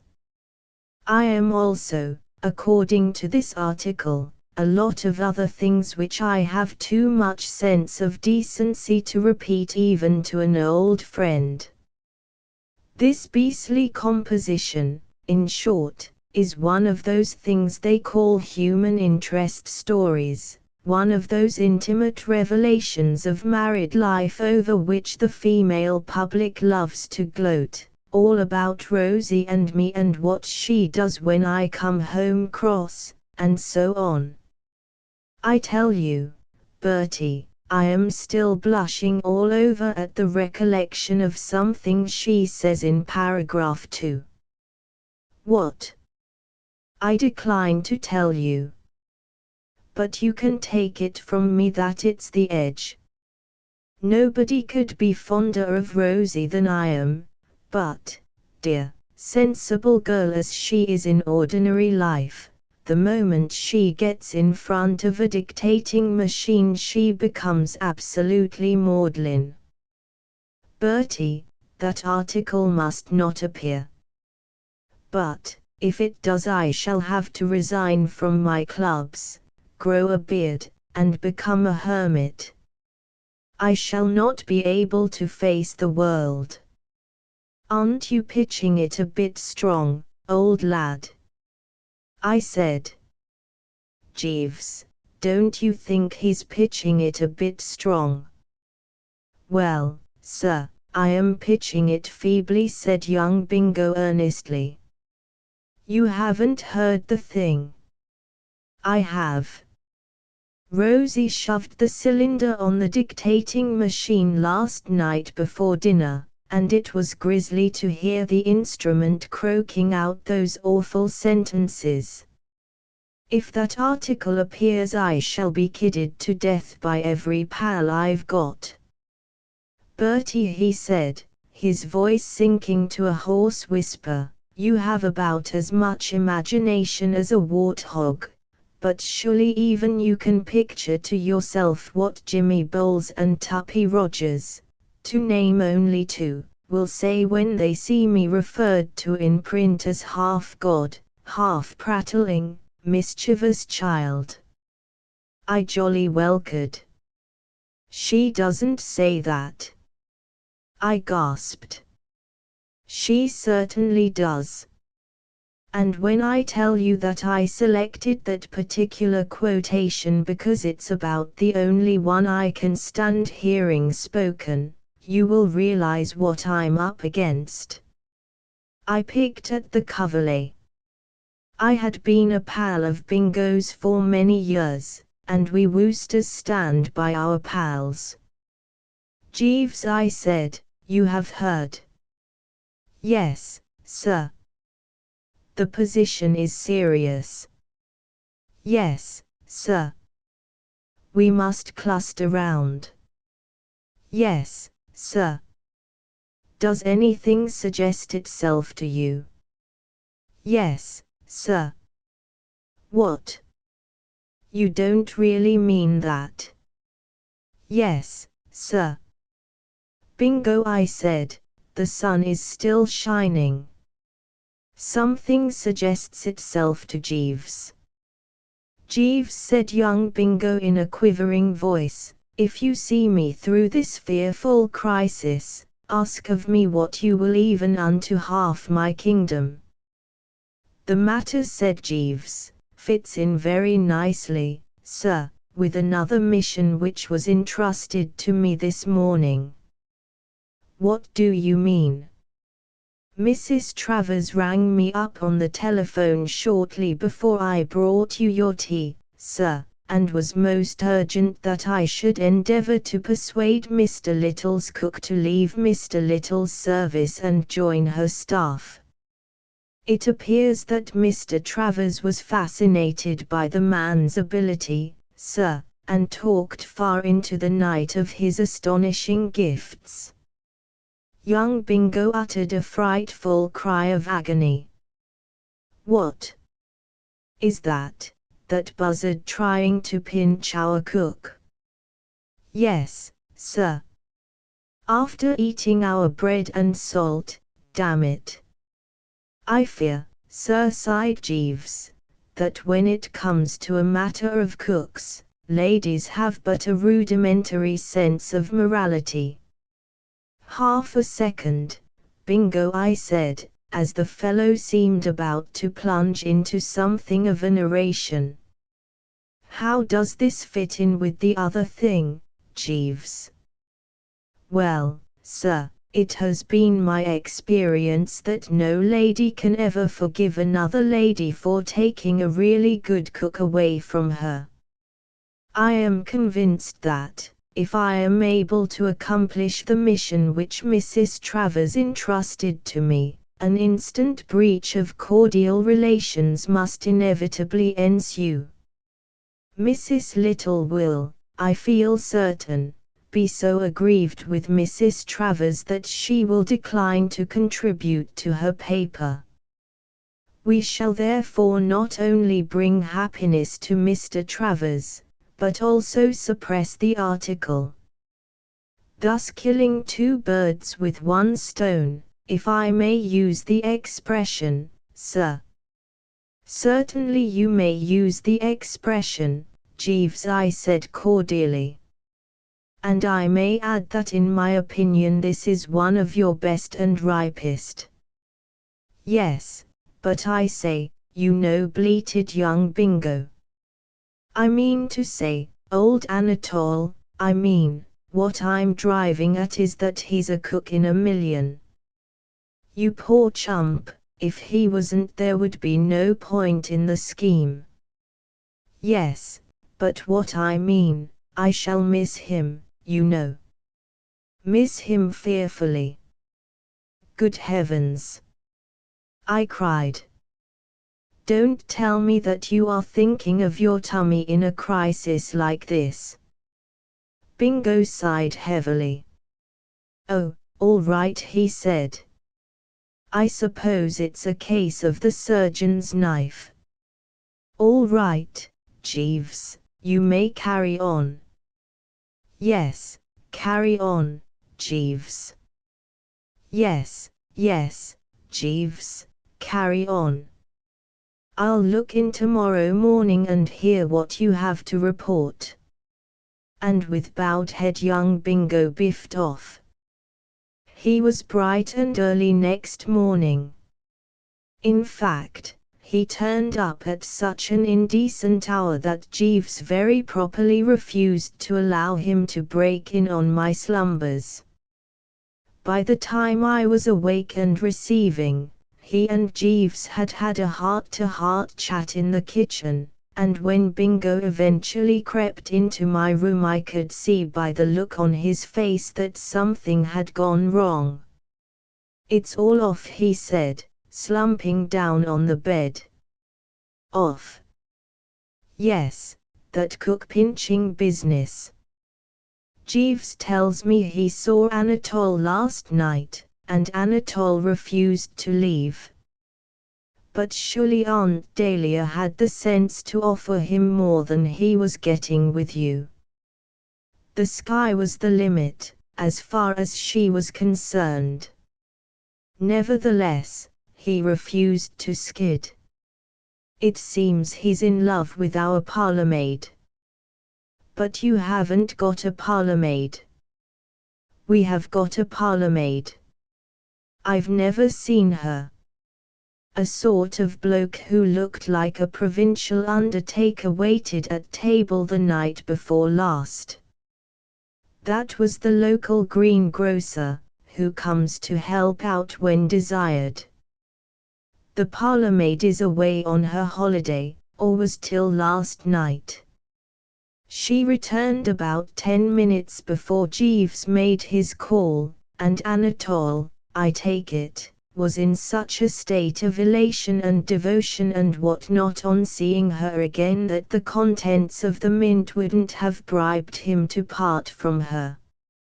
But look here, Bingo, I said, this is all rot. I see the solution right off. I'm surprised that a bloke of Jeeves' mentality overlooked it. Aunt Dahlia must engage the parlourmaid as well as Anatole. Then they won't be parted. I thought of that, too. Naturally. I bet you didn't. I certainly did. Well, what's wrong with the scheme? It can't be worked. If your aunt engaged our parlourmaid, she would have to sack her own, wouldn't she?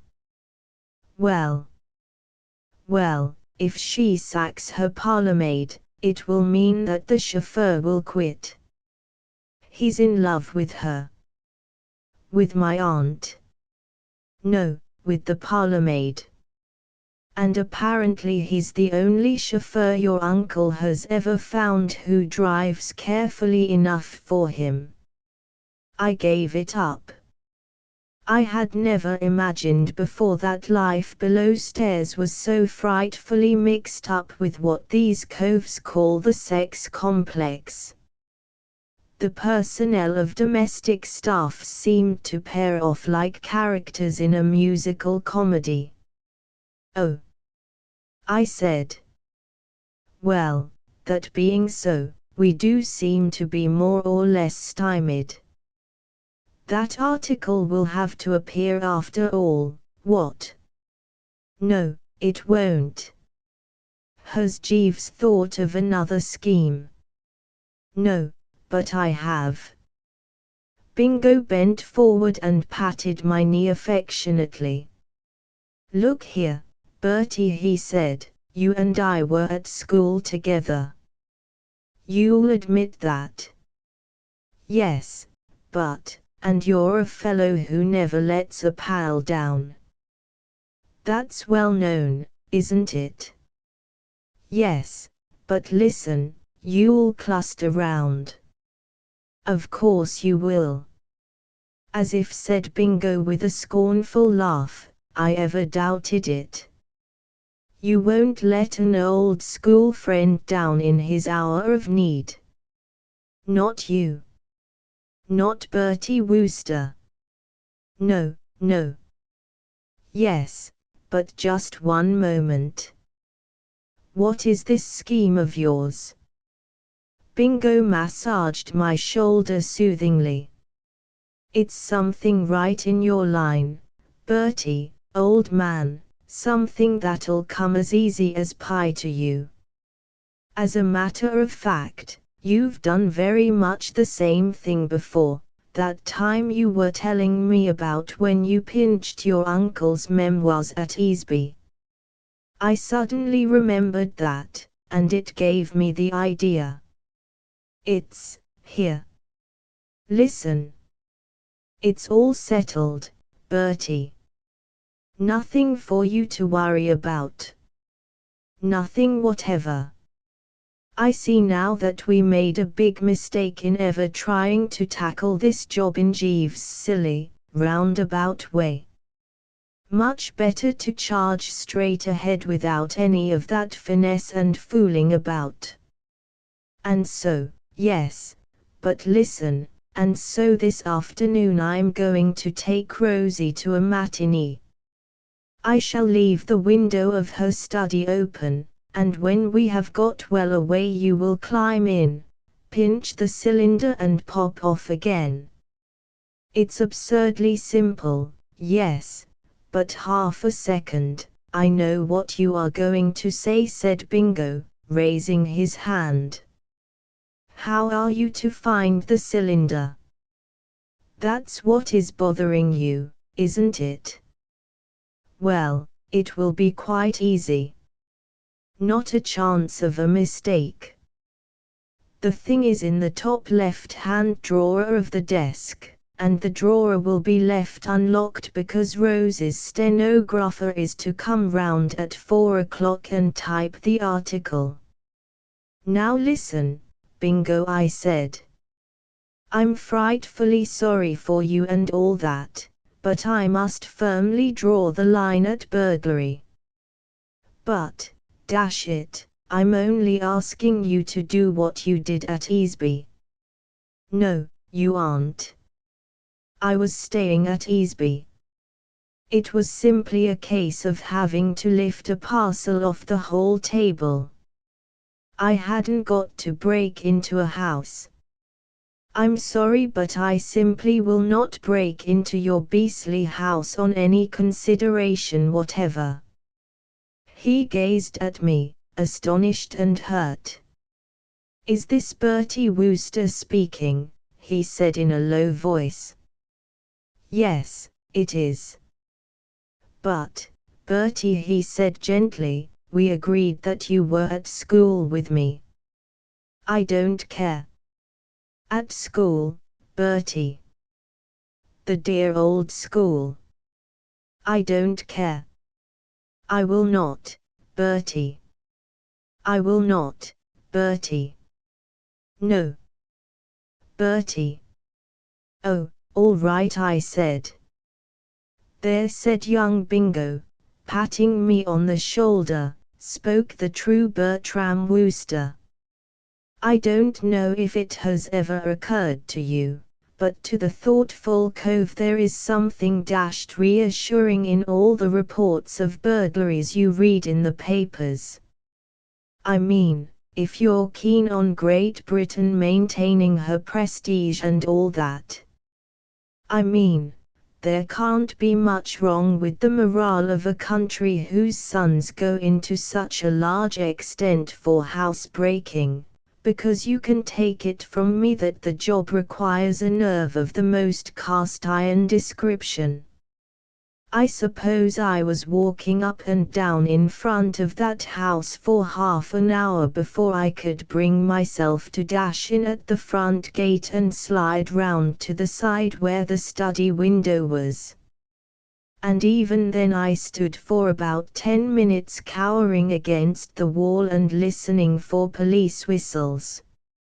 Eventually, however, I braced myself up and got to business. The study was on the ground floor and the window was nice and large, and, what is more, wide open.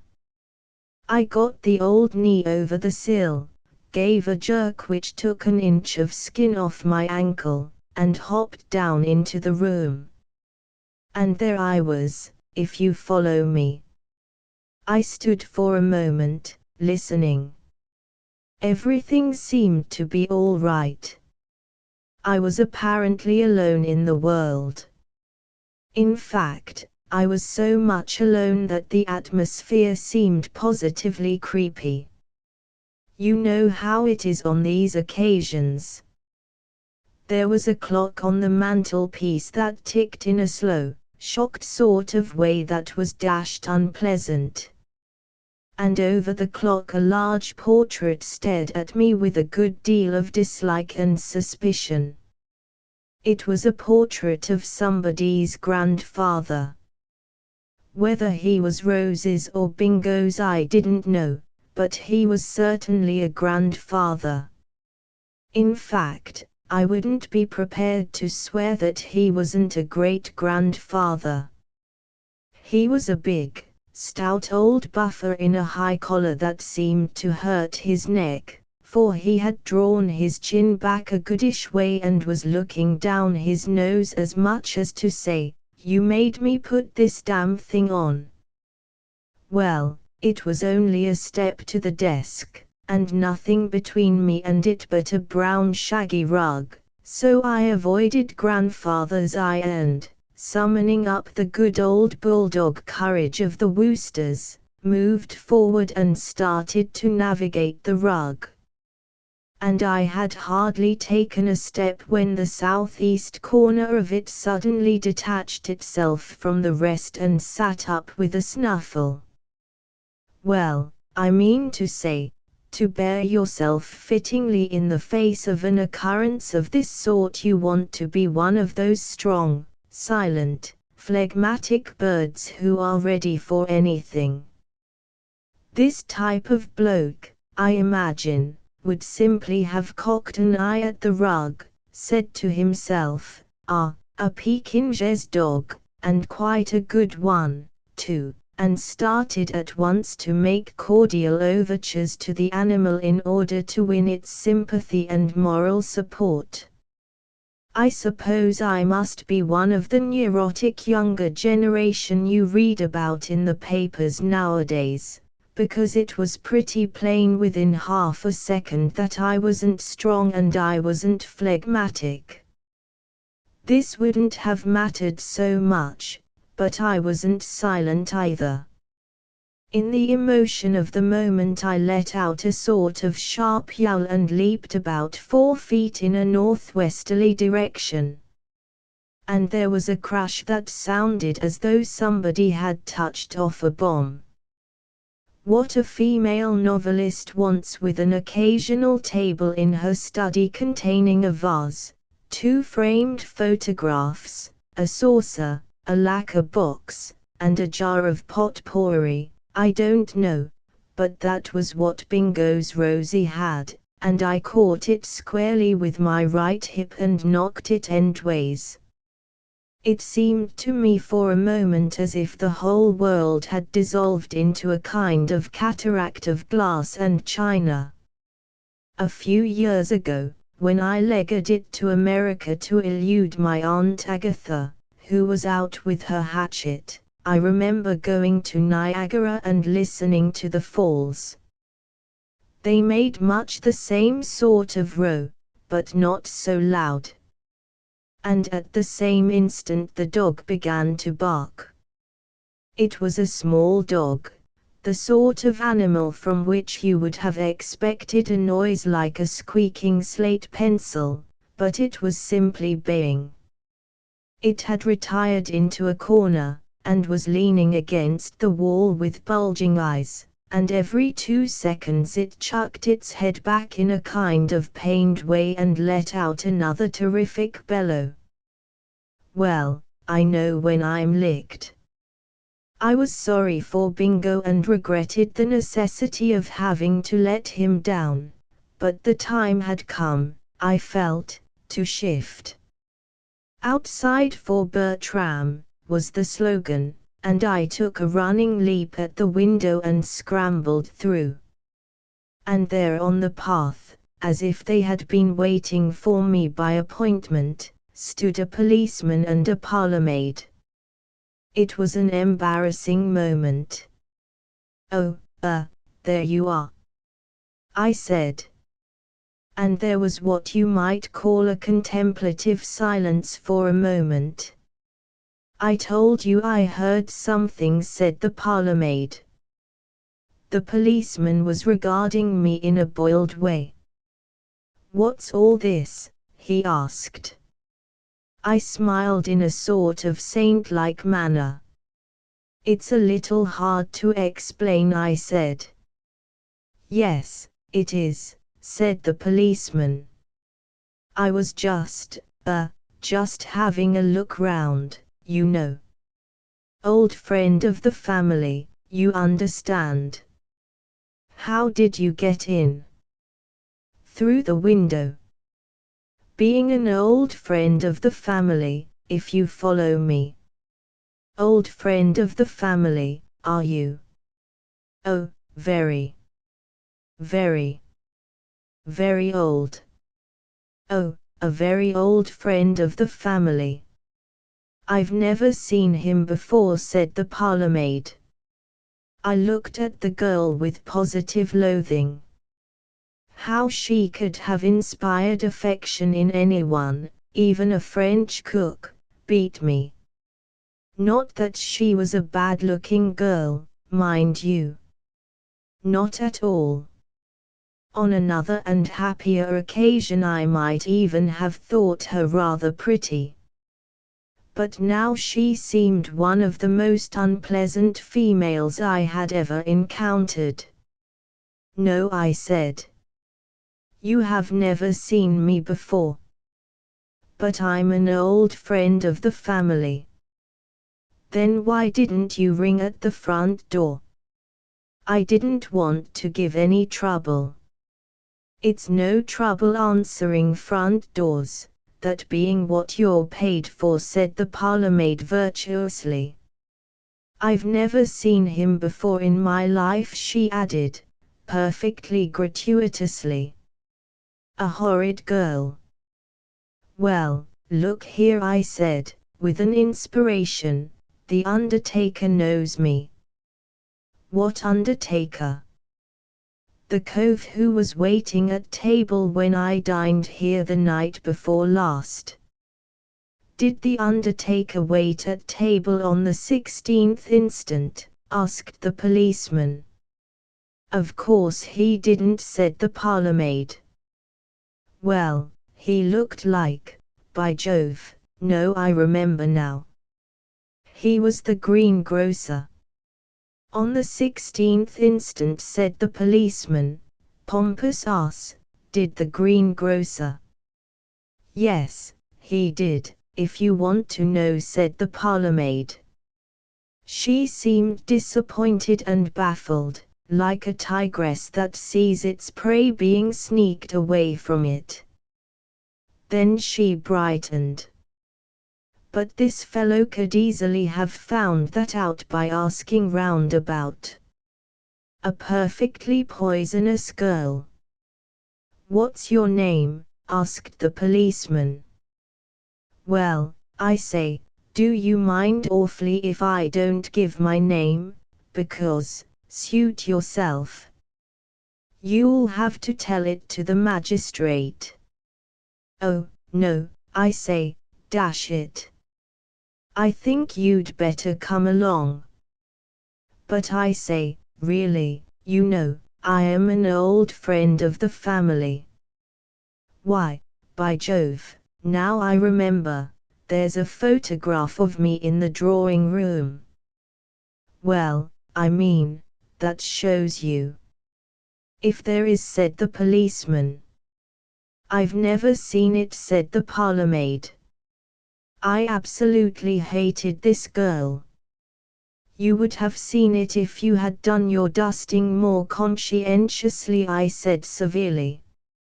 And I meant it to sting, by Jove. It is not a parlourmaid's place to dust the drawing room, she sniffed haughtily. No, I said bitterly. It seems to be a parlourmaid's place to lurk about and hang about and, waste her time fooling about in the garden with policemen who ought to be busy about their duties elsewhere. It's a parlourmaid's place to open the front door to visitors. Them that don't come in through windows. I perceived that I was getting the loser's end of the thing. I tried to be conciliatory. My dear old parlourmaid, I said, don't let us descend to vulgar wrangling.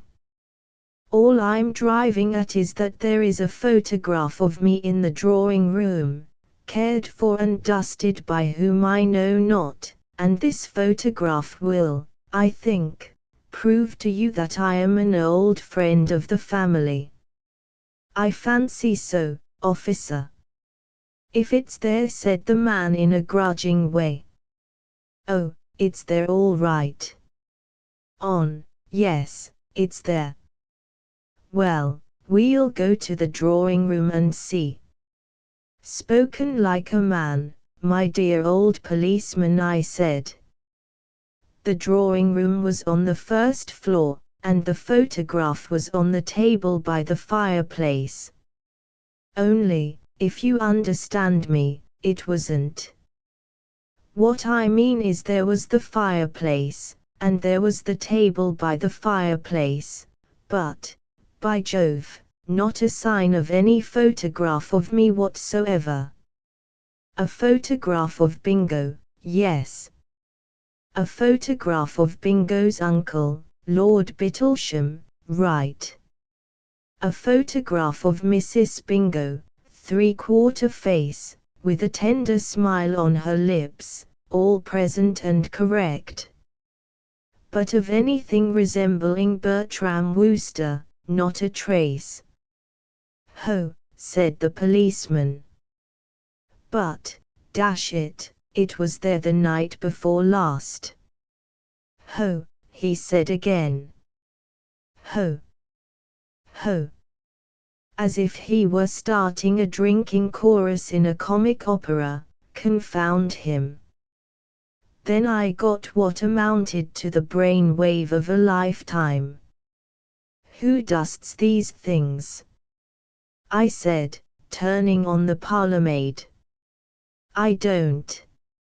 "I didn't say you did. I said who did." "Mary." "The housemaid, of course." "Exactly. As I suspected. As I foresaw. Mary, officer, is notoriously the worst smasher in London. There have been complaints about her on all sides. You see what has happened. The wretched girl has broken the glass of my photograph and, not being willing to come forward and admit it in an honest, manly way, has taken the thing off and concealed it somewhere." "Ho," said the policeman, still working through the drinking chorus. "Well, ask her. Go down and ask her." "You go down and ask her," said the policeman to the parlourmaid. "If it's going to make him any happier." The parlourmaid left the room, casting a pestilential glance at me over her shoulder as she went. I'm not sure she didn't say ho, too. And then there was a bit of a lull. The policeman took up a position with a large beefy back against the door, and I wandered to and fro and hither and yonder. "What are you playing at?" demanded the policeman. "Just looking round." "They may have moved the thing." "Ho."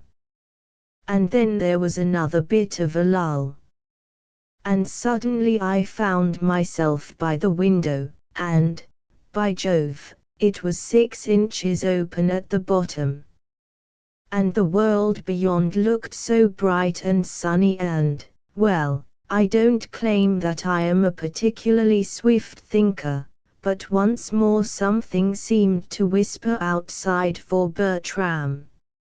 I slid my finger nonchalantly under the sash, gave a hefty heave, and up she came. And the next moment I was in a laurel bush, feeling like the cross which marks the spot where the accident occurred. A large red face appeared in the window. I got up and skipped lightly to the gate. "Hi!" shouted the policeman. "Ho!" I replied, and went forth, moving well. This I said to myself, as I hailed a passing cab and sank back on the cushions, is the last time I try to do anything for young Bingo. These sentiments I expressed in no guarded language to Jeeves when I was back in the old flat with my feet on the mantelpiece, pushing down a soothing whiskey and "Never again, Jeeves," I said. "Never again." "Well, sir, no, never again." "Well, sir, what do you mean, well, sir? What are you driving at?" "Well, sir, Mr. Little is an extremely persistent young gentleman, and yours, if I may say so, sir, is a yielding and obliging nature. You don't think that young Bingo would have the immortal rind to try to get me into some other foul enterprise? I should say that it was more than probable, sir. I removed the dogs swiftly from the mantelpiece, and jumped up, all of a twitter. Jeeves, what would you advise? Well, sir, I think a little change of scene would be judicious. Do a bolt. Precisely, sir. If I might suggest it, sir, why not change your mind and join Mr. George Travers at Harrogate? Oh, I say, Jeeves. You would be out of what I might describe as the danger zone there, sir. Perhaps you're right, Jeeves, I said thoughtfully. Yes, possibly you're right. How far is Harrogate from London? 206 miles, sir. Yes, I think you're right. Is there a train this afternoon? Yes, sir. You could catch it quite easily. All right, then. Bung a few necessaries in a bag. I have already done so, sir. Ho! I said. It's a rummy thing, but when you come down to it, Jeeves is always right. He had tried to cheer me up at the station by saying that I would not find Harrogate unpleasant, and, by Jove, he was perfectly correct. What I had overlooked, when examining the project, was the fact that I should be in the middle of a bevy of blokes who were taking the cure and I shouldn't be taking it myself.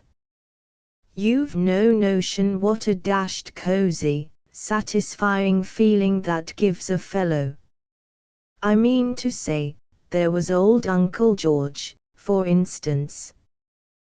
The medicine man, having given him the once-over, had ordered him to abstain from all alcoholic liquids, and in addition to tool down the hill to the Royal Pump Room each morning at 8:30 and imbibe 12 ounces of warm crescent saline and magnesia.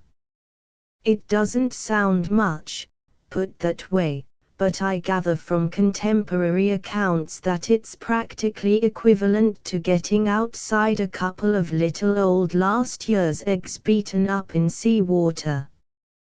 And the thought of Uncle George, who had oppressed me sorely in my childhood, sucking down that stuff and having to hop out of bed at 8:15 to do so was extremely grateful and comforting of a morning. At 4 in the afternoon he would toddle down the hill again and repeat the process, and at night we would dine together and I would loll back in my chair, sipping my wine, and listen to him telling me what the stuff had tasted like. In many ways the ideal existence. I generally managed to fit it in with my engagements to go down and watch him tackle his afternoon dose, for we Woosters are as fond of a laugh as anyone. And it was while I was enjoying the performance in the middle of the second week that I heard my name spoken. And there was Aunt Dahlia. "Hello," I said. "What are you doing here?" "I came down yesterday with Tom." "Is Tom taking the cure?" asked Uncle George, looking up hopefully from the hell brew. "Yes." "Are you taking the cure?" "Yes." "Ah," said Uncle George, looking happier than I had seen him for days. He swallowed the last drops, and then, the program calling for a brisk walk before his massage, left us. I shouldn't have thought you would have been able to get away from the paper, I said. I say, I went on, struck by a pleasing idea. It hasn't bust up, has it? Bust up? I should say not. A pal of mine is looking after it for me while I'm here. It's right on its feet now. Tom has given me a couple of $1,000 and says there's more if I want it, and I've been able to buy the serial rights of Lady Boblockith's frank recollections of a long life. The hottest stuff, Bertie. Certain to double the circulation and send half the best-known people in London into hysterics for a year. Oh, I said. Then you're pretty well fixed. What? I mean, what with the frank recollections and that article of Mrs. Little's. Aunt Dahlia was drinking something that smelled like a leak in the gas pipe, and I thought for a moment that it was that made her twist up her face. But I was wrong. Don't mention that woman to me, Bertie, she said. One of the worst. But I thought you were rather pally. No longer. Will you credit it that she positively refuses to let me have that article? What? Purely and simply on account of some fancied grievance she thinks she has against me because her cook left her and came to me. I couldn't follow this at all. Anatole left her, I said. But what about the parlourmaid? Pull yourself together, Bertie. You're babbling. What do you mean?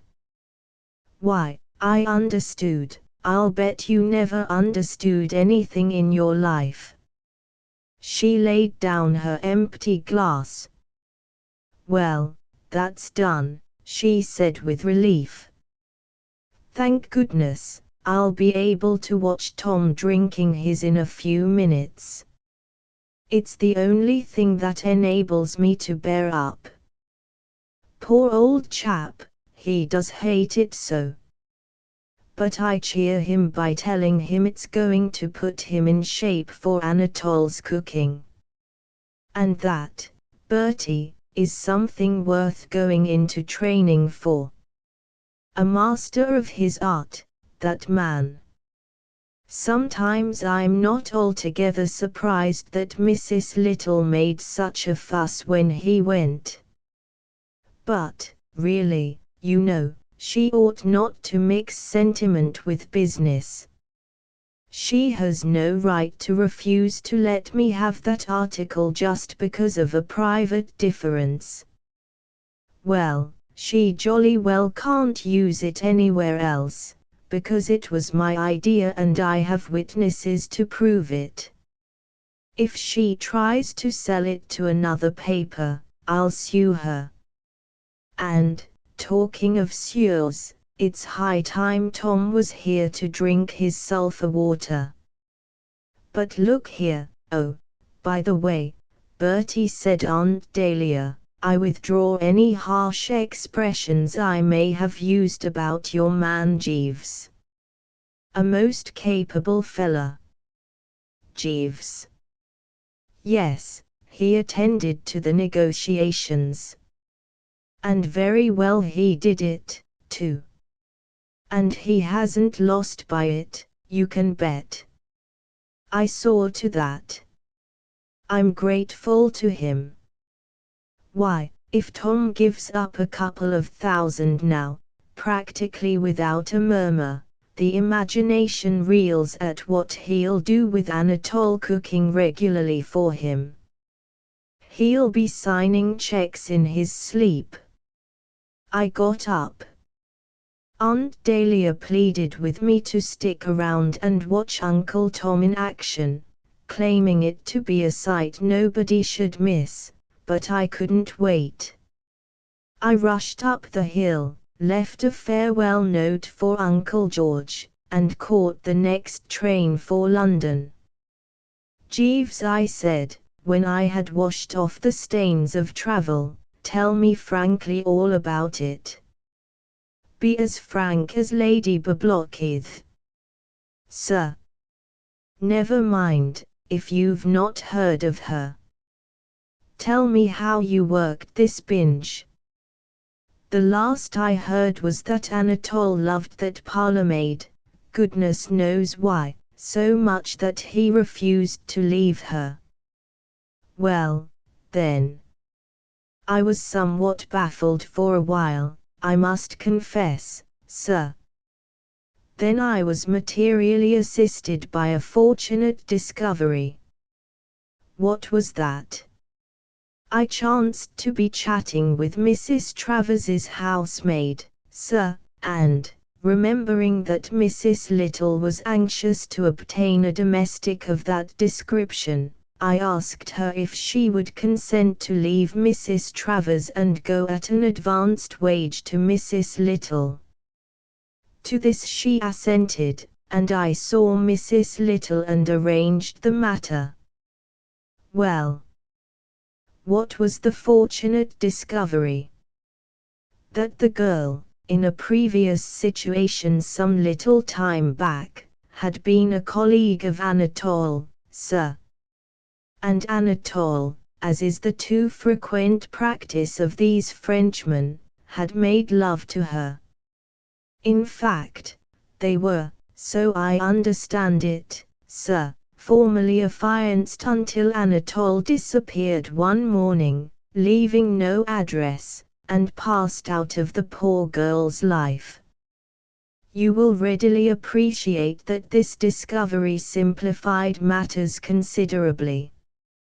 The girl no longer had any affection for Anatole, but the prospect of being under the same roof with two young persons, both of whom he had led to assume, great Scott! Yes, I see. It was rather like putting in a ferret to start a rabbit. The principle was much the same, sir. Anatole was out of the house and in Mrs. Travers's service within half an hour of the receipt of the information that the young person was about to arrive. A volatile man, sir. Like so many of these Frenchmen." "Jeeves," I said, "this is genius of a high order." "It is very good of you to say so, sir. What did Mr. Little say about it?" "He appeared gratified, sir." "To go into sordid figures, did he?" "Yes, sir." £20. Having been fortunate in his selections at Hurst Park on the previous Saturday. My aunt told me that she, yes, sir. Most generous. £25. Good Lord, Jeeves. You've been coining the stuff. I have added appreciably to my savings, yes, sir. Mrs. Little was good enough to present me with £10 for finding her such a satisfactory housemaid. And then there was Mr. Travers, Uncle Thomas. Yes, sir. He also behaved most handsomely, quite independently of Mrs. Travers. Another £25. And Mr. George Travers, don't tell me that Uncle George gave you something, too. What on earth for? Well, really, sir, I do not quite understand myself. But I received a cheque for £10 from him. He seemed to be under the impression that I had been in some way responsible for your joining him at Harrogate, sir. I gaped at the fellow. Well, everybody seems to be doing it, I said, so I suppose I had better make the thing unanimous. Here's a fiver. Why, thank you, sir.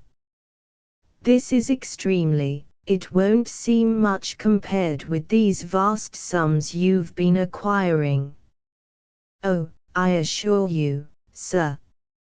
And I don't know why I'm giving it to you. No, sir. Still, there it is. Thank you very much, sir. I got up. It's pretty late, I said, but I think I'll dress and go out and have a bite somewhere. I feel like having a whirl of some kind after 2 weeks at Harrogate. Yes, sir. I will unpack your clothes. Oh, Jeeves, I said, did Peabody and Sims send those soft silk shirts? Yes, sir. I sent them back. Sent them back? Yes, sir. I eyed him for a moment. But I mean to say. I mean, what's the use? Oh, all right, I said. Then lay out one of the gents stiff-bosomed. Very good, sir, said Jeeves. 10.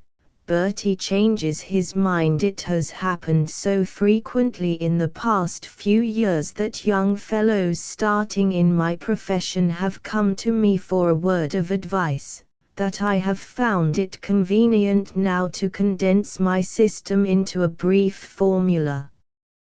Resource and tact, that is my motto. Tact, of course, has always been with me a sine qua non, while as for resource, I think I may say that I have usually contrived to show a certain modicum of what I might call finesse in handling those little contretemps which inevitably arise from time to time in the daily life of a gentleman's personal gentleman. I am reminded, by way of an instance, of the episode of the school for young ladies near Brighton, an affair which, I think, may be said to have commenced one evening at the moment when I brought Mr. Wooster his whisky and siphon, and he addressed me with such remarkable petulance. Not a little moody Mr. Wooster had been for some days, far from his usual bright self.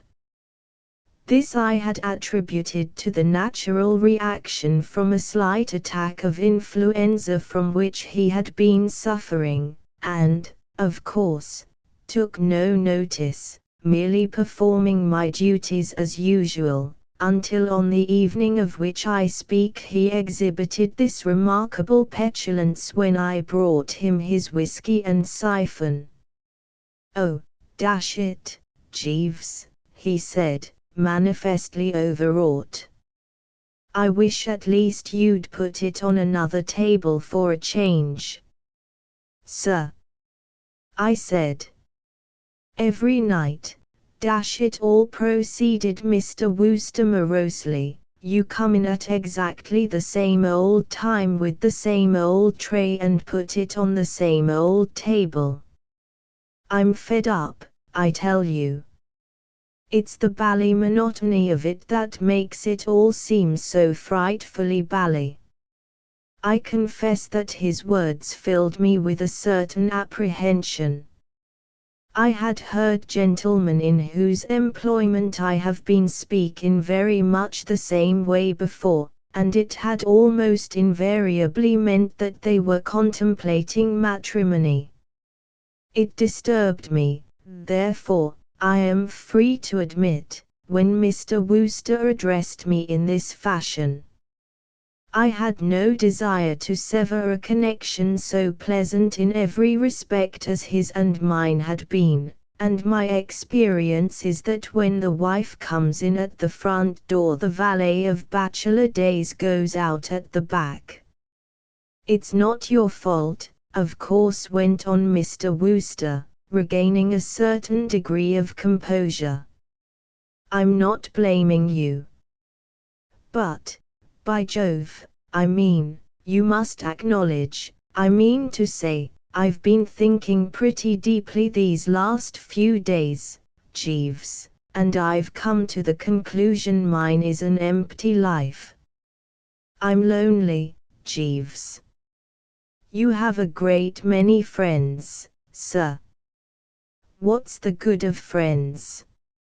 Emerson, I reminded him, says a friend may well be reckoned the masterpiece of nature, sir. Well, you can tell Emerson from me next time you see him that he's an ass. Very good, sir. What I want, Jeeves, have you seen that play called I forget its dashed name? No, sir. It's on at the what do you call it? I went last night. The hero's a chap who's buzzing along, you know, quite merry and bright, and suddenly a kid turns up and says she's his daughter. Left over from Act 1, you know, absolutely the first he'd heard of it. Well, of course, there's a bit of a fuss and they say to him what ho, and he says, well, what about it, and they say, well, what about it, and he says, oh all right, then, if that's the way you feel, and he takes the kid and goes off with her out into the world together, you know. Well, what I'm driving at, Jeeves, is that I envied that chappie. Most awfully jolly little girl, you know, clinging to him trustingly and what not.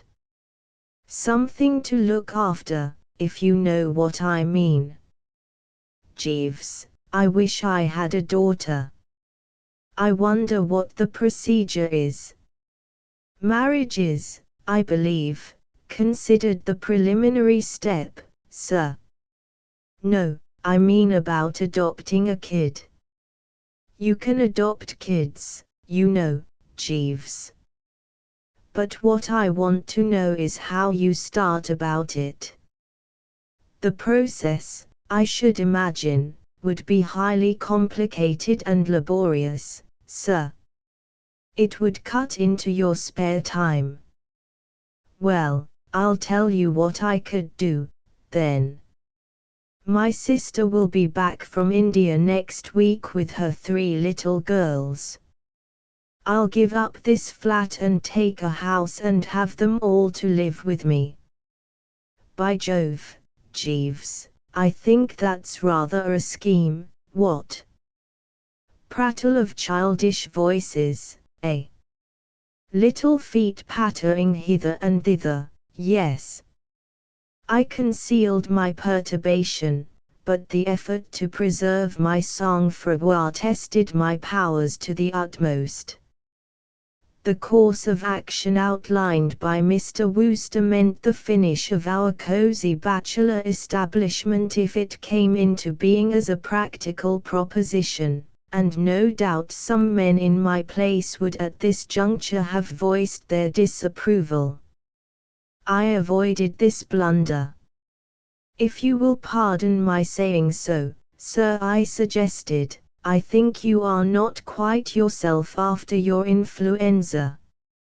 If I might express the opinion, what you require is a few days by the sea. Brighton is very handy, sir. Are you suggesting that I'm talking through my hat? By no means, sir. I merely advocate a short stay at Brighton as a physical recuperative. Mr. Wooster considered. Well, I'm not sure you're not right, he said at length. I am feeling more or less of an onion.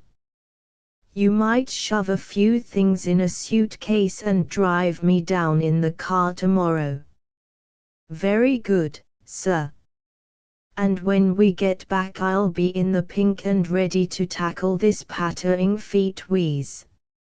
Exactly, sir. Well, it was a respite, and I welcomed it.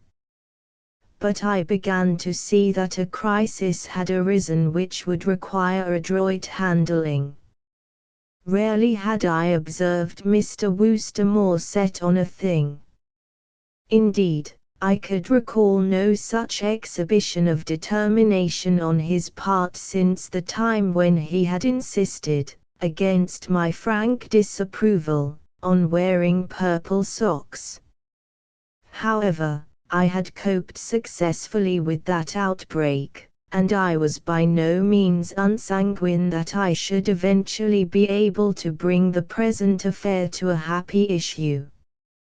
Employers are like horses. They require managing. Some gentlemen's personal gentlemen have the knack of managing them, some have not.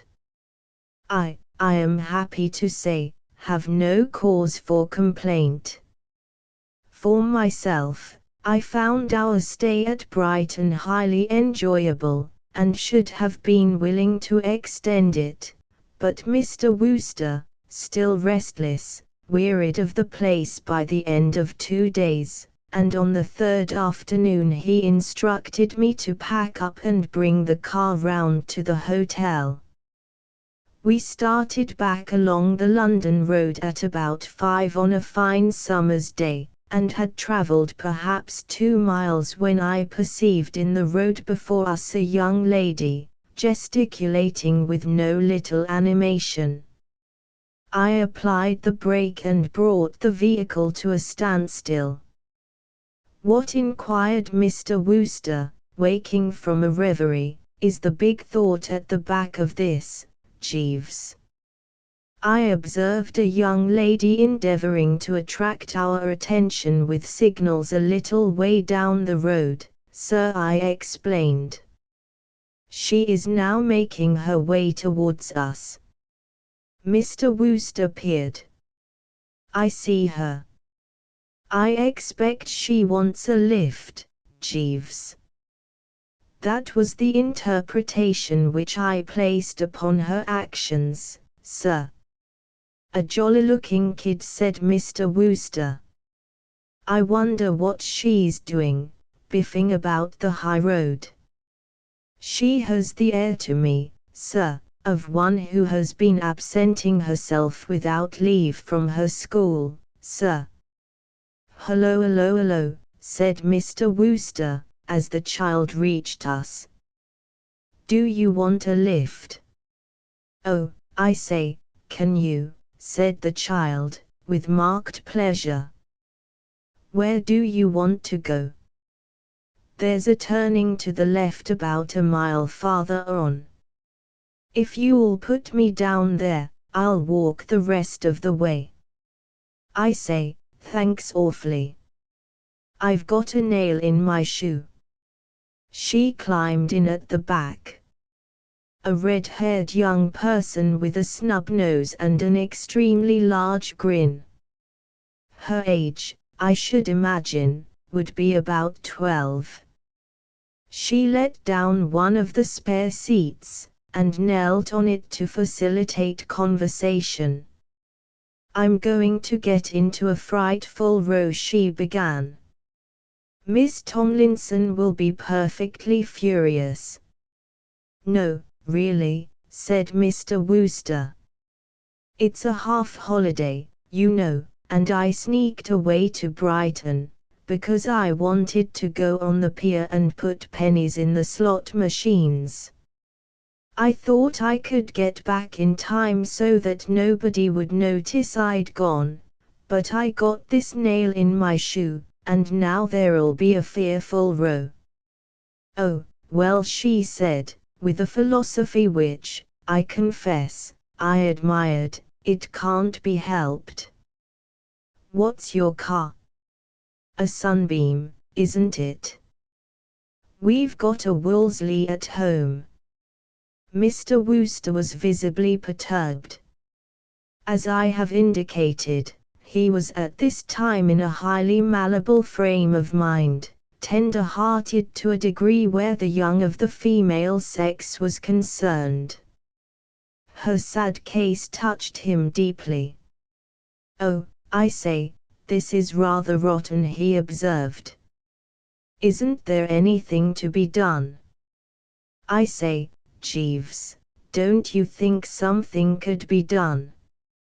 "It was not my place to make the suggestion, sir," I replied, "but, as you yourself have brought the matter up, I fancy the trouble is susceptible of adjustment. I think it would be a legitimate subterfuge were you to inform the young lady's schoolmistress that you are an old friend of the young lady's father.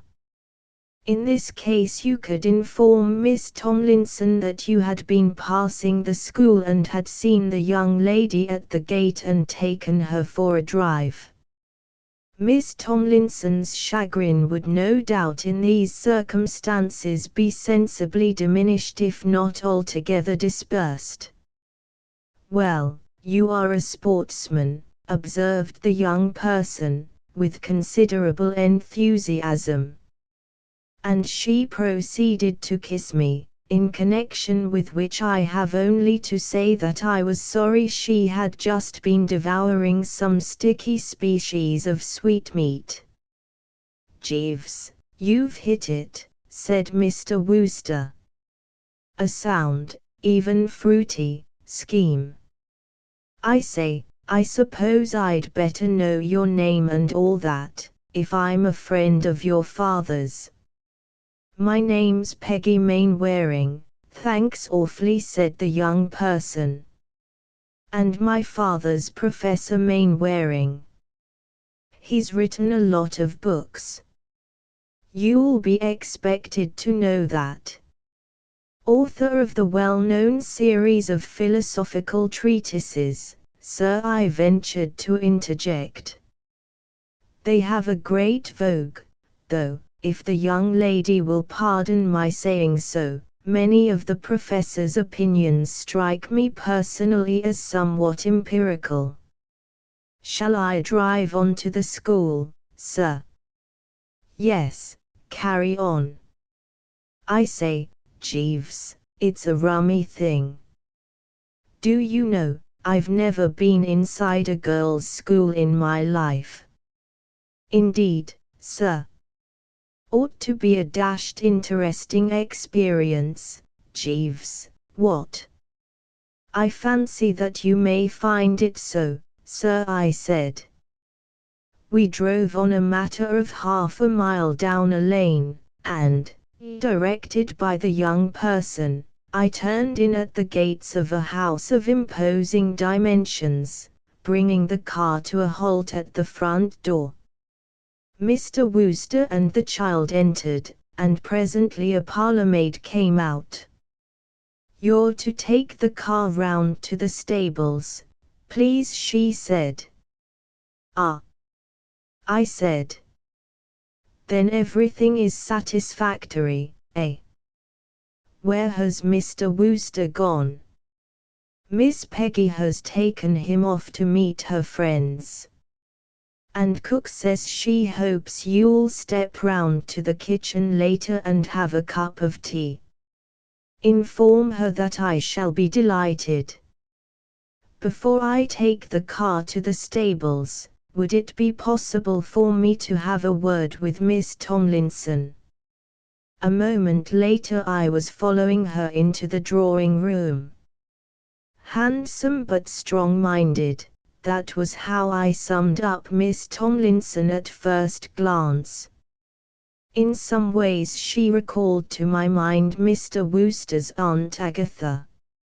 She had the same penetrating gaze and that indefinable air of being reluctant to stand any nonsense. "I fear I am possibly taking a liberty, madam," I began, "but I am hoping that you will allow me to say a word with respect to my employer. I fancy I am correct in supposing that Mr. Wooster did not tell you a great deal about himself." "He told me nothing about himself, except that he was a friend of Professor Mainwaring." "He did not inform you, then, that he was the Mr. Wooster?" "The Mr. Wooster? Bertram Wooster, madam. I will say for Mr. Wooster that, mentally negligible though he no doubt is, he has a name that suggests almost infinite possibilities. He sounds, if I may elucidate my meaning, like someone, especially if you have just been informed that he is an intimate friend of so eminent a man as Professor Mainwaring. You might not, no doubt, be able to say offhand whether he was Bertram Wooster the novelist, or Bertram Wooster the founder of a new school of thought, but you would have an uneasy feeling that you were exposing your ignorance if you did not give the impression of familiarity with the name. Miss Tomlinson, as I had rather foreseen, nodded brightly. "Oh, Bertram Wooster," she said.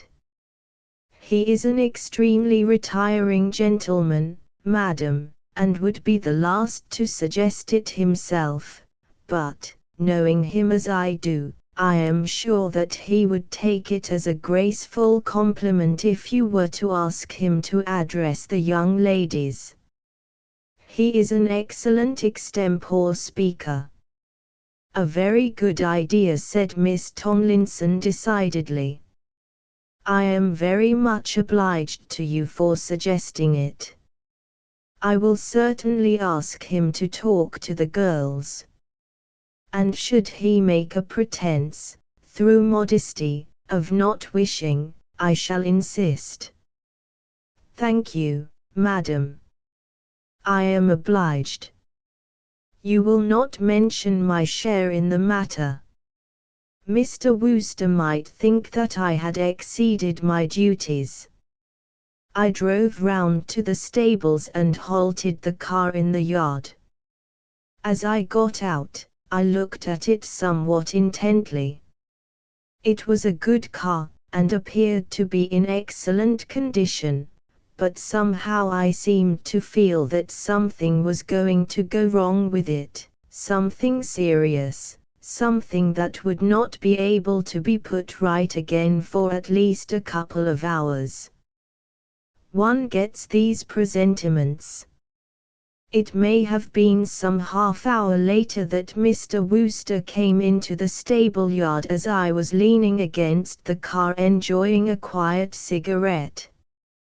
"No, don't chuck it away, Jeeves," he said, as I withdrew the cigarette from my mouth. "As a matter of fact, I've come to touch you for a smoke." "Got one to spare?" "Only gaspers, I fear, sir." "They'll do," responded Mr. Wooster, with no little eagerness. I observed that his manner was a trifle fatigued and his eye somewhat wild. "It's a rummy thing, Jeeves, I seem to have lost my cigarette case. Can't find it anywhere." "I am sorry to hear that, sir. It is not in the car?" "No." "Must have dropped it somewhere, then." He drew at his gasper with relish. "Jolly creatures, small girls, Jeeves," he remarked, after a pause. "Extremely so, sir. Of course, I can imagine some fellows finding them a bit exhausting en masse, sir."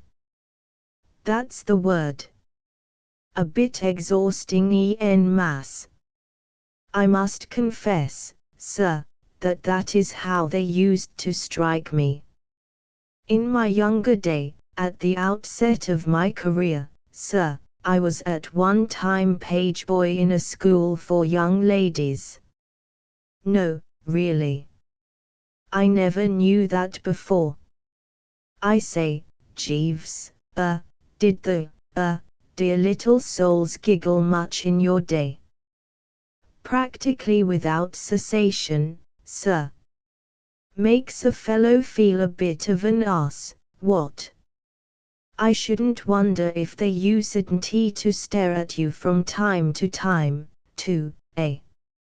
At the school where I was employed, sir, the young ladies had a regular game which they were accustomed to play when a male visitor arrived.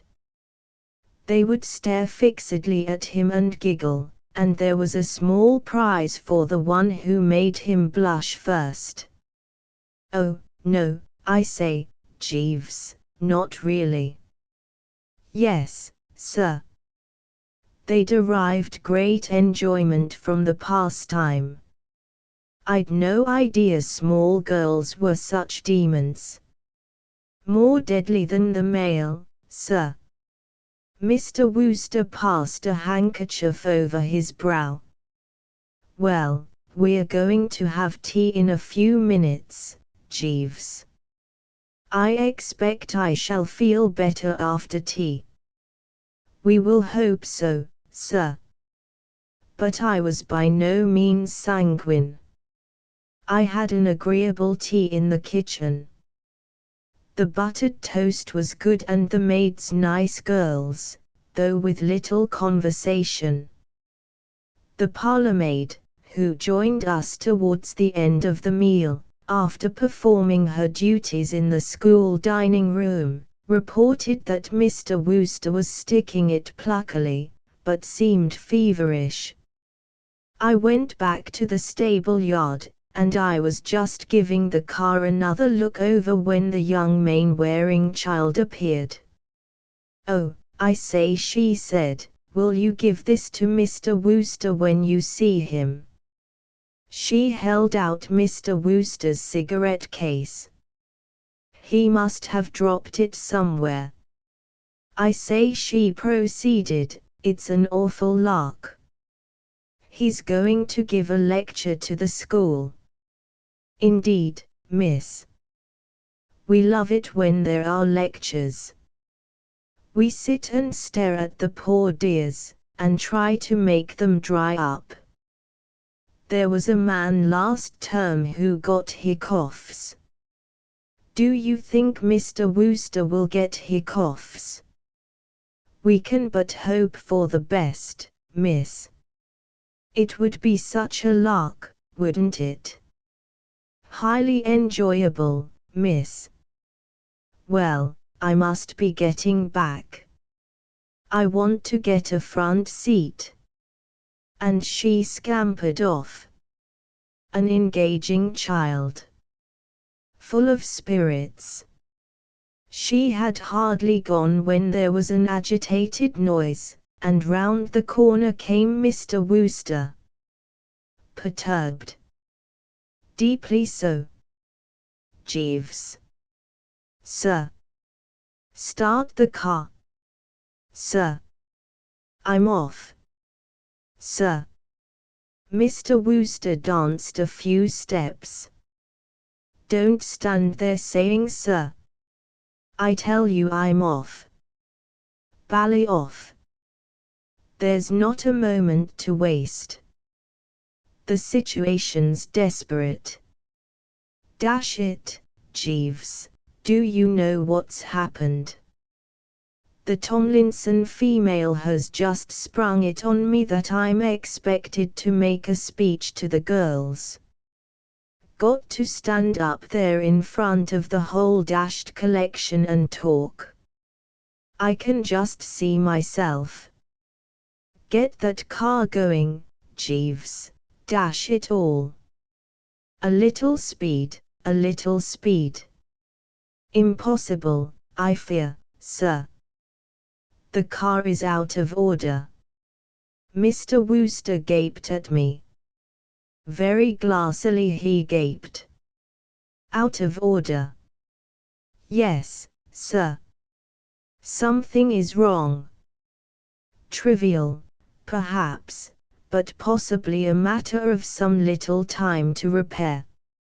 Mr. Wooster, being one of those easy-going young gentlemen who will drive a car but never take the trouble to study its mechanism, I felt justified in becoming technical. "I think it is the differential gear, sir. Either that or the exhaust. I am fond of Mr. Wooster, and I admit I came very near to melting as I looked at his face. He was staring at me in a sort of dumb despair that would have touched anybody. Then I'm sunk. Or, a slight gleam of hope flickered across his drawn features. Do you think I could sneak out and leg it across country, Jeeves? Too late, I fear, sir. I indicated with a slight gesture the approaching figure of Miss Tomlinson, who was advancing with a serene determination in his immediate rear. Ah, there you are, Mr. Wooster. He smiled a sickly smile. Yes, here I am. We are all waiting for you in the large schoolroom. But I say, look here, said Mr. Wooster, I don't know a bit what to talk about. Why, anything, Mr. Wooster. Anything that comes into your head. Be bright, said Miss Tomlinson. Bright and amusing. Oh, bright and amusing. Possibly tell them a few entertaining stories.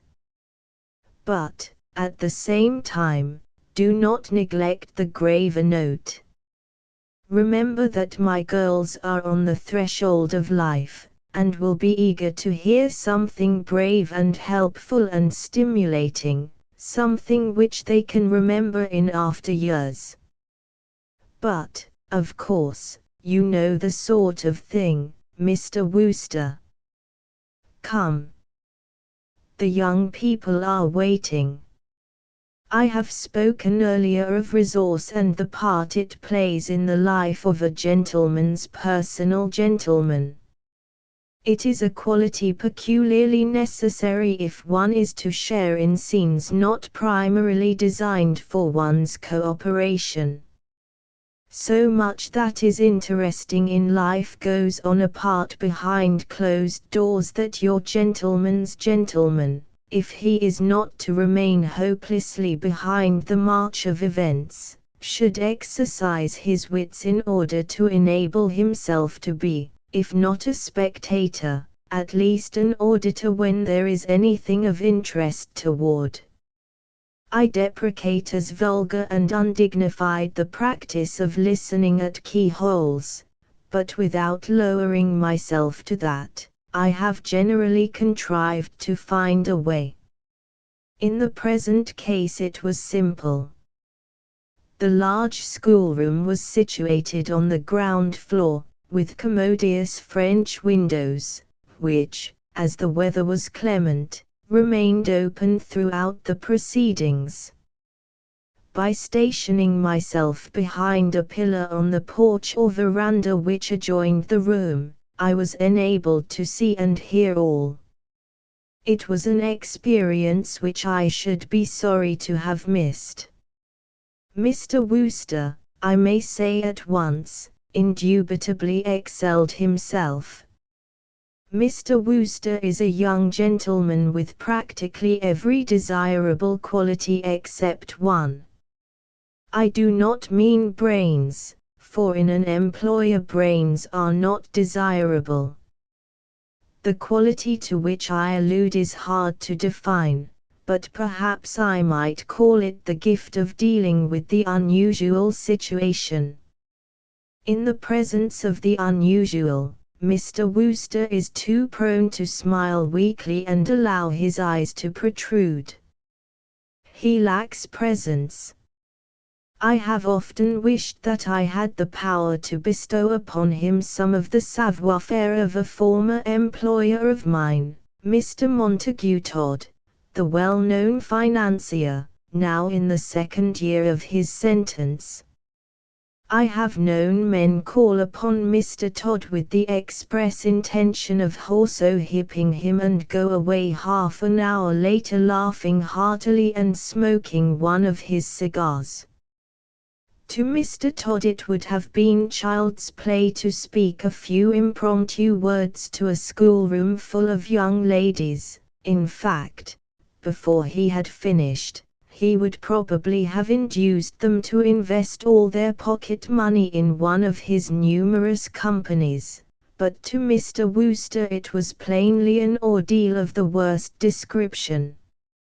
He gave one look at the young ladies, who were all staring at him in an extremely unwinking manner, then blinked and started to pick feebly at his coat sleeve.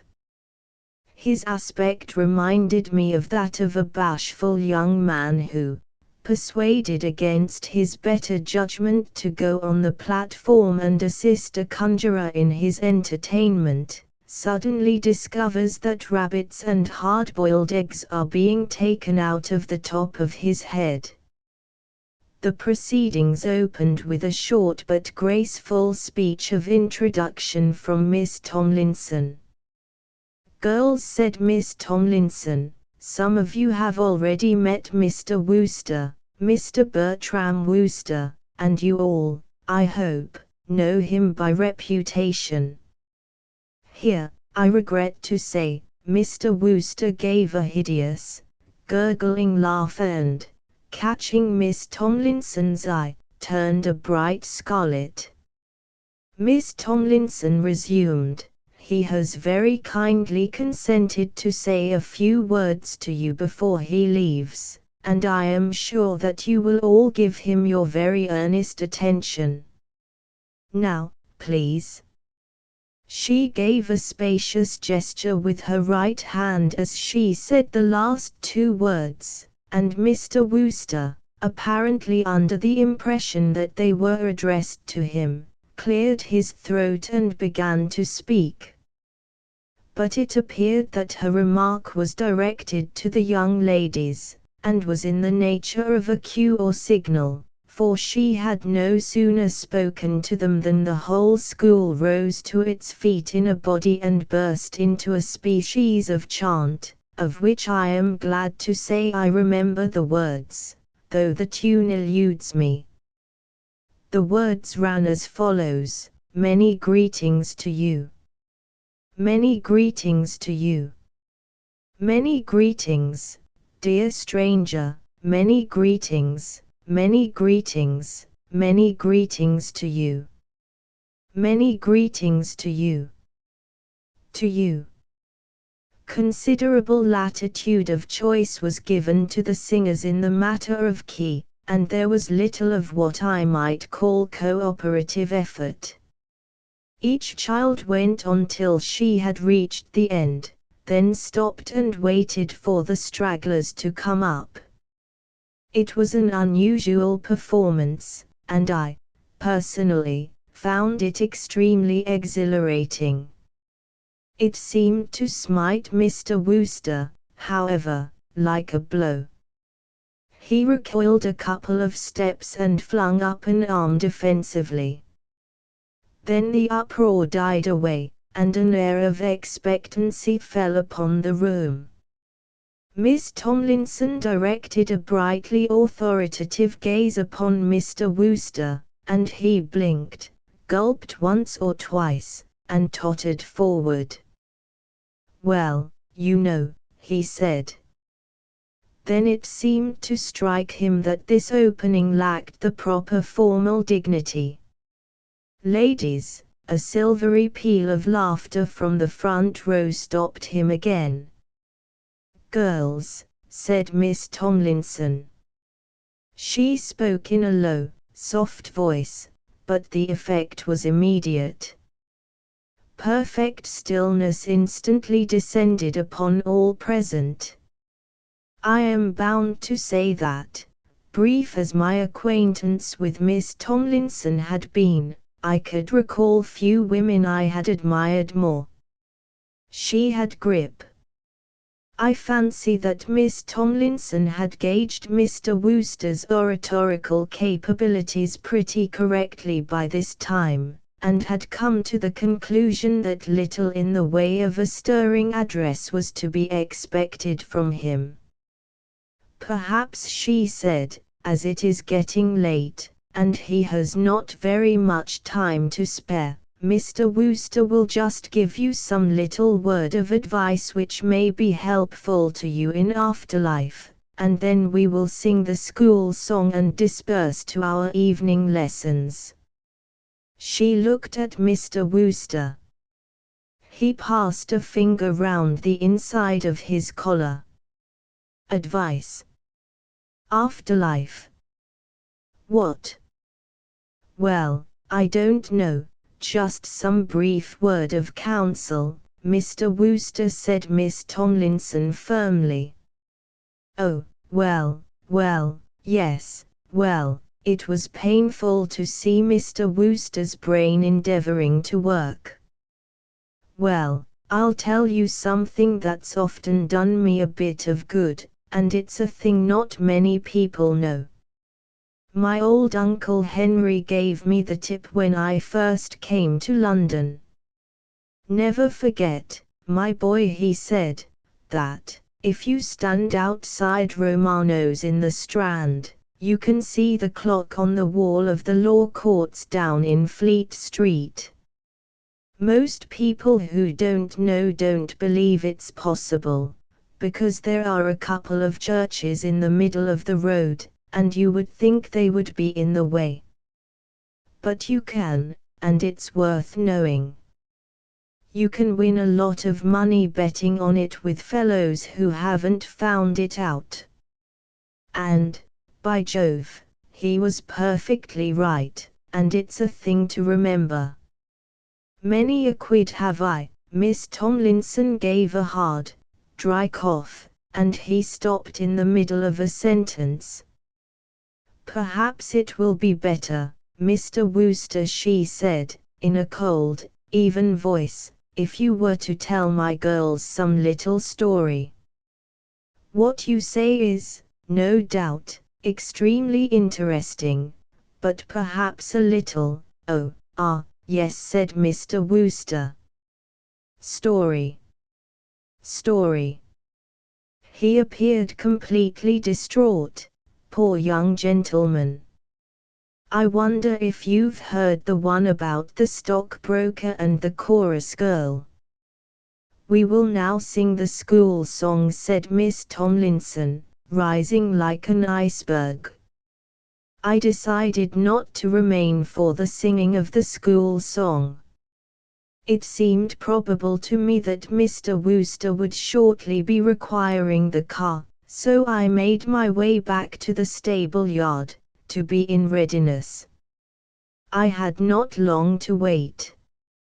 In a very few moments he appeared, tottering.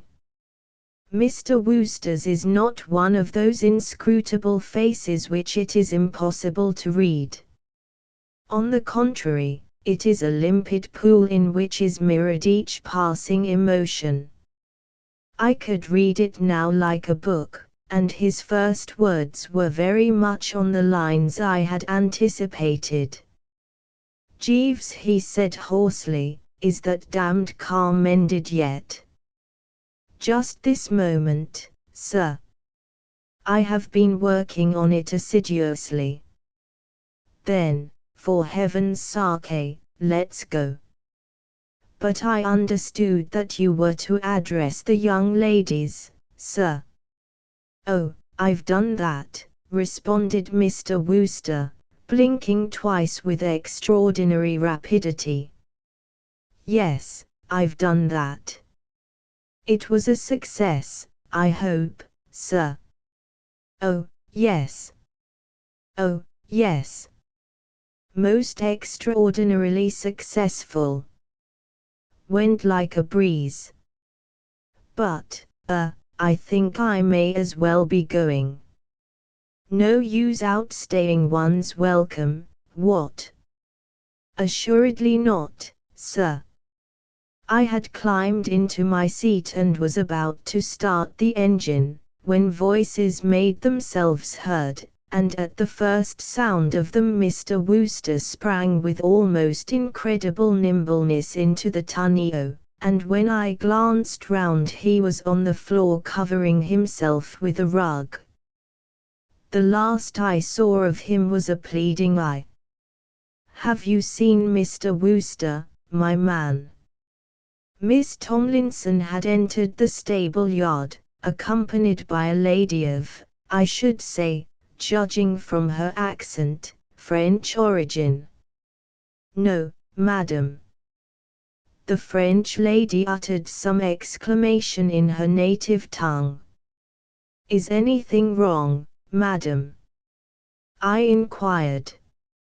Miss Tomlinson in normal mood was, I should be disposed to imagine, a lady who would not readily confide her troubles to the ear of a gentleman's gentleman, however sympathetic his aspect. That she did so now was sufficient indication of the depth to which she was stirred. Yes, there is. Mademoiselle has just found several of the girls smoking cigarettes in the shrubbery. When questioned, they stated that Mr. Wooster had given them the horrid things. She turned. He must be in the garden somewhere, or in the house. I think the man is out of his senses. Come, mademoiselle. It must have been about a minute later that Mr. Wooster poked his head out of the rug like a tortoise. Jeeves. Sir. Get a move on. Start her up. Get going and keep going. I applied my foot to the self-starter. It would perhaps be safest to drive carefully until we are out of the school grounds, sir, I said. I might run over one of the young ladies, sir. Well, what's the objection to that? Demanded Mr. Wooster with extraordinary bitterness. Or even Miss Tomlinson, sir. Don't, said Mr. Wooster wistfully. You make my mouth water. Jeeves, said Mr. Wooster, when I brought him his whiskey and siphon one night about a week later, this is dashed jolly. Sir. Jolly. Cozy and pleasant, you know. I mean, looking at the clock and wondering if you're going to be late with the good old drinks, and then you coming in with the tray always on time, never a minute late, and shoving it down on the table and biffing off, and the next night coming in and shoving it down and biffing off, and the next night, I mean, gives you a sort of safe, restful feeling. Soothing. That's the word. Soothing. Yes, sir. Oh, by the way, sir, well. Have you succeeded in finding a suitable house yet, sir? House? What do you mean, house? I understood, sir, that it was your intention to give up the flat and take a house of sufficient size to enable you to have your sister, Mrs. Schofield, and her 3 young ladies to live with you. Mr. Wooster shuddered strongly. That's off, Jeeves, he said. Very good, sir, I replied. Asterisk asterisk asterisk end of the Project Gutenberg ebook. Carry on. Jeeves asterisk asterisk asterisk updated editions will replace the previous one, the old editions will be renamed. Creating the works from print editions not protected by U.S. copyright law means that no one owns a United States copyright in these works, so the Foundation, and you, can copy and distribute it in the United States without permission and without paying copyright royalties. Special rules, set forth in the general terms of use part of this license, apply to copying and distributing Project Gutenberg trademark symbol electronic works to protect the Project Gutenberg trademark symbol concept and trademark. Project Gutenberg is a registered trademark, and may not be used if you charge for an ebook, except by following the terms of the trademark license, including paying royalties for use of the Project Gutenberg trademark. If you do not charge anything for copies of this ebook, complying with the trademark license is very easy. You may use this ebook for nearly any purpose, such as creation of derivative works, reports, performances and research. Project Gutenberg ebooks may be modified and printed and given away. You may do practically anything in the United States with ebooks not protected by U.S. copyright law. Redistribution is subject to the trademark license, especially commercial redistribution. Start. Full license. The full Project Gutenberg license. Please read this before you distribute or use this work to protect the Project Gutenberg trademark symbol. Mission of promoting the free distribution of electronic works. By using or distributing this work, or any other work associated in any way with the phrase Project Gutenberg, you agree to comply with all the terms of the full Project Gutenberg trademark symbol license available with this file or online at www.gutenberg.org/license. Section 1. General Terms of Use and Redistributing Project Gutenberg Trademark Symbol Electronic Works 1.0.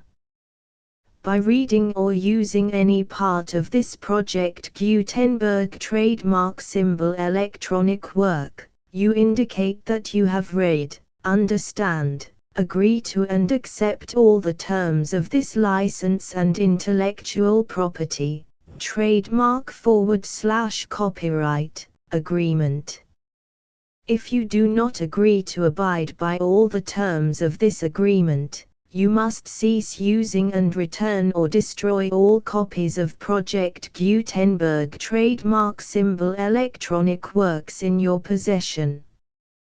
If you paid a fee for obtaining a copy of or access to a Project Gutenberg trademark symbol electronic work and you do not agree to be bound by the terms of this agreement, you may obtain a refund from the person or entity to whom you paid the fee as set forth in paragraph 1.e.8. 1.b. Project Gutenberg is a registered trademark. It may only be used on or associated in any way with an electronic work by people who agree to be bound by the terms of this agreement. There are a few things that you can do with most Project Gutenberg trademark symbol electronic works even without complying with the full terms of this agreement. See paragraph 1.c below. There are a lot of things you can do with Project Gutenberg trademark symbol electronic works if you follow the terms of this agreement and help preserve free future access to Project Gutenberg trademark symbol electronic works. See paragraph 1.e below. 1.c. The Project Gutenberg Literary Archive Foundation, the Foundation or PGLAF, owns a compilation copyright in the collection of Project Gutenberg trademark symbol electronic works. Nearly all the individual works in the collection are in the public domain in the United States. If an individual work is unprotected by copyright law in the United States and you are located in the United States, we do not claim a right to prevent you from copying, distributing, performing, displaying or creating derivative works based on the work as long as all references to Project Gutenberg are removed. Of course, We hope that you will support the Project Gutenberg trademark symbol mission of promoting free access to electronic works by freely sharing Project Gutenberg trademark symbol works in compliance with the terms of this agreement for keeping the Project Gutenberg trademark symbol name associated with the work. You can easily comply with the terms of this agreement by keeping this work in the same format with its attached full Project Gutenberg trademark symbol license when you share it without charge with others. 1.d. The copyright laws of the place where you are located also govern what you can do with this work. Copyright laws in most countries are in a constant state of change. If you are outside the United States, check the laws of your country in addition to the terms of this agreement before downloading, copying, displaying, performing, distributing or creating derivative works based on this work or any other Project Gutenberg trademark symbol work. The Foundation makes no representations concerning the copyright status of any work in any country other than the United States. 1.e. Unless you have removed all references to Project Gutenberg. 1.e.1. The following sentence, with active links to, or other immediate access to, the full Project Gutenberg trademark symbol license must appear prominently whenever any copy of a Project Gutenberg trademark symbol work, any work on which the phrase Project Gutenberg appears, or with which the phrase Project Gutenberg is associated, is accessed, displayed, performed, viewed, copied or distributed. This ebook is for the use of anyone anywhere in the United States and most other parts of the world at no cost and with almost no restrictions whatsoever. You may copy it, give it away or reuse it under the terms of the Project Gutenberg license included with this ebook or online at www.gutenberg.org. If you are not located in the United States, you will have to check the laws of the country where you are located before using this ebook. 1.e.2. If an individual Project Gutenberg trademark symbol electronic work is derived from texts not protected by U.S. copyright law, does not contain a notice indicating that it is posted with permission of the copyright holder, the work can be copied and distributed to anyone in the United States without paying any fees or charges. If you are redistributing or providing access to a work with the phrase Project Gutenberg associated with or appearing on the work, you must comply either with the requirements of paragraphs 1.e.1 through 1.e.7 or obtain permission for the use of the work and the Project Gutenberg trademark symbol trademark as set forth in paragraphs 1.e.8 or 1.e.9. 1.e.3.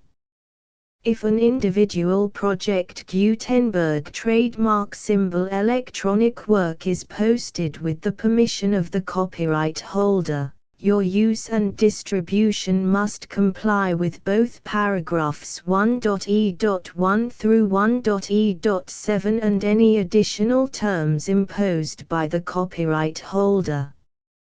Additional terms will be linked to the Project Gutenberg trademark symbol license for all works posted with the permission of the copyright holder found at the beginning of this work. 1.e.4. Do not unlink or detach or remove the full Project Gutenberg trademark symbol license terms from this work. or any files containing a part of this work or any other work associated with Project Gutenberg trademark symbol. 1.e.5. Do not copy, display, perform, distribute or redistribute this electronic work, or any part of this electronic work, without prominently displaying the sentence set forth in paragraph 1.e.1 with active links or immediate access to the full terms of the Project Gutenberg trademark symbol license. 1.e.6. You may convert to and distribute this work in any binary, compressed, marked up, non-proprietary or proprietary form, including any word processing or hypertext form. However, if you provide access to or distribute copies of a Project Gutenberg trademark symbol work in a format other than plain vanilla ASCII or other format used in the official version posted on the official Project Gutenberg trademark symbol website, www.gutenberg.org, you must, at no additional cost, fee or expense to the user, provide a copy, a means of exporting a copy, or a means of obtaining a copy upon request, of the work in its original plain vanilla ASCII or other form. Any alternate format must include the full Project Gutenberg trademark symbol license as specified in paragraph 1.e.1. 1.e.7. Do not charge a fee for access to, viewing, displaying, performing, copying or distributing any Project Gutenberg trademark symbol works unless you comply with paragraph 1.e.8 or 1.e.9. 1.e.8. You may charge a reasonable fee for copies of or providing access to or distributing Project Gutenberg trademark symbol electronic works provided that you pay a royalty fee of 20% of the gross profits you derive from the use of Project Gutenberg trademark symbol works calculated using the method you already use to calculate your applicable taxes. The fee is owed to the owner of the Project Gutenberg trademark symbol trademark, but he has agreed to donate royalties under this paragraph to the Project Gutenberg Literary Archive Foundation. Royalty payments must be paid within 60 days following each date on which you prepare, or are legally required to prepare, your periodic tax returns. Royalty payments should be clearly marked as such and sent to the Project Gutenberg Literary Archive Foundation at the address specified in Section 4, Information about donations to the Project Gutenberg Literary Archive Foundation. You provide a full refund of any money paid by a user who notifies you in writing, or by email, within 30 days of receipt that he does not agree to the terms of the full Project Gutenberg trademark symbol license. You must require such a user to return or destroy all copies of the works possessed in a physical medium and discontinue all use of and all access to other copies of Project Gutenberg trademark symbol works. You provide, in accordance with paragraph 1.f.3, a full refund of any money paid for a work or a replacement copy, if a defect in the electronic work is discovered and reported to you within 90 days of receipt of the work. You comply with all other terms of this agreement for free distribution of Project Gutenberg trademark symbol works. 1.e.9. If you wish to charge a fee or distribute a Project Gutenberg trademark symbol electronic work or group of works on different terms than are set forth in this agreement, you must obtain permission in writing from the Project Gutenberg Literary Archive Foundation, the manager of the Project Gutenberg trademark symbol trademark. Contact the Foundation as set forth in Section 3 below. 1.f1.f.1 Project Gutenberg volunteers and employees expend considerable effort to identify, do copyright research on, transcribe and proofread works not protected by U.S. copyright law in creating the Project Gutenberg trademark symbol collection. Despite these efforts, Project Gutenberg trademark symbol electronic works, and the medium on which they may be stored, may contain defects such as, but not limited to, incomplete, inaccurate or corrupt data, transcription errors, a copyright or other intellectual property infringement, a defective or damaged disk or other medium, a computer virus, or computer codes that damage or cannot be read by your equipment. 1.f.2 Limited warranty, disclaimer of damages, except for the right of replacement or refund described in paragraph 1.f.3, the Project Gutenberg Literary Archive Foundation, the owner of the Project Gutenberg trademark symbol trademark, and any other party distributing a Project Gutenberg trademark symbol electronic work under this agreement, disclaim all liability to you for damages, costs and expenses, including legal fees. You agree that you have no remedies for negligence, strict liability, breach of warranty or breach of contract except those provided in paragraph 1.f.3.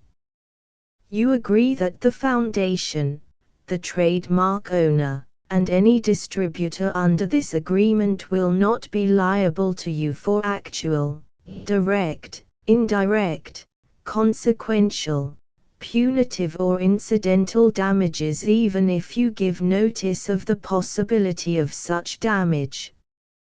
1.f.3 Limited right of replacement or refund. If you discover a defect in this electronic work within 90 days of receiving it, you can receive a refund of the money, if any, you paid for it by sending a written explanation to the person you received the work from.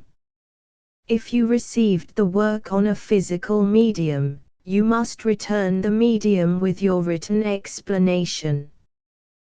The person or entity that provided you with the defective work may elect to provide a replacement copy in lieu of a refund. If you received the work electronically, the person or entity providing it to you may choose to give you a second opportunity to receive the work electronically in lieu of a refund. If the second copy is also defective, you may demand a refund in writing without further opportunities to fix the problem. 1.f.4 Except for the limited right of replacement or refund set forth in paragraph 1.f.3, this work is provided to you as is, with no other warranties of any kind, express or implied, including but not limited to warranties of merchantability or fitness for any purpose. 1.f.5 Some states do not allow disclaimers of certain implied warranties or the exclusion or limitation of certain types of damages. If any disclaimer or limitation set forth in this agreement violates the law of the state applicable to this agreement, the agreement shall be interpreted to make the maximum disclaimer or limitation permitted by the applicable state law. The invalidity or unenforceability of any provision of this agreement shall not void the remaining provisions. 1.f.6 Indemnity. You agree to indemnify and hold the foundation, the trademark owner, any agent or employee of the foundation, anyone providing copies of Project Gutenberg trademark symbol electronic works in accordance with this agreement, and any volunteers associated with the production, promotion and distribution of Project Gutenberg trademark symbol electronic works, harmless from all liability, costs and expenses, including legal fees, that arise directly or indirectly from any of the following which you do or cause to occur. A. Distribution of this or any Project Gutenberg trademark symbol work. B. Alteration, modification, or additions or deletions to any Project Gutenberg trademark symbol work, and C. Any defect you cause. Section 2. Information about the mission of Project Gutenberg trademark symbol. Project Gutenberg trademark symbol is synonymous with the free distribution of electronic works in formats readable by the widest variety of computers, including obsolete, old, middle-aged and new computers. It exists because of the efforts of hundreds of volunteers and donations from people in all walks of life. Volunteers and financial support to provide volunteers with the assistance they need are critical to reaching Project Gutenberg trademark symbol's goals and ensuring that the Project Gutenberg trademark symbol collection will remain freely available for generations to come. In 2001, the Project Gutenberg Literary Archive Foundation was created to provide a secure and permanent future for Project Gutenberg trademark symbol and future generations. To learn more about the Project Gutenberg Literary Archive Foundation and how your efforts and donations can help, see sections 3 and 4 and the Foundation information page at www.gutenberg.org. Section 3. Information about the Project Gutenberg Literary Archive Foundation. The Project Gutenberg Literary Archive Foundation is a non-profit 501(c)(3) educational corporation organized under the laws of the state of Mississippi and granted tax-exempt status by the Internal Revenue Service. The Foundation's IN or Federal Tax Identification Number is 64-6221541. Contributions to the Project Gutenberg Literary Archive Foundation are tax-deductible to the full extent permitted by U.S. federal laws and your state's laws. The Foundation's business office is located at 809 North 1500 West, Salt Lake City, UT 84116, 801-596-1887. Email contact links and up-to-date contact information can be found at the Foundation's website and official page at www.gutenberg.org/contact section 4. Information about donations to the Project Gutenberg Literary Archive Foundation. Project Gutenberg trademark symbol depends upon and cannot survive without widespread public support and donations to carry out its mission of increasing the number of public domain and licensed works that can be freely distributed in machine-readable form accessible by the widest array of equipment, including outdated equipment. Many small donations, $1 to $5,000, are particularly important to maintaining tax-exempt status with the IRS. The Foundation is committed to complying with the laws regulating charities and charitable donations in all 50 states of the United States. Compliance requirements are not uniform and it takes a considerable effort, much paperwork and many fees to meet and keep up with these requirements. We do not solicit donations in locations where we have not received written confirmation of compliance. To send donations or determine the status of compliance for any particular state, visit www.gutenberg.org/donate. While we cannot and do not solicit contributions from states where we have not met the solicitation requirements, we know of no prohibition against accepting unsolicited donations from donors in such states who approach us with offers to donate. International donations are gratefully accepted, but we cannot make any statements concerning tax treatment of donations received from outside the United States. U.S. laws alone swamp our small staff. Please check the Project Gutenberg web pages for current donation methods and addresses.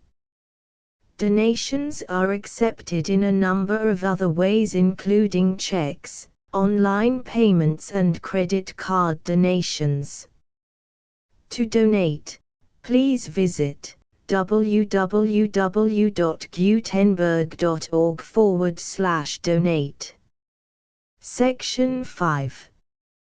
General information about Project Gutenberg trademark symbol electronic works. Professor Michael S. Hart was the originator of the Project Gutenberg trademark symbol concept of a library of electronic works that could be freely shared with anyone. For 40 years, he produced and distributed Project Gutenberg trademark symbol ebooks with only a loose network of volunteer support.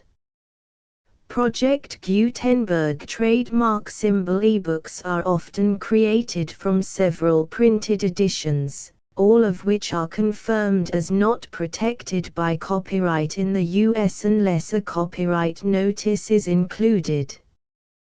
Thus, we do not necessarily keep ebooks in compliance with any particular paper edition. Most people start at our website, which has the main PG search facility, www.gutenberg.org. This website includes information about Project Gutenberg trademark symbol, including how to make donations to the Project Gutenberg Literary Archive Foundation, how to help produce our new ebooks, and how to subscribe to our email newsletter to hear about new ebooks.